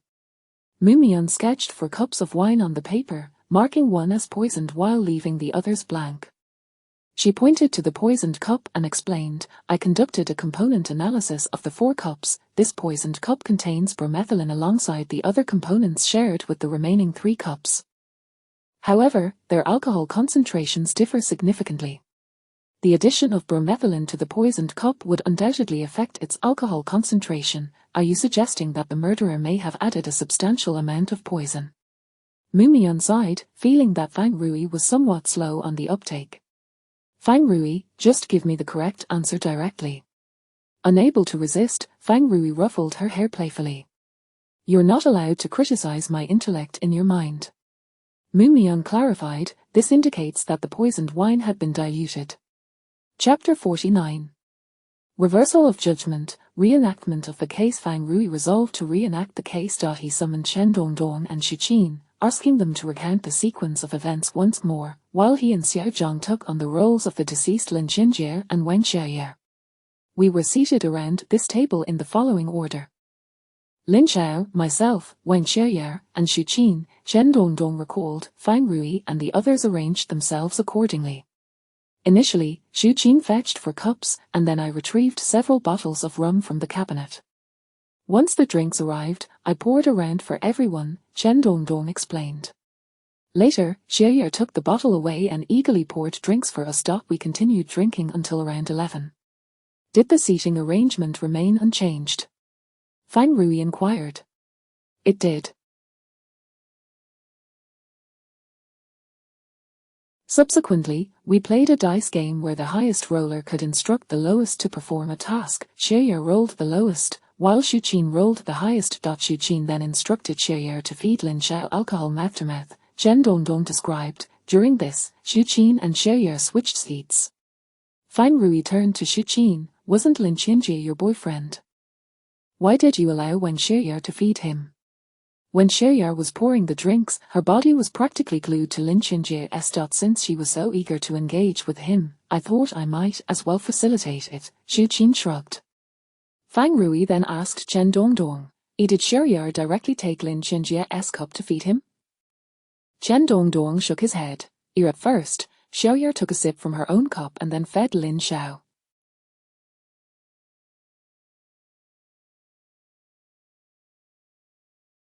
He likely found this method amusing and then took his cup to feed Xiaoye a sip. Were there any notable incidents afterwards? For instance, did anyone leave? Yes, Xu Qin stepped out for a moment. I merely went to the restroom, Xu Qin quickly defended. Chen Dongdong continued, after that, we resumed drinking, and the game was abandoned as Lin Xiao was in a foul mood. Shortly thereafter, Lin Xiao collapsed, convulsing on the ground. Within a minute, Xiaoye fell as well. About 10 minutes later, we realized that neither of them was breathing. As they simulated the entire sequence of events, Fang Rui discerned that the most likely suspect for poisoning was, unexpectedly, Wen Xiaoye. She had poured the drinks and had even kissed Lin Xinjie, making her the prime suspect, yet, ironically, Wen Xiaoye herself was dead. Boss, could it be that Wen Xiaoye intended for them to perish together? What if the poisoned drink was not Lin Xinjie's but rather Wen Xiaoye's? Through this means, she could eliminate Lin Xinjie while also implicating his followers, inciting them to turn on one another, Xiao Zhang speculated. Fang Rui found this unlikely, as he believed Wen Xiaoye lacked the intellect to devise such a scheme.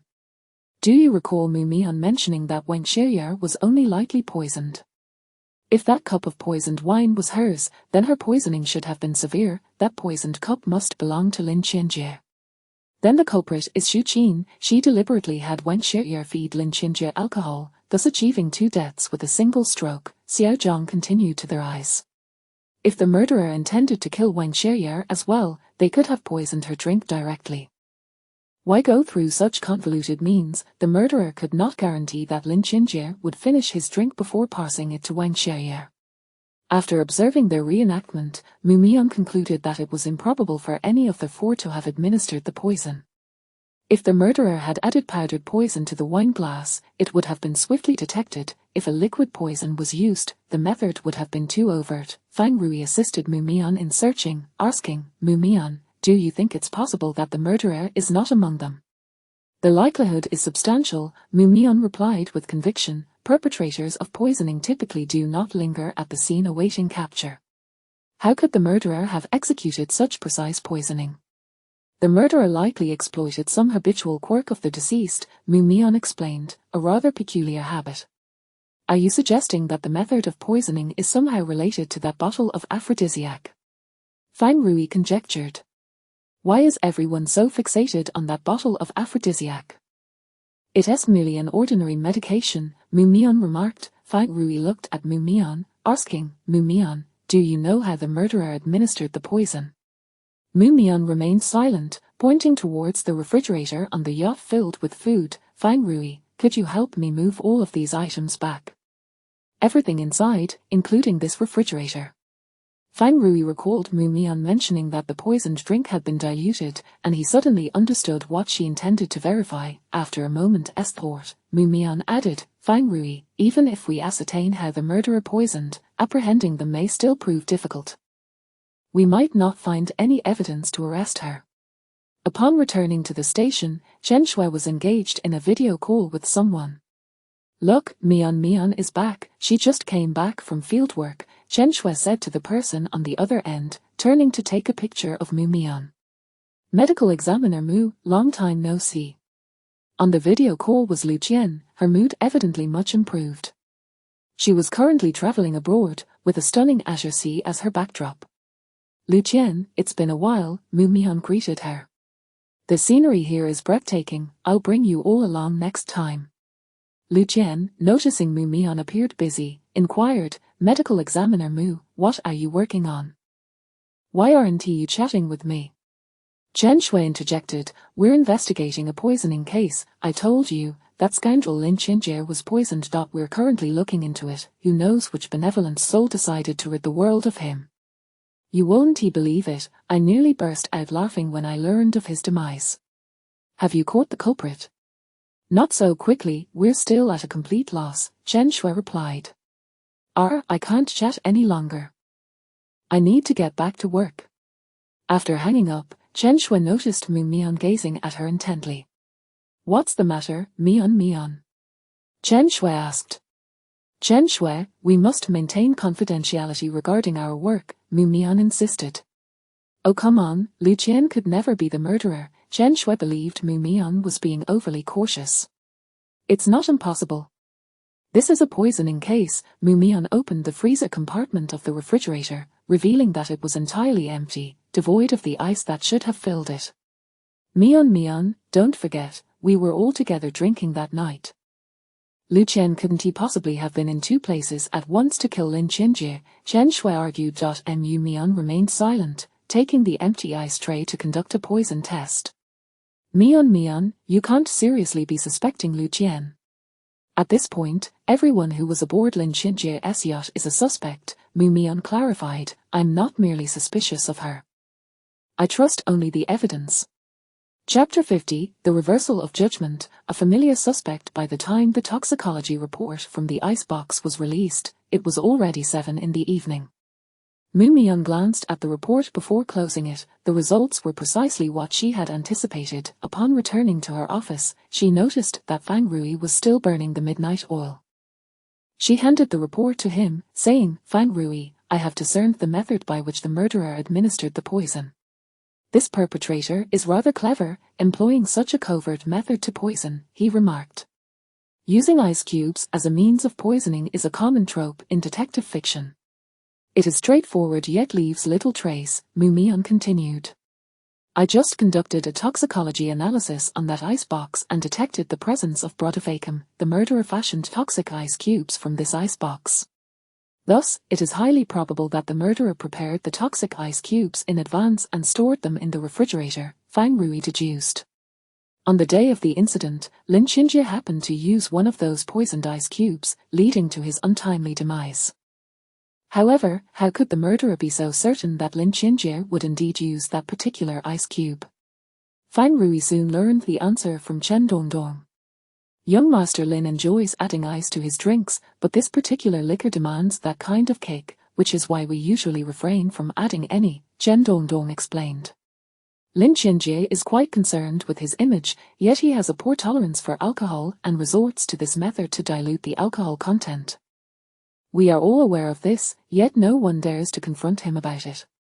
Did he add ice to his drink that night? Fang Rui inquired. Indeed, he certainly did, otherwise, he could barely manage a few sips of such strong liquor. Fang Rui was left speechless.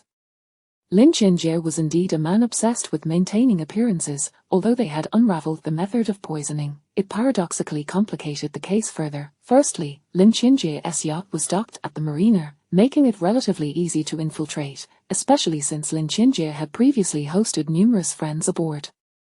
Secondly, many harbored animosity towards Lin Xinjie, making it an arduous task to investigate. Jian Yun and the Lin family relentlessly urged for progress in the investigation, even going so far as to hire thugs to severely beat Chen Dongdong in an attempt to extract information about the poisoner.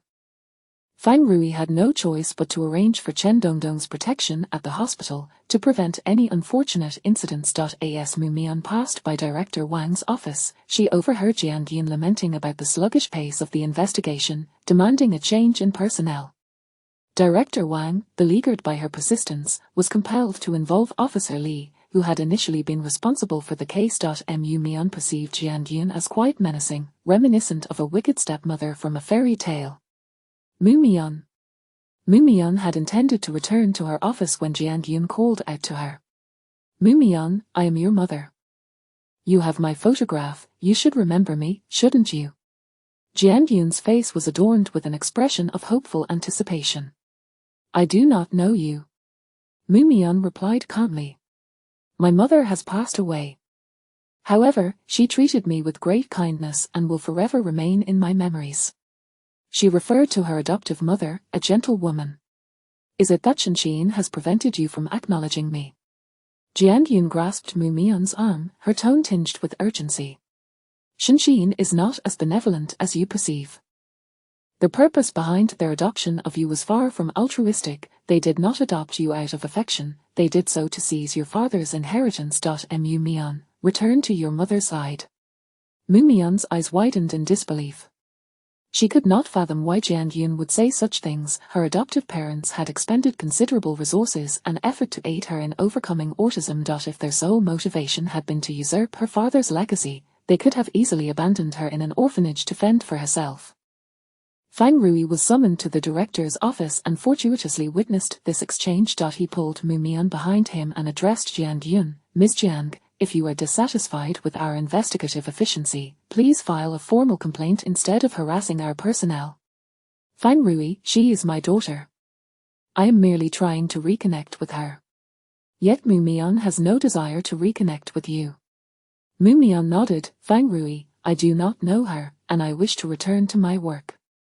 Very well, you may go back. Jian Yun shot Fang Rui a disgruntled glare. Mind your own business.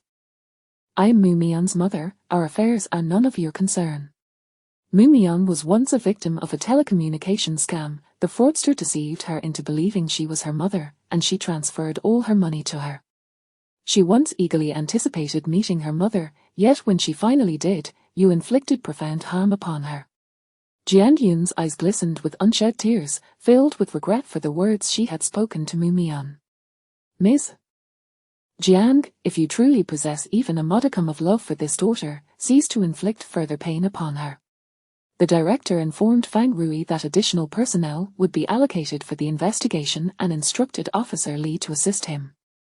Fang Rui surmised that Jian Yun was exerting pressure once more. Fang Rui, what bad luck, this case has fallen back into my hands. Fang Rui shrugged helplessly. We could certainly use the manpower to investigate the deceased's social connections.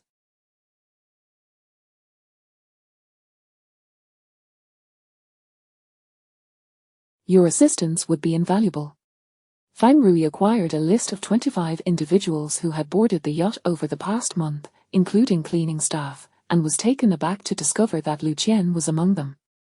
Little Zhang, upon seeing Lu Qian's name, gasped, "Oh my, could Lu Qian be the one who poisoned him? No one harbors more hatred for Lin Qinjie than she does she?" Lu Qian had boarded the yacht on July 19th, the day before she was assaulted by Lin Qinjie. That cannot be. The murderer surely cannot be Lu Qian. She was assaulted by Lin Qinjie on July 20th. That time, she had not yet been assaulted. What motive would she have to kill Lin Qinjie? Chen Shui countered, she could not possibly kill without course. Fang Rui suddenly realized that there were still some ambiguities surrounding Lu Qian's assault. For instance, even if Lin Qinjie had deliberately orchestrated an encounter with Lu Qian, how could they have taken so many photographs if Lu Qian did not cooperate? Furthermore, if Lin Qinjie and Lu Qian had been conversing in the living room that evening, why did he drag her into the bedroom to assault her rather than do so right there in the living room? Fang Rui recalled what Lu Qian's mother had said in court. If her words were indeed true, then, at the end of the workday, Mu Mian and Chen Shui spotted Lu Qian standing at the entrance of the municipal bureau, seemingly waiting for someone. Upon noticing Mu Mian and Chen Shui, she greeted them warmly, "Forensic Dr. Mu, Forensic Dr. Chen. Qian, have you returned from your travels?" Chen Shui exclaimed joyfully upon seeing Lu Qian. After spending some time together, their relationship had blossomed. "How was your trip abroad? I would love to go, but I lack the funds." "I brought you both gifts," Lu Qian said, handing Chen Shui a gift bag containing postcards and a seashell souvenir. Chen Shui was delighted. Lu Qian then presented Mu Mian with a gift box. "Dr. Shen mentioned that you particularly enjoy unwrapping gifts, so I placed the present in a box. I hope you like it." Mu Mian opened the box to find a wind chime made of colorful shells. "It's beautiful." "I adore it," Mu Mian replied, carefully closing the box and cradling it gently. Qian, let us go, I'll treat you to hot pot," Chen Shui said, wrapping her arm around Lu Qian, elated that Lu Qian was able to move past her trauma. "Sounds great. I haven't had hot pot in ages." Mu Mian felt a twinge of melancholy at the thought of hot pot. After her brave attempt on that fateful day, she had suffered from heatiness and toothache for several days. She had no desire to partake in hot pot. "Chen Shui, Lu Qian, I cannot join you for hot pot. I must return home, farewell." Mu Mian declined firmly. "All right then, we'll go without you." Chen Shui waved goodbye to Mu Mian as she drove Lu Qian away. After a moment, Mu Mian noticed Fang Rui's car pulling out as well. She clutched the gift box and got into the vehicle. "Who gave you that gift?" Fang Rui inquired. "Lu Qian," Mu Mian replied. "She went on a seaside trip and gifted me a stunning shell wind chime that I truly like." "When did you and Chen Shui grow so close to her?" Mu Mian felt a pang of sadness as she looked at Fang Rui. If Lu Qian is indeed the one who poisoned Lin Qinjie, could we possibly refrain from apprehending her? Chapter 51. Reversal of Judgment, the Truth. Mu Mian, everyone must be held accountable for their actions. If she has committed a crime, she should face the judgment of the law. Fang Rui gazed at the bustling traffic. "However, our immediate priority is to find evidence. Lin Qinjie is also guilty, yet he has evaded legal repercussions," Mu Mian countered. "Lu Qian is a good person. She was compelled to commit a crime." Fang Rui, noticing the red light, brought the car to a halt and looked at Mu Mian. "This illustrates the limitations of the law. We must strive to improve it. No tragic experience justifies criminal behavior. If Lu Qian has indeed committed a crime, she must take responsibility for her actions. But that is profoundly unfair. Mu Mian, there is no absolute fairness in this world." Upon returning home, Mu Mian hung the shell wind chime by the window.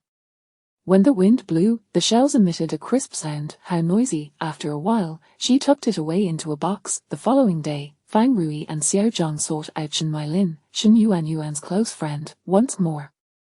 "Officer Fang, what brings you to me again?" Shen Mailin inquired.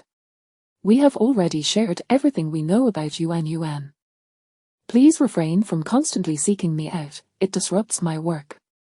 Does Shen Yuan have any other close friends? She has quite a few friends. I'm not sure which one you are referring to. Fang Rui produced a photograph of Lu Qian and handed it to Shen Mailin. Does Shen Yuan know this girl? Isn't this Lu Qian?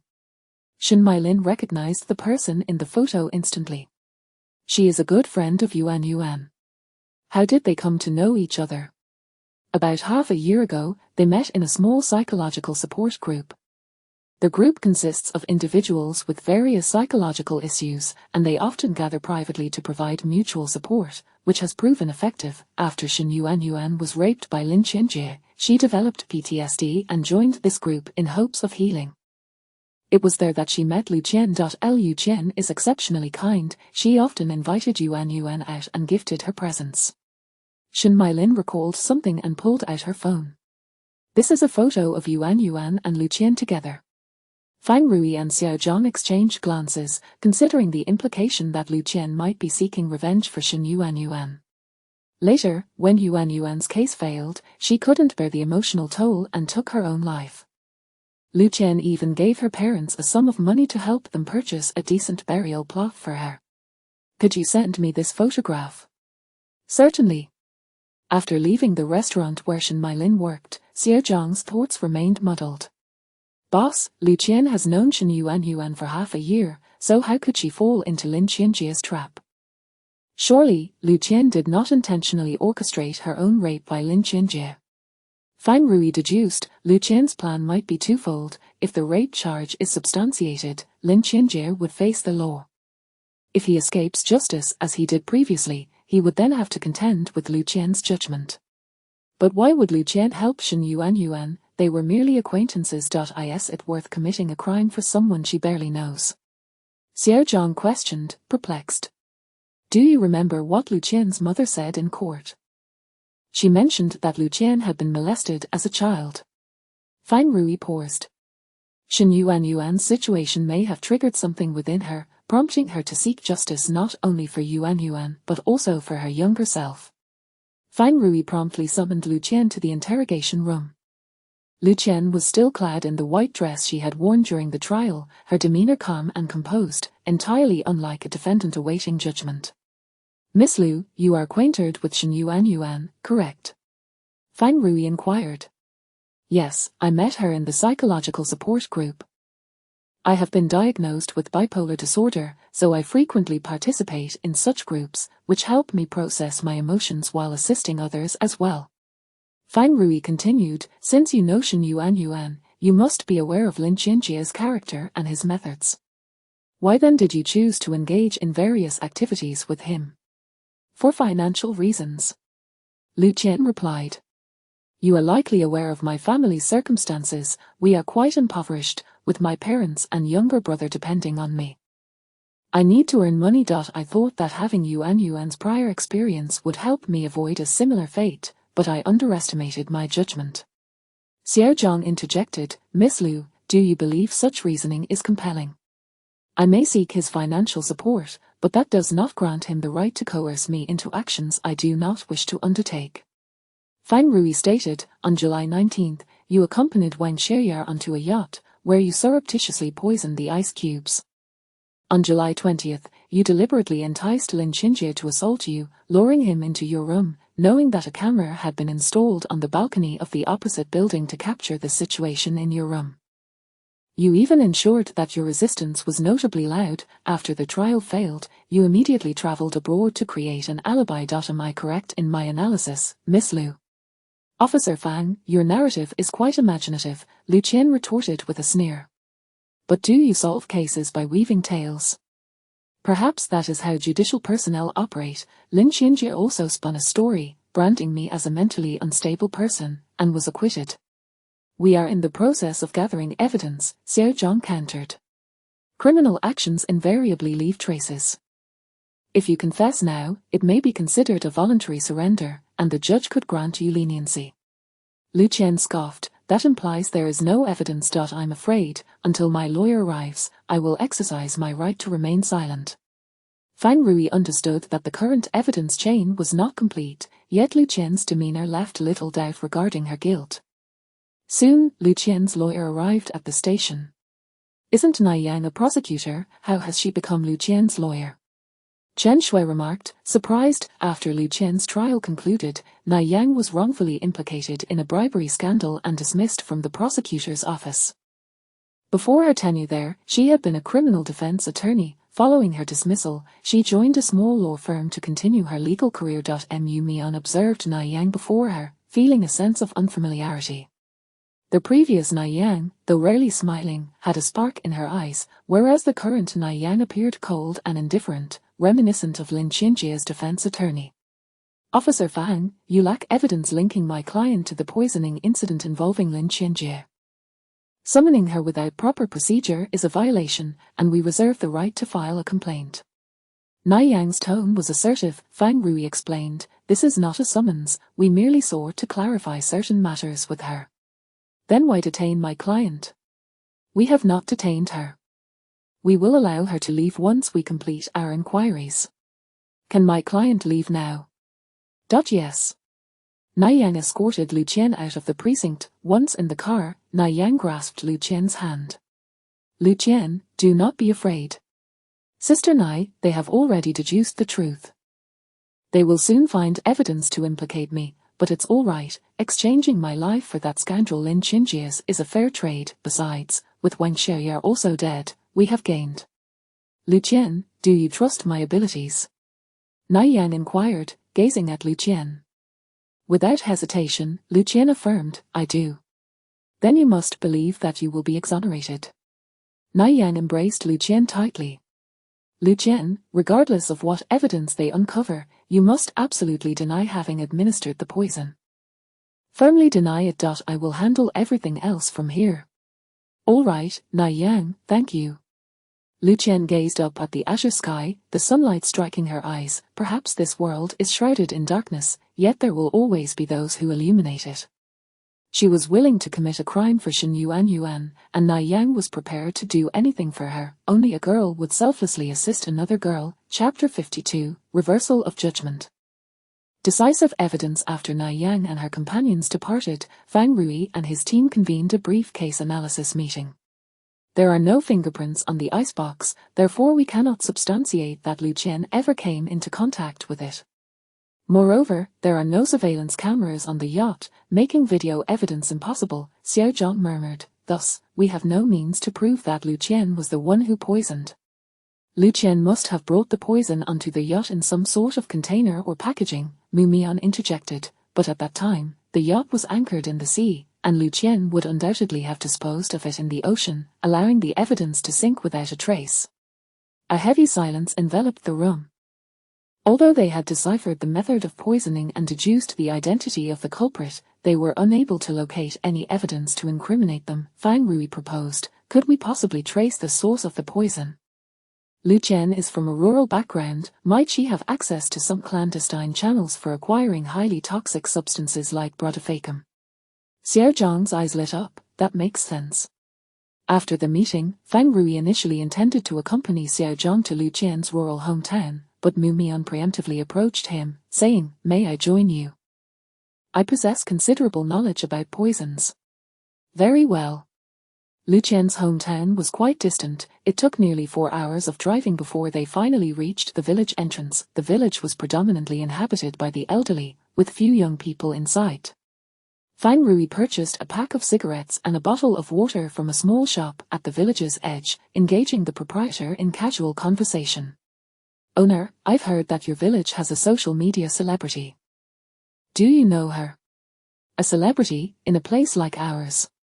The owner suddenly slapped his forehead, exclaiming, now that you mention it, there actually is. It's that girl from the Liu family. I've heard she makes quite a bit of money each year. Though, the way she earns it, well, it's a bit vulgar. In what way is it vulgar? She dresses up elaborately every day to film videos, and there are plenty of men who admire her.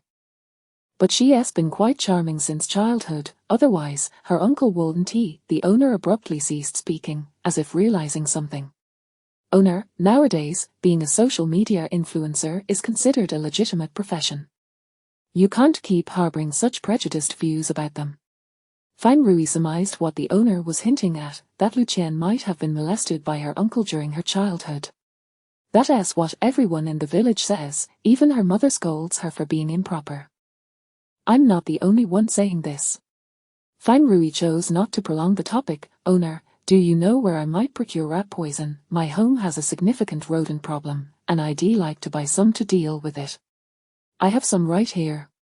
The owner produced several traps for catching mice. These are incredibly effective. Would you like to purchase some? I need rat poison, the highly potent variety. Unfortunately, I don't have that. Such substances are illegal to sell. Do you know where I might be able to find it? Fine Rui offered the owner a cigarette. At present, it's likely impossible to obtain. You won't find it anywhere. The owner ignited the cigarette, took a puff, and continued. A decade or so ago, there was a chemical factory in the neighboring village that produced rat poison. But after the government prohibited production, it's probably no longer available. Ear. Does anyone in your village work at that chemical factory? E. Many do. Just earlier, that girl from the Liu family accidentally ingested rat poison when she was young.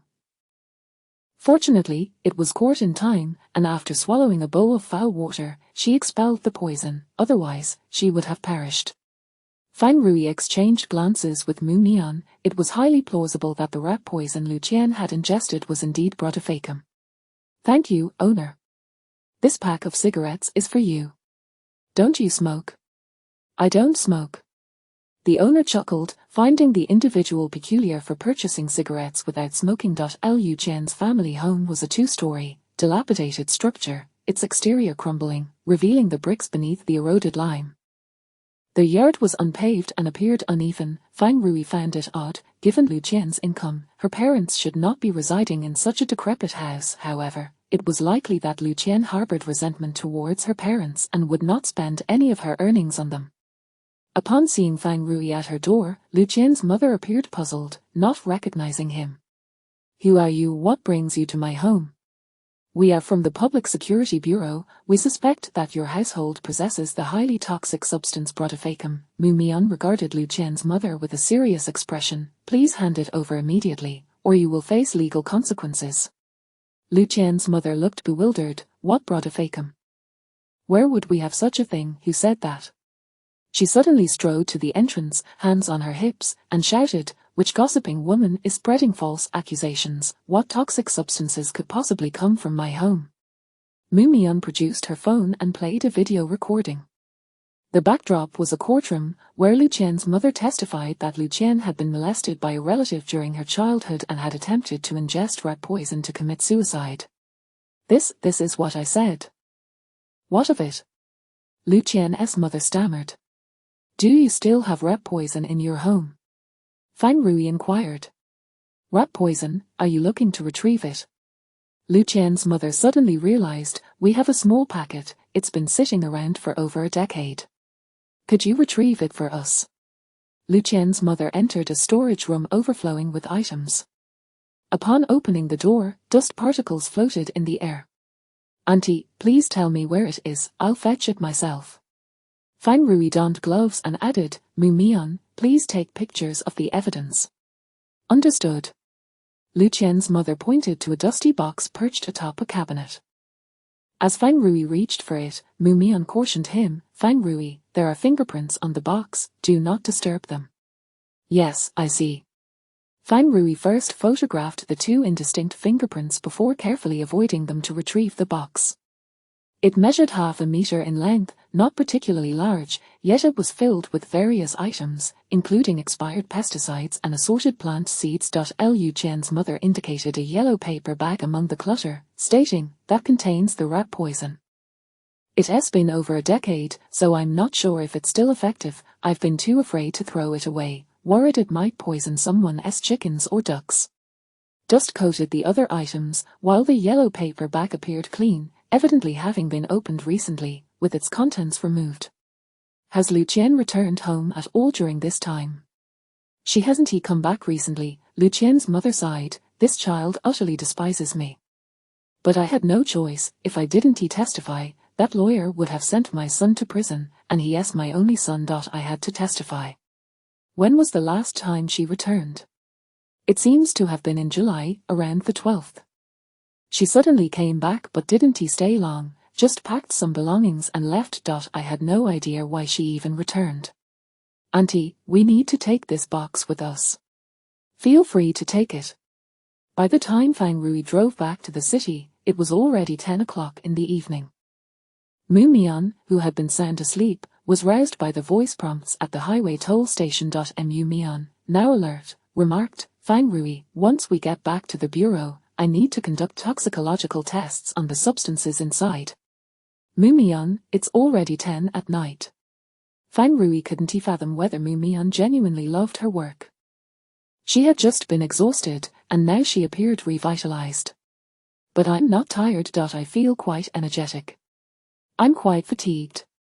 Mu Mian assessed Fang Rui for a moment before ultimately conceding, then you must rise early tomorrow. Chapter 53. Reversal of judgment, the defense of innocence. The following day, Mu Mian requested her sister to drive her to work early in the morning. She also purchased a beautifully crafted cake and a cup of hot cocoa for Chen Shui. Given the events that transpired the previous day, which might weigh heavily on Chen Shui's heart, Mu Mian believed that a touch of sweetness could alleviate her sister's troubled mood. By the time Chen Shui arrived at the office, Mu Mian had already sent the items for toxicology testing, and they were now awaiting the results. Mu Mian, did you go out thieving last night? Just look at those dark circles under your eyes, you must have spent the entire night awake. Chen Shui scrutinized Mu Mian for a moment before commenting, if you were any rounder, you could cosplay as a panda. Here, enjoy this. Mu Mian handed the breakfast she had prepared to Chen Shui. How did you know I hadn't had breakfast? You're so thoughtful, Chen Shui. Mu Mian's expression turned serious. We may have found evidence to substantiate Lu Qian's guilt. To Mu Mian's surprise, Chen Shui did not appear disheartened or enraged. Instead, she nibbled on her bread, taking small bites. I knew you and Fang Dui would uncover evidence, Chen Shui replied. It's good. This case can finally be resolved. Aren't you supposed to reprimand us? Mu Mian felt a twinge of frustration, unable to interpret Chen Shui's demeanor. We are law enforcement officers. Our duty is to solve cases and apprehend criminals. Lu Qian has committed a crime, and we must take her into custody. While I sympathize with Lu Qian, I shall not shield her. Chen Shui, even if Lu Qian is guilty, she is still our friend, Mu Mian consoled her. Mian, she will no longer regard us as friends. Alas, fate plays cruel tricks. We failed to bring Lin Qianjie, a true criminal, to justice and now must apprehend Lu Qian, a victim. The toxicology results arrived promptly, confirming that the yellow paper package indeed contained bromadiolone. The bag of bromadiolone was mingled with some soil, which was also found in the poisoned wine at the crime scene. The impurities in the poison solution strongly indicated that they originated from the same batch of poison. The palm print from the wooden box's surface was also extracted. Based on the size of the print and the length of the fingers, it was preliminarily determined that the print belonged to an adult female. Fang Rui summoned Lu Qian once more, this time accompanied by Nai Yang. Nai Yang regarded Fang Rui and Mu Mian with icy disdain, seemingly condemning them for their complicity. Fang Rui instructed technician Wang to extract Lu Qian's palm print and compare it with the print found on the wooden box. The results indicated that both prints belonged to the same individual. It was now nearly possible to convict Lu Qian. However, Fang Rui still decided to afford her an opportunity for confession. In the interrogation room, Fang Rui and team leader Li questioned Lu Qian. Lu Qian, do you still intend to argue? Fang Rui placed a photograph of the wooden box before her.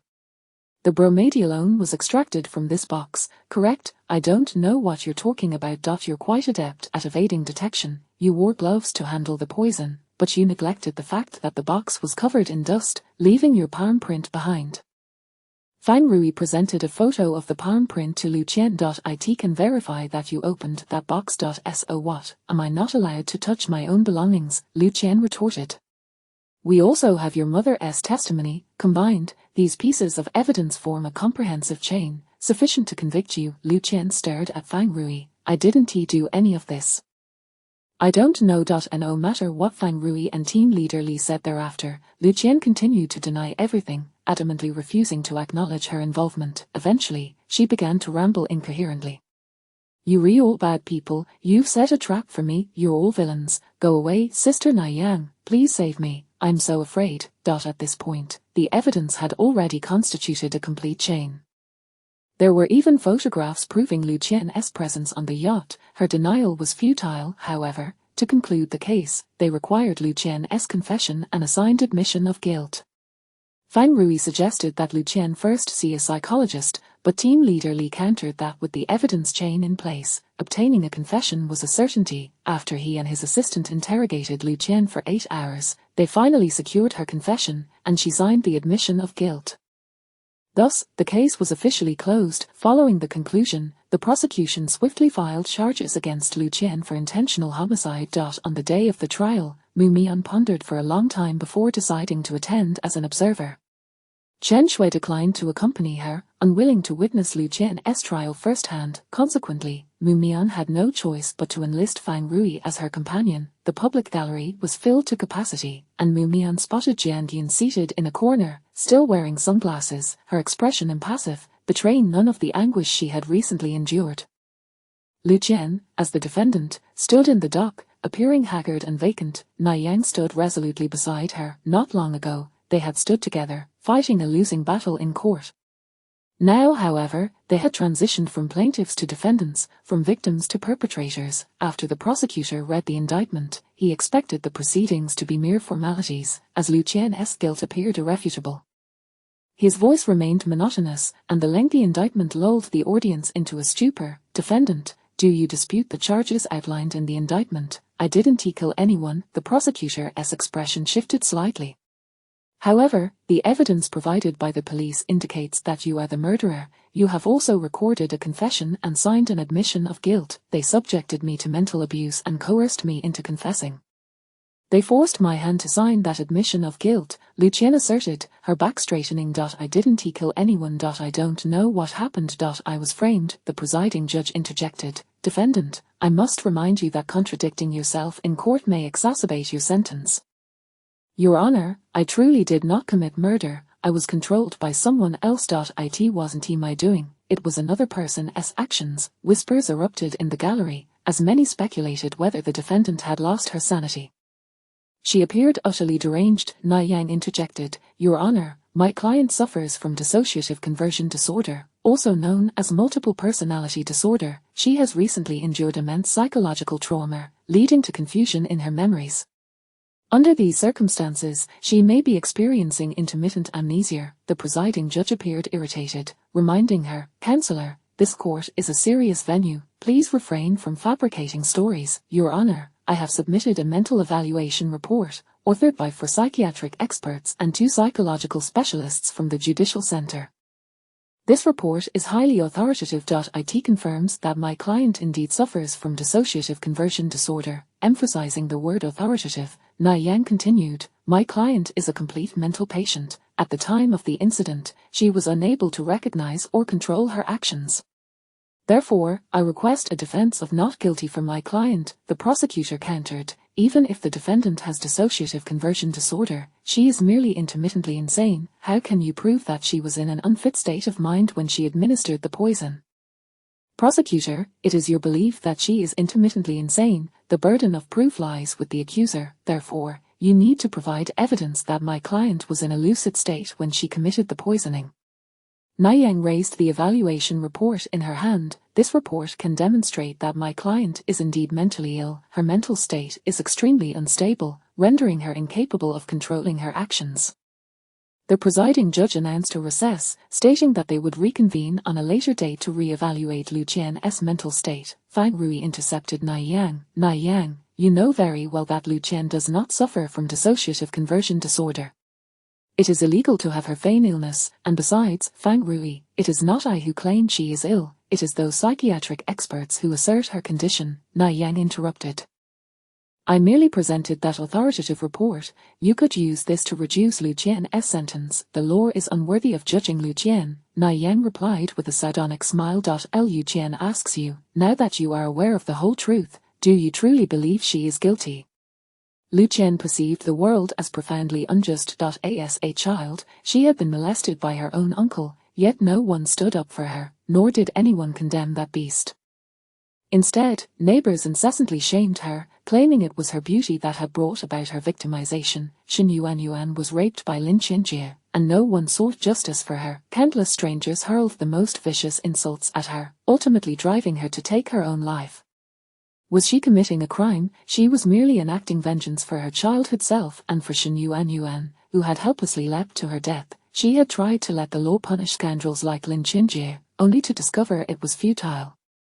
Thus, she resolved to deliver her own form of justice. Fang Rui found himself at a loss for words in response to her question. Nai Yang cast a cold glance at them before departing the courtroom.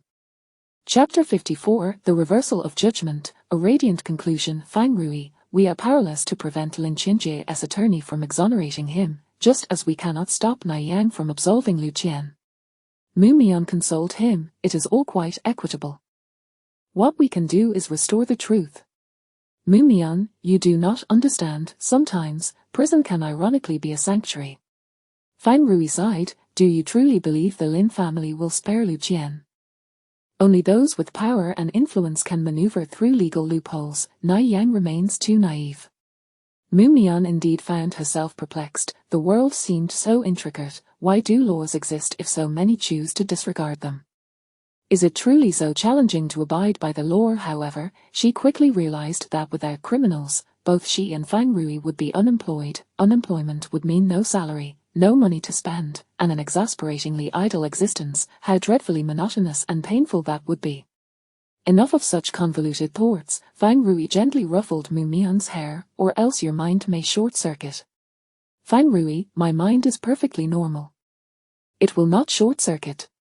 The Judicial Appraisal Center had assembled a team of experts to conduct a comprehensive diagnosis of Lu Qian. Ultimately, they produced a written report confirming that Lu Qian indeed suffered from conversion disorder. One expert even scanned her brain, uncovering organic changes that further substantiated her mental illness. Shen Xin was also part of the expert team and had voiced dissenting opinions, but to no avail. The appraisal center had already issued a report stating Lu Qian's condition. If they were to release another report claiming she was free of such illness, their reputation would be irrevocably tarnished. Thus, Lu Qian had to be deemed unwell. The Lin family had attempted intervention but eventually withdrew. Should Lu Qian be imprisoned, their options would be severely limited. However, if she were committed to a psychiatric hospital, they would possess ample means to ensure her suffering was profound. Lin Qinjie had met his end due to Lu Qian. They did not wish for her merely to serve time. It would be far too lenient. Under the influence of various factors, the court ultimately rendered its verdict. The defendant is classified as a complete mental patient, lacking civil capacity. This court declares that the charge of intentional homicide against the defendant Lu Qian is not established. Lu Qian is to be confined indefinitely in the Qingshan Psychiatric Hospital in Jiangsu. Upon receiving the verdict, Nai Yang exhaled in relief, overwhelmed by an exhilarating sense of triumph. She had finally achieved victory. As Nai Yang exited the courthouse, she spotted Fang Rui and Mu Mian waiting for her at the entrance. Fang Rui, Mu Mian, if you have come to condemn me, I ask you to leave. But if you are here to congratulate me on winning this case, you are most welcome to join my celebration. Fang Rui sighed, Nai Yang, you once abhorred such despicable tactics. Fang Rui, justice belongs to the victors. By winning this case, I embody justice. Nai Yang spoke with a hint of arrogance. In the pursuit of justice, employing certain methods is permissible. I shall utilize underhanded means to attain a luminous conclusion. Nai Yang gazed upwards at the azure sky, the sunlight glaring down upon her. It seemed she had finally transformed into the very type of person she once detested. But what of it? Those with power could manipulate the law to escape culpability. Why could she not wield the law to rescue an innocent girl? The law in her heart was no longer sacred. Justice would only ever favor the triumphant. Is the conclusion truly radiant? Lu Qian will be condemned to reside in a psychiatric hospital, a terrifying place. In prison, one lacks freedom, yet at least the mind remains unshackled, but within a psychiatric institution, both the body and mind are imprisoned. Furthermore, the Lin family will not relent against Lu Qian. Nai Yang, you are well aware of what Lu Qian is about to face. Fang Rui warned her, only you emerge victorious. Naiyang's body stiffened. Shenxin had previously cautioned her against pursuing a defense of innocence, as the consequence would be Lu Qian's lifelong confinement in a psychiatric facility, a fate far more dreadful than imprisonment. She had suggested that Naiyang leverage Lu Qian's mental illness to seek a reduced sentence, yet Naiyang had refused. Even preventing others from seeing Lu Qian, was it truly solely about exonerating Lu Qian? Naiyang found herself unable to answer that question. Quickly regaining her composure, Naiyang remarked, the one responsible for her institutionalization is not me, but you all. Had you not insisted on uncovering the truth, Lu Qian would not have been prosecuted. It is you who should feel guilt. Is it not fitting that scoundrels like Lin Xinjie meet their demise? Why must you relentlessly pursue the perpetrator? Could you not remain impotent just once more? Tragic experiences do not justify criminality, Fang Rui countered. If one commits a crime, they must face the appropriate consequences. And what of Lin Xinjie? What consequences did he bear? Fang Rui found himself at a loss for words. This world is inherently unjust. The same event can impose different costs on different individuals. Naiyang had become excessively extreme. Once a staunch advocate for righteousness, she had now swung to the opposite end of the spectrum following her disillusionment. He was poisoned. Mu Mian quietly interjected, that is the price he paid for his misdeeds. Had he not exploited legal loopholes, he would have merely served a few years in prison before resuming his nefarious ways. This time, Naiyang found herself speechless. Mu Mian understood little. Her thinking was simplistic, unable to grasp the complexities of the world. Fang Rui attempted to console Naiyang. Your current mindset is problematic, you need to recalibrate. Mu Mian, Officer Fang, I hope we do not meet again. Naiyang spoke with a hint of sorrow. I am now a criminal defense attorney. I fear that if we do cross paths again, we shall be adversaries. I would rather not encounter opponents like you, but should we meet, I shall still emerge victorious. Fang Rui watched Naiyang's departing figure, feeling a sense of loss. She was once an exceptionally talented prosecutor. At that moment, he felt himself abruptly embraced by Mu Mian, her grip tight. Fang Rui looked down at her. What troubles you? I sense your sadness. Yet, I do not know how to comfort you. Mu Mian sighed. I am not adept at providing consolation. She recalled the night they had shared drinks together, Naiyang's darkest hour, yet she had still declared her intention to become the finest prosecutor. Ultimately, Naiyang could not fulfill her dream. When had Naiyang changed? Perhaps it was after her successive defeats against Lin Xinjie's lawyers, or perhaps it was that fateful night of her suicide attempt. She did not take her own life, rather, she extinguished her naive self, adopting a new guise to navigate this intricate world. I merely feel a twinge of regret, but this is Naiyang's own choice. I believe that the spirited prosecutor Nai will remain forever etched in our memories. Those who gaze into the abyss must also be wary of being consumed by it. Fang Rui, have you recovered so swiftly from your sorrow? Mu Mian's tone carried a hint of regret. She had rather enjoyed holding him, surprised at how quickly he seemed to be consoled. Do you wish for me to remain perpetually mournful over Naiyang? Of course not, I do not wish to see you sad. Mu Mian reluctantly released him from her embrace. Suddenly, a grave thought crossed her mind. If Fang Rui were to die, she would be left with nothing but a cold corpse to hold. She despised the idea of embracing a lifeless body. At that moment, she found herself less inclined to desire his remains. Mu Mian swiftly banished this peculiar notion from her mind. How could she not want Fang Rui's presence? Surely, her mind would not truly malfunction from overthinking. Fang Rui, I have lost yet another friend. Mu Mian lamented, I finally made 2 friends, and now they are both gone. Alas, forging friendships is exceedingly difficult. Fang Rui, I am so disheartened. Would you like me to give you a hug to comfort you? If you could just sign this, I would no longer feel sad. Mu Mian hastily retrieved a donation agreement from her bag, presenting it to Fang Rui along with a pen. Please sign, just write Fang Rui. Mu Mian, it appears you are no longer sorrowful. Fang Rui returned the agreement to her bag. Let us go. It is time to return. Mu Mian stood dumbfounded, conceding, Fang Rui, then just give me a hug, that way, I will not feel sad anymore.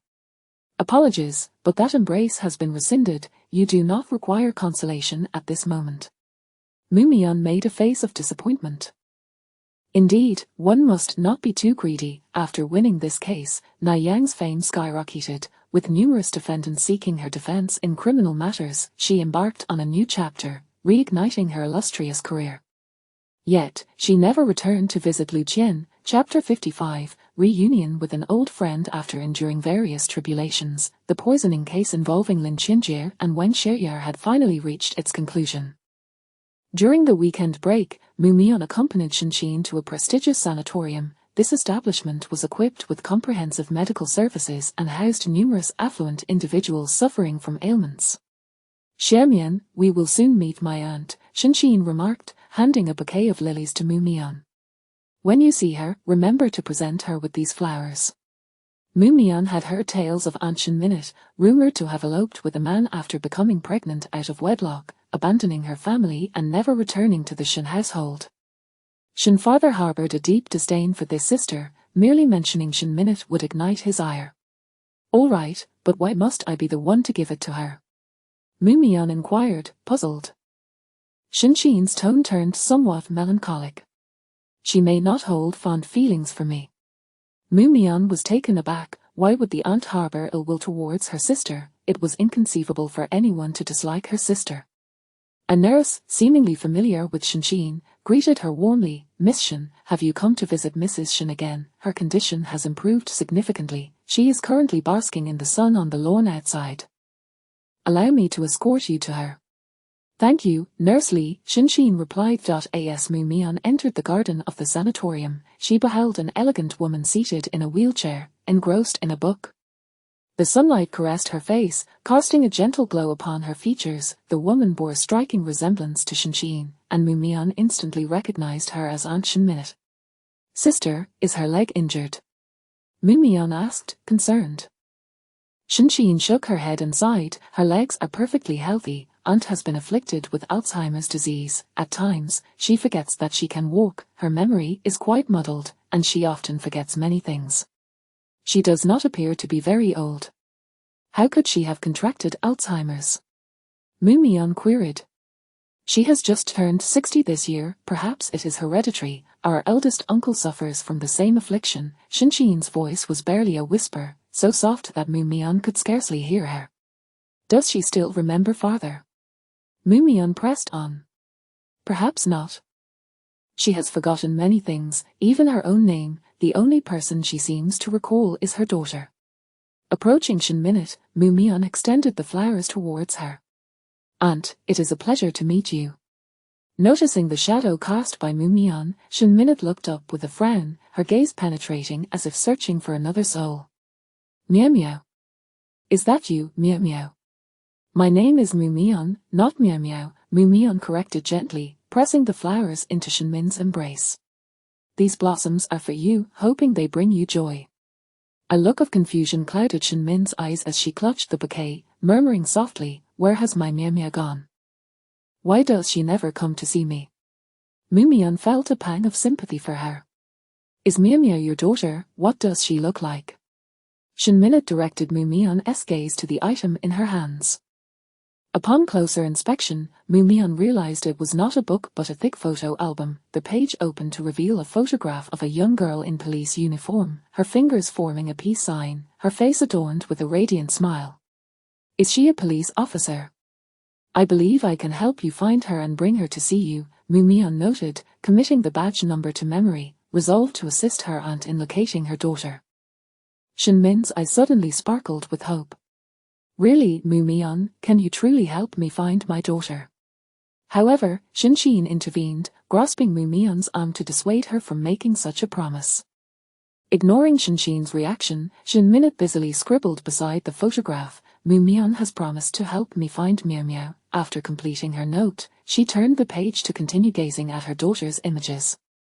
The entire album was filled with photographs of Miao Miao, chronicling her life from childhood to adulthood, each picture accompanied by lengthy written passages. This was Shenmin's way of preventing the memories of her daughter from slipping away. Mumyon felt envious of the girl named Miao Miao, for her mother loved her so dearly, yet, Why was she so heartless as to not visit her own mother? Through the written words, it seemed Shin Minute began to reclaim fragments of her memory. My Meow Meow was always so obedient. Why wouldn't she come to see me? Has someone taken her away? Her gaze began to wander, and upon spotting Shinshin, her emotions surged violently. Leave, you are Shin Minute, you have harmed my daughter, leave. Aunt, I am Shinshin, she replied, aware that Shin Minute was experiencing another episode. Shin Minute, you are the reason my Meow Meow is dead. Shin Minute shrieked, as if recalling a painful truth. My Meow Meow is gone. You are the one who caused her death, you. In a frenzy, she attempted to attack Shinshin. Nearby medical staff rushed to intervene, administering a sedative to Shin Minute before escorting her back to her room. Sister, did Aunt's daughter really die? Mumion asked, retrieving the fallen album and flipping through its pages. Was she harmed by a villain? Was it Aunt herself? Mumion suddenly perceived the situation as rather complex. Yes, Meow Meow has passed away, as Shinshin confirmed with a nod. But she succumbed to illness several years ago and suffered immense trauma, believing she had failed to care for her daughter, leading to her unrelenting guilt, which exacerbated her condition. How tragic. She must have loved her daughter dearly, Mumion mused, envious of Meow Meow. If she were to die, Jiantian would likely not even procure an urn for her, let alone cherish her memory.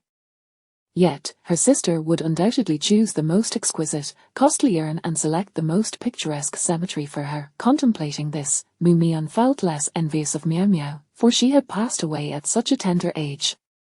Shinshin sighed. Initially, I had hoped that our visit might alleviate her condition, but it seems to have triggered her instead. Her condition has worsened. During my last visit, her emotions were not as erratic.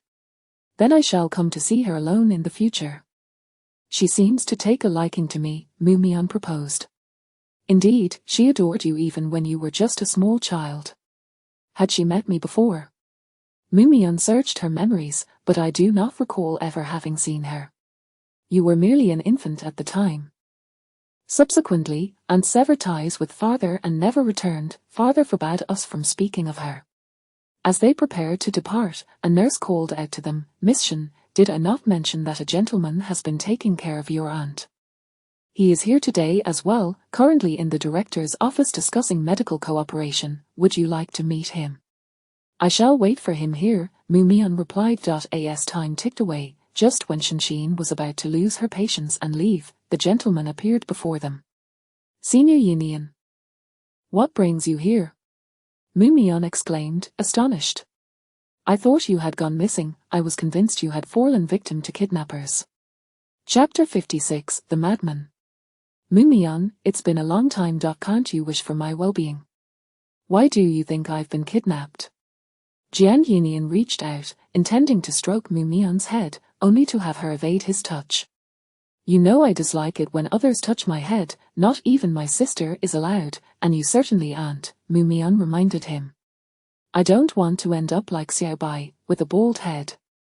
Xiaobai was a charming little squirrel that Mumion had once cared for, but due to its irresistible cuteness, the people in her father's laboratory had petted it excessively, resulting in its head becoming completely bare.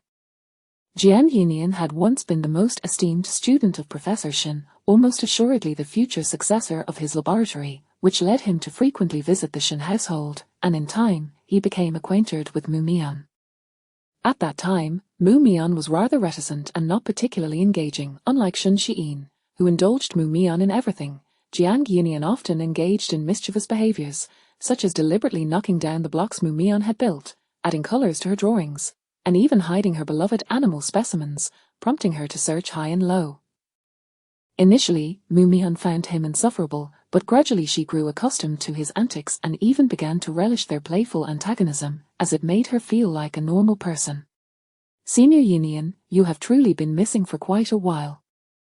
You used to visit me every week, but ever since my father passed away, you vanished without a trace, and your phone was unreachable. Senior Fabian said you had been abducted by kidnappers who threatened to harm you if a ransom wasn't paid. At that time, I had no money, couldn't borrow any, and I was unwilling to part with my cherished specimens, so I thought you must have been harmed. Seeing you alive now, I suspect Senior Fabian was deceiving me. Back then, Mu Mian had struggled to discern lies. But now, she resolved to call Senior Fabian later and confront him sternly. Mu Mian, I apologize. I left in such haste that I didn't have the chance to say goodbye to you, Jiang Yinian said, his gaze shifting toward Shenxin. Mu Mian shrugged. I don't mind, however, my sister is very upset, she doesn't even want to hear your name. You left in such a rush, how could you not attend our father's funeral? He used to think so highly of you. Fortunately, this world has no ghosts, otherwise, my father's spirit would surely emerge to scold you.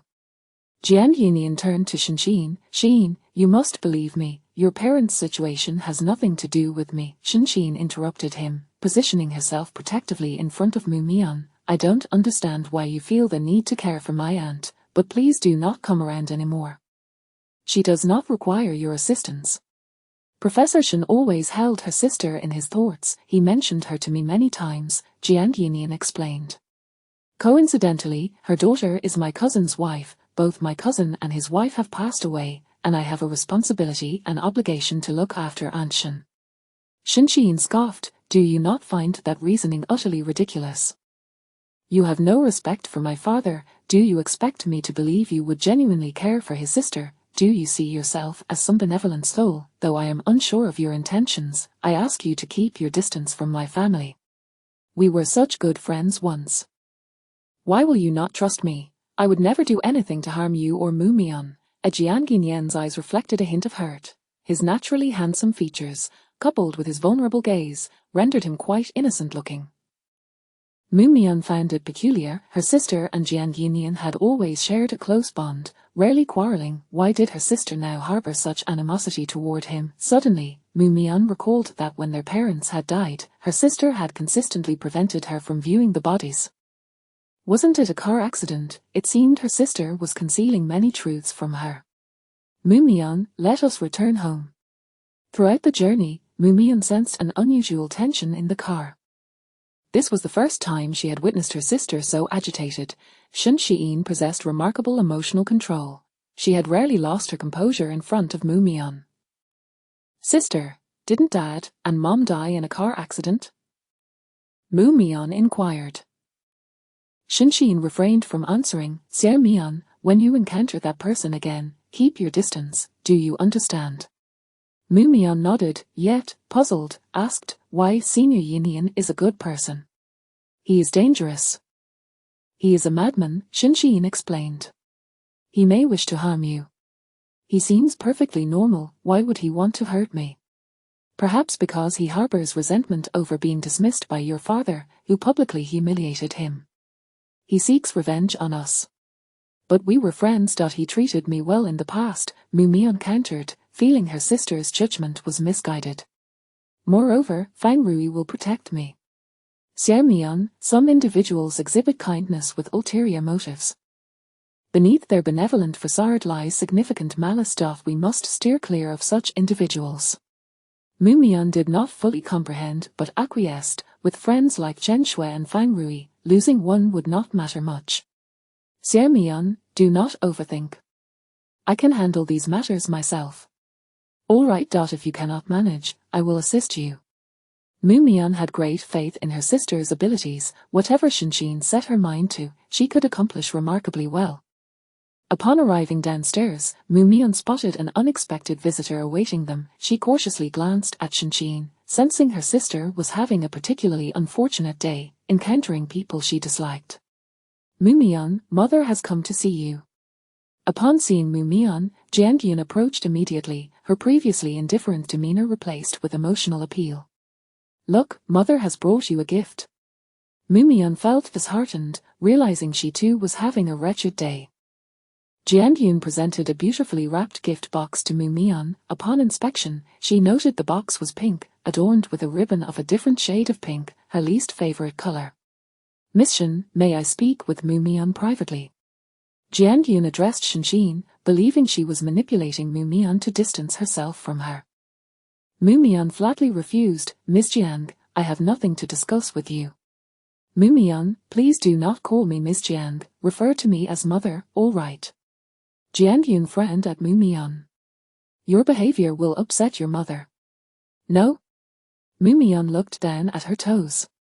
I once wished to find you because I thought you were living in hardship, struggling. I thought I could provide you with some money to help you. I did not intend to reconnect with you. Now that you are wealthy and well off, I am relieved. I no longer wish to see you. Mumion, I am your mother. You cannot treat me this way. Jianyun grasped Mumion's hand. Give mother a chance, will you? I wish to make amends. Mumion recoiled as if electrified, shaking off her hand. Miss Jiang, I thought I had made myself clear. I do not wish to see you. Mumion, my actions in the past were driven by necessity. I love you, will you come back to me? Mumion shook her head, perplexed. Jianyun had previously expressed disdain for her. Why the sudden outpouring of maternal affection? Did she have some ulterior motive? But such considerations were unimportant. To Mumion, Jianyun held no significance whatsoever. Sister, let us return home. Mumion tugged at Shinxin's hand. I am very hungry. I need to eat. Xiaomian, you go back first. There are sandwiches in the fridge that you can eat. I have some matters to discuss with her. Just don't talk to her for too long, Mumion whispered to Shinxin. She is a bad person. But do not be afraid. If she harms you, I will have Fangrui take her away. Rest assured, she cannot harm us. But she is powerful, we cannot compete with her. Mumion's face fell. We only have money. Through Lu Qian's lawsuit, Mumion had come to realize that many people in this world operate outside the law without facing repercussions. Xiaomian, are you not extremely hungry? Yes, I am going back for a sandwich. Jianyun listened intently to their conversation, feeling somewhat disheartened that in Mumion's eyes, she had already been branded as a villain. Suppressing her emotions, Jianyun handed Shinxin a business card. Miss Shin, I have established a foundation dedicated to assisting children with autism. I would like to entrust you with its management. Would you consider working for the foundation? I do not need a job, and I have only treated Mumion as an autistic patient. I will not treat any others. Shinxin declined the business card. If you have something to say, please be direct. I am busy and do not have time for your indirectness.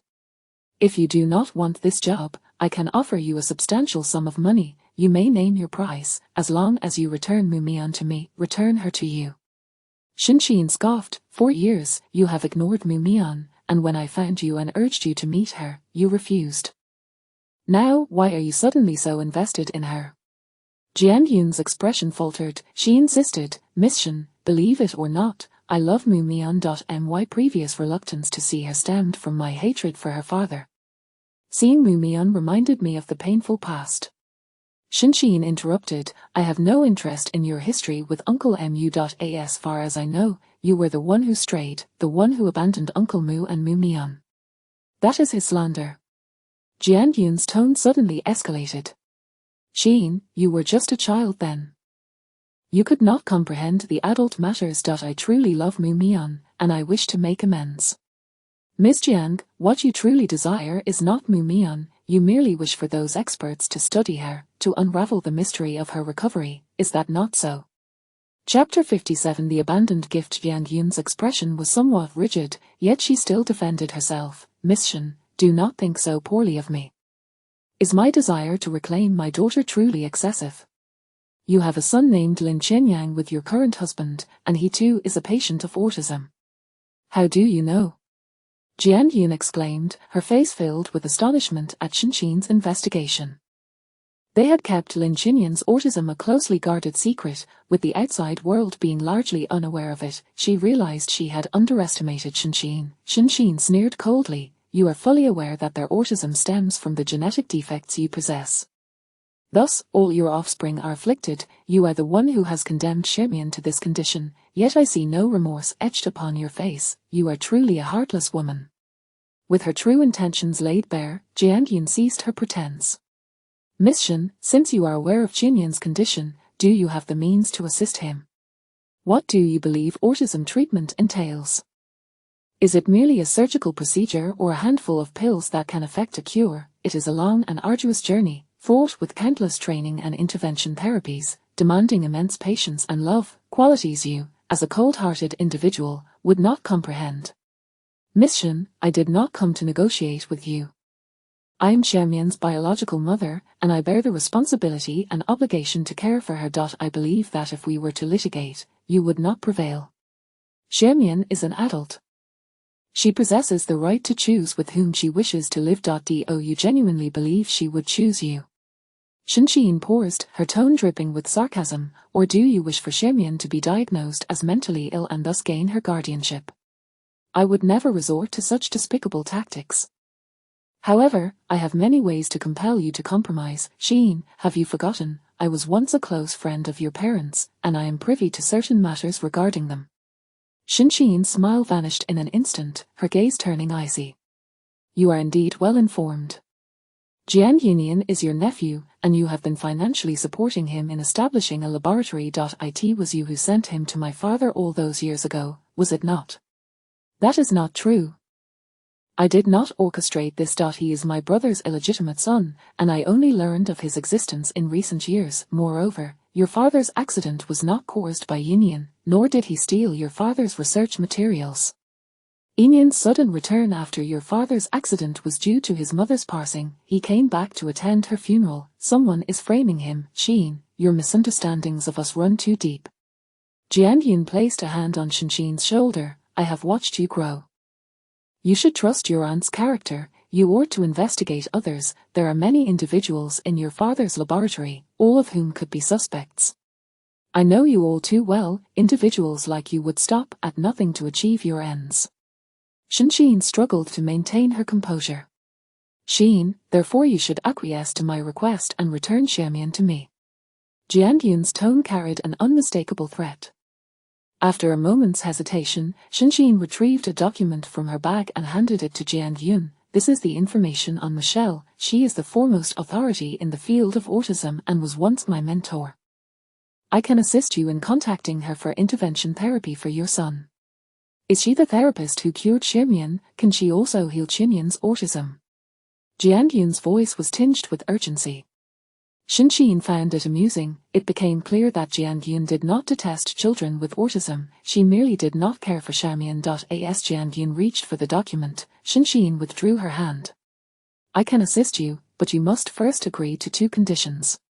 What conditions? Shinxin articulated each word with precision. First, you and Jian Yunian must never appear before Xiaomian again. You cannot disturb her life with my aunt. Second, you must allow the Lin family to cease their harassment of Lu Qian. I do not quite understand the second condition. Why do you wish to help Lu Qian? Lu Qian is my patient and a friend to Xiaomian. I hope you will spare her. In truth, with Lin Xinjie deceased, you are the greatest beneficiary, are you not? Or rather, it is you who has orchestrated Lin Xinjie's downfall. You have enabled his misconduct, suppressed him, turning him into a psychologically unstable waste of space. Thus, he posed no threat to you and was entirely under your control. I can agree to both conditions. I could even ensure that the hospital provides favorable treatment for Lu Qian. You are correct, I have deliberately allowed Lin Xinjie to become a failure. Now that he is dead, the Lin family's fortune rightfully belongs to my son Chen Yang. Jian Yun no longer concealed her intentions before Shinxin. She felt she had the upper hand. Michelle will be arriving next week for a conference. I will bring her to meet you then. Can she really heal Chen Yang? Ms. Jiang, autism cannot be cured, only the symptoms can be alleviated. However, she will do her utmost to assist you. Very well, I hope for a pleasant collaboration. Consider this a kind warning. You would do well to keep your distance from that lunatic Jiang Yunian. He is beyond your control. How could Yunian be a lunatic? He is a medical genius, the pride of our family, and your father's most esteemed student. Jian Yun held a deep fondness for her nephew, whose recent drug discoveries had yielded her considerable profits. As Jian Yun prepared to leave, Shinxin called out to her once more, please hand me that gift box. I will deliver it to Xiaomian. Jian Yun's expression reflected surprise. Did you not instruct me not to disturb Xiaomian's life? If that gift box remains unopened, Xiaomian will forever ponder its contents. However, once it is opened, she will realize that it contains merely an expensive item devoid of any heartfelt sentiment, Shinxin stated. Much like her feelings towards you, once she sees it, the illusion will be shattered. Miss Shin, this is a gift I selected with great care, Jian Yun argued. Is it not due to your constant brainwashing that Xiaomian believes I do not love her, leading to her current attitude towards me? The fact that you do not love her is not merely a fabrication, is it? Or have you become so immersed in your charade that you genuinely believe you are a loving mother? Jian Yun found herself at a loss for words. While she did harbor feelings of guilt towards Xiaomian, such sentiments paled in comparison to her fervor for power and status. Upon entering, Shinxin found Xiaomian engrossed in a book, her lack of focus evident. As soon as Shinxin entered, Xiaomian's gaze fixated on the gift box in her hands. Sister, I do not desire her gift. Xiaomian shielded her face with the book, attempting to avoid the box's presence. Shinxin thrust the gift box into Xiaomian's hands. Open it, otherwise, you will find yourself unable to sleep for days, consumed by thoughts of it. Very well, I am simply curious about its contents. You know I have obsessive-compulsive tendencies. I cannot resist unwrapping a gift box. Indeed, go ahead. Xiaomian delicately untied the ribbon and opened the box, revealing a pink handbag within. Upon inspecting it, she found it to be completely empty. Sister, there is no gift, no card. Did she forget to include the present? Xiaomian searched every corner of the bag, yet the desired gift eluded her. I believe that bag is the gift, Shinxin reminded her. I detest pink. Xiaomian exclaimed, visibly displeased. This tiny bag cannot hold anything. Why would she gift me this? She has no gift-giving skills whatsoever. Shinxin found herself at a loss for words. Was this truly the carefully selected gift Jian Yun had chosen? It bore no semblance of sincerity. You do not like it? Not at all. Shinxin suggested, then dispose of it. We should not allow useless items to occupy space. That makes sense, it truly is hideous.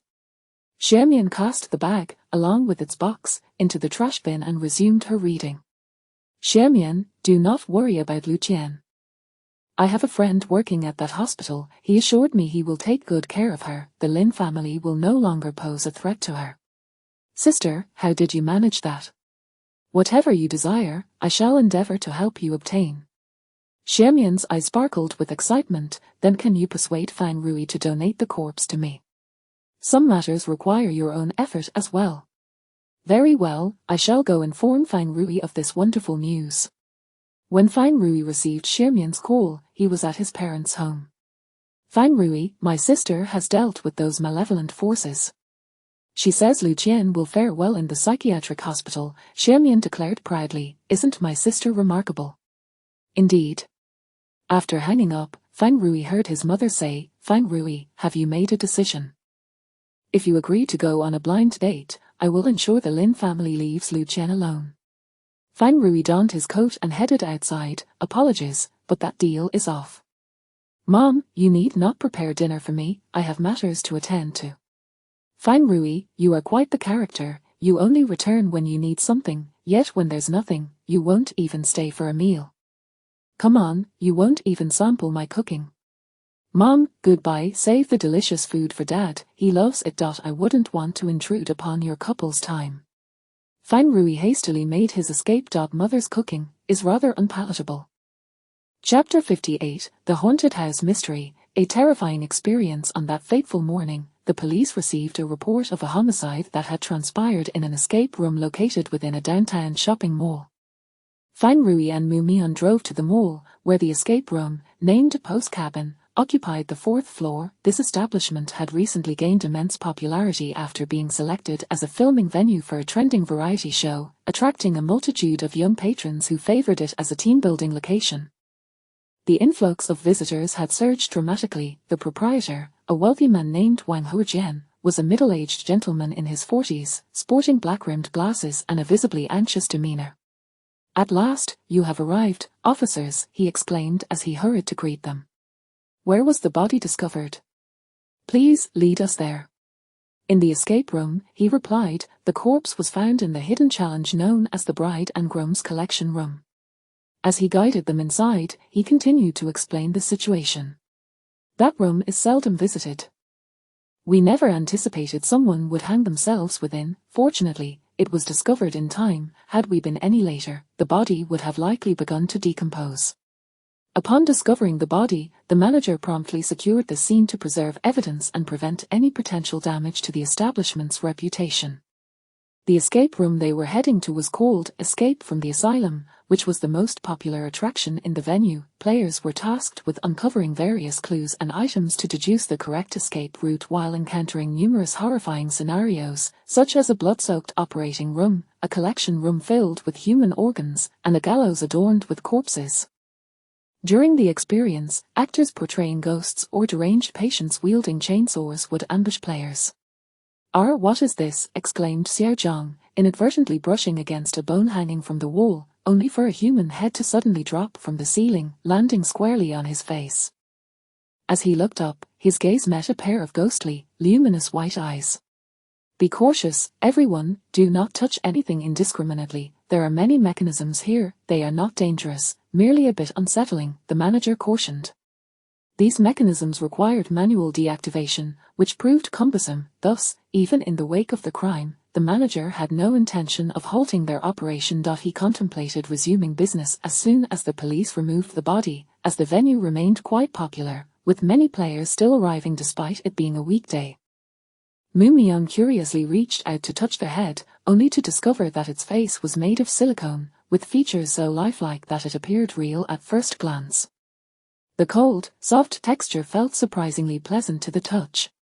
"Mu forensic expert, don't just touch it, help me get rid of it," Xiao Zhang lamented, trapped in an awkward position with the head pressed against his face, too frightened to move.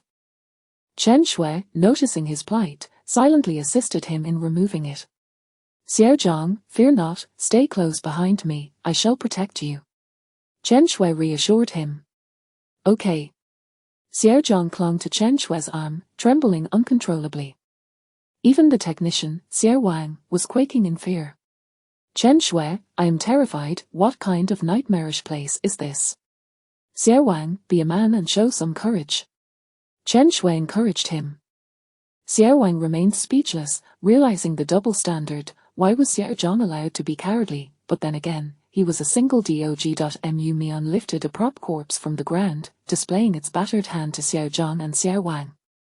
"These bodies are mere replicas. Feel them, human skin cannot possibly possess such elasticity. Why are you frightened by something fake?" Mu forensic expert, please take it away, quickly." Xiao Zhang recoiled behind Chen Shui, clutching her arm tightly. "It's not that I'm cowardly. It's just that this place evokes a terror for certain things that should not exist since the founding of the nation. Normally, I am unafraid of real corpses," he insisted, striving to justify himself. Chen Shui turned to Mu Mian. Mian, please don't frighten Xiao Zhang, he has a timid disposition."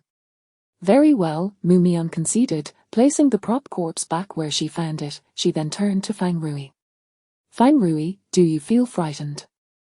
If you are, you may hide behind me. I am unafraid of these things, and I will protect you."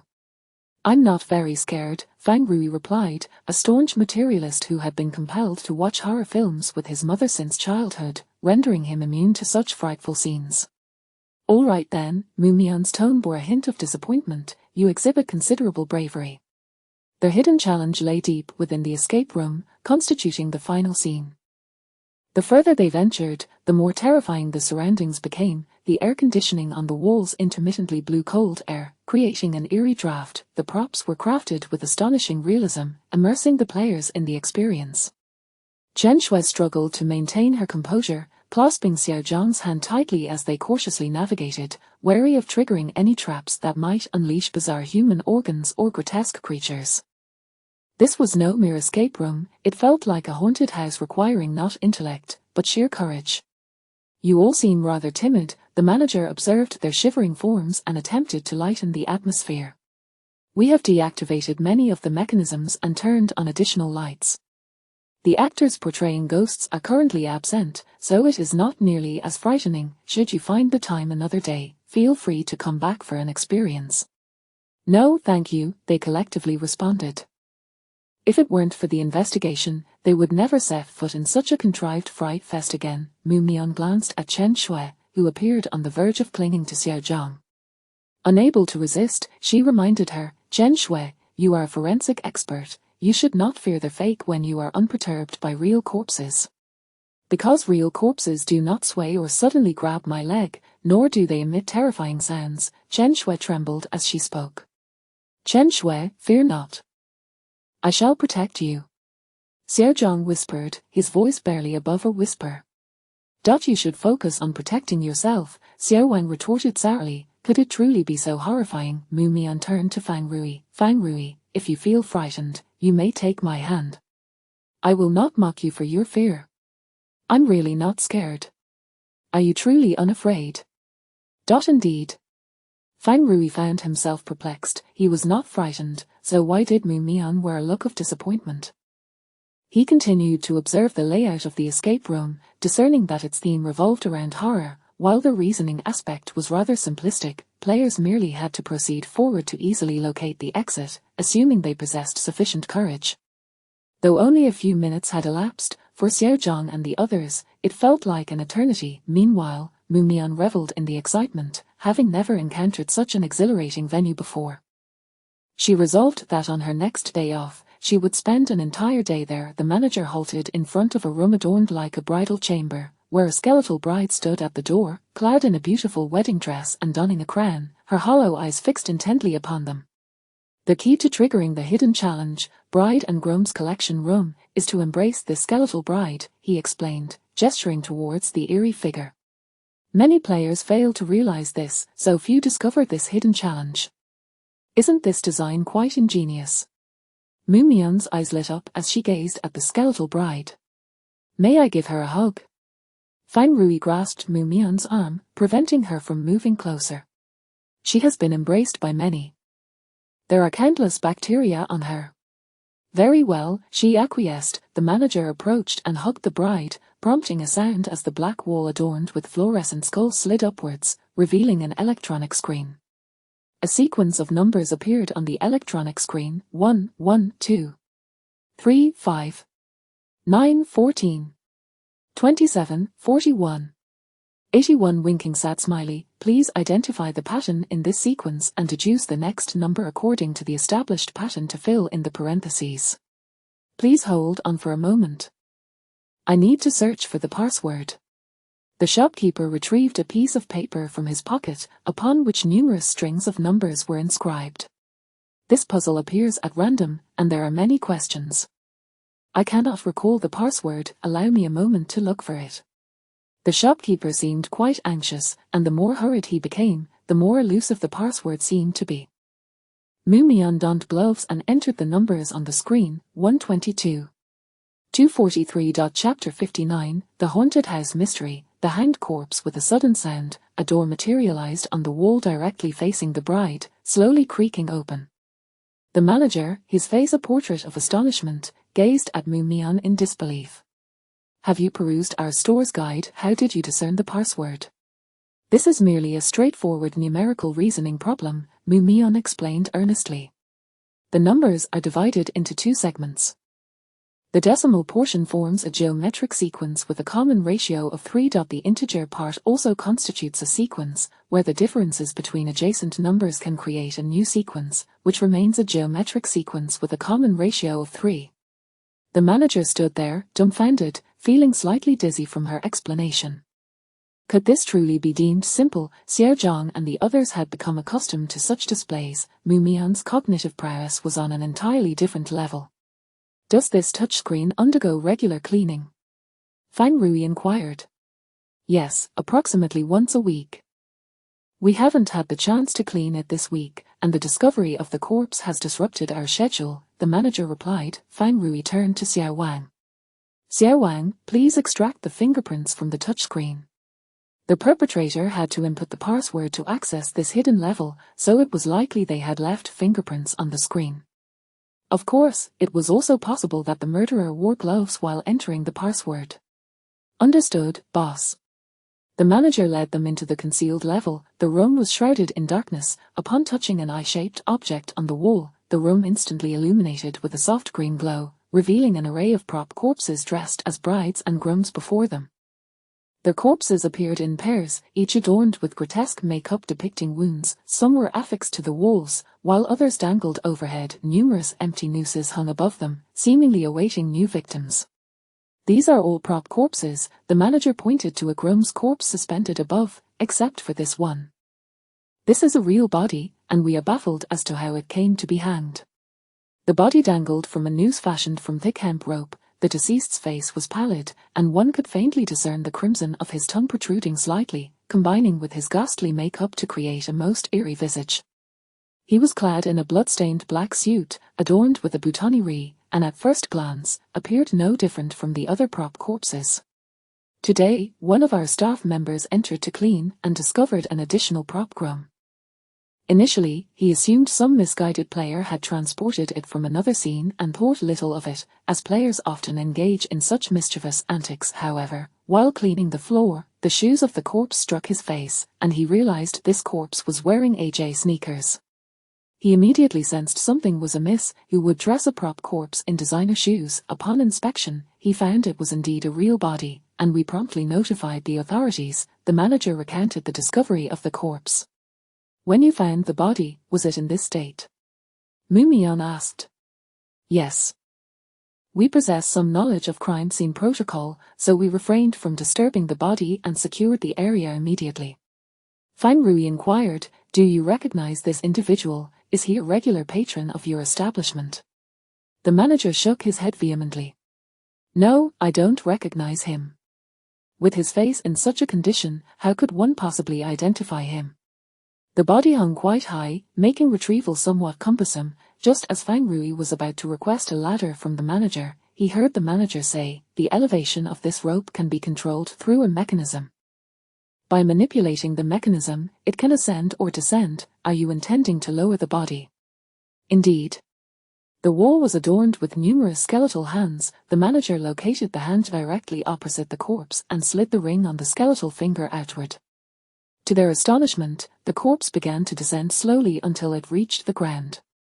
This is a small mechanism. Should a player touch the rings on these skeletons, the suspended corpses will rise or fall, the manager explained, adding, isn't this design quite innovative? It's unique to our establishment. Xiao Zhang remained speechless, clearly discerning the manager's pride in these morbid contraptions. The lighting in the room was inadequate, allowing Mumion only a cursory examination of the body. The deceased's complexion was ashen, with a deep ligature mark around the neck, situated between the hyoid bone and the thyroid cartilage. The deepest part of the ligature was near the throat, gradually shallowing on either side. The corneas of the deceased were severely clouded, with black spots on the sclera, signs of autolysis present in the oral mucosa and conjunctiva, and the abdomen exhibited signs of putrefactive bloating, with livor mortis nearing the infiltration stage. From these characteristics, it could be inferred that the individual had been deceased for approximately 18 to 20 hours. The time of death likely occurred between 3 and 5 p.m. yesterday. Mumion furrowed her brow and stated, the cause of death appears to be strangulation. Strangulation? Are you suggesting he committed suicide? The manager exclaimed, my goodness, why would he choose to end his life in my establishment? Wouldn't that tarnish my business? Why not die elsewhere? Strangulation does not equate to suicide by hanging, Mumion corrected him. Strangulation is the result of asphyxiation caused by the pressure of gravity on the neck. In simpler terms, he was hanged. There are two possibilities, either he hanged himself or someone else hoisted him vertically. That seems unlikely. It's not easy to hang a living person. Shouldn't a murderer strangle their victim? The manager displayed some knowledge of homicide. Mumion elucidated, the form of the ligature mark can distinguish between strangulation and hanging. Strangulation involves the deceased's own weight acting vertically on the neck, resulting in uneven force, leading to varying depths in the ligature mark, with some areas raised. Whereas strangulation by external mechanical force produces a more uniform, circular mark. Moreover, the majority of strangulation victims exhibit intersecting ligature marks. The depths of this body's ligature mark vary, and the pallor of the face provides evidence that he was hanged. Had he been strangled, his complexion would be purplish red, akin to those prop corpses hanging above. Your props are rather unprofessional. The manager fell silent. Fang Rui surveyed the room for a while, then reached out to move the ring on the skeletal hand. As he slid it outward, the rope descended, with the distance of descent directly proportional to the distance he slid the ring. Conversely, sliding the ring inward caused the rope to rise. Observing the empty noose, he suddenly grasped the murderer's method. He turned to Mu Mian. Could it be that the murderer incapacitated the victim first, then placed the noose around the victim's neck, sliding the ring to allow the rope to ascend slowly, effectively hanging the victim? Is he attempting to disguise the act as a suicide? However, he was able to decipher the password at the entrance. Though the password is not overly complex, his ability to solve it indicates he is not a fool. How could he naively believe this would masquerade as a suicide? That notion is utterly foolish. Fine Rui felt as though he had been subtly criticized. Was he not also somewhat dim for proposing such a theory? Fine Rui, you are quite intelligent. There is no need to doubt yourself, Mu Mian reassured him. The establishment lacked surveillance within the game room, yet both the entrance and exit were equipped with cameras, all functional. Fine Rui retrieved nearly a month's worth of surveillance footage. Upon returning to the precinct, Mu Mian meticulously cleansed the deceased's face of the heavy makeup, revealing a clean, fair visage. The deceased possessed an unremarkable appearance, with pronounced dark circles, indicating a likely penchant for late nights. Aside from the abrasions on his neck, there were no other external injuries, nor signs of struggle, suggesting he had not fought back during his final moments. The deceased was attired in a suit, beneath which he wore a long-sleeved sweatshirt and blue jeans. The suit jacket was worn directly over his attire. His inner garments remained tidy, devoid of distortion from any struggle. Mu Mian also extracted blood samples from the deceased for toxicology testing. Fine Rui discovered a mobile phone in the deceased's pocket, and they swiftly identified the individual. The deceased was named Liu Shenyan, 24 years of age, unemployed, residing with his parents, and living off their support. Liu Shenyan was also an enthusiast of escape room games. Chapter 60, The Haunted House Mystery. Enthusiasts of locked rooms. Fine Rui and Xiao Zhang arrived at Liu Shenyan's home to gather information. Liu Shenyan's parents were both middle school teachers. His mother taught Chinese, while his father taught physics. They resided in an old staff housing complex. Upon seeing Fine Rui and his companion, Liu's father wore a grim expression, while his mother anxiously inquired, "Comrade police, my son Shenyan could never commit a crime. He has merely been a bit despondent. He is a good boy, and he could not possibly be a criminal." Xiao Zhang cautiously responded, "Auntie, uncle, please accept my condolences. Liu Shenyan has already passed away. We suspect he was murdered, which is why we are here to learn more about him. That useless child is dead." Liu's father paused in shock, then erupted into a fit of rage. "Good riddance. A good-for-nothing like him, a leech. It's better this way. Now we can be free." "Father, what are you doing? Shenyan is gone, and you still insult him. He simply lost his job. Our pension is sufficient to support him, so why do you always berate him? HMPH, it's all your fault. You spoiled him rotten, just keep defending him. This is a tragedy, it's my fault, all of it is my fault. Oh, my Shenyan, how could you leave your mother all alone?" Liu's mother wept, covering her face. Liu's father looked at her, intending to offer her a tissue, but ultimately retreated to the study, slamming the door behind him with a heavy thud. "Auntie, please take care of yourself," Xiao Zhang said, handing her a tissue and gently patting her back to soothe her emotions. "Comrade police, my husband has a sharp tongue and speaks harshly, but he means no harm. Please do not take offense." Liu's mother gradually calmed down and asked, "How did Shenyan die?" "He hanged himself in an escape room." "An escape room, my Shenyan, how did you get trapped in there?" Liu's mother wailed, "It's all my fault. I should not have indulged you. I should have withheld money from you." "Auntie, what do you mean by that?" Xiao Zhang handed her another tissue. "What's wrong with escape rooms?" This child was ruined by escape rooms. He used to excel academically, gaining admission to a prestigious university. In his senior year, escape rooms suddenly became popular, and he became infatuated with them, ultimately neglecting his studies. At 24, he neither worked nor dated, nor did he interact with anyone, spending all his time playing escape rooms. He became a complete waste. "Did he have any conflicts with anyone?" Fine Rui inquired. "I don't think so. Shenyan is introverted and usually avoids conflicts, Liu's mother reflected for a moment before adding, once, he came home with a cut on his lip, as if he had been beaten. When I asked him what happened, he wouldn't tell me. When was that? What was he doing out? It was around September 5th, the day before my husband's birthday. He asked me for several hundred yuan that day, surely to play escape rooms again. He shows no interest in anything else. May we see his room? Of course. I'll take you there. Liu Shenyan's room was dim, with thick curtains blocking out the light. Without turning on the lamp, it was nearly impossible to see anything. Upon illuminating the space, Fang Rui discovered an exceptionally tidy room, predominantly in black and white. The bed linens were white, while the wardrobe and curtains were black, adorned with various peculiar symbols. The atmosphere was stifling. On Liu Shenyan's desk lay a row of books, many concerning cryptography and some novels. A large stack of blueprints was tucked away in a drawer, resembling architectural designs. Fang Rui casually picked one up, finding the layout somewhat familiar, reminiscent of a scene he had observed in the escape room.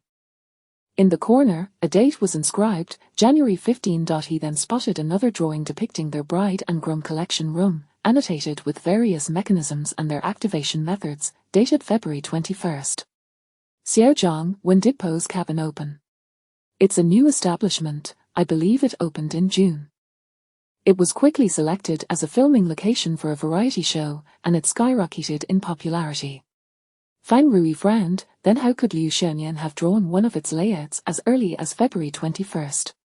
Could it be that Liu Shenyan was one of the designers of these rooms? Xiaozhang speculated. Could it be that the staff of that establishment plagiarized his designs, intending to silence him?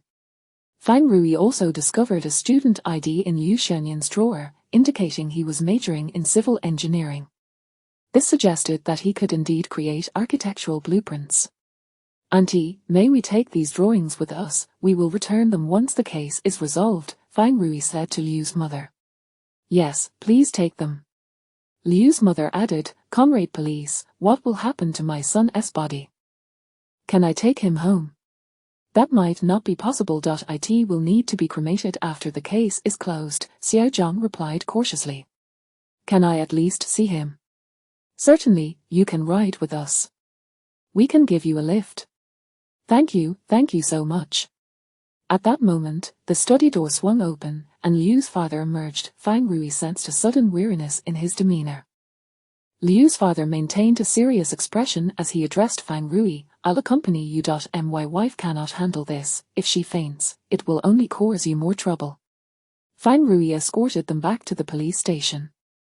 Mu Mian had already completed the autopsy and sutured the body, so she graciously permitted them to view the remains. My child mother will never scold you again. Please open your eyes and look at your mother, Liu's mother cried, throwing herself at Liu Shenyan's body. Whatever you wish to do, I will support you. Do not leave me. Liu's father, however, exhibited much restraint, standing at the entrance of the autopsy room, gazing at his son's body from a distance. He regretted being so harsh with his son. He ought to have shown him more patience. Even if Shenyan was a failure, he was still his child. Overwhelmed by these thoughts, he could no longer contain his emotions and embraced Liu Shenyan's body, weeping. The autopsy results were quickly released, and Mu Mian reported them at the next morning's meeting. The cause of death was hanging. The time of death was between 3 p.m. and 5:20 p.m. on September 18th. There were no signs of struggle on the deceased. Mu Mian paused. We also detected sleeping pills in his system. Sleeping pills? Could it be that the murderer first drugged the victim and then staged him as a prop, hanging him in the escape room? Xiaozhang conjectured.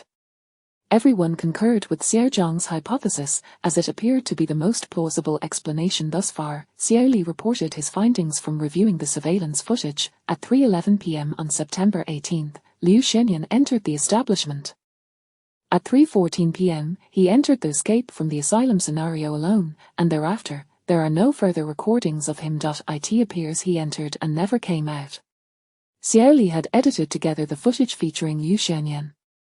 The surveillance showed him entering the store with a black backpack, wearing a cold expression, and shortly thereafter, reappearing at the scenario's entrance, still carrying the backpack and looking distinctly unhappy.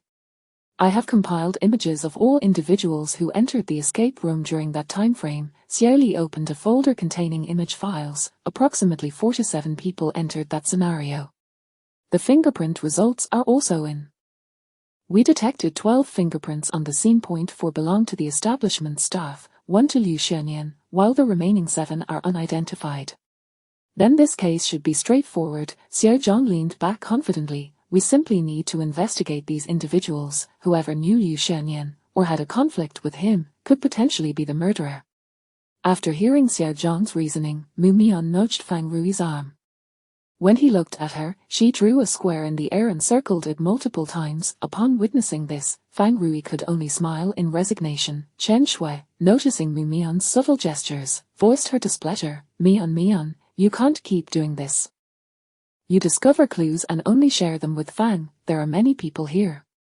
Chapter 61, The Haunted House Mystery, Design Plagiarism. After being caught by Chen Shui, Mu Mian cast a guilty glance at the ceiling, evading their reproachful gazes.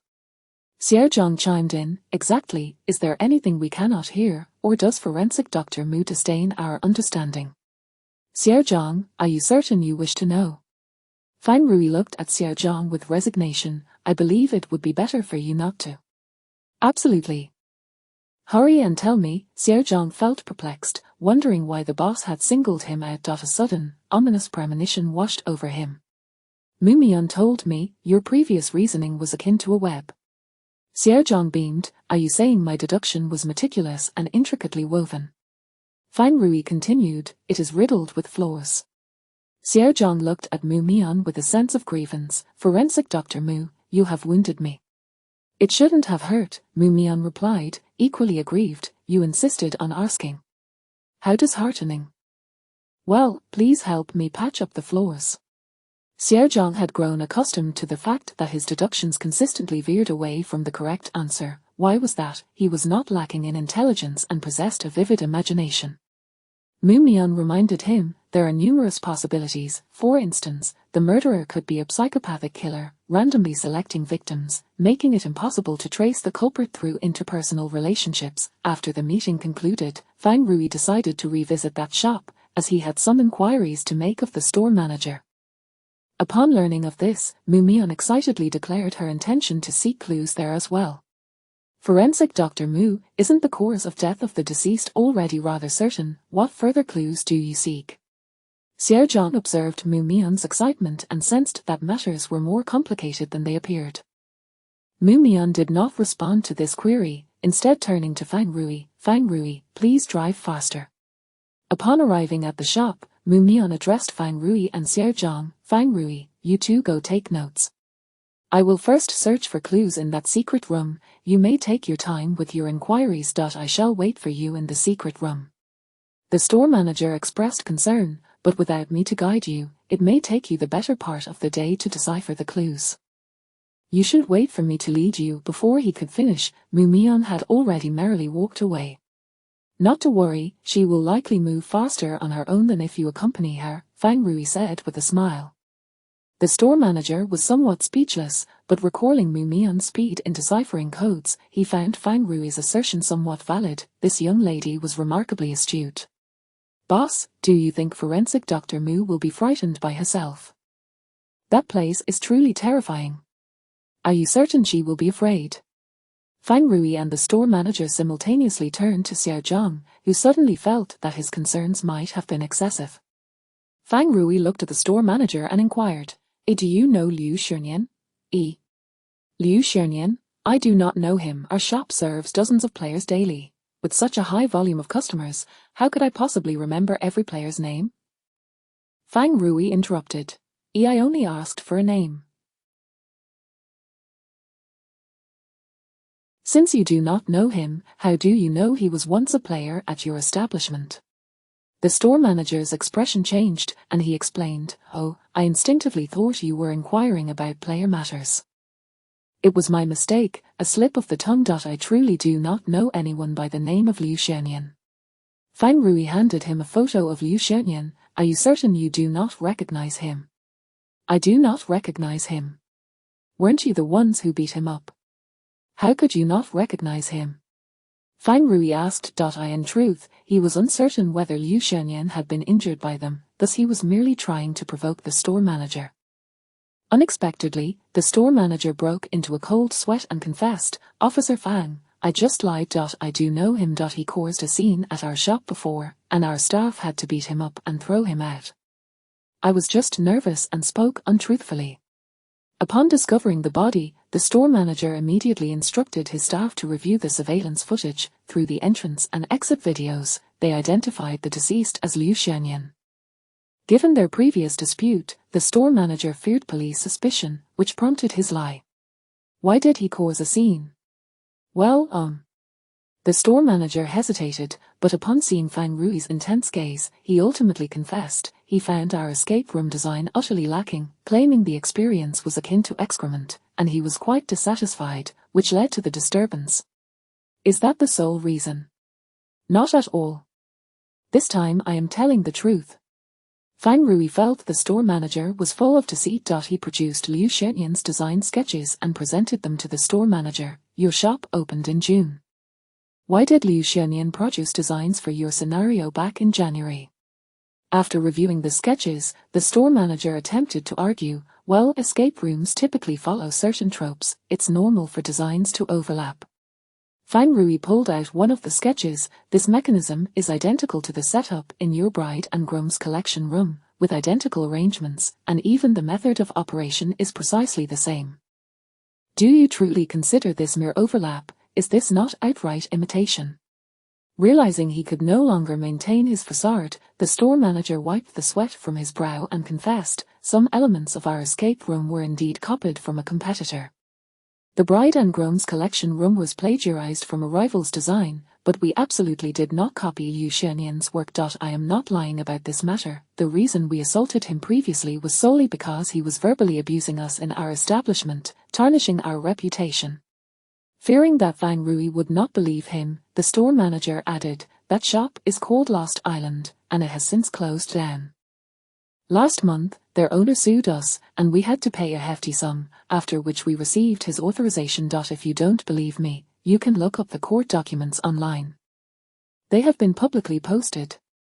If he found your establishment's experience lacking, why would he return to play at your shop? The store manager wore a face of helplessness. We are not sure.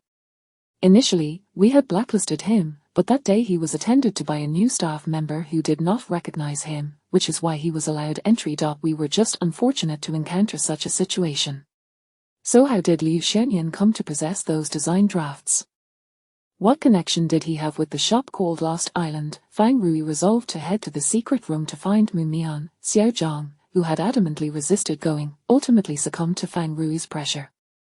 Perhaps because he had already traversed the area once, Xiao Zhang found it somewhat less terrifying this time. He touched the decorative elements on the wall, finding them rather pleasant to the touch, when he noticed Fang Rui sizing him up. With Chen Shui absent, your courage seems to have grown. Were you not terrified yesterday? Xiao Zhang's face flushed. Boss, you certainly have your wits about you.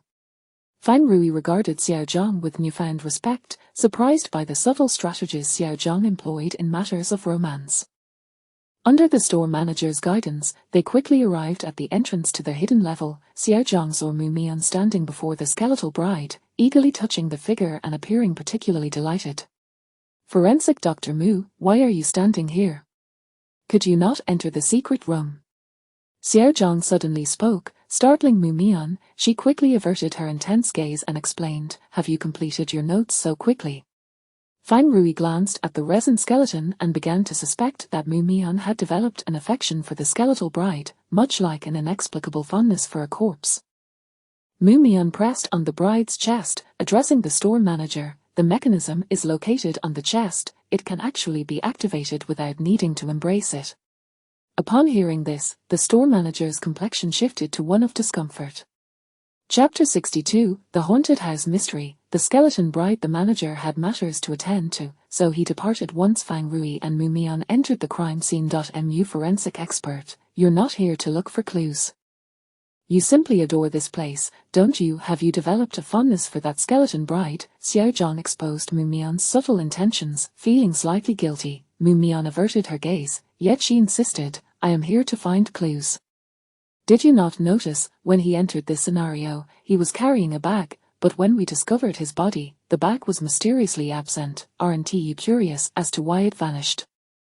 Fang Rui recalled seeing Liu Xianyan with a bulging black bag on the surveillance footage, the contents unknown, however. They found no sign of it at the scene. Could it be that the murderer took it?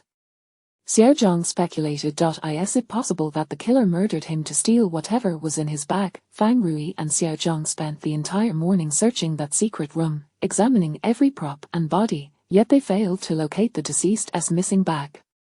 It appears the killer truly did take it, Xiao Zhang sighed. Meanwhile, Mu Mian fiddled with the nooses, even stretching her neck into one, experiencing the sensation of hanging. Observing this, Fang Rui quickly reached out to pull her away. Mu Mian, that is exceedingly dangerous. If you inadvertently trigger a mechanism, you might inadvertently hang yourself, Fang Rui admonished helplessly. Such misfortune is unlikely. Chen Shui mentioned that us Leos would be exceptionally fortunate this month. Unable to find the deceased's black bag, they had no choice but to leave the establishment. Before departing, Mu Mian frequently glanced back, prompting Xiao Zhang to suspect that her spirit had indeed been captivated by that skeleton bride. That place had an eerie quality. Surely, it couldn't harbor any malevolent entities, could it? By now, it was noon, and everyone felt quite famished, so they proceeded to the restaurant downstairs for a meal. Fang Rui ate swiftly, and once finished, he informed Mu Mian and Xiao Zhang, "You two take your time, I'll go purchase some items." "Boss, go ahead. I'll keep a close watch on Mu forensic expert. I assure you, she won't go missing." Mu Mian looked at Xiao Zhang with a hint of grievance. "I have an excellent memory, I have never gone missing. The point is, I will protect you. Do you understand? Then please, next time, get straight to the point." Before long, Fang Rui called Xiao Zhang, instructing them to meet him in the underground parking lot once they finished their meal. As Mu Mian and Xiao Zhang approached the parking lot, Mu Mian spotted Fang Rui hoisting the skeleton bride from a distance, her pupils widening in astonishment. "Boss, how did you manage to bring that thing down?" The skeleton bride was roughly the same height as Xiao Zhang and crafted from resin, making it relatively light. Fang Rui presented the skeleton bride before Mu Mian. "Mu Mian, this is for you." "This is a gift for me." Mu Mian felt overwhelmed by a wave of surprise. She stood momentarily stunned. Today was neither her birthday nor a holiday, yet Fang Rui had given her a gift, one that she had yearned for most today, this exquisite skeleton bride.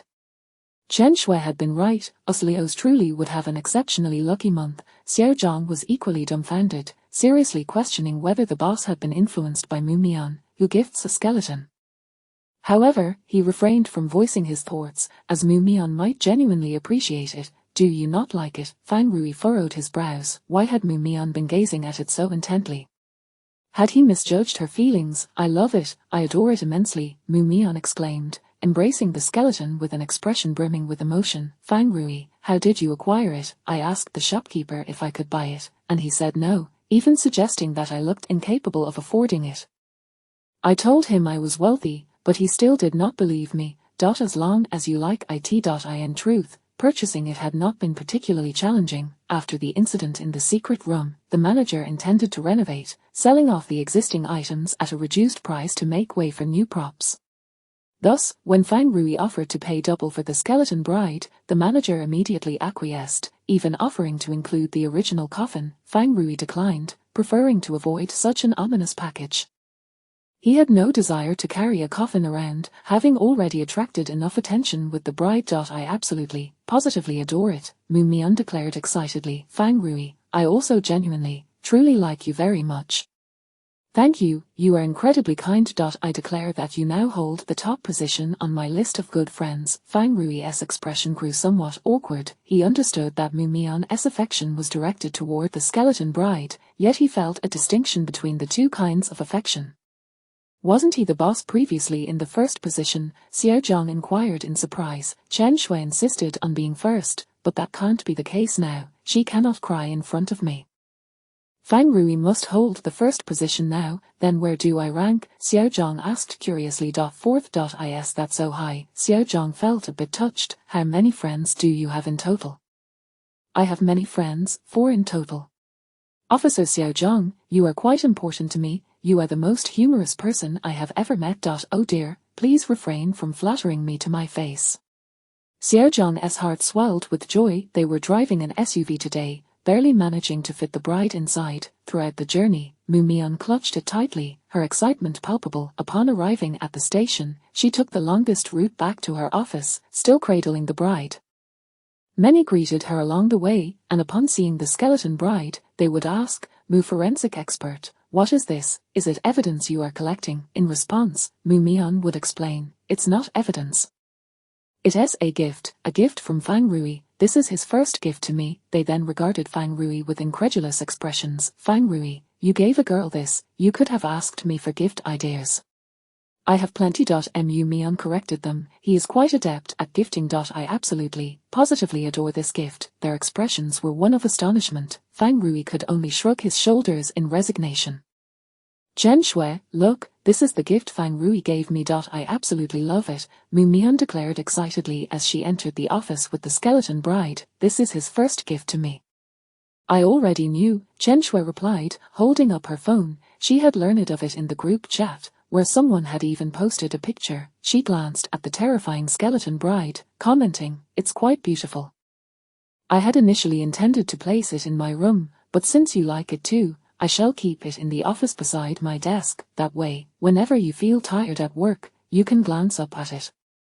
"That is fine. I want to buy some lovely clothes for it online, and I'll also purchase maintenance supplies to take good care of it," Mu Mian enthusiastically proclaimed. Fang Rui and Xiao Zhang inquired about the photographs with Liu Shenyan's parents, but they were unaware of Liu Shenyan's social interactions, only knowing that he had very few friends. Fang Rui then opened Liu Shenyan's phone to contact his most frequently messaged friend. This friend, also an escape room enthusiast, was named Li Bin, who had often teamed up with Liu Shenyan for such games, making them excellent partners. Upon learning of Liu Shenyan's death, he found it hard to believe. "You must be mistaken. Shenyan was severely socially anxious, with no enemies. How could he have been murdered? Are you truly police officers?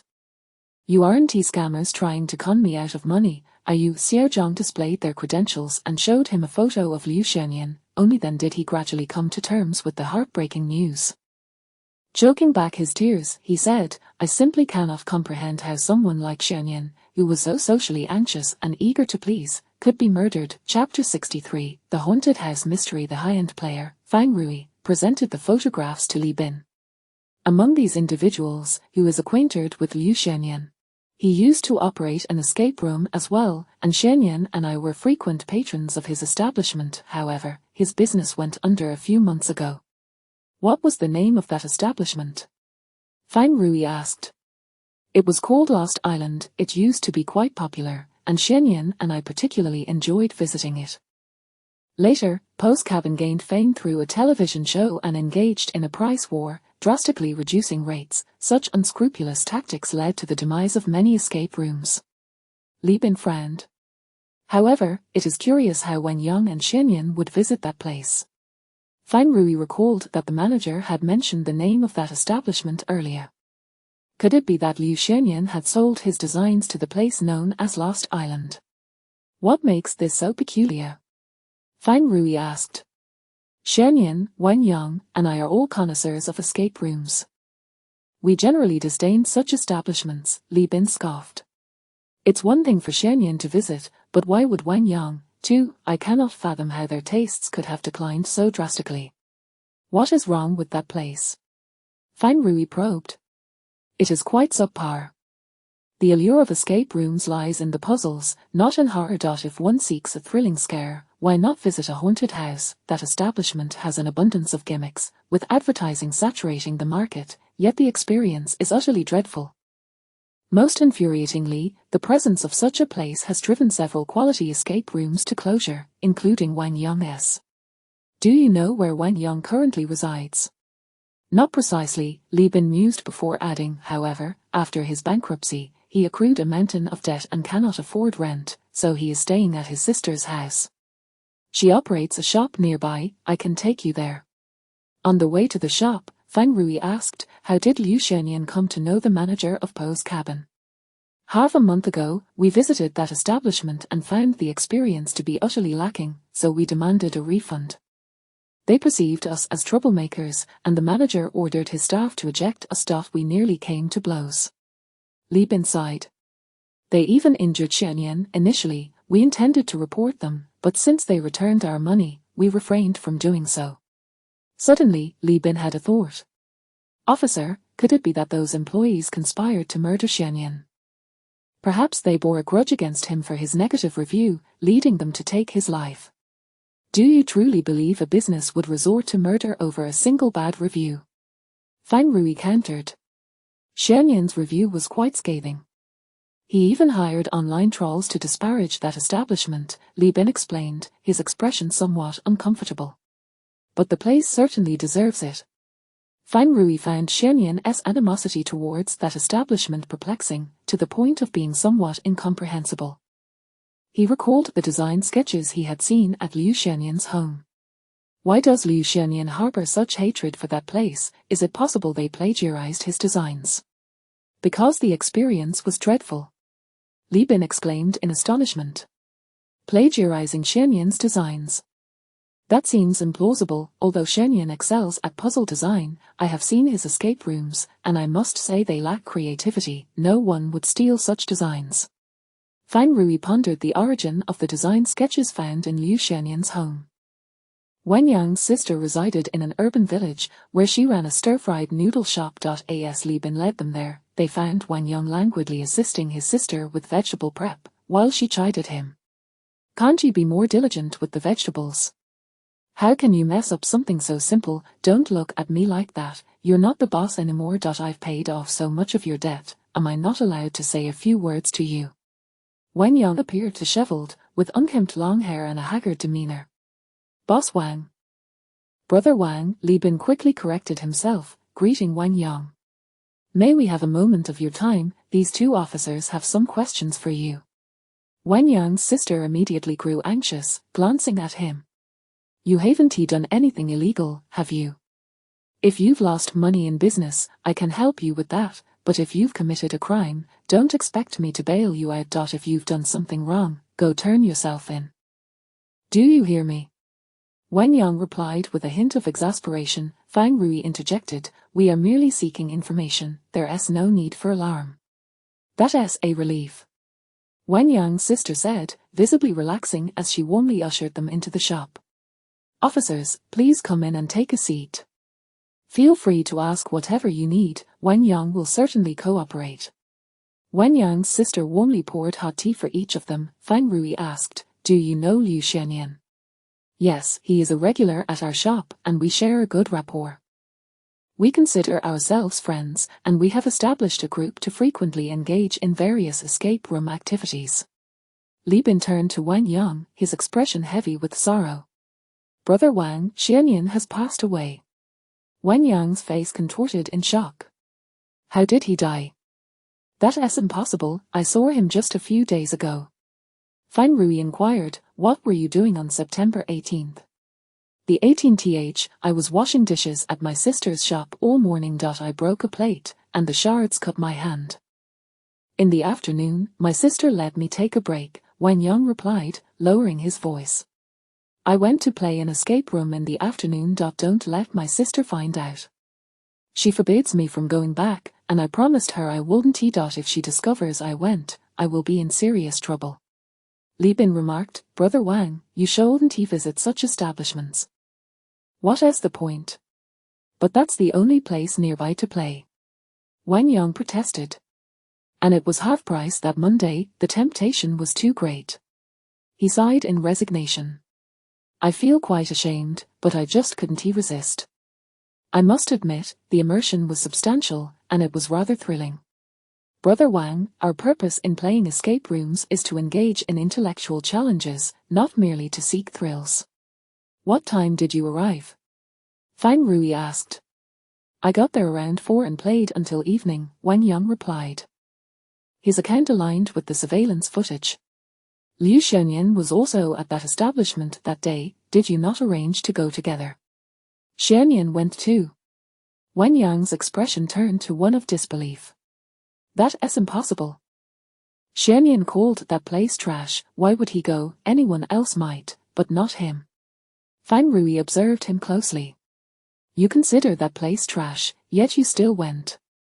Chapter 64, The Haunted House Mystery, Suspects. That's not the same. Xianyan has told us that he would never set foot in that establishment, even if it cost him his life, Wen Yang protested.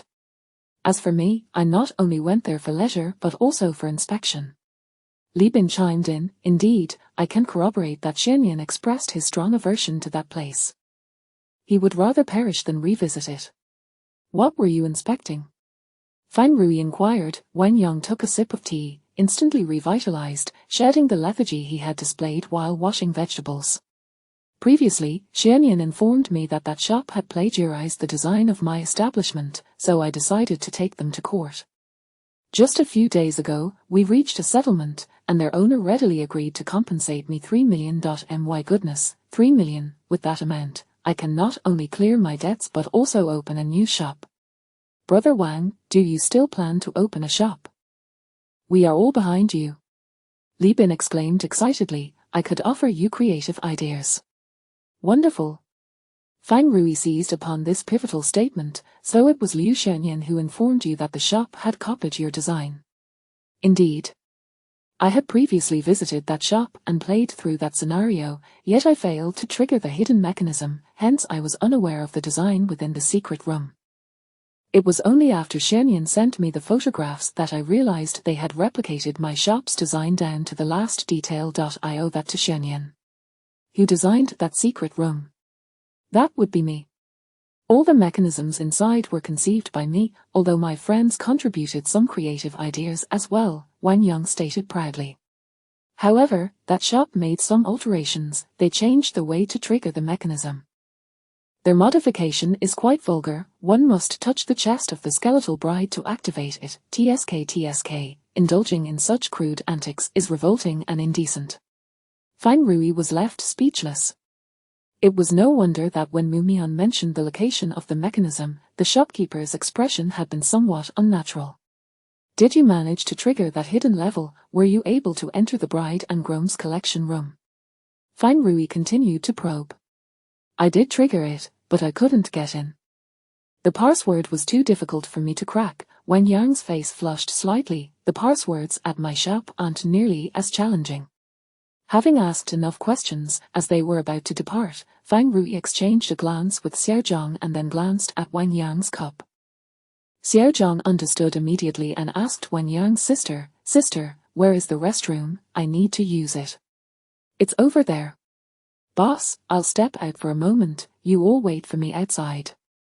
As Wang Yang returned to wash vegetables and his sister prepared the seasonings for the evening, Xiaozhong donned gloves and, while their attention was diverted, discreetly placed the cup Wang Yang had used into an evidence bag. This cup bore Wang Yang's fingerprints, which could be compared with the fingerprints displayed on the screen. After leaving Wang Yang's sister's shop, Fang Rui turned to Li Bin. What do you think of the relationship between Wang Yang and Liu Xianyan? What do you mean? You can't possibly suspect Brother Wang, can you? That's inconceivable. He has always treated us exceptionally well, inviting us to play the updated scenarios for free and even providing us with snacks. You may have noticed that Xianyan has no friends. Among all of us, aside from me, Brother Wang has been the kindest to him. Is Liu Xianyan aware of Wang Yang's victory in the lawsuit? Fang Rui questioned. I doubt it. I only found out today that lawsuit was quite arduous. Brother Wang was so broke he couldn't even afford a lawyer. It was only after he swore to his sister that he would never touch escape rooms again that she gave him some money. None of us anticipated that they would win, let alone that the owner would be so generous, offering such a substantial sum without haggling. After Li Bin left, Xiaozhong speculated, Boss, could it be that Wang Yang didn't want to share that 3 million with Liu Xianyan, which led him to murder him? It's too coincidental for both of them to have been at that shop simultaneously. Fang Rui also found the coincidence troubling and was perplexed. Despite the design being drawn by Liu Xianyan, Wang Yang insisted that he had designed the secret room himself. Upon returning to the precinct, as Fang Rui passed by Mumian's office, he caught a glimpse of the skeletal bride standing ominously beside her. He found it quite irksome, feeling it was an eyesore in that position. Mu Mian was engrossed in writing a report. Every few lines, she would glance at the skeletal bride and then return to her report with a cheerful demeanor. This is severely hampering work efficiency. Boss, just look at what you gifted. Of all things, why this? Xiao Zhang quipped from the side. Mu Mian seems too preoccupied to even acknowledge us. Chen Shui mentioned that Mu Mian is so absorbed in choosing brushes for it that she doesn't listen to her anymore. Brushes? Is that a maintenance tool for forensic examination? Fang Rui requested Xiao Li to retrieve all surveillance footage related to Wang Yang. The footage revealed that on that day at 4:03 p.m., Wang Yang arrived at the shop's entrance, sporting a baseball cap and a mask, appearing quite vigilant as he scanned his surroundings. At 4:12 p.m., he entered the scenario, and it wasn't until after 6 p.m. that he stealthily emerged, clearly indicating something was amiss. Boss, look at him, he certainly appears guilty. This fellow is quite the actor. We nearly fell for his ruse, Xiao Zhang exclaimed. When conversing with Wang Yang at his sister's shop, Xiao Zhang had mistakenly thought him to be a good person. Boss, the fingerprints on that cup matched one on the screen. That rascal Wang Yang must have entered the password on the screen. Xiao Wang quickly reported the fingerprint comparison results, confirming that one of the prints aligned with Wang Yang's. Fang Rui deemed it necessary to summon Wang Yang for further questioning. However, he recalled Mu Mian's words: if the murderer was capable of deciphering that numerical password, they likely wouldn't be foolish enough to leave such obvious evidence behind. The following day, Fang Rui invited Wang Yang to the precinct for an interrogation. Upon seeing Fang Rui and Xiao Zhang, Wang Yang's tone was somewhat anxious. Officer Fang, why have you summoned me? I've already shared everything I know. Is there anything more you wish to ask? Can you assist us in deciphering these passwords? Fang Rui handed him a sheet of paper containing all the numerical reasoning problems that could appear in the hidden level. Wang Yang glanced at it and frowned. So many, let me take a look. There's no rush, take your time. Wang Yang found it strange that he was invited to the police station to solve math problems, as he was not a mathematician. Nevertheless, he diligently attempted them, only to discover that he seemed quite inept at mathematics. He became increasingly flustered, perspiring profusely, and after a considerable time, he managed to solve merely 2 problems. Xiao Zhang marked his answers against the correct ones and murmured to Fang Rui, he spent an hour and only solved 2 problems, both of which were incorrect. Wang Yang's face turned crimson as he defended himself. I've never been good at math since childhood. If it were other types of reasoning problems, I would excel, such as figure reasoning or logical reasoning. Fang Rui furrowed his brow. If Wang Yang couldn't solve a single problem, could it be that he truly had never entered that hidden room? Fang Rui produced the stack of design drawings created by Yu Xianyan. Mr. Wang, you claim that the secret rooms in your shop were all designed by you. How do you explain these design drawings? Chapter 65. The Haunted House Mystery. The foreign object in the chest. Wang Yang picked up the design drawings and began to scrutinize them slowly. He furrowed his brow. Who created these designs? Why do they resemble those in my store so closely? These scenes mirror the scenarios from the replicas we previously launched. Take a look at this design for the bride and groom's collection room. I recall your store introduced it on April 5th, yet this drawing is dated February 21st, earlier than your launch. How do you explain that? Fang Rui inquired. What do you mean, how do I explain? Are you accusing me of plagiarism? If you tell me who created this drawing, I can confront them directly. All the mechanisms in this scene and the placement of props were designed by me. I commissioned a professional designer for the drawings, and they can testify that I could not have copied. Fang Rui replied, that individual cannot confront you as he is deceased, having hanged himself in that secret room. Are you suggesting that Xiao Nian drew this design? Wang Yang's face turned ashen. No, I did not plagiarize his design, and I have no idea how he came to possess this drawing. The date must be forged, it must be. This drawing was created with a permanent marker, and our technicians can ascertain the approximate time it was drawn. Fang Rui suddenly found it peculiar, as typical design drawings require modifications and are usually sketched in pencil. But why was this design drawn with a permanent marker? Was Liu Xianyan a genius capable of completing a design in one go? I don't know how to explain it, Wang Yang stammered, suddenly recalling something. He quickly added, I have described every thought in the group chat. Could he have reconstructed my secret room design from that? What would be his motive for doing so? Xiao Zhang countered. Is he simply bored? How should I know? Wang Yang retorted, shrinking his neck in despair. Why would Liu Xianyan inform you about the plagiarism? Is it because he was also one of the creators, and you, wishing to prevent him from sharing that 3 million, killed him? Xiao Zhang interrogated. That is not true. Xiao Nian and I are friends. That is why he confided in me. Furthermore, I have said it before, this design is my conception and has nothing to do with Xiao Nian, nothing. Wang Yang's agitation grew. I did not commit murder. You cannot frame me. Did you enter that hidden room? No, I told you, I couldn't crack the code, so I couldn't get in, Wang Yang explained. However, I did attempt the code once. Why were you so flustered when you emerged from the room? Fang Rui pressed. I saw the store manager when I came out. You know I've been embroiled in a lawsuit with them, which has been quite unpleasant. If he found out that I secretly sneaked into his store, he would surely mock me. So, I avoided him. At present, there was no evidence to prove Wang Yang was the murderer, so Fang Rui allowed him to leave. Boss, that Wang Yang is truly a master of deceit. The evidence is right before him, yet he refuses to acknowledge the plagiarism, Xiao Zhang lamented. Such a wicked person, claiming others' work as his own and even going so far as to murder the original creator. How can we find evidence to incriminate him? Fang Rui recalled the suit worn by the deceased and suggested, let us check his purchase records to see if he has bought a suit of the same style. Also, investigate that fireworks display. Our boss, you are so clever. The suit had no distinct cut and was made of subpar material, the kind one could purchase for a mere 100 yuan.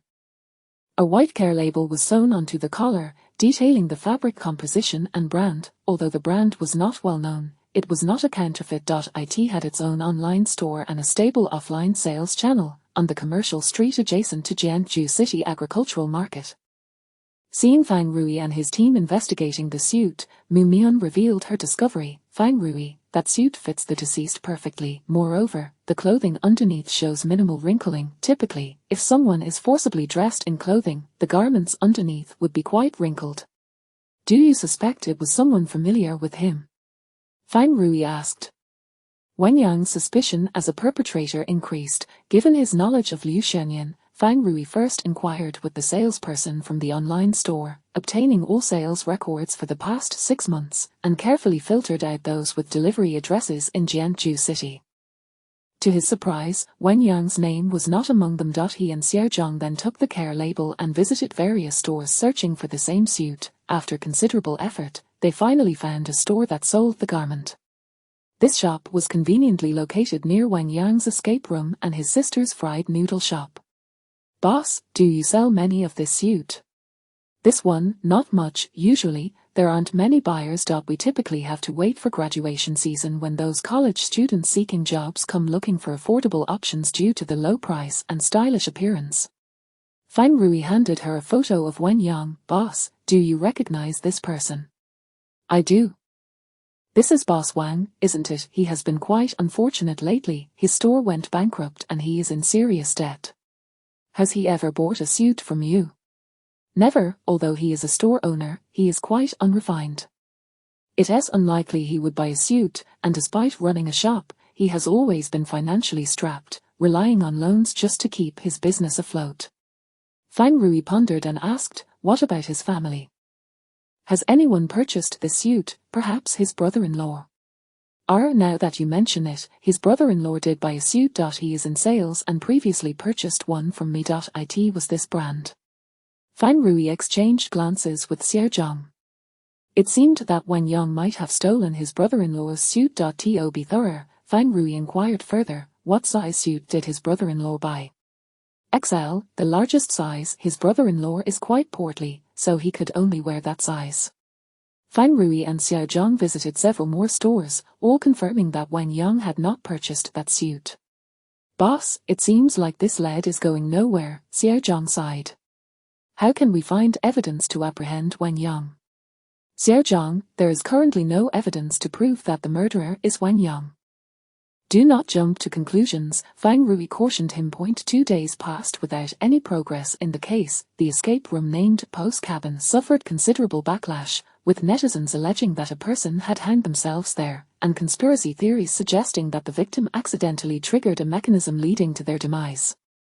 The establishment received numerous negative reviews, severely damaging its reputation and leaving it nearly deserted. Early one morning, Mu Mian arrived at the office carrying several packages. She opened one of them to find a delicate small brush. Another package contained a wizard's outfit and a magic wand made from a radius bone. Mu Mian deemed the skeleton bride's attire unappealing and sought to change its outfit. The skeleton bride's dress was strappy and challenging to undo. After struggling for a while, she decided to enlist Fang Rui's help. Fang Rui, quick, help me remove its clothing. All right. Fang Rui procured a pair of scissors and swiftly cut the dress apart. Freed from the cumbersome bridal garment, the skeleton quickly revealed its slender figure. Fang Rui, you are so violent. Mu Mian protested, though she soon praised, your method is brilliant, it solved the problem in an instant. Fang Rui, you are truly clever. At that moment, both Mu Mian and Fang Rui noticed something black fabric-like inside the skeleton's chest cavity. What is this? Chapter 66, The Haunted House Mystery. The blank letters. The black object was firmly lodged within the ribcage of the skeleton, and Fang Rui exerted considerable effort to extract it. Fang Rui, be careful. Don't you break it, Mu Mian exclaimed anxiously. Fang Rui, you're being too careless, you've damaged one of its ribs. You've broken another one. I'm sorry, Mu Mian, it wasn't my intention.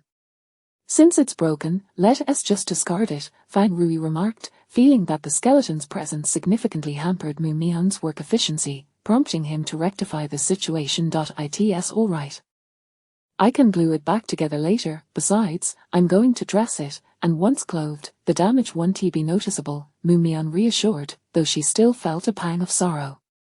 After all, this was Fang Rui's first gift to her. Upon extracting the black object, they discovered it was a black backpack adorned with a 6-point star pendant on its zipper. The bag appeared deflated, containing only a book and a pen. This seems to be the backpack belonging to Liu Xianyan who went missing. Look, it has the same 6-point star pendant, Mu Mian noted. So, it was hidden here, but in the video, it looked puffy. Why is it so flat now? Someone must have removed its contents, Fang Rui speculated. Previously, they had searched the lower half of the skeleton bride, unaware that the deceased's backpack was concealed within its ribcage. Fang Rui found it peculiar. Why would the murderer hide the backpack in this skeleton bride? Wouldn't it be safer to discard it elsewhere, or was he fearful of being captured by surveillance while carrying it? However, the bag was not particularly bulky. It could easily be concealed beneath clothing to evade detection. Suddenly, Fang Rui conceived an utterly absurd theory. He wished to share it with Mu Mian, but she was too preoccupied, sorrowfully caressing the broken rib of the skeleton to pay him any heed. Mu Mian retrieved glue from the cabinet, meticulously reattaching the rib. She even contemplated purchasing paint to touch up the cracks, but as it was working hours, she could not afford to take time off. She dressed the skeleton in a black wizard's robe and placed a wizard hat upon its head. The skeleton's joints were movable, and Mu Mian adjusted its arms to hold a magic wand fashioned from a radius. In an instant, it transformed from a beautiful bride into a chillingly aloof evil wizard, and Mu Mian was quite pleased with its new appearance. Mu Mian, what are you doing? Wow, it looks so cool now, Chen Shui exclaimed in admiration. Is it an evil wizard now? Yes, it's a necromancer. It can turn corpses and bones into minions to aid it in battle. My childhood dream was to become a necromancer so I could summon many spirits as my friends. Alas, this world lacks magic. In her youth, Mu Mian had not fully embraced the tenets of science and had been engrossed in the study of magic. It was only after her worldview of magic crumbled that she fervently fell in love with science, for in a sense, science is the modern form of magic. So, you became a forensic doctor?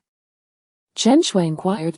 Mu Mian did not respond, as she noticed the necromancer's grip on the wand appeared unnatural. She adjusted its fingers once more. Chen Shui felt exasperated. Ever since this peculiar entity had entered her life, Mu Mian had become reclusive, scarcely engaging in conversation. Suddenly, an insidious thought crossed Chen Shui's mind. She desperately wanted to steal the skeleton wizard and toss it into the trash. Fang Rui examined the black backpack. It was undamaged and contained only a book and a fountain pen. The book was a recent bestseller titled The House I Died In. Flicking through its pages, he discovered 2 blank envelopes within, devoid of any writing, likely serving as bookmarks, yet the envelopes felt thick, as if they contained something. Fang Rui opened one of the envelopes, revealing merely a folded sheet of white paper. He then opened the other envelope, which similarly contained a folded white sheet. How strange, he pondered, why would one place a blank sheet of paper inside a blank envelope? Fang Rui returned the sheet to its envelope and placed it in the evidence bag. As he rummaged through the inner compartments of the backpack, he found nothing. However, he suddenly noticed some red substance adhering to the fabric of the bag's interior, resembling either paint or lipstick. It seemed his suspicions were confirmed. Fang Rui sought out Wang Yang, requesting the designer's sketches. Upon comparing the 2 sketches, Fang Rui discerned some differences. The most conspicuous distinction was that the designer's sketch featured a bride and groom together, whereas Liu Xianyan's design included a solitary groom, mirroring the crime scene. Xiao Zhang, take this bag to the technical department for analysis. Have them identify the red substance, Fang Rui instructed. Understood. Xiao Zhang observed the crimson stains, commenting, this appears to be cosmetics, likely lipstick or eyeshadow. At that moment, Fang Rui was surprised to see Lin Sen had come to work. Consultant Lin, weren't you borrowed by the neighboring city to solve a case? Xiao Zhang exclaimed, surprised. Has that case concluded so swiftly? Their efficiency is astounding. A serial murder case had transpired in the neighboring city, where the perpetrator had abducted young women and cruelly steamed them to death. The case had remained unsolved, prompting the chief to generously loan Lin Sen for assistance. Fang Rui scrutinized Lin Sen for a moment. Has your emotional injury healed? What emotional injury? Xiao Zhang interjected, intrigued. Consultant Lin has experienced heartbreak. Goodness, you would dismiss him. They must be blind. Xiao Zhang, hurry and take this bag for testing. Inform me of the results promptly, Fang Rui urged, sending Xiao Zhang on his way. All right, Fang Rui shared the details of the case with Lin Sen and then conveyed his theory. Do you find my speculation reasonable? Quite reasonable, Fang Rui inquired, but don't you think it's absurd? I can't fathom the motive behind such actions. Perhaps you're overcomplicating the matter. Fang Rui produced the 2 blank letters once more, stating, these letters can't possibly be intended for us, can they? Yet they contain not a single word. What could be the purpose of leaving behind these empty envelopes? Although Lin Sen had not delved deeply into the personality of Liu Xianyan, he had gleaned a general sense of it.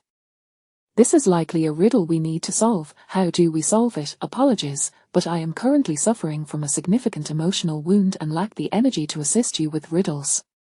Lin Sen, must you be so petty? I was merely jesting. I meant no offense. Lin Sen cast him a cold glance.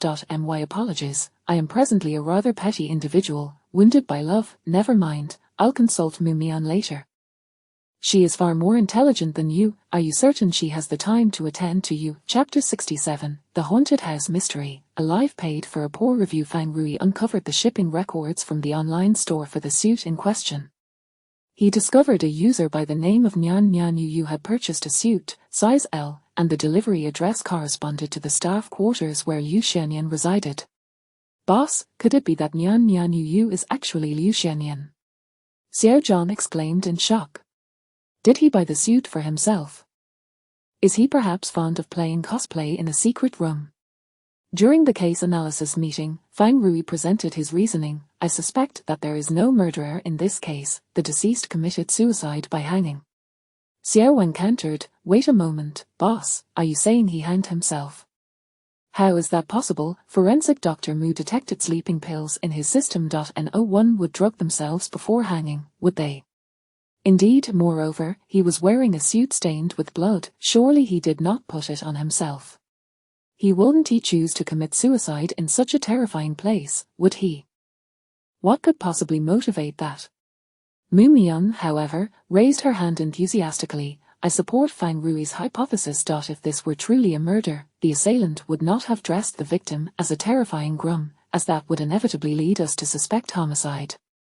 Such behavior would be utterly superfluous. However, if we think inversely, if the deceased did commit suicide, then this act could easily be disguised as a murder.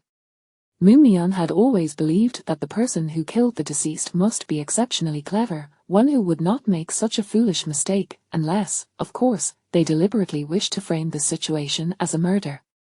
Fine Rui turned to Mumyon. When did you begin to suspect it was suicide? The first time I saw the body. At that moment, I felt that the mechanism was particularly suitable for suicide. Once activated, the noose ascended slowly, affording him ample time to step forward and secure it around his neck. Of course, if he wished to retract his decision, he had a few seconds to do so.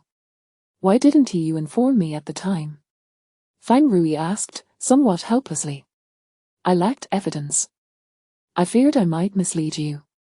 Boss, we still lack evidence, these are merely our speculations, Xiao Wang interjected. Fine Rui stated, do you recall the bag Liu Xianyan was carrying in the surveillance footage? Yes, the black one. We discovered that black bag inside the chest cavity of the skeletal bride, containing only a book that appeared rather deflated. Fine Rui played that segment of the video again. However, the bag in the surveillance footage was bulging, filled with numerous items. I suspect that when Liu Xianyan entered, he carried that suit inside the bag. Fine Rui continued, we found a red substance in the bag. The technical department has confirmed it to be a type of cosmetic pigment, identical to that on the suit. Furthermore, Liu Xianyan had made an online purchase for that very suit. All evidence suggests that the bloody suit was fabricated and brought in by Liu Xianyan himself. He must have worn it himself, Mumyon added. The clothing beneath it was unwrinkled, indirectly proving that he most likely donned it himself. Even if he were unconscious, it would be quite difficult for someone to dress him without wrinkling the inner garments. But how do we explain the sleeping pills? Chen Shui inquired. Why were sleeping pills detected in the deceased? Liu Xianyan had sleep issues. His parents confirmed that he had previously sought medical attention, and the doctor prescribed him sleeping pills. Fine Rui clarified, when all the evidence was pieced together, it nearly affirmed that Liu Xianyan had hanged himself. But what about the motive? Xiao Zhang inquired. What could compel him to commit suicide in that secret room? The group fell into silence for a moment. Perhaps it was to leave a negative review for that establishment, Lin Sen suggested quietly. Consultant Lin, that's rather far-fetched. Who would go so far as to hang themselves in a place simply to leave a poor review? Chen Shui found this conjecture absurd. Lin Sen elaborated, the desire to leave a poor review is merely a superficial reason. The deeper motive is that the escape room was the most significant aspect of his life, the very meaning that sustained his existence. However, that establishment tarnished what he held sacred, leading him to retaliate with his life. Currently, the physical evidence was nearly conclusive in proving Liu Xianyan's suicide. Fine Rui then recalled the two unmarked envelopes. He approached Mumyon, who was meticulously brushing away non-existent dust from the skeletal remains, looking quite serious. Fine Rui felt that the skeleton was severely disrupting Mumyon's work. She had never been one to slack off at work, it seemed necessary to make that skeleton disappear. Fine Rui, are you looking for me? Mumyon, is there any way to make the writing disappear from the paper? Fine Rui inquired, his intuition suggesting that the two envelopes must contain writing that could reveal the reason behind the deceased's suicide. There are numerous methods. We could write with colorless phenolphthalein. Once it dries, the writing will vanish. Lemon juice or vinegar would work as well. Mumyon listed various techniques. However, to reveal the writing, one would need to experiment with several methods. Could you check if there is any writing on these two envelopes? Fine Rui handed the envelopes to Mumyon. Of course. Recently, Mumyon had been quite fortunate. She managed to reveal the writing on the envelopes after trying just one method. She discovered that the writing was inscribed in colorless phenolphthalein and would become visible when treated with a basic solution. The writing on the first envelope read, "Congratulations on solving my suicide riddle. Please see the letter inside, and you shall find the answer." The other envelope with the inscription, "To be opened by father." Using the same method, Mumyon revealed the text on the white paper inside the first envelope. Dear clever police officer, or madam. Congratulations, you have successfully unraveled my suicide riddle. your reward is the knowledge of the entire truth behind my suicide. I have contemplated ending my life since high school, yet I refrained, as suicide is a cowardly way to die. It elicits no sympathy and invites scorn. I refuse to be the subject of others' gossip, thus, I resolved to disguise my death as a murder, ensuring that people would pity me rather than mock my weakness. I contemplated various methods to end my life but never acted upon them. Perhaps I was afraid of death. I initially intended to commit suicide at Lost Island. I even drafted plans. However, Brother Wang treated me with such kindness. He would never ridicule my interests or call me worthless, thus, my desire to live was rekindled. Little did I expect that just as I wished to continue living, post-cabin would obliterate my life. Surely no one dares to patronize that establishment now, right? Is it on the verge of closing down? Har har har. That is precisely the effect I aimed to achieve. Before entering the escape room that day, I donned a suit resembling the prop corpse. I stuffed the bag containing my clothing into the chest cavity of the skeletal bride, believing you would not search there first. I could not allow you to find that bag easily. Otherwise, you would conclude it was a suicide, negating any chance of inflicting catastrophic damage on that establishment. Before my demise, I also ingested sleeping pills, ensuring you would not classify this case as a suicide. I even deliberately left the plans in the drawer, leading you to believe that the store manager or Brother Wang killed me to cover up plagiarism. This would provide a motive for the supposed murderer. In reality, those plans were designed for my own demise. The timeline was genuine, but the content was drawn from Brother Wang's descriptions in the group chat. If you observe closely, you will find that each design sketch features the same little figure. That would be me. At that moment, I intended to take my life in that escape room, yet, I ultimately achieved my goal. From Brother Wang's Weibo account, I learned that he intentionally cut his hand that morning so he could ask his sister for leave to visit that establishment for an escape room game. Therefore, I chose that day to end my life, adding another suspect and complicating the case. Of course, if you investigate further, you will discover that Brother Wang could not possibly be the murderer. Ultimately, you will arrive at one conclusion: I committed suicide. At that point, you will surely uncover various pieces of evidence supporting my suicide. However, that establishment will suffer a tarnished reputation due to this murder case, and no one will dare to visit again. You may not fully comprehend what escape rooms mean to me. They are the most significant aspect of my life, my mental pillar, the sole joy that sustains my existence. Yet, that establishment destroyed it, annihilating the crystal of my life. I can no longer endure, thus, I will destroy it, even at the cost of my own life. You may mock me, deeming me unworthy of my own life, yet, that is inconsequential. I am already a waste of resources, living only to be ridiculed. Please deliver the other letter to my father. It's fine if you don't, he likely won't read it anyway. So, this is it. This waste of a person is departing this world, bound for another, if such a place exists. After reading the letter, everyone was left speechless. It turned out that Liu Shenyan indeed hung himself in retaliation against that establishment. Nevertheless, Liu Shenyan was quite clever, having devised such a convoluted case that led the police's investigative thought process astray. Mu Mian inquired, should we reveal the writing on the letter meant for his father? Chapter 68.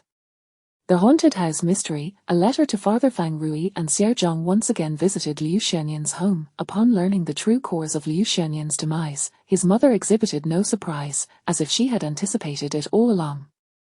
With a heavy sigh, Liu Shenyan's mother lamented, "This child, Shenyan, has endured too much suffering. Alas, it is our fault. We were too concerned with appearances, relentlessly pressuring him to study, depriving him of a joyful childhood. It is entirely our mistake." Liu Shenyan's father, however, appeared utterly bewildered, exclaiming, "How could he have taken his own life? He had such a thick skin. No matter how much I scolded him, he never reacted. How could someone like him commit suicide? Old man, are you still unwilling to acknowledge your errors? If we hadn't employed such oppressive educational methods, would Shenyan have turned out this way? He suffered from depression. Did you know he lacked the energy to seek employment, nor did he possess the ability to socialize? This is not his fault, it is ours. We have caused his demise." Liu Shenyan's father was rendered speechless by this confrontation. Fang Rui handed over a letter to his parents, saying, "This is a letter Shenyan asked us to deliver to you. Is this Xianyan's farewell note? It appears to be, replied Fang Rui. Liu Xianyan's mother felt tears welling up again as she tremulously accepted the letter. Initially, Liu Xianyan's father stubbornly refused to read it, yet when his wife extracted the paper, he turned his gaze back. Oh dear, why are there no words? Fang Rui was about to explain how to reveal the text when Liu Xianyan's father interjected. The words were written with colorless phenolphthalein. Once dried, they vanish. To make them reappear, one must apply an alkaline solution on top. I shared this with Xianyan during his childhood when we often conducted small experiments together. At this, Liu Xianyan's father broke down in tears. Dear father, by the time you read this letter, I will have been gone for many days. I wonder if you will feel sorrow for me. I both hope you feel sorrow and wish you do not. Look at me, I have always been such a twisted person. I wonder if, upon seeing this blank paper, you recall my childhood. You should remember, or else you might not be able to see these words at all. In my youth, you always accompanied me in conducting various small experiments, imparting to me fascinating knowledge. It was during that time that I fell in love with unraveling mysteries, with the thrill of exploring the unknown. However, as I grew older, your expectations of me increased immensely, and I had to strive exceedingly hard to meet your demands. To others, I was both a top student and a dull, uninteresting learning machine. I had no aspirations, no hobbies, and was not even allowed to experience joy. I know you love me, but your love is too burdensome. Father, I am not your accessory. I wish you to understand that my achievements do not reflect your glory, and likewise, my failures do not tarnish your reputation. We are independent individuals. Eventually, I discovered my own passions. You may think I have become frivolous, but when I indulge in escape room games, I am truly happy. It transports me back to my childhood, when I explored various problems with you, reveling in the exhilaration of finding answers. Father, I leave this letter not to compel your understanding or to induce guilt. I merely wish to convey that the time you deemed my descent was, in fact, my happiest time. It was during that period that I was truly alive. Father, please convey my apologies to Mother. She is indeed the best mother in the world. If there is a next life, I hope to be her child once more. In my next life, I will strive to make her proud. This lifetime, I have lost that chance. Father, Mother, you need not reminisce about me, just forget me. Please scatter my ashes in the ocean. I hope the waves will carry me far away, to explore more unknown worlds. Tears continued to fall upon the paper, slowly blurring the ink, yet, regardless of their regrets, time could not be reversed, and the deceased would never return. The House of Po reopened shortly thereafter, introducing an entirely new escape room and inviting local influencers to experience it for free. They even used the fact that a death had occurred there as a sensational gimmick, intensifying the horror of the escape room. In no time, it regained its popularity. The young patrons showed little concern for the tragic history. Many found the notion of it merely added to the thrill. After discovering the truth behind Liu Xianyan's suicide, Wang Yang and Li Bin wept bitterly, for they alone could comprehend why Liu Xianyan had chosen to end his life. Wang Yang resolved to close his escape room business. After settling his debts, he used the remaining funds for a down payment on a home and decided to partner with his brother-in-law in pursuing a more pragmatic career. He felt it was time to live a more realistic life. Chapter 69, confiscated. Ever since acquiring that skull, Mu Mian no longer clung to Fang Rui. The first thing she did each morning before work was to retrieve her maintenance tools. A delicate brush, which she meticulously employed to clean the non-existent dust from the skull. Mian Yin, there's no dust on it, what are you brushing? Chen Shui remarked, exasperated as she observed Mu Mian. I'm taking good care of it, Mu Mian replied. Chen Shui, witnessing this peculiar devotion, suddenly envisioned the esteemed treatment Fang Rui's remains would receive. She even began to suspect that Mu Mian might be treating it as a substitute for Fang Rui's body. Each time Fang Rui entered Mu Mian's office, he was confronted by the sight of that skull. Although it had donned a new outfit, he still found it an eyesore. It was simply too grotesque. The moment he glimpsed Mu Mian brushing the skull, a powerful impulse to dismantle it surged within him. Fang Rui began to regret gifting Mu Mian this present, as the skull was severely disrupting her work ethic. This situation was untenable. He had to eradicate Mu Mian's tendency to slack off at work.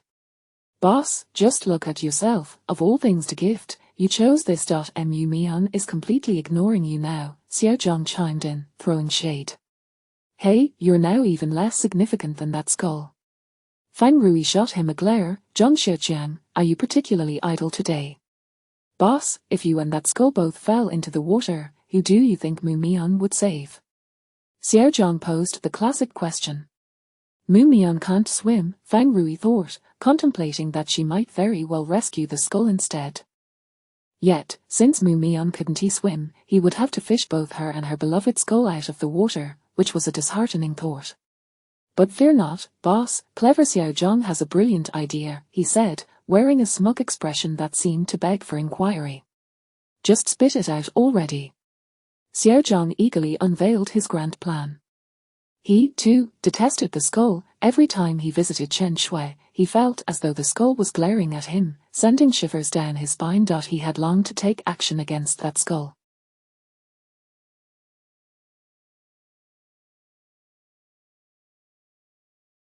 The next day, as Mu Mian opened her office door, she retrieved her little brush as usual, only to be astonished to find that the skull had vanished. On the floor lay the solitary magic wand crafted from a radius bone.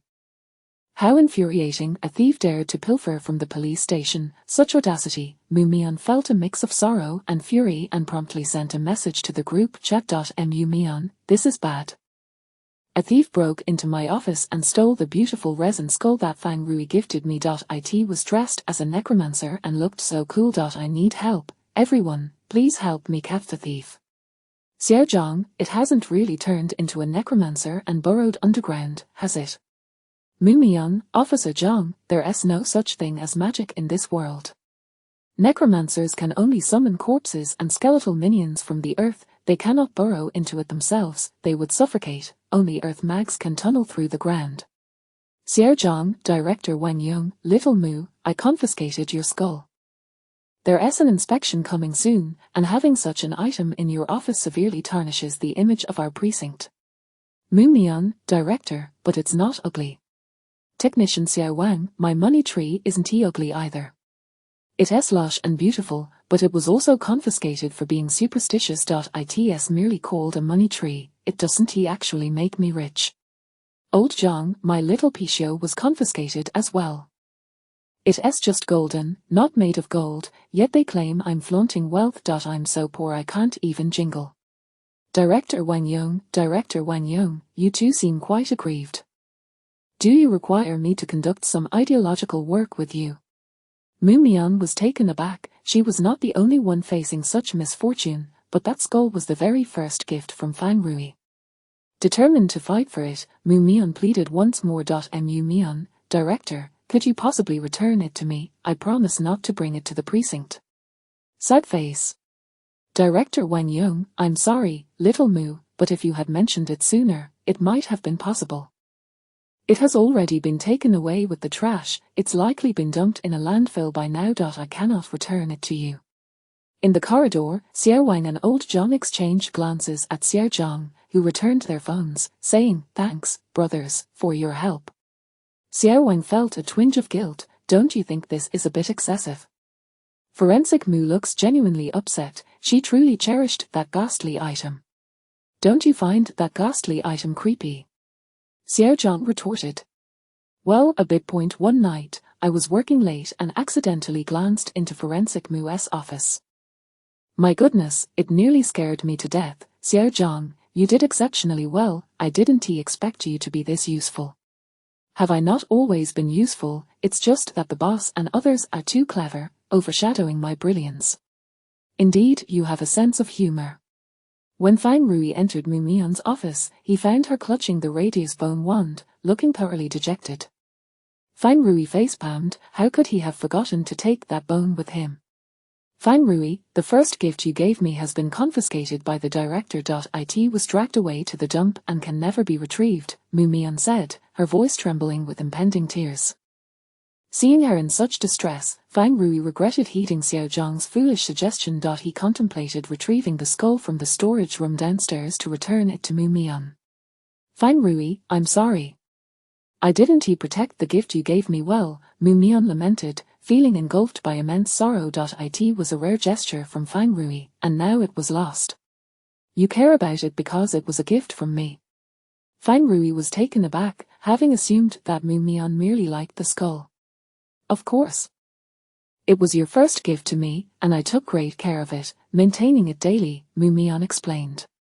In my previous home, I had many such resin skeleton models. My father even gifted me a real one, but none compare to the one you gave me.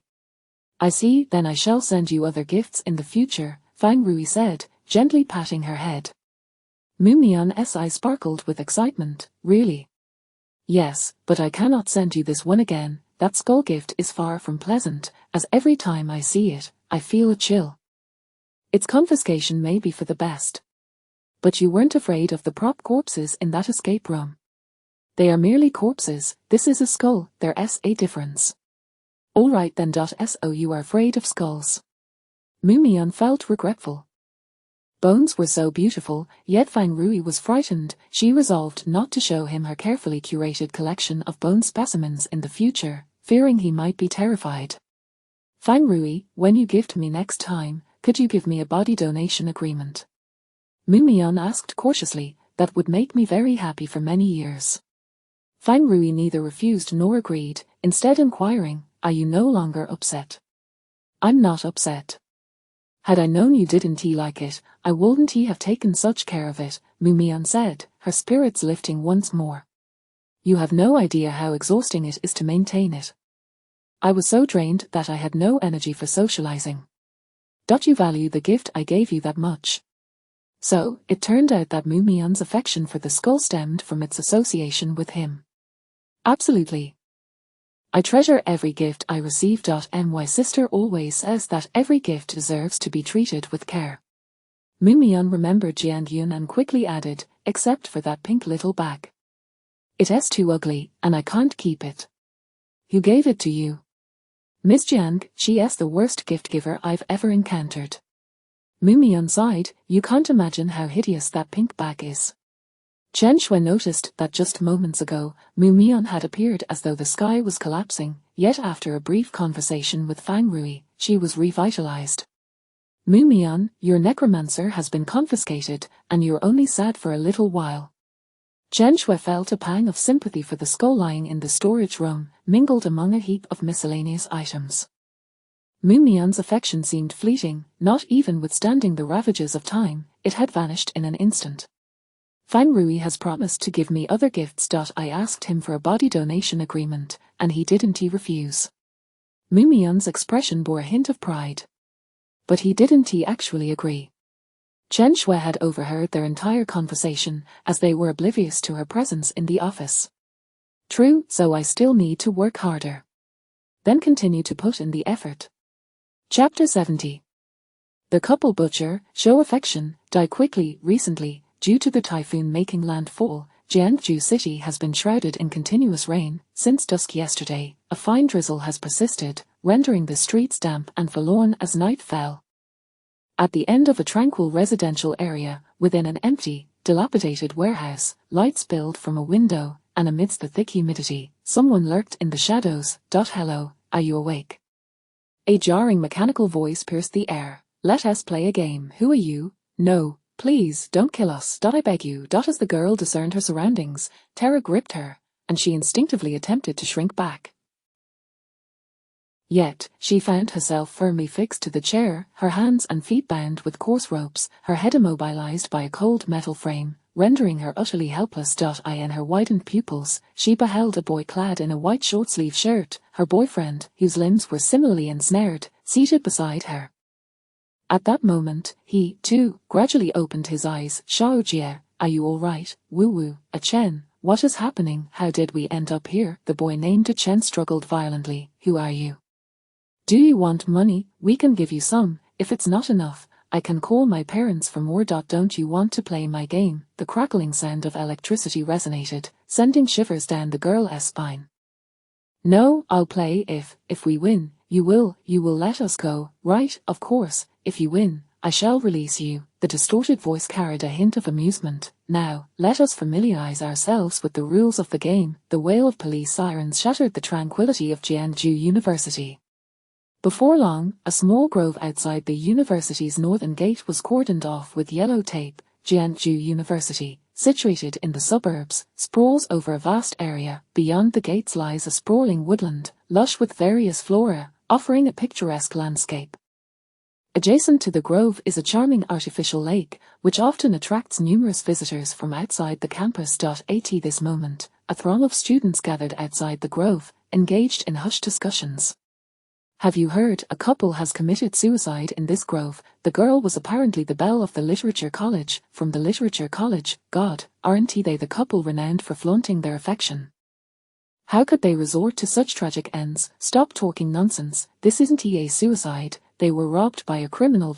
Oh, enough of this. It's unethical to gossip about the deceased. That's not right. What kind of criminal robs and then buries the bodies? This must be murder. Perhaps the killer is a deranged murderer, specifically targeting affectionate couples. You couples should tone it down a bit. Don't flaunt your love so openly, or you might become the next target of the killer.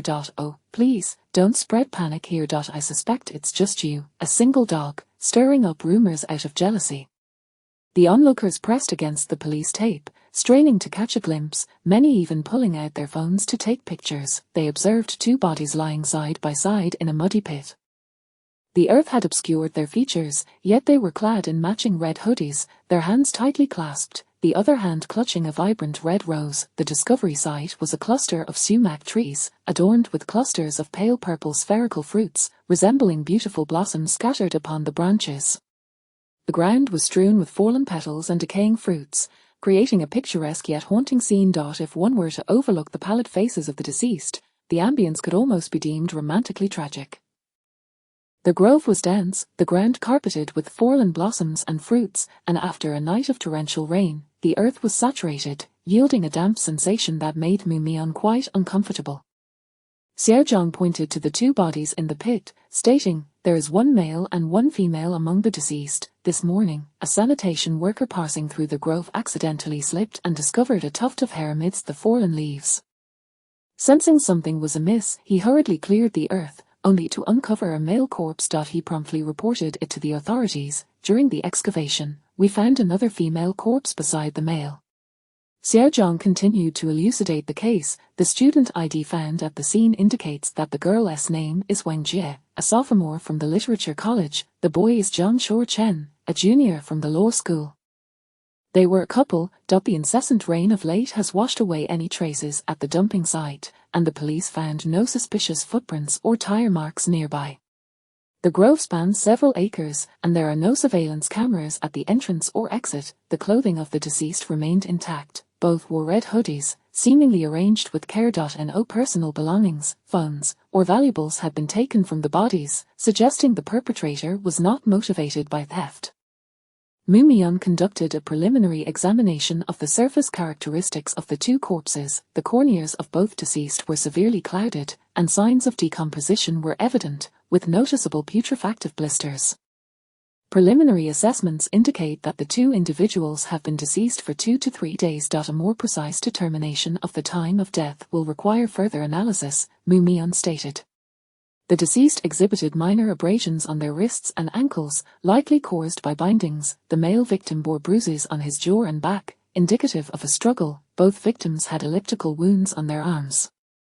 However, Mu Mian found no lethal injuries on them. Mu Mian, could they have died from asphyxiation? Chen Shui speculated, gazing into the pit. The bodies show no severe external injuries, nor are there signs of poisoning.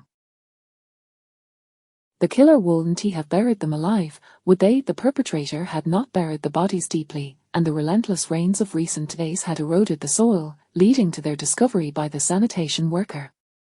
Unlikely, Mu Mian remarked, examining the elliptical wounds, a nascent theory forming in her mind. They may have succumbed to electrocution. Electrocution. The deceased exhibit an elliptical wound on their arm, measuring 8 mm in diameter, appearing yellow-brown.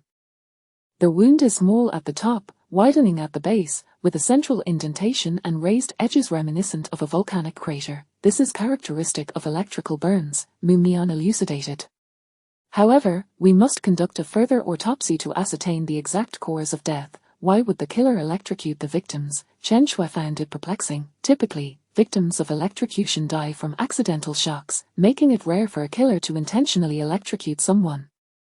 Moreover, if the perpetrator truly employed electrocution to kill, they could easily disguise it as an accidental shock, thereby avoiding suspicion from law enforcement. Mu did not respond to her inquiry, as her attention had been drawn to a gelatinous substance on the scalp of the female victim.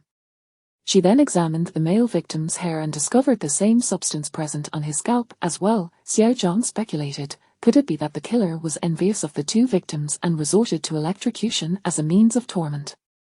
There was once a method of interrogation involving electric shocks to extract confessions from criminals. Chen Shui found Xiao Zhang's analysis quite plausible. It's highly likely, regardless, this killer undoubtedly harbors a deep disdain for those who display affection. Fang Rui, gazing at the two deceased, suddenly recalled an unresolved major case. 6 months prior, Lin Ju had also witnessed 2 murders of couples, yet the perpetrator had never been apprehended. Chapter 71, The Couple Butcher, a long-standing case. Upon returning to the precinct, Fang Rui unearthed the case files pertaining to the Lin Ju incident from the archives. The crime occurred 6 months prior, with the remains of the deceased discovered in a desolate area adjacent to an industrial zone. At that time, a buyer had acquired the land with plans to construct a warehouse. However, during the excavation, the grim discovery of a body was made, followed by the shocking revelation of 4 corpses, sending ripples of horror throughout Linju. The bodies were interred in 2 distinct locations. Initially, the construction crew stumbled upon a single grave, but subsequent police investigations unearthed an additional pair of corpses in a corner of the wasteland. The first grave contained a male and female victim, a married couple. Victim 1, Chen Maiqin, female, aged 45, a seamstress at a furniture factory. Time of death, April to May 2018. Location of incident: wasteland near the factory area on Changfeng Street, Baishi District, Linju. Forensic examination: the body exhibited severe decomposition, with no discernible wounds. Cause of death undetermined. Victim 2, Zhang Mingqiang, male, aged 47, a carpenter at the same factory. Time of death, April to May 2018. Location of incident: wasteland near the factory area on Changfeng Street, Baishi District, Linju. Forensic examination: no visible injuries, severe decomposition. Cause of death undetermined. The couple had been married for 25 years and shared a harmonious relationship.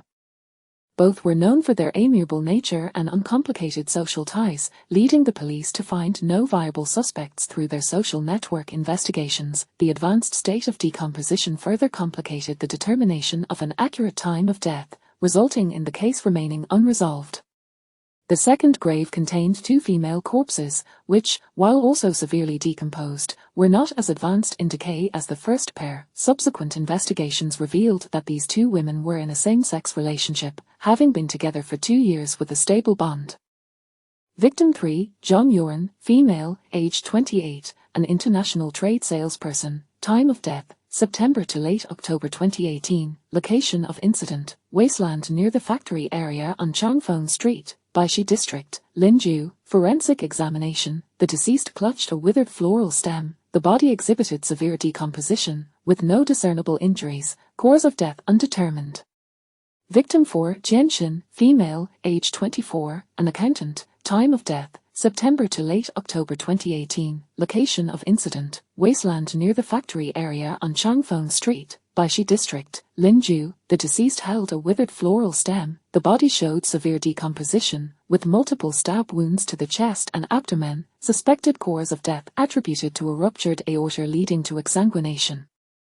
All 4 bodies were discovered at the same location. However, the times of death for each couple varied. The deceased resided within the industrial zone and were employed in the vicinity, yet the police discovered no intersections or mutual acquaintances between the 2 couples, and the case had stagnated, with no arrests made to date. Chief, look at the 2 victims clutching withered floral stems. Could they also be roses? Xiao Zhang remarked while perusing the case files, drawing parallels between the Linju case and the one they were currently investigating. Could the perpetrator behind these incidents be the same individual? Fang Rui's intuition suggested a connection among these cases. However, jurisdiction over the Linju case did not belong to their precinct, and reopening the investigation would necessitate negotiations between the superintendent and the authorities in Linju. Consequently, Fang Rui resolved to conduct an independent inquiry into the Jiangsu University case first. identification of the deceased was swiftly confirmed through a student ID found on the body. They were Wang Jie, a sophomore from the School of Arts, and Zhang Shuochen, a junior from the law school. 7 days prior, both had taken a leave of absence from school under the pretense of seeking medical attention, after which they vanished without a trace. Fang Rui promptly approached Wang Jie's roommates and instructors to gather information. The first inquiry was directed at Wang Jie's roommates. Wang Jie resided in a dormitory with 3 others, and her advisor summoned the roommates to the office. Wang Jie is a kind-hearted girl, albeit a bit of a princess, yet very warm and helpful, her roommate Chen Linlin recounted. Last Wednesday, she mentioned she was going to an event with her boyfriend, and we haven't heard from her since. Fang Rui noted that upon learning of Wang Jie's demise, her roommates displayed shock rather than sorrow. It appeared that Wang Jie may not have been the benevolent figure Chen Linlin described, as their camaraderie seemed strained. Do you know what kind of event it was? Fang Rui inquired. We're not entirely sure. Xiao Jie said it was an event exclusive to couples, leaving us single folks to envy. Chen Linlin replied, her lips curling in skepticism. Perhaps there wasn't even an event. She might have just gone out with her boyfriend and chose not to tell us. During the 7 days she was absent, did she not reach out to you at all? No, after she left the dormitory, she cut off all contact. I even sent her a WeChat message last Friday regarding the utility bill, but she never replied. Didn't you find it strange that she had been missing for so long? Didn't you consider reaching out to check on her? Xiao Zhang questioned, bewildered by their apparent indifference. That's not our fault. Another roommate, Li Ran, retorted. We wouldn't dare to pry into her affairs. If we asked too many questions, she might think we were interested in her boyfriend, using her as a means to gather information. It's infuriating. She treats that loser boyfriend like a treasure. Li Ran, refrain from speaking ill of Wang Jie. She has passed. Jiang Yujue softly admonished. You're the only one trying to be the good person here. Fang Rui then asked, what was the nature of Wang Jie's relationship with her boyfriend? Very good. Xiao Jie's boyfriend dotes on her, completely compliant, Chen Linlin said, her voice laced with envy. They are the model couple at our university, featured in our promotional video. Constantly flaunting their affection online, it's all so contrived, yet you find it sweet. It's like you've consumed too much industrial sweetener, seeing everything through rose-tinted glasses, Li Ran interjected, her tone dripping with sarcasm. Fang Rui turned his attention to Li Ran. Do you believe their relationship is troubled? I never claimed that. What their relationship is like has nothing to do with me, Li Ran said, avoiding eye contact and impatiently tugging at her short hair. She then addressed the advisor. Instructor, I have urgent matters to attend to. May I leave? The advisor glanced at Fang Rui, who nodded in permission. Once Li Ran departed, Fang Rui inquired of the remaining 2, is there animosity between Li Ran and Wang Jie?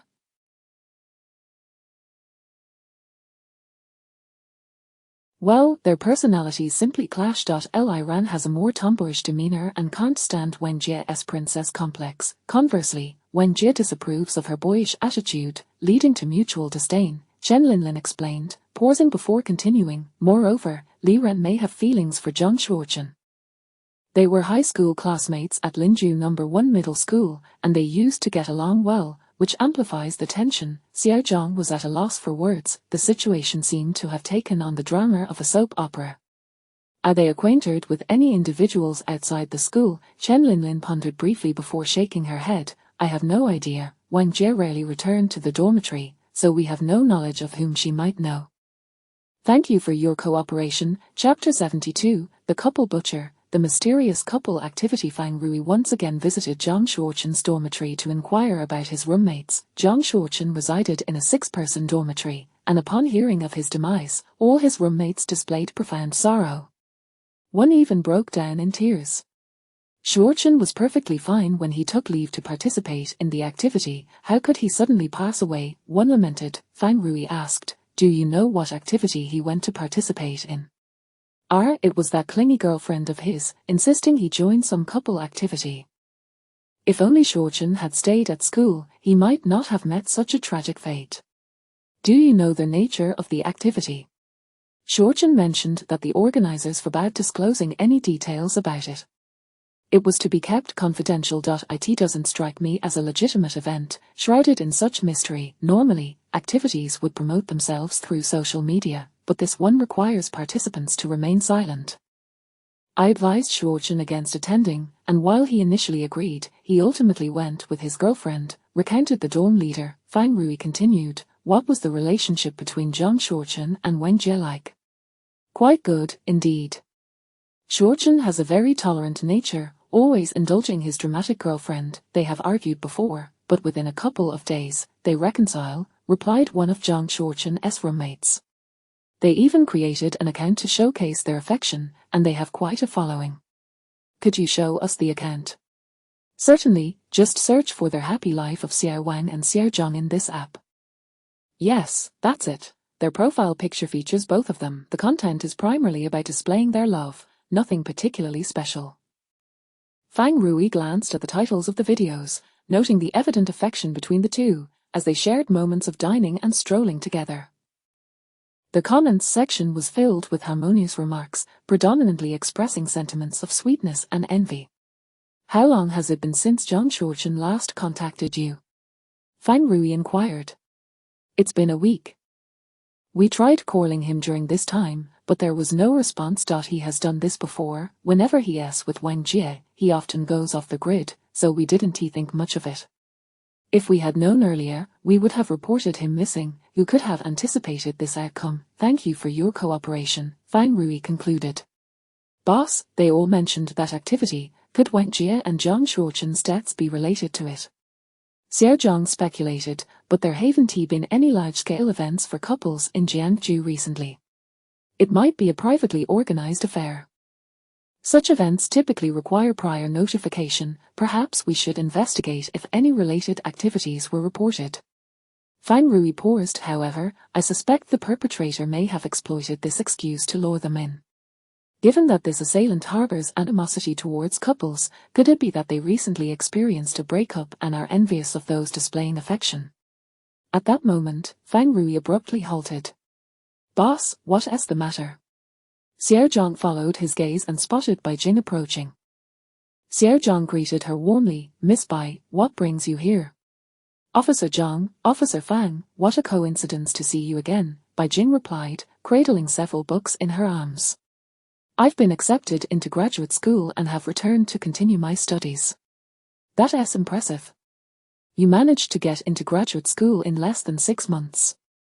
Xiao Zhang exclaimed, initially feeling pity for Bai Jing, who seemed to have wasted her potential by working as a social worker in a community, only to discover she had been preparing for her graduate entrance exam. I took the exam at the end of last year and attended interviews in April. I never expected to actually get in, Bai Jing beamed with joy. Moreover, I found a part-time job as an assistant at a psychological clinic. Fang Rui regarded Bai Jing and asked, Miss Bai, what about those stray cats you were caring for? Have you stopped looking after them? This place isn't far from that community. I can still go feed the cats every day. I won't forget my promise. Bai Jing glanced at her phone. Teacher Shen is urging me to attend her group meeting, so I must take my leave. Officer Fang, Officer Zhang, goodbye. Goodbye, Bai Jing. Xiao Zhang waved at her. Fang Rui's suspicions regarding Bai Jing deepened. The timing of her social work at that community coincided with Chen Hui's incident. Furthermore, after the resolution of Chen Hui's case, Bai Jing promptly resigned from that position. Such coincidences seemed too significant to ignore. Yet, if her intent was merely to retaliate against her father, she had myriad methods at her disposal. Why resort to transforming Chen Hui into a serial killer, utilizing such an unpredictable approach for her vengeance? Fang Rui found himself at a loss to comprehend Bai Jing's true motives. Boss, what's wrong? You seem to harbor some hostility towards Bai Jing, Xiao Zhang queried, puzzled. He held a favorable impression of her, believing that girls who care for stray cats tend to be kind-hearted. It's nothing. Let us head back.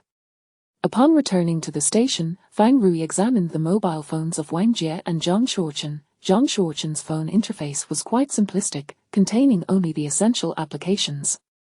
Upon opening his messaging app, it remained equally uncluttered. Apart from his roommates and parents, his most frequent contact was Wang Jie. In fact, aside from his mother, Wang Jie was the only female on his friends list. Fang Rui perused their chat history, filled with affectionate phrases such as baby and I love you. Nothing out of the ordinary. He found no messages exchanged with the organizer of the couple activity. Fang Rui then proceeded to check Wang Jie's phone. Her wallpaper was quite flamboyant, adorned with a plethora of quirky applications. The messaging app displayed an extensive list of conversations. Fang Rui squinted at the chat history, feeling overwhelmed, and found no trace of the individual who had invited them to the couple activity. Boss, this Wang Jie is practically a social media fiend. Look at the sheer volume of her messages. Xiao Zhang reluctantly took on the task of sifting through the chat history. How is she so chatty? Xiao Li rolled his eyes at Xiao Zhang. Do you know about a little thing called search? You can quickly locate the content you want by entering keywords into the chat history. Xiao Zhang countered, what if she used coded language? Relying too heavily on technology can be unwise. If we don't scrutinize each message, we may overlook crucial clues. Xiao Li felt a twinge of guilt, recognizing his own inclination to take shortcuts and admitting his fault. Xiao Li, how do you perform that search you mentioned earlier? Xiao Zhang mumbled, why does it show no results when I input the keyword couple activity? That's the limitation of technology. You'll have to comb through the chat history slowly. Xiao Zhang resumed his exhaustive search, but ultimately found no evidence of the mysterious individual who had invited Wang Jie and Zhang Shuochen to the couple activity. Chapter 73, The Couple Butcher, Electric Shock Torture. The autopsy report was swiftly released, and Mu Mian presented her findings at the morning meeting. Based on the decomposition characteristics of the bodies, it is estimated that the time of death occurred approximately 2 to 3 days ago, specifically between October 27th and 28th. We discovered electrical burns and a metallic sheen on the skin of both victims' arms, indicating that their deaths were related to electric shock, albeit with differing causes. The male victim succumbed to cardiac arrest. The powerful current disrupted the normal rhythm of his heart, leading to his demise. The female victim, on the other hand, suffered organ failure as the current inflicted damage on her internal tissues and organs, resulting in pulmonary edema and hemorrhage. Moreover, we found abrasions on both their wrists and ankles, likely caused by binding with ropes. It is reasonable to surmise that the perpetrator restrained the victims before administering electric shocks. The skin surrounding the electrical burns appears brownish yellow, suggesting that the electrodes in contact with the skin were made of copper. Upon concluding Mu Mian's report, a brief silence enveloped the room. Good heavens, could this perpetrator genuinely be torturing the couple? To electrocute them to death, how depraved, one attendee lamented. Fang Rui then introduced the case that had occurred in Linju. A similar incident transpired in the neighboring city, where the killer specifically targeted couples, yet the perpetrator has never been apprehended. Everyone gasped upon reviewing the case materials. Captain Fang, the site where the bodies were discovered is right on the outskirts of our city, quite close indeed. Could the killer have already fled to Jianzhou? Inquired an experienced officer. Mu Mian scrutinized the case documentation. When the bodies were discovered, they had severely decomposed, leaving the forensic experts with only a vague autopsy report, devoid of a conclusive cause of death. She noted that one of the victims, named Tianxin, was particularly noteworthy. The report indicated multiple stab wounds to her chest and abdomen, with the suspected cause of death being a ruptured aorta leading to exsanguination, while the causes of death for the other 3 victims remained undetermined. However, Tianxin's cause of death is different. She did not die from electric shock. Mu Mian raised her concern. She was stabbed multiple times and succumbed to massive blood loss. Could it be that the killers in these 2 cases are not the same person? Xiao Zhang questioned, otherwise, why would he alter his method of killing? It is also possible that an unforeseen circumstance occurred during the crime, Mu Mian added. For instance, he may have failed to control this particular victim, or for some other reason. Fang Rui contemplated this and remarked, for now, let us not merge these 2 cases for investigation. We will first conduct an independent inquiry into the case of Wang Jie and Zhang Shuochen. Mu Mian was intensely intrigued by the bodies from the Linju case, persistently urging Fang Rui to take her to the neighboring city to locate the remains. Fang Rui, please drive me to Linju. I have checked the map, it will only take 3 hours. Mu Mian, you may not be able to perform the autopsies on those bodies anymore. Why not? The case remains unsolved, and the perpetrator hasn't been caught. Surely, they didn't cremate the bodies. Mumian felt despondent, believing that there would be numerous clues to uncover. The bodies have already been claimed by their families for cremation. How unprofessional of them. Consequently, Mumian was disheartened throughout the day. At noon, she dined with Chen Shui in the cafeteria, where Xiaozhang joined them with his tray. Forensic Mu, what's the matter with you today? Why do you seem so unhappy? Mumian buried her head in her meal, desiring no social interaction. Someone cremated the bodies she had her eye on, and she's quite upset about it. Chen Shui remarked with a shrug, expressing her exasperation. Oh, don't worry, I have a brilliant plan that will surely lead the perpetrator to his own downfall. Xiaozhang declared mysteriously. Chen Shui interrupted with disdain, Xiaozhang, though I am unaware of your plan, your lewd expression suggests it is likely a terrible idea. Chen Shui, Xiaozhang looked at her with a pleading expression, as if to say, please let me speak. Chen Shui relented, go ahead, I promise not to discourage you. This perpetrator must be a twisted individual who despises couples flaunting their affection, right? That's rather obvious. Get to the point.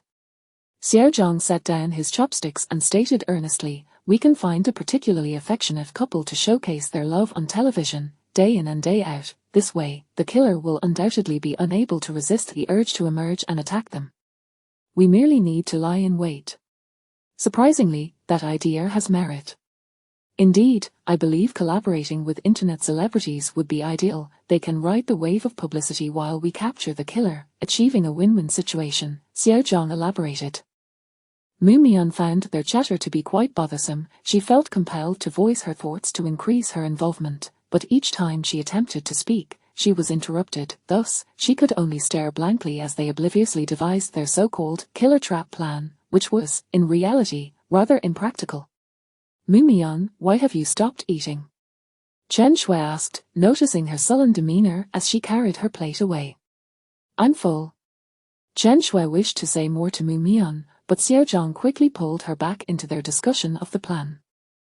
Mumian returned to the office, feeling dejected. She had lost the opportunity to dissect the bodies she longed to examine, and rather than offering her comfort, Chen Shui had allied with Xiaozhang to isolate her. Her spirits were low. Here you go. Fan Rui handed Mumian a USB drive. It contains the autopsy photos and recordings of the examination for the 4 deceased. I had to make quite an effort to obtain them from my colleagues in the neighboring city. Fan Rui, thank you. Mumian's mood brightened instantly as she eagerly opened her computer to review the images. Where's Chen Shui? Fan Rui wondered aloud, noting that Chen Shui had recently been absent, as she had always been quite attached to Mumian. She's with Xiaozhang, Mumian replied distractedly. They're busy discussing the intricacies of their killer trap plan. It's rather tedious. I didn't want to listen, so I came back. You can't possibly understand, can you? Mumian turned to Fan Rui, her expression tinged with displeasure, yet she nodded. Indeed, they aim to lure the killer by flaunting their affection. The plan lacks feasibility. Why do you believe it is unfeasible? Fan Rui concurred that Xiaozhang's idea was rather ludicrous. They are not a genuine couple, how could the killer possibly be lured out by them? Mumian explained while watching the autopsy footage, the killer is targeting real couples, so he would undoubtedly be able to discern which couples are authentic. Xiaozhang and Chen Shui, as faux lovers, would be instantly exposed. Have you not noticed that Xiaozhang and Chen Shui are secretly dating? Mumian paused the video, gazing at Fan Rui in confusion. Impossible. Why not? If they were dating, why wouldn't they tell me? Mumian felt slightly annoyed. I can keep a secret. I wouldn't tell anyone else. Perhaps they believe certain things need not be spoken, as everyone can see it. I haven't noticed. That's a good thing, it means you won't have to endure their public displays of affection daily. Fan Rui reassured her, Xiaozhang has been a nuisance to me as well. Just last weekend, he called me at midnight to ask which clothes he should wear. How would I know? You see, you are spared from such troubles.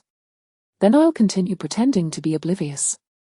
Mumian's previous comments suddenly sparked an idea in Fan Rui. If the killer truly targeted couples, what criteria did he use to select them? How did he acquire knowledge about these couples? Fang Rui, take a look at the teeth of these 3 victims. They exhibit a rose-colored hue. Chapter 74, The Couple Butcher. Aphrodite, rose-colored, are those rose teeth? Do you suspect they died from asphyxiation? Fang Rui exclaimed in astonishment. Mu Mian shook her head, her gaze filled with disappointment. Alas, Fang Rui was lacking in certain forensic knowledge. Mu Mian, I am not a forensic expert, it is quite normal for me to be unaware of certain common knowledge, Fang Rui mused, convinced that Mu Mian was secretly criticizing him in her mind. Indeed, they are rose teeth, but they are not solely indicative of asphyxiation, Mu Mian elucidated. Electrocution and death from hemorrhagic shock can also exhibit this phenomenon. Therefore, it is plausible that the 3 deceased may have succumbed to electrocution. Rose teeth can be utilized to ascertain the cause of death in highly decomposed bodies. Generally speaking, a corpse that has died from asphyxiation is prone to displaying rose teeth. Fang Rui resolved to report the situation to the director. If necessary, a joint investigation could be warranted. By reviewing the surveillance footage around the school, the police discovered that Wang Jie and Zhang Shuochen had taken a taxi from the school gate on the afternoon of October 24th, heading towards a shopping mall. However, they did not enter the mall but instead proceeded towards the parking lot, ultimately vanishing from the surveillance camera's view. Fang Rui inquired with the mall's security personnel and relevant authorities, all of whom asserted that no events had been organized at the mall recently. Furthermore, the security footage did not capture Wang Jie and Zhang Shuochen. They mentioned at the tech department that Wang Jie and Zhang Shuochen's chat records from the past few months have not been deleted, but curiously, why can we not find any records related to that couple's event? Xiao Zhang reiterated after sifting through the chat logs, his eyes aching from the strain. Chen Shui offered Xiao Zhang a bottle of eye drops before seizing Wang Jie's phone to assist in the search. Mu Mian was engrossed in studying the autopsy report from the Linju case when she overheard Xiao Zhang's lament and suggested, "Have you considered checking her computer?" Perhaps that individual contacted them via email. Some email services do not require real name registration, making it convenient to conceal one's identity. Mu Mian, you are unfamiliar with our national circumstances, we seldom use email, Chen Shui interjected. After a moment's contemplation, she added, however, during my university days, I often played games on my computer. Could it be that the murderer met and contacted them through a game? They then approached Wang Jie and Zhang Shuochen's roommates to obtain their computers. Technician Xiao Li examined Wang Jie's computer usage records and browser history, swiftly uncovering a website called Love Encyclopedia. Upon entering the site, a pop-up appeared, "Dear user, congratulations, you have been selected by our website for a chance to participate in our couple compatibility contest. If you reach the finals, you could win a grand prize of a 7-day trip to Europe. For more details, please click here." Clicking the link redirected to another page, where users were prompted to provide personal information, including the names of the couple, contact details, and email addresses. Following the prompts, Fang Rui filled in the information, but upon submission, the page displayed a 404 error, indicating that the submission had failed. Although this website's interface is aesthetically pleasing, its functionality is chaotically designed. It easily crashes with a mere click, Xiao Li explained. This is likely a phishing site. Can we trace the personal information of the site's creator? Fang Rui inquired. The server for this website is located abroad, utilizing a public server. It will be exceedingly difficult to trace the user's IP address, Xiao Li replied. Fang Rui then instructed Xiao Li to check Wang Jie's email, and he quickly discovered a message. The sender was identified as Aphrodite, and the email read, "Miss Wang, congratulations, you and your boyfriend have been selected to participate in the couple compatibility test contest. The top 3 winners will receive a 7-day, 5-day, and 3-day trip to Europe, respectively, with all accommodation and travel expenses covered by us. The 4th to 10th places will receive cash prizes. Should you agree to participate, please arrive at the Kwaju building for on-site registration between 3 p.m. and 5:30 p.m. on October 24th. For details, please see the attachment." The attachment contained a document detailing the contest specifics. This is obviously a scam, how could Wang Jie fall for it? Xiao Li couldn't help but scoff. Are university students not frequently scammed these days? Xiao Zhang retorted. The fraud department next door receives calls from students reporting scams daily. These students lack worldly experience and are easy prey. Fan Rui asked, Xiao Li, can you trace the user's information for this email? No, this email has not undergone real name verification, Xiao Zhang shook his head. The IP address is also untraceable. This is an encrypted email, utilizing layers of obfuscated addresses to prevent us from discovering the final IP address. This is a common method for concealing information. Fan Rui then clicked on the page requiring personal information, where he entered Wang Jie and Zhang Shuoqin's details, randomly filling in the email and contact information. Unexpectedly, the submission was successful. Fang team, this must have been deliberately designed. As long as specific names are entered in the couple's name field, it shows successful submission. If the information is incorrect, it displays a web page error. Fang Rui couldn't help but wonder if the murderer could be a teacher at the school, yet, he recalled the Linju case. The four deceased had all worked in a factory. If the murderer were highly educated, how could they have interacted with those from the lower strata? Moonmian, does your hacker friend have the means to help us trace the IP address of this website's creator? I'm not certain. I'll ask him. Fang Rui then inquired, have him name his price, I will reimburse you later. Moonmian's hacker friend responded swiftly. She beamed as she relayed, this time, he won't charge me. No fee. What does he want in return? It can't possibly be a body donation agreement, can it? Of course not, he has no interest in your remains. He wants a photo of us together. I told him I made an exceptionally good friend, but he didn't believe me. He insists on seeing a picture to be convinced. Moonmian looked at Fang Rui, thus, we need to take a photo that showcases our friendship. Moonmian and Fang Rui snapped a photo together and sent it off. The response came quickly. He found out that the IP of the website's creator is Jiangsu University. They used a computer from the school's computer lab, making it impossible to pinpoint which computer was used, Moonmian added. Moreover, he complimented me, saying I made a very handsome friend. Shouldn't that be a compliment directed at me? That makes sense. His verbal expression skills have improved. He can now compliment two people simultaneously. Moonmian felt a sense of pride. Her friend had previously spoken in a manner that no one could comprehend, save for Moonmian, who understood his peculiar logic. Fang Rui and Xiao Zhang then proceeded to question the students and faculty of Jiangsu University, discovering that a while back, the link to this website had frequently appeared in their student group, but after being reported, it had vanished from view. Chapter 75, The Couple Butcher. Are you not going to fight for it? As Fang Rui returned home from his fieldwork, dusk was settling in. He had just parked his car in the lot and was about to open the door when he noticed a woman pressing against it, effectively trapping him inside. Mom, why are you here again? Fang Rui felt a slight headache coming on.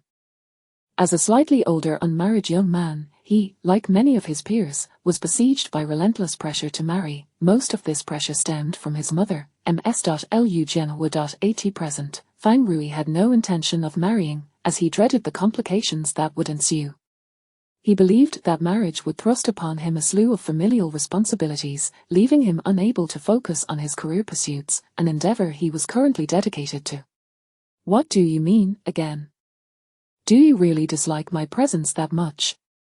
Lu Jianhua, clad in a fashionable coat with her hair styled in soft curls, shook her head in exasperation as her curls bounced in tandem with her irritation. How could I? Come on, let us go upstairs and sit for a while. I'll order some takeout for you. Fang Rui accepted the fruit from Lu Jianhua's hands. Mom, I don't even like fruit. Why did you buy so much? It's heavy to carry. Ms.Lu shot him a glare. You said this is for you, it's for your female colleagues at the bureau. In a fit of frustration, Lu Jianhua lamented, look at you. With so many beautiful girls at your bureau, how is it that you still haven't found a partner? You're squandering the good looks I've given you. Look at Xiao Zhang, he's in a relationship at such a young age. And you, nearing 30, are still single. I'm worried for you.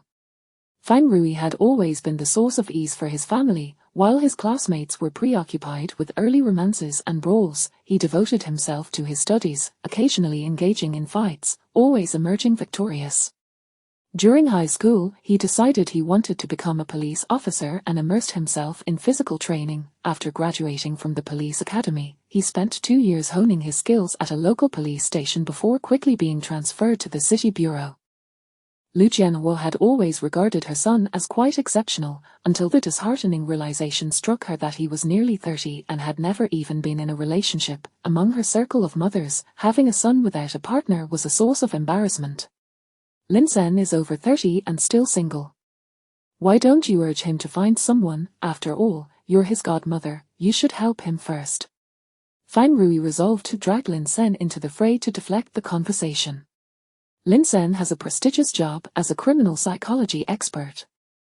What about you? Given the demands of your job, it's already impressive that you can find a partner at all, let alone compare yourself to Lin Senator. He is single by choice, not because he can't find someone. Fang Rui chose to remain silent.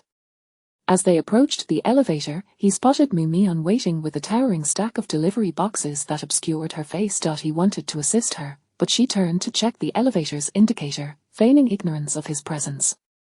You must go on a blind date this weekend. Don't you even think of excusing yourself with work, even if the sky were to fall, you must attend. Ms.Lu finally revealed her true intentions. Mu Mian glanced at Fang Rui, surprised, then quickly averted her gaze, returning her focus to the elevator numbers. A chilling thought crossed her mind. If Fang Rui were to marry, even with her organ donation agreement, she might not be able to receive his remains. His spouse would certainly object to her claim. Mom, I'm not lying. We've encountered a significant case this time. Fang Rui pulled out his phone and showed Ms.Lu a news article. See, the couple butcher, specifically targeting couples. I'm busy with this case, I don't have time for blind dates. The girl has seen your picture and is quite pleased with you. You only need to spare a little time. If absolutely necessary, I can take her to your office and wait for you to finish before the date. Fang Rui was at a loss for words, suspecting that Xiao Zhang's social media displays of affection had provoked his mother's newfound determination. She had never been this insistent before. Once inside the elevator, Ms.Lu noticed Fang Rui's silence and admonished him. Fang Rui, are you listening? I won't go because Fang Rui took most of the delivery boxes from Mu Mian's arms and exchanged a knowing glance with her before turning to Ms. Lu. I have a girlfriend. Impossible. How could you possibly find a girlfriend on your own? Ms.Lu was taken aback. Although she enjoyed pressuring him to marry, she hadn't mentally prepared herself for the possibility of him having a girlfriend. Fang Rui pointed at Mu Mian. Mom, this is my girlfriend, Mu Mian. Finally grasping Fang Rui's subtle cue, Mu Mian, who had no prior experience in feigning a relationship, drew on recent exposure to Xiao Zhang and Chen Shui's daily displays of affection, thereby rapidly enhancing her knowledge in this area. Yes, I am Fang Rui's girlfriend. Nice to meet you, Auntie. She smiled at Ms.Lu. Hello. Ms.Lu scrutinized Mu Mian, assessing her closely. The girl appeared youthful and somewhat naive, not particularly bright, yet she seemed obedient and well-mannered. However, Ms. Lu felt that Mu Mian did not resemble a girlfriend at all. Who wouldn't he greet their boyfriend? Mu Mian, aware of this discrepancy, attempted to patch their lie. Auntie, we had a quarrel, and I don't feel like talking to him right now. Then why were you both exchanging glances in front of me? Ms.Lu perceived that these two seemed less like a couple and more akin to secret agents meeting in disguise. At that moment, the elevator arrived at their floor. Ms.Lu suddenly realized that Mu Mian lived on the same floor as Fang Rui. You aren't living together, are you? Ms. Lu was astonished. Fang Rui had actually brought someone home. This was moving too quickly for her liking. Mu Mian shook her head. No, we're just neighbors. Oh, then come over and chat with Auntie. I happen to have a few questions for you. Although Ms.Lu suspected that Fang Rui had conspired with this girl to deceive her, she had no proof. No matter, since they wished to play act, she would indulge them and see who would slip up first. Mu Mian was genuinely curious about Fang Rui's home, so she eagerly accepted the invitation. Sure. Fang Rui's residence was unlike what Mu Mian had imagined. Its decor was quite simple, lacking furniture, and not particularly tidy, with an abundance of instant noodles and snacks strewn across the table. As Ms.Lu observed Mu Mian taking in the surroundings, she asked, "Little Mu, is this your first time at Fang Rui's home?" "Yes, my sister told me not to visit others' homes casually, not even Fang Rui's." Such strict upbringing. Ms.Lu handed Fang Rui the car keys. "Oh dear, I think I left my phone in the car. Fang Rui, could you please retrieve it for me?" "Mom, don't put Mu Mian in a difficult position." Fang Rui noted the bulging pocket of Ms. Lu, where her phone was clearly visible, yet he refrained from calling her out, simply taking the keys and heading out. "How do you speak to me, making me sound like a wicked mother-in-law?" Before leaving, Fang Rui shot Mu Mian a glance, signaling her to play along and not reveal their ruse. However, he felt certain they would be found out. Mu Mian confidently returned an okay gesture. Her lying skills had grown remarkably, and she was more than capable of pretending to be Fang Rui's girlfriend.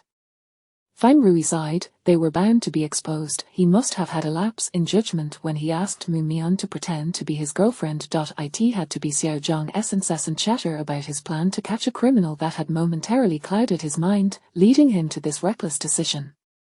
Lu Jianhua retrieved 2 bottles of water from the refrigerator, handing one to Mu Mian. "How long have you and Fang Rui been together?" "Not long." Mu Mian's response was vague, as she hadn't conferred with Fang Rui on this detail. "Why do you like him?" "Because I like his body, no, his physique." "You mean his figure, right? Your language skills could use some improvement."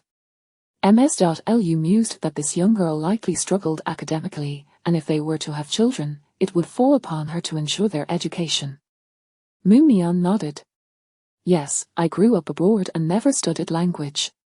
"Little Mu, you may not be aware of our family situation, but I feel you're not quite suitable for my son." "Ms. Lu adopted a stern demeanor, channeling her inner wicked mother-in-law. Having been retired for several years, she had spent her days engrossed in domestic dramas featuring mother-in-law and daughter-in-law conflicts, yet, as Fang Rui had never sought a partner, she had yet to seize the opportunity to play the role of a mother-in-law, let alone a villainous one in a television series. Today, she intended to interrogate Mu Mian and decided to assume a fierce posture to intimidate her. "Why am I unsuitable?" Mu Mian queried, puzzled. "I'm a forensic doctor, and he's a police officer.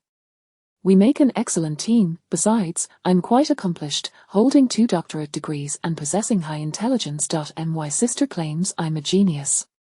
Mu Mian felt these reasons were insufficient, so she added, "I'm also quite wealthy. I have a great deal of money, not just my modest salary and nearly non-existent savings, but a significant inheritance left to me by my adoptive parents." Lu Jianhua paused, contemplating whether Fang Rui and Mu Mian might genuinely be in a relationship. This young girl seemed to harbor genuine affection for her son, even to the point of wanting to financially support him. "There's no reason. I will not permit you to marry my son." "Ms. Lu continued to play the role of the malicious mother-in-law, eager to gauge the extent of Mu Mian's affection for her son. "It's fine, I don't intend to marry anyway," Mu Mian replied nonchalantly. Her sister's friend had advised that individuals with autism should avoid marriage. Aren't you going to fight for it?" It seemed she didn't love him that much after all. Chapter 76, The Couple Butcher, Deformation. Mu Mian gazed earnestly at her. "Auntie, if I strive for it, will you allow me to marry Fang Rui?" "Of course not." Mu Mian blinked. "Then I suppose I won't strive for it, since you won't agree anyway." Striving is quite exhausting.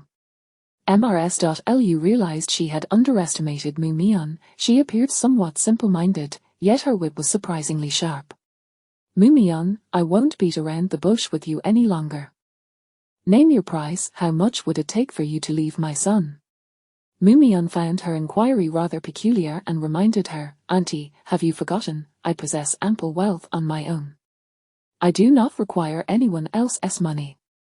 "Auntie, I can leave your son. However, could you possibly agree to one condition?"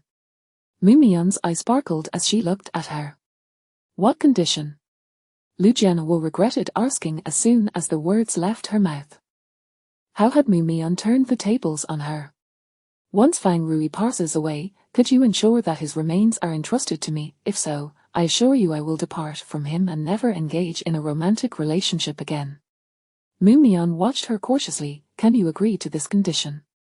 Fang Rui's mother held the authority over his remains, and as long as she consented, Mu Mian could indeed receive Fang Rui's body. Even if Fang Rui were to marry someone else, she could still obtain it. Chen Shui had said that a daughter-in-law could never outmaneuver a mother-in-law. Is that all you desire, his remains? Indeed.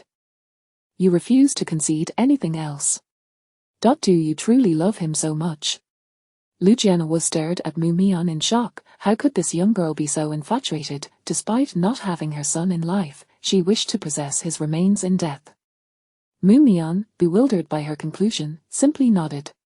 Rest assured, Auntie will not separate you two. You can date Fang Rui without concern. Anyone who dares to interfere, I shall confront. Lu muttered to herself, who would have thought that despite Fang Rui's indifferent demeanor towards others, he could evoke such passionate affection from this young girl. It seems our ancestral graves are indeed smouldering. Mu Mian stared at her in confusion, completely unaware of what had transpired. Was it truly so difficult to grant her Fang Rui's remains? Lu would rather compromise on allowing her to marry Fang Rui than relinquish his body. Mu Mian sighed. Was Fang Rui's marriage truly more significant than his remains? When Fang Rui returned, carrying takeout, he was greeted by the sight of their harmonious interaction. Lu was enthusiastically chatting with Mu Mian, who resembled a startled rabbit, unable to escape and merely responding wearily. Fang Rui, I need to head home for dinner. Upon seeing Fang Rui, Mu Mian felt as though she had spotted a savior.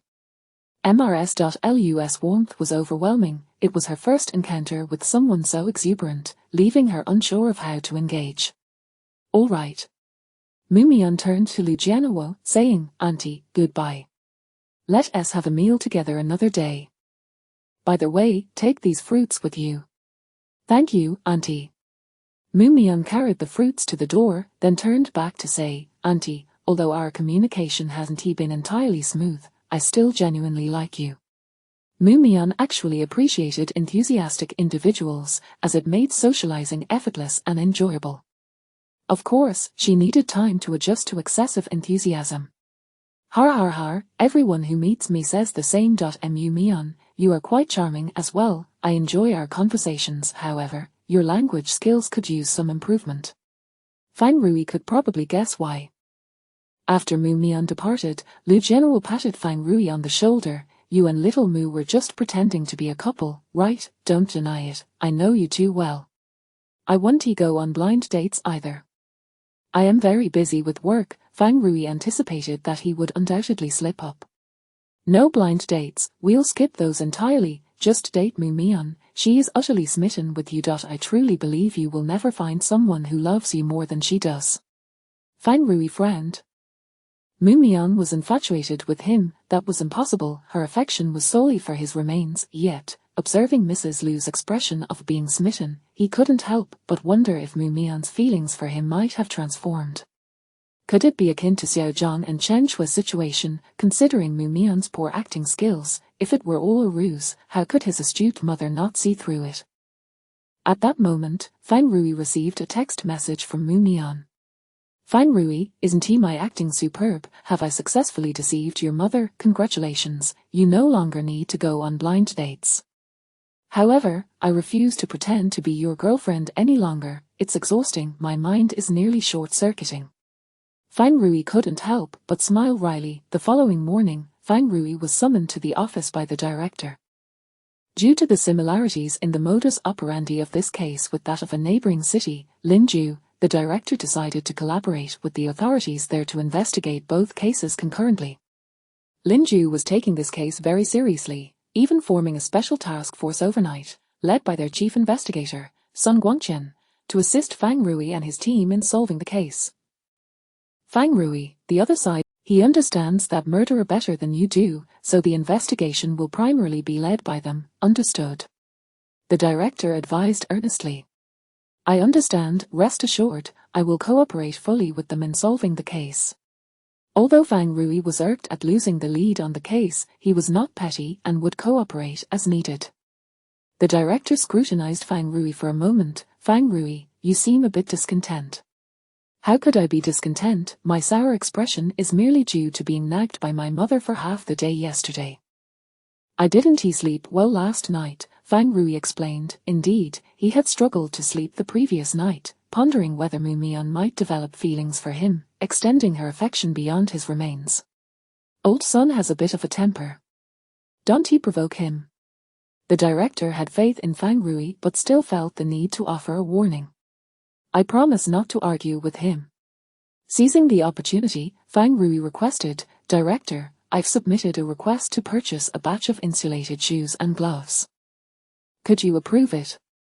Why do you need those? You're not electricians, do you really need such items? The two deceased were electrocuted. I suspect the murderer possesses dangerous items like a stun gun.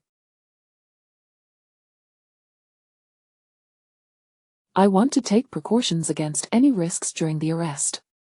The director nodded in approval. All right, I'll definitely approve that. Good thinking, you're being quite proactive now, much more composed than before. That's all thanks to your guidance, Director. Stop flattering me. If you want anything else, just say it all at once. Director, you previously agreed to allocate funds for me to purchase an imported dissection saw for Mu Mian. You haven't forgotten, have you? I haven't forgotten, but that's a matter for the forensic department, right? Why are you worrying about that? Mu Mian is now under my supervision. We're currently processing it, you won't be shortchanged. The director found it odd. Fang Rui had previously shown little interest in Mu Mian, so why was he now asserting that she is under my supervision? Just remember to expedite it. This process is taking far too long. Upon learning that Linju would send a special task force, Xiao Zhang and the others wore glum expressions. This had originally been their case, and with the arrival of the special task force, they felt relegated to mere support roles. Everyone, do not harbor any negative emotions.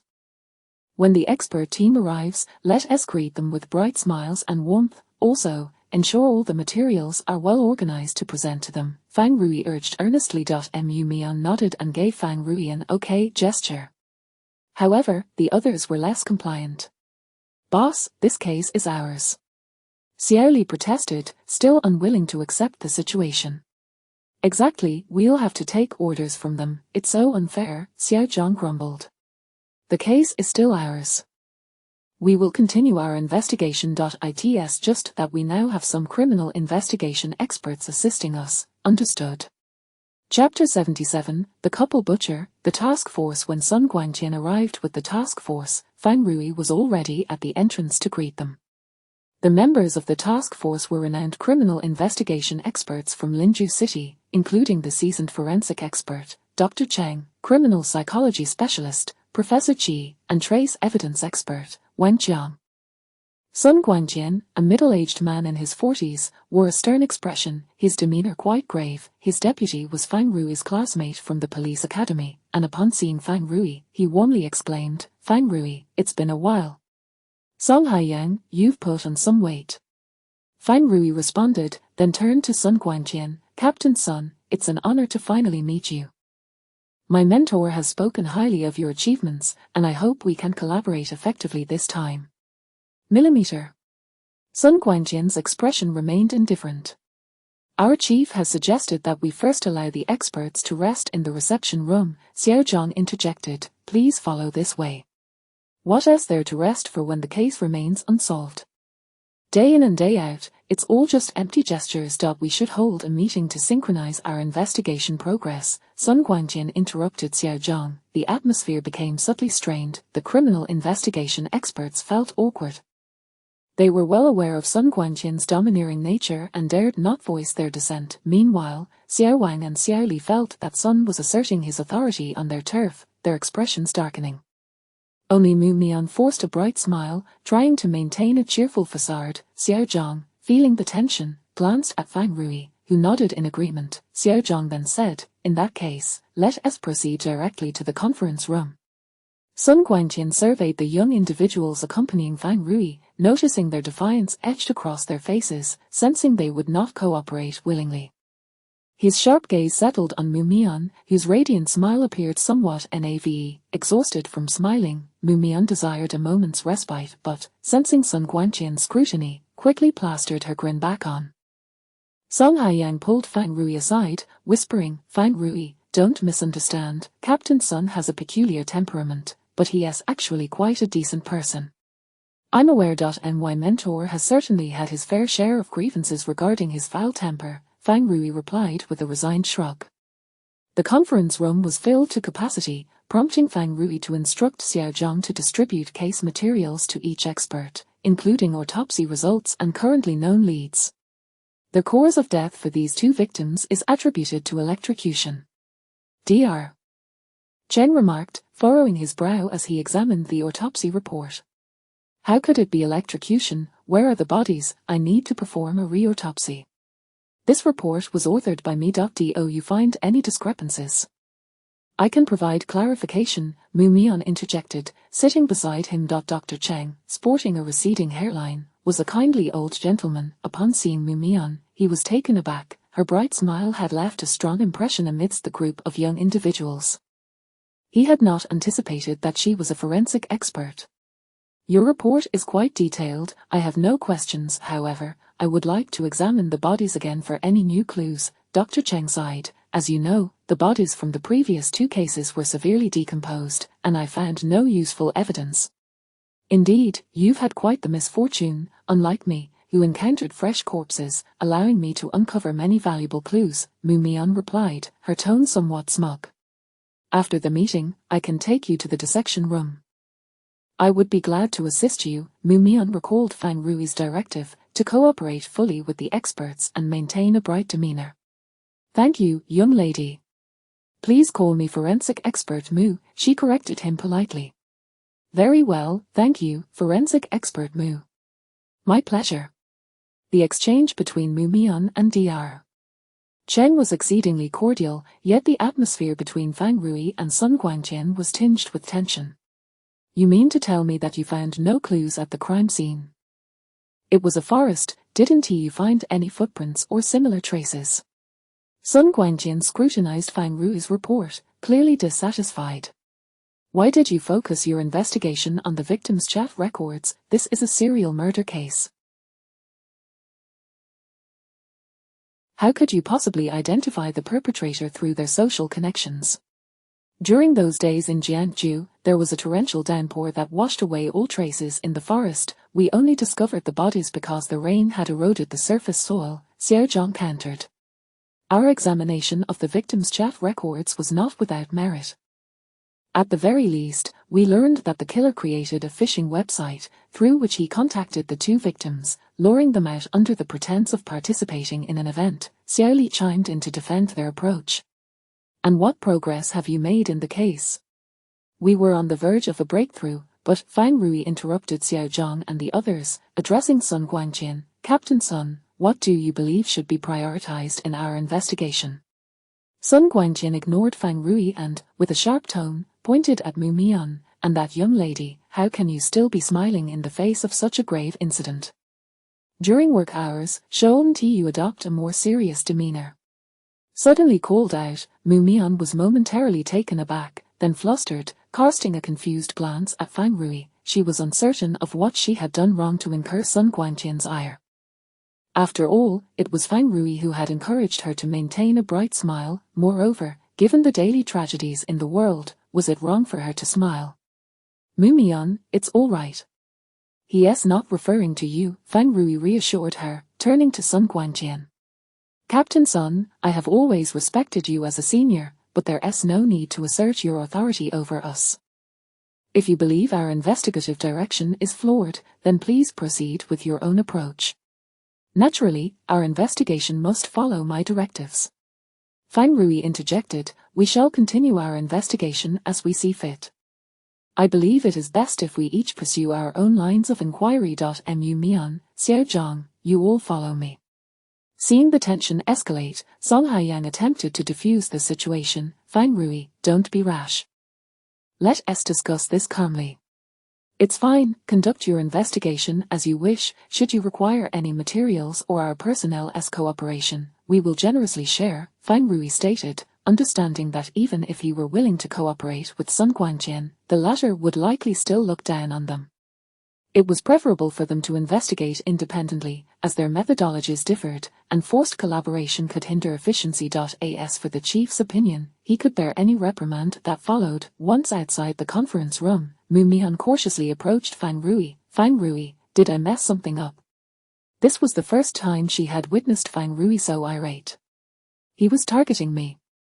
It has nothing to do with you, Fang Rui reassured her, gently ruffling her hair. I doubt they require our cooperation. Due to his confrontation with Sun Guangqian, Fang Rui received a stern reprimand from the chief, who, however, recognized that not all the blame lay with Fang Rui. The chief understood this young man well. He was adept at navigating social dynamics and typically refrained from burning bridges unless provoked. Given the circumstances, you should pursue your investigative strategy. I will reassign personnel from other teams to assist you, the chief asserted, demonstrating his protective stance. Thank you, Chief. Director Wang then engaged Sun Guangqian in conversation. They had been university classmates, and while Sun Guangqian's problem-solving abilities far exceeded his own, the former had ascended to the position of chief while Sun remained stagnant, largely attributable to his temperament. Old Sun, why bother quarreling with a bunch of youngsters? It is rather unbecoming. I was merely concerned about not being able to rein them in and thought to assert my authority, Sun Guangqian replied. Fang Rui used to be quite composed. His mentor often praised him in front of me. Why has his temper flared so? What did you say to provoke him? I didn't say much, just pointed out their flawed investigative approach and reprimanded a young lady, which set Fang Rui off. His temperament still requires refinement. I see now, this young man is quite the strategist.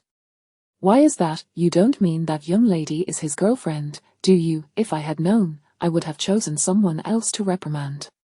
Old Sun, temper your demeanor. In this case, you might find yourself unable to solve it without their assistance. That is impossible. No one understands that murderer better than I do. If I can't catch him, neither can Fang Rui and his team. Sun Guangqian asserted confidently. Chapter 78, The Couple Butcher, Testing Love. Provoked by Sun Guangqian's remarks, the enthusiasm for solving the case among the team surged. Fang Rui convened another case analysis meeting and distributed the materials from Linju for everyone's review. The case files they had previously examined contained many unclear details, but this new documentation offered a more comprehensive investigative process. Boss, those two couples from Linju have also created a social media account to showcase their affection, exclaimed Xiao Zhang in surprise. However, they have very few followers, and their video views are quite low. But the first pair of victims were of considerable age. The murderer likely could not have contacted them online, interjected Xiao Li. Lin Sen, are you able to create a criminal profile of the perpetrator at this moment? Fang Rui inquired. Lin Sen closed the folder and turned to Mu Mian, Mu forensic expert. Is there a disparity in the intensity of the electric shocks suffered by the two victims? Indeed. The male victim appears to have endured only a single electric shock, yet its intensity was so severe that it caused cardiac arrest. Conversely, the female victim suffered multiple shocks, each not particularly strong, but cumulatively detrimental, resulting in organ failure, Mu Mian elucidated. I suspect he is conducting an experiment, Lin Sen theorized. He may be assessing the love between these victims, with the electric shock serving as punishment for failing the test. As Lin Sen's words hung in the air, silence enveloped the room. Isn't it akin to a lie detector test? A shock for lying, and none for truth-telling. Xiao Zhang speculated, but that wouldn't explain why the male victim was shocked only once, yet with the greatest intensity. The intensity of the shocks could be a variable. He might have established a gradient of shock intensity, correlating different behaviors with varying levels of punishment, Mu Mian suggested, much like in Milgram's obedience experiment, where shock intensity was treated as a variable. I suspect he is emulating the logic of this classic psychological experiment. Mu Mion's remarks prompted Lin Sen to frown in contemplation. The commonality among these three couples is that they are all deeply affectionate. However, they differ significantly in age, marital status, and education level. There is even a same-sex couple among them. It seems he is gathering various types of couples. Fang Rui queried, what is his purpose in testing their love? Is he attempting to prove love's existence or its absence? Lin Sen shrugged in resignation. At present, I cannot provide answers to those questions. Could it be that the murderer devised a device akin to a lie detector?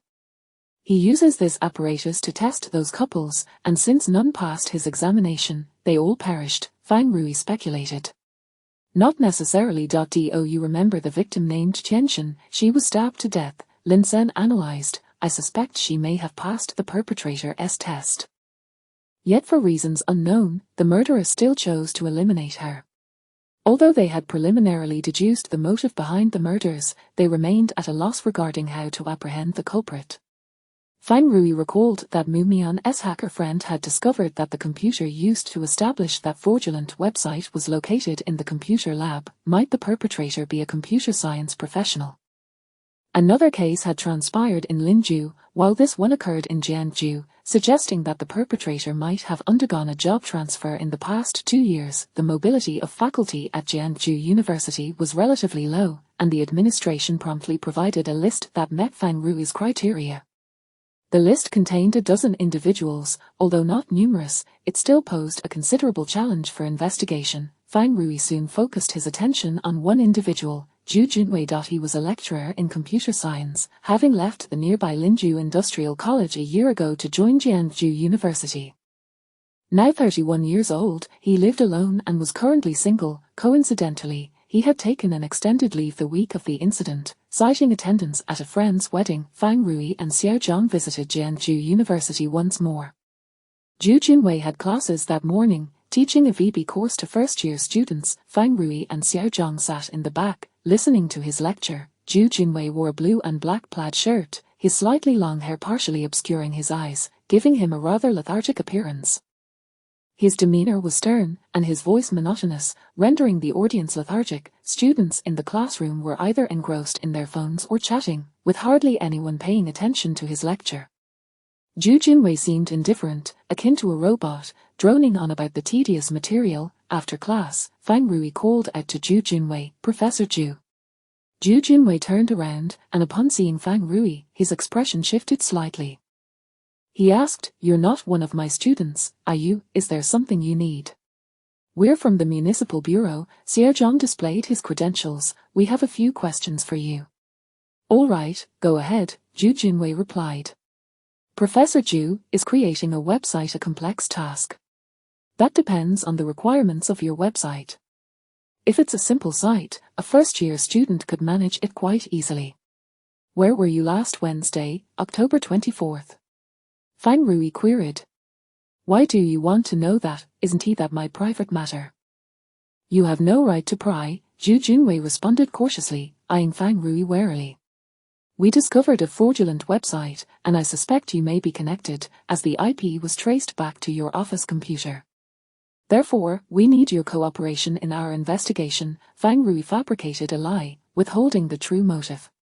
"I don't have time for such matters. From October 22nd to 30th, I was on leave, attending a friend's wedding in a northern city." The 24th was indeed his wedding day, Zhu Junwei stated. "If you don't believe me, feel free to investigate. Someone must have access to my office computer without my knowledge. There are cameras in my office, so you can verify." Fang Rui and Xiao Zhang exchanged glances. Could it be mere coincidence that he was away from Jianzhou during the time of the incident? Xiao Zhang scrutinized Zhu Junwei for a moment before suddenly reaching out towards him.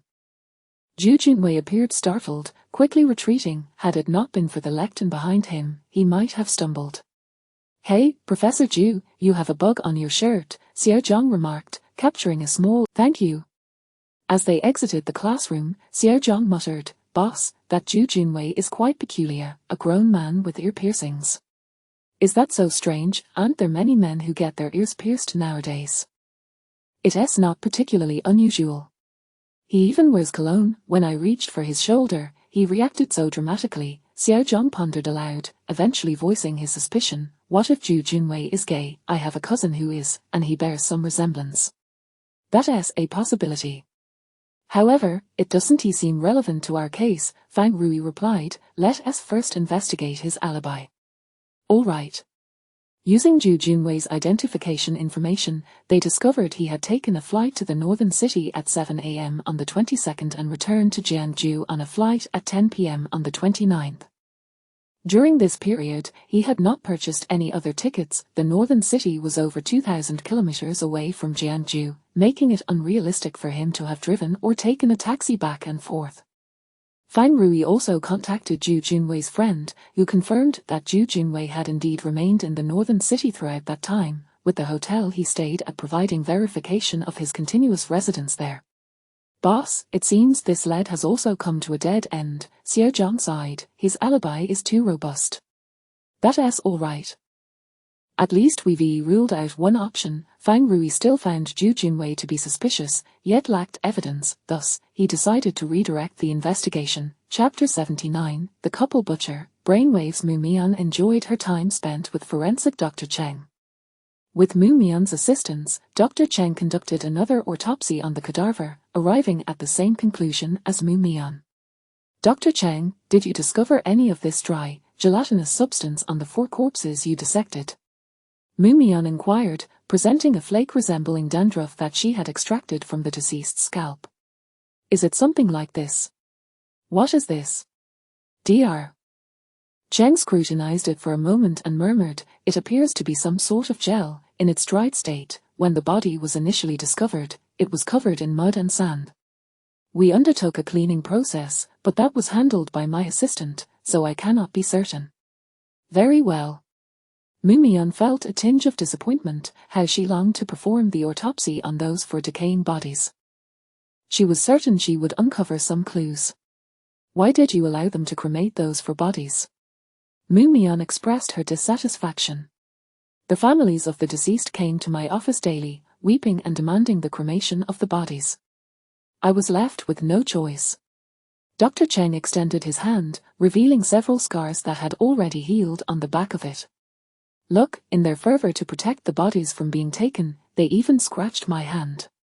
How coincidental, I too have been scratched by the family of a deceased. Mu Mian showed her own scar inflicted by Yi Ziling, though my scars are not as deep as yours.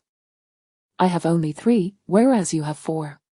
Chen Shui, who was recording the autopsy details, found the exchange absurd, pondering what merit there was in such comparisons. Indeed, being a forensic doctor can be rather perilous. Once the conversation began, Dr.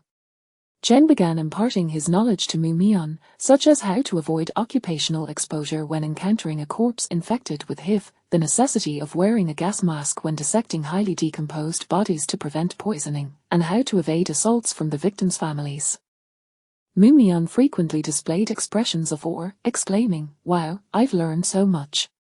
Among the 4 corpses from Linju, 3 exhibited evidence of rose teeth. Did you notice this? Mu Mian inquired. I did.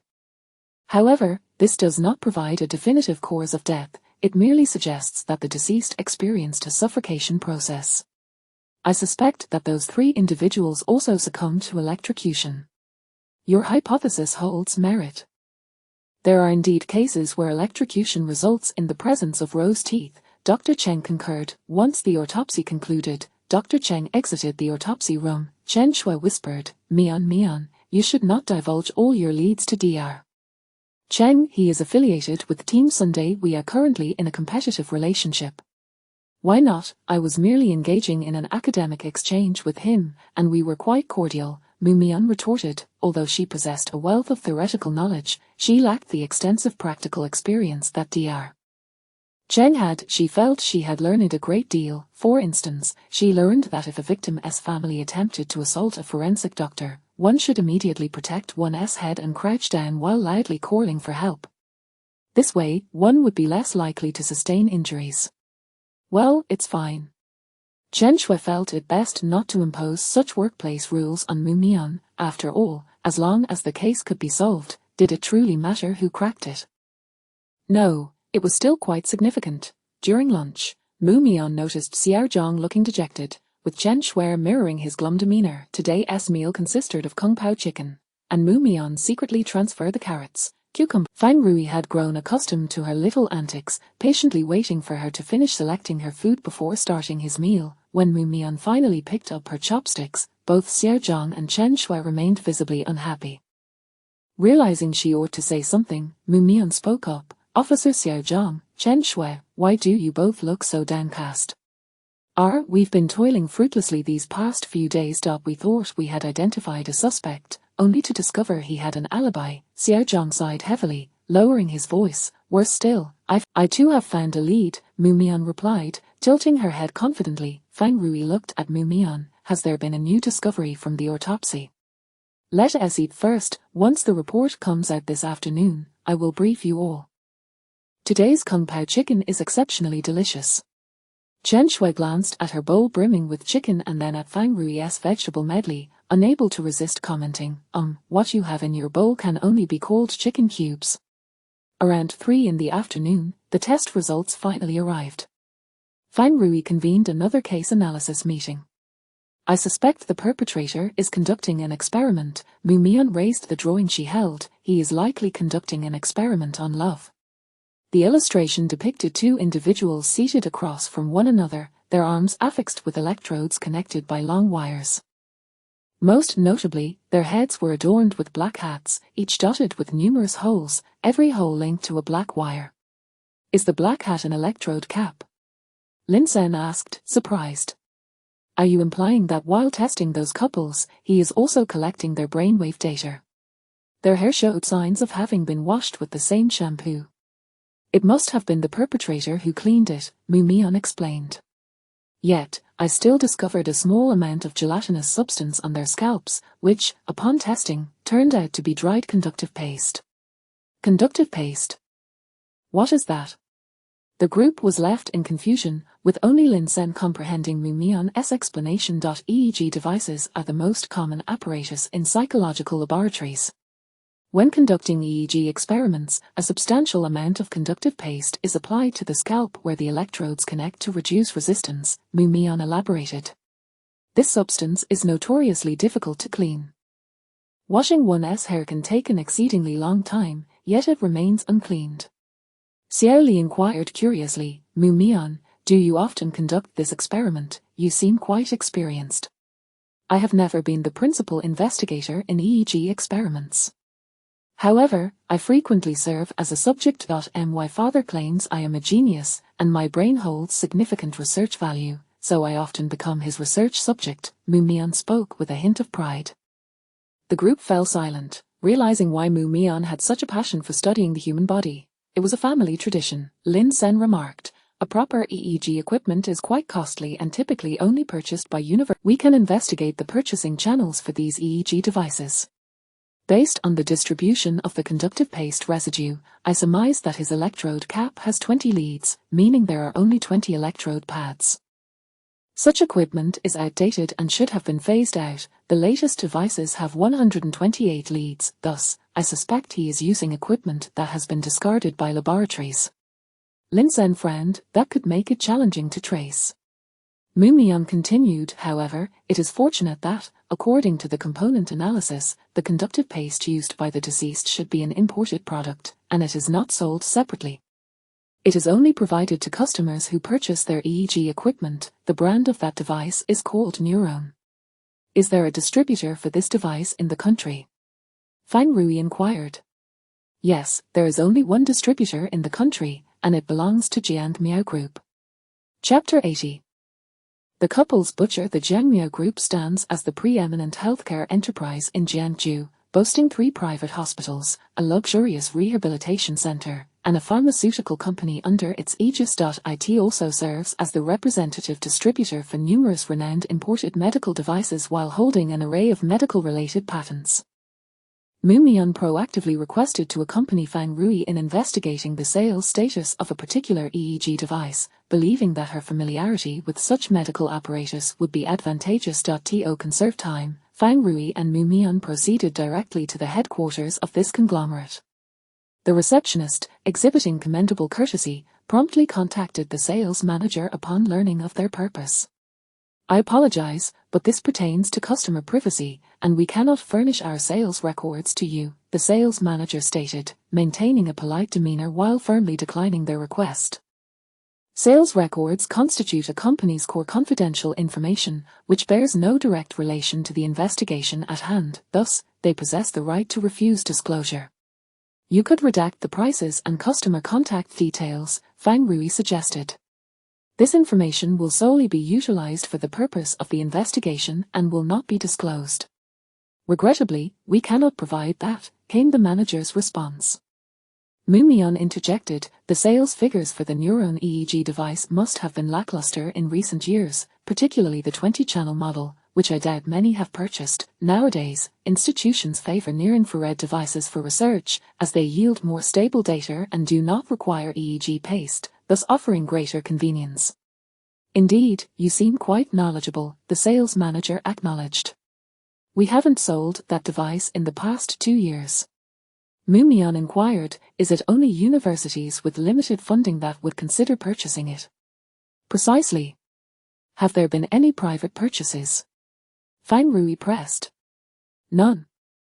Our clientele primarily consists of universities or hospitals from the surrounding provinces who would frivolously invest in such a device. It costs upwards of 100,000 and occupies significant space. Could you possibly share the sales record with me?" Mumion persisted, undeterred. "Absolutely not." The manager remained steadfast, prompting Mumion and Fang Rui to contemplate their departure. Even if they were compelled to provide information, it would likely be a fabricated sales record. "Mumion, what brings you here?" Jian Yinian, taken aback upon encountering Mumion, expressed surprise. The Jianmiao Group had been established by his late cousin, whose entire estate he inherited after his demise. Jian Yinian typically refrained from meddling in the group's affairs, preferring to immerse himself in research within the laboratory. Today, however, he had come to address allegations of corruption involving a senior executive within the group when he unexpectedly encountered Mumion. Upon seeing Jian Yinian, Mumion paused momentarily before retreating behind Fang Rui, warily observing him. Fang Rui sensed Mumion's unease and turned to inquire, "Mumion, do you know him? Hasn't he bullied you in school, has he?" Fang Rui disapproved of Jian Yinian's gaze upon Mumion. It felt less like that of an acquaintance and more akin to the way one might regard a pet. "He was a student of my father, however. He fell out with my father. My sister warned me that he might harm me, so Fang Rui, you must protect me." Having overheard Mumion's exchange with Fang Rui, Jian Yinian appeared hurt. "Mumion, how could I ever harm you? Have you forgotten, you once declared that I was your best friend?" Fang Rui glanced at Mumion, puzzled at the emergence of a best friend when she had previously claimed to have none. "Senior Yinian, I never stated that. I merely mentioned you ranked first among my friends at that time when you were my sole companion," Mumion clarified. "My list of friends is subject to frequent updates. You are no longer at the top. Mumion, there exists some misunderstanding between my relationship with your sister. I hope it does not tarnish our bond. I was once your only friend, was I not? You should trust me. My sister would never deceive me." Mumion calculated her options. Even if her sister were mistaken, she would merely lose a friend. However, should her sister be correct, and she disregard her advice, her life could be at stake. Not wishing to tempt fate, she resolved to distance herself from Jian Yinian. "That is uncertain. Mumion, have you not realized that you know little about your sister? She conceals many things from you. Her defamation of me stems from her fear that I might reveal the truth to you. Such attempts to sow discord between sisters are rather unethical," Fang Rui interjected, interrupting Jian Yinian. "And you are? What authority do you possess to intervene in my conversation with Mumion?" Desiring to extricate herself from the entanglement with Jian Yinian, Mumion tugged at Fang Rui's hand. "Fang Rui, let us return." "Very well." Jian Yinian turned to the sales manager. "What did they seek from you?" "They wish to inquire about the sales records of the Neuron EEG device. This is confidential to our company and involves customer privacy. We cannot disclose it to them." Mu Mian, are you not interested in that sales record? I shall compel them to provide it to you. Yes, thank you. Please expedite the provision of that list, Mu Mian replied, feeling no need for modesty. Given Jiang Yinian's willingness to assist her, the sales manager appeared conflicted. Mr. Jiang, however, I do not wish to repeat myself, Jiang Yinian insisted. The sales manager promptly set about printing the requested documents. Mu Mian, would you consider working in my laboratory? Jiang Yinian inquired, gazing at her. I have relocated Professor Shen's lab to the country. You may pursue any research you desire there. I am quite fond of my current position.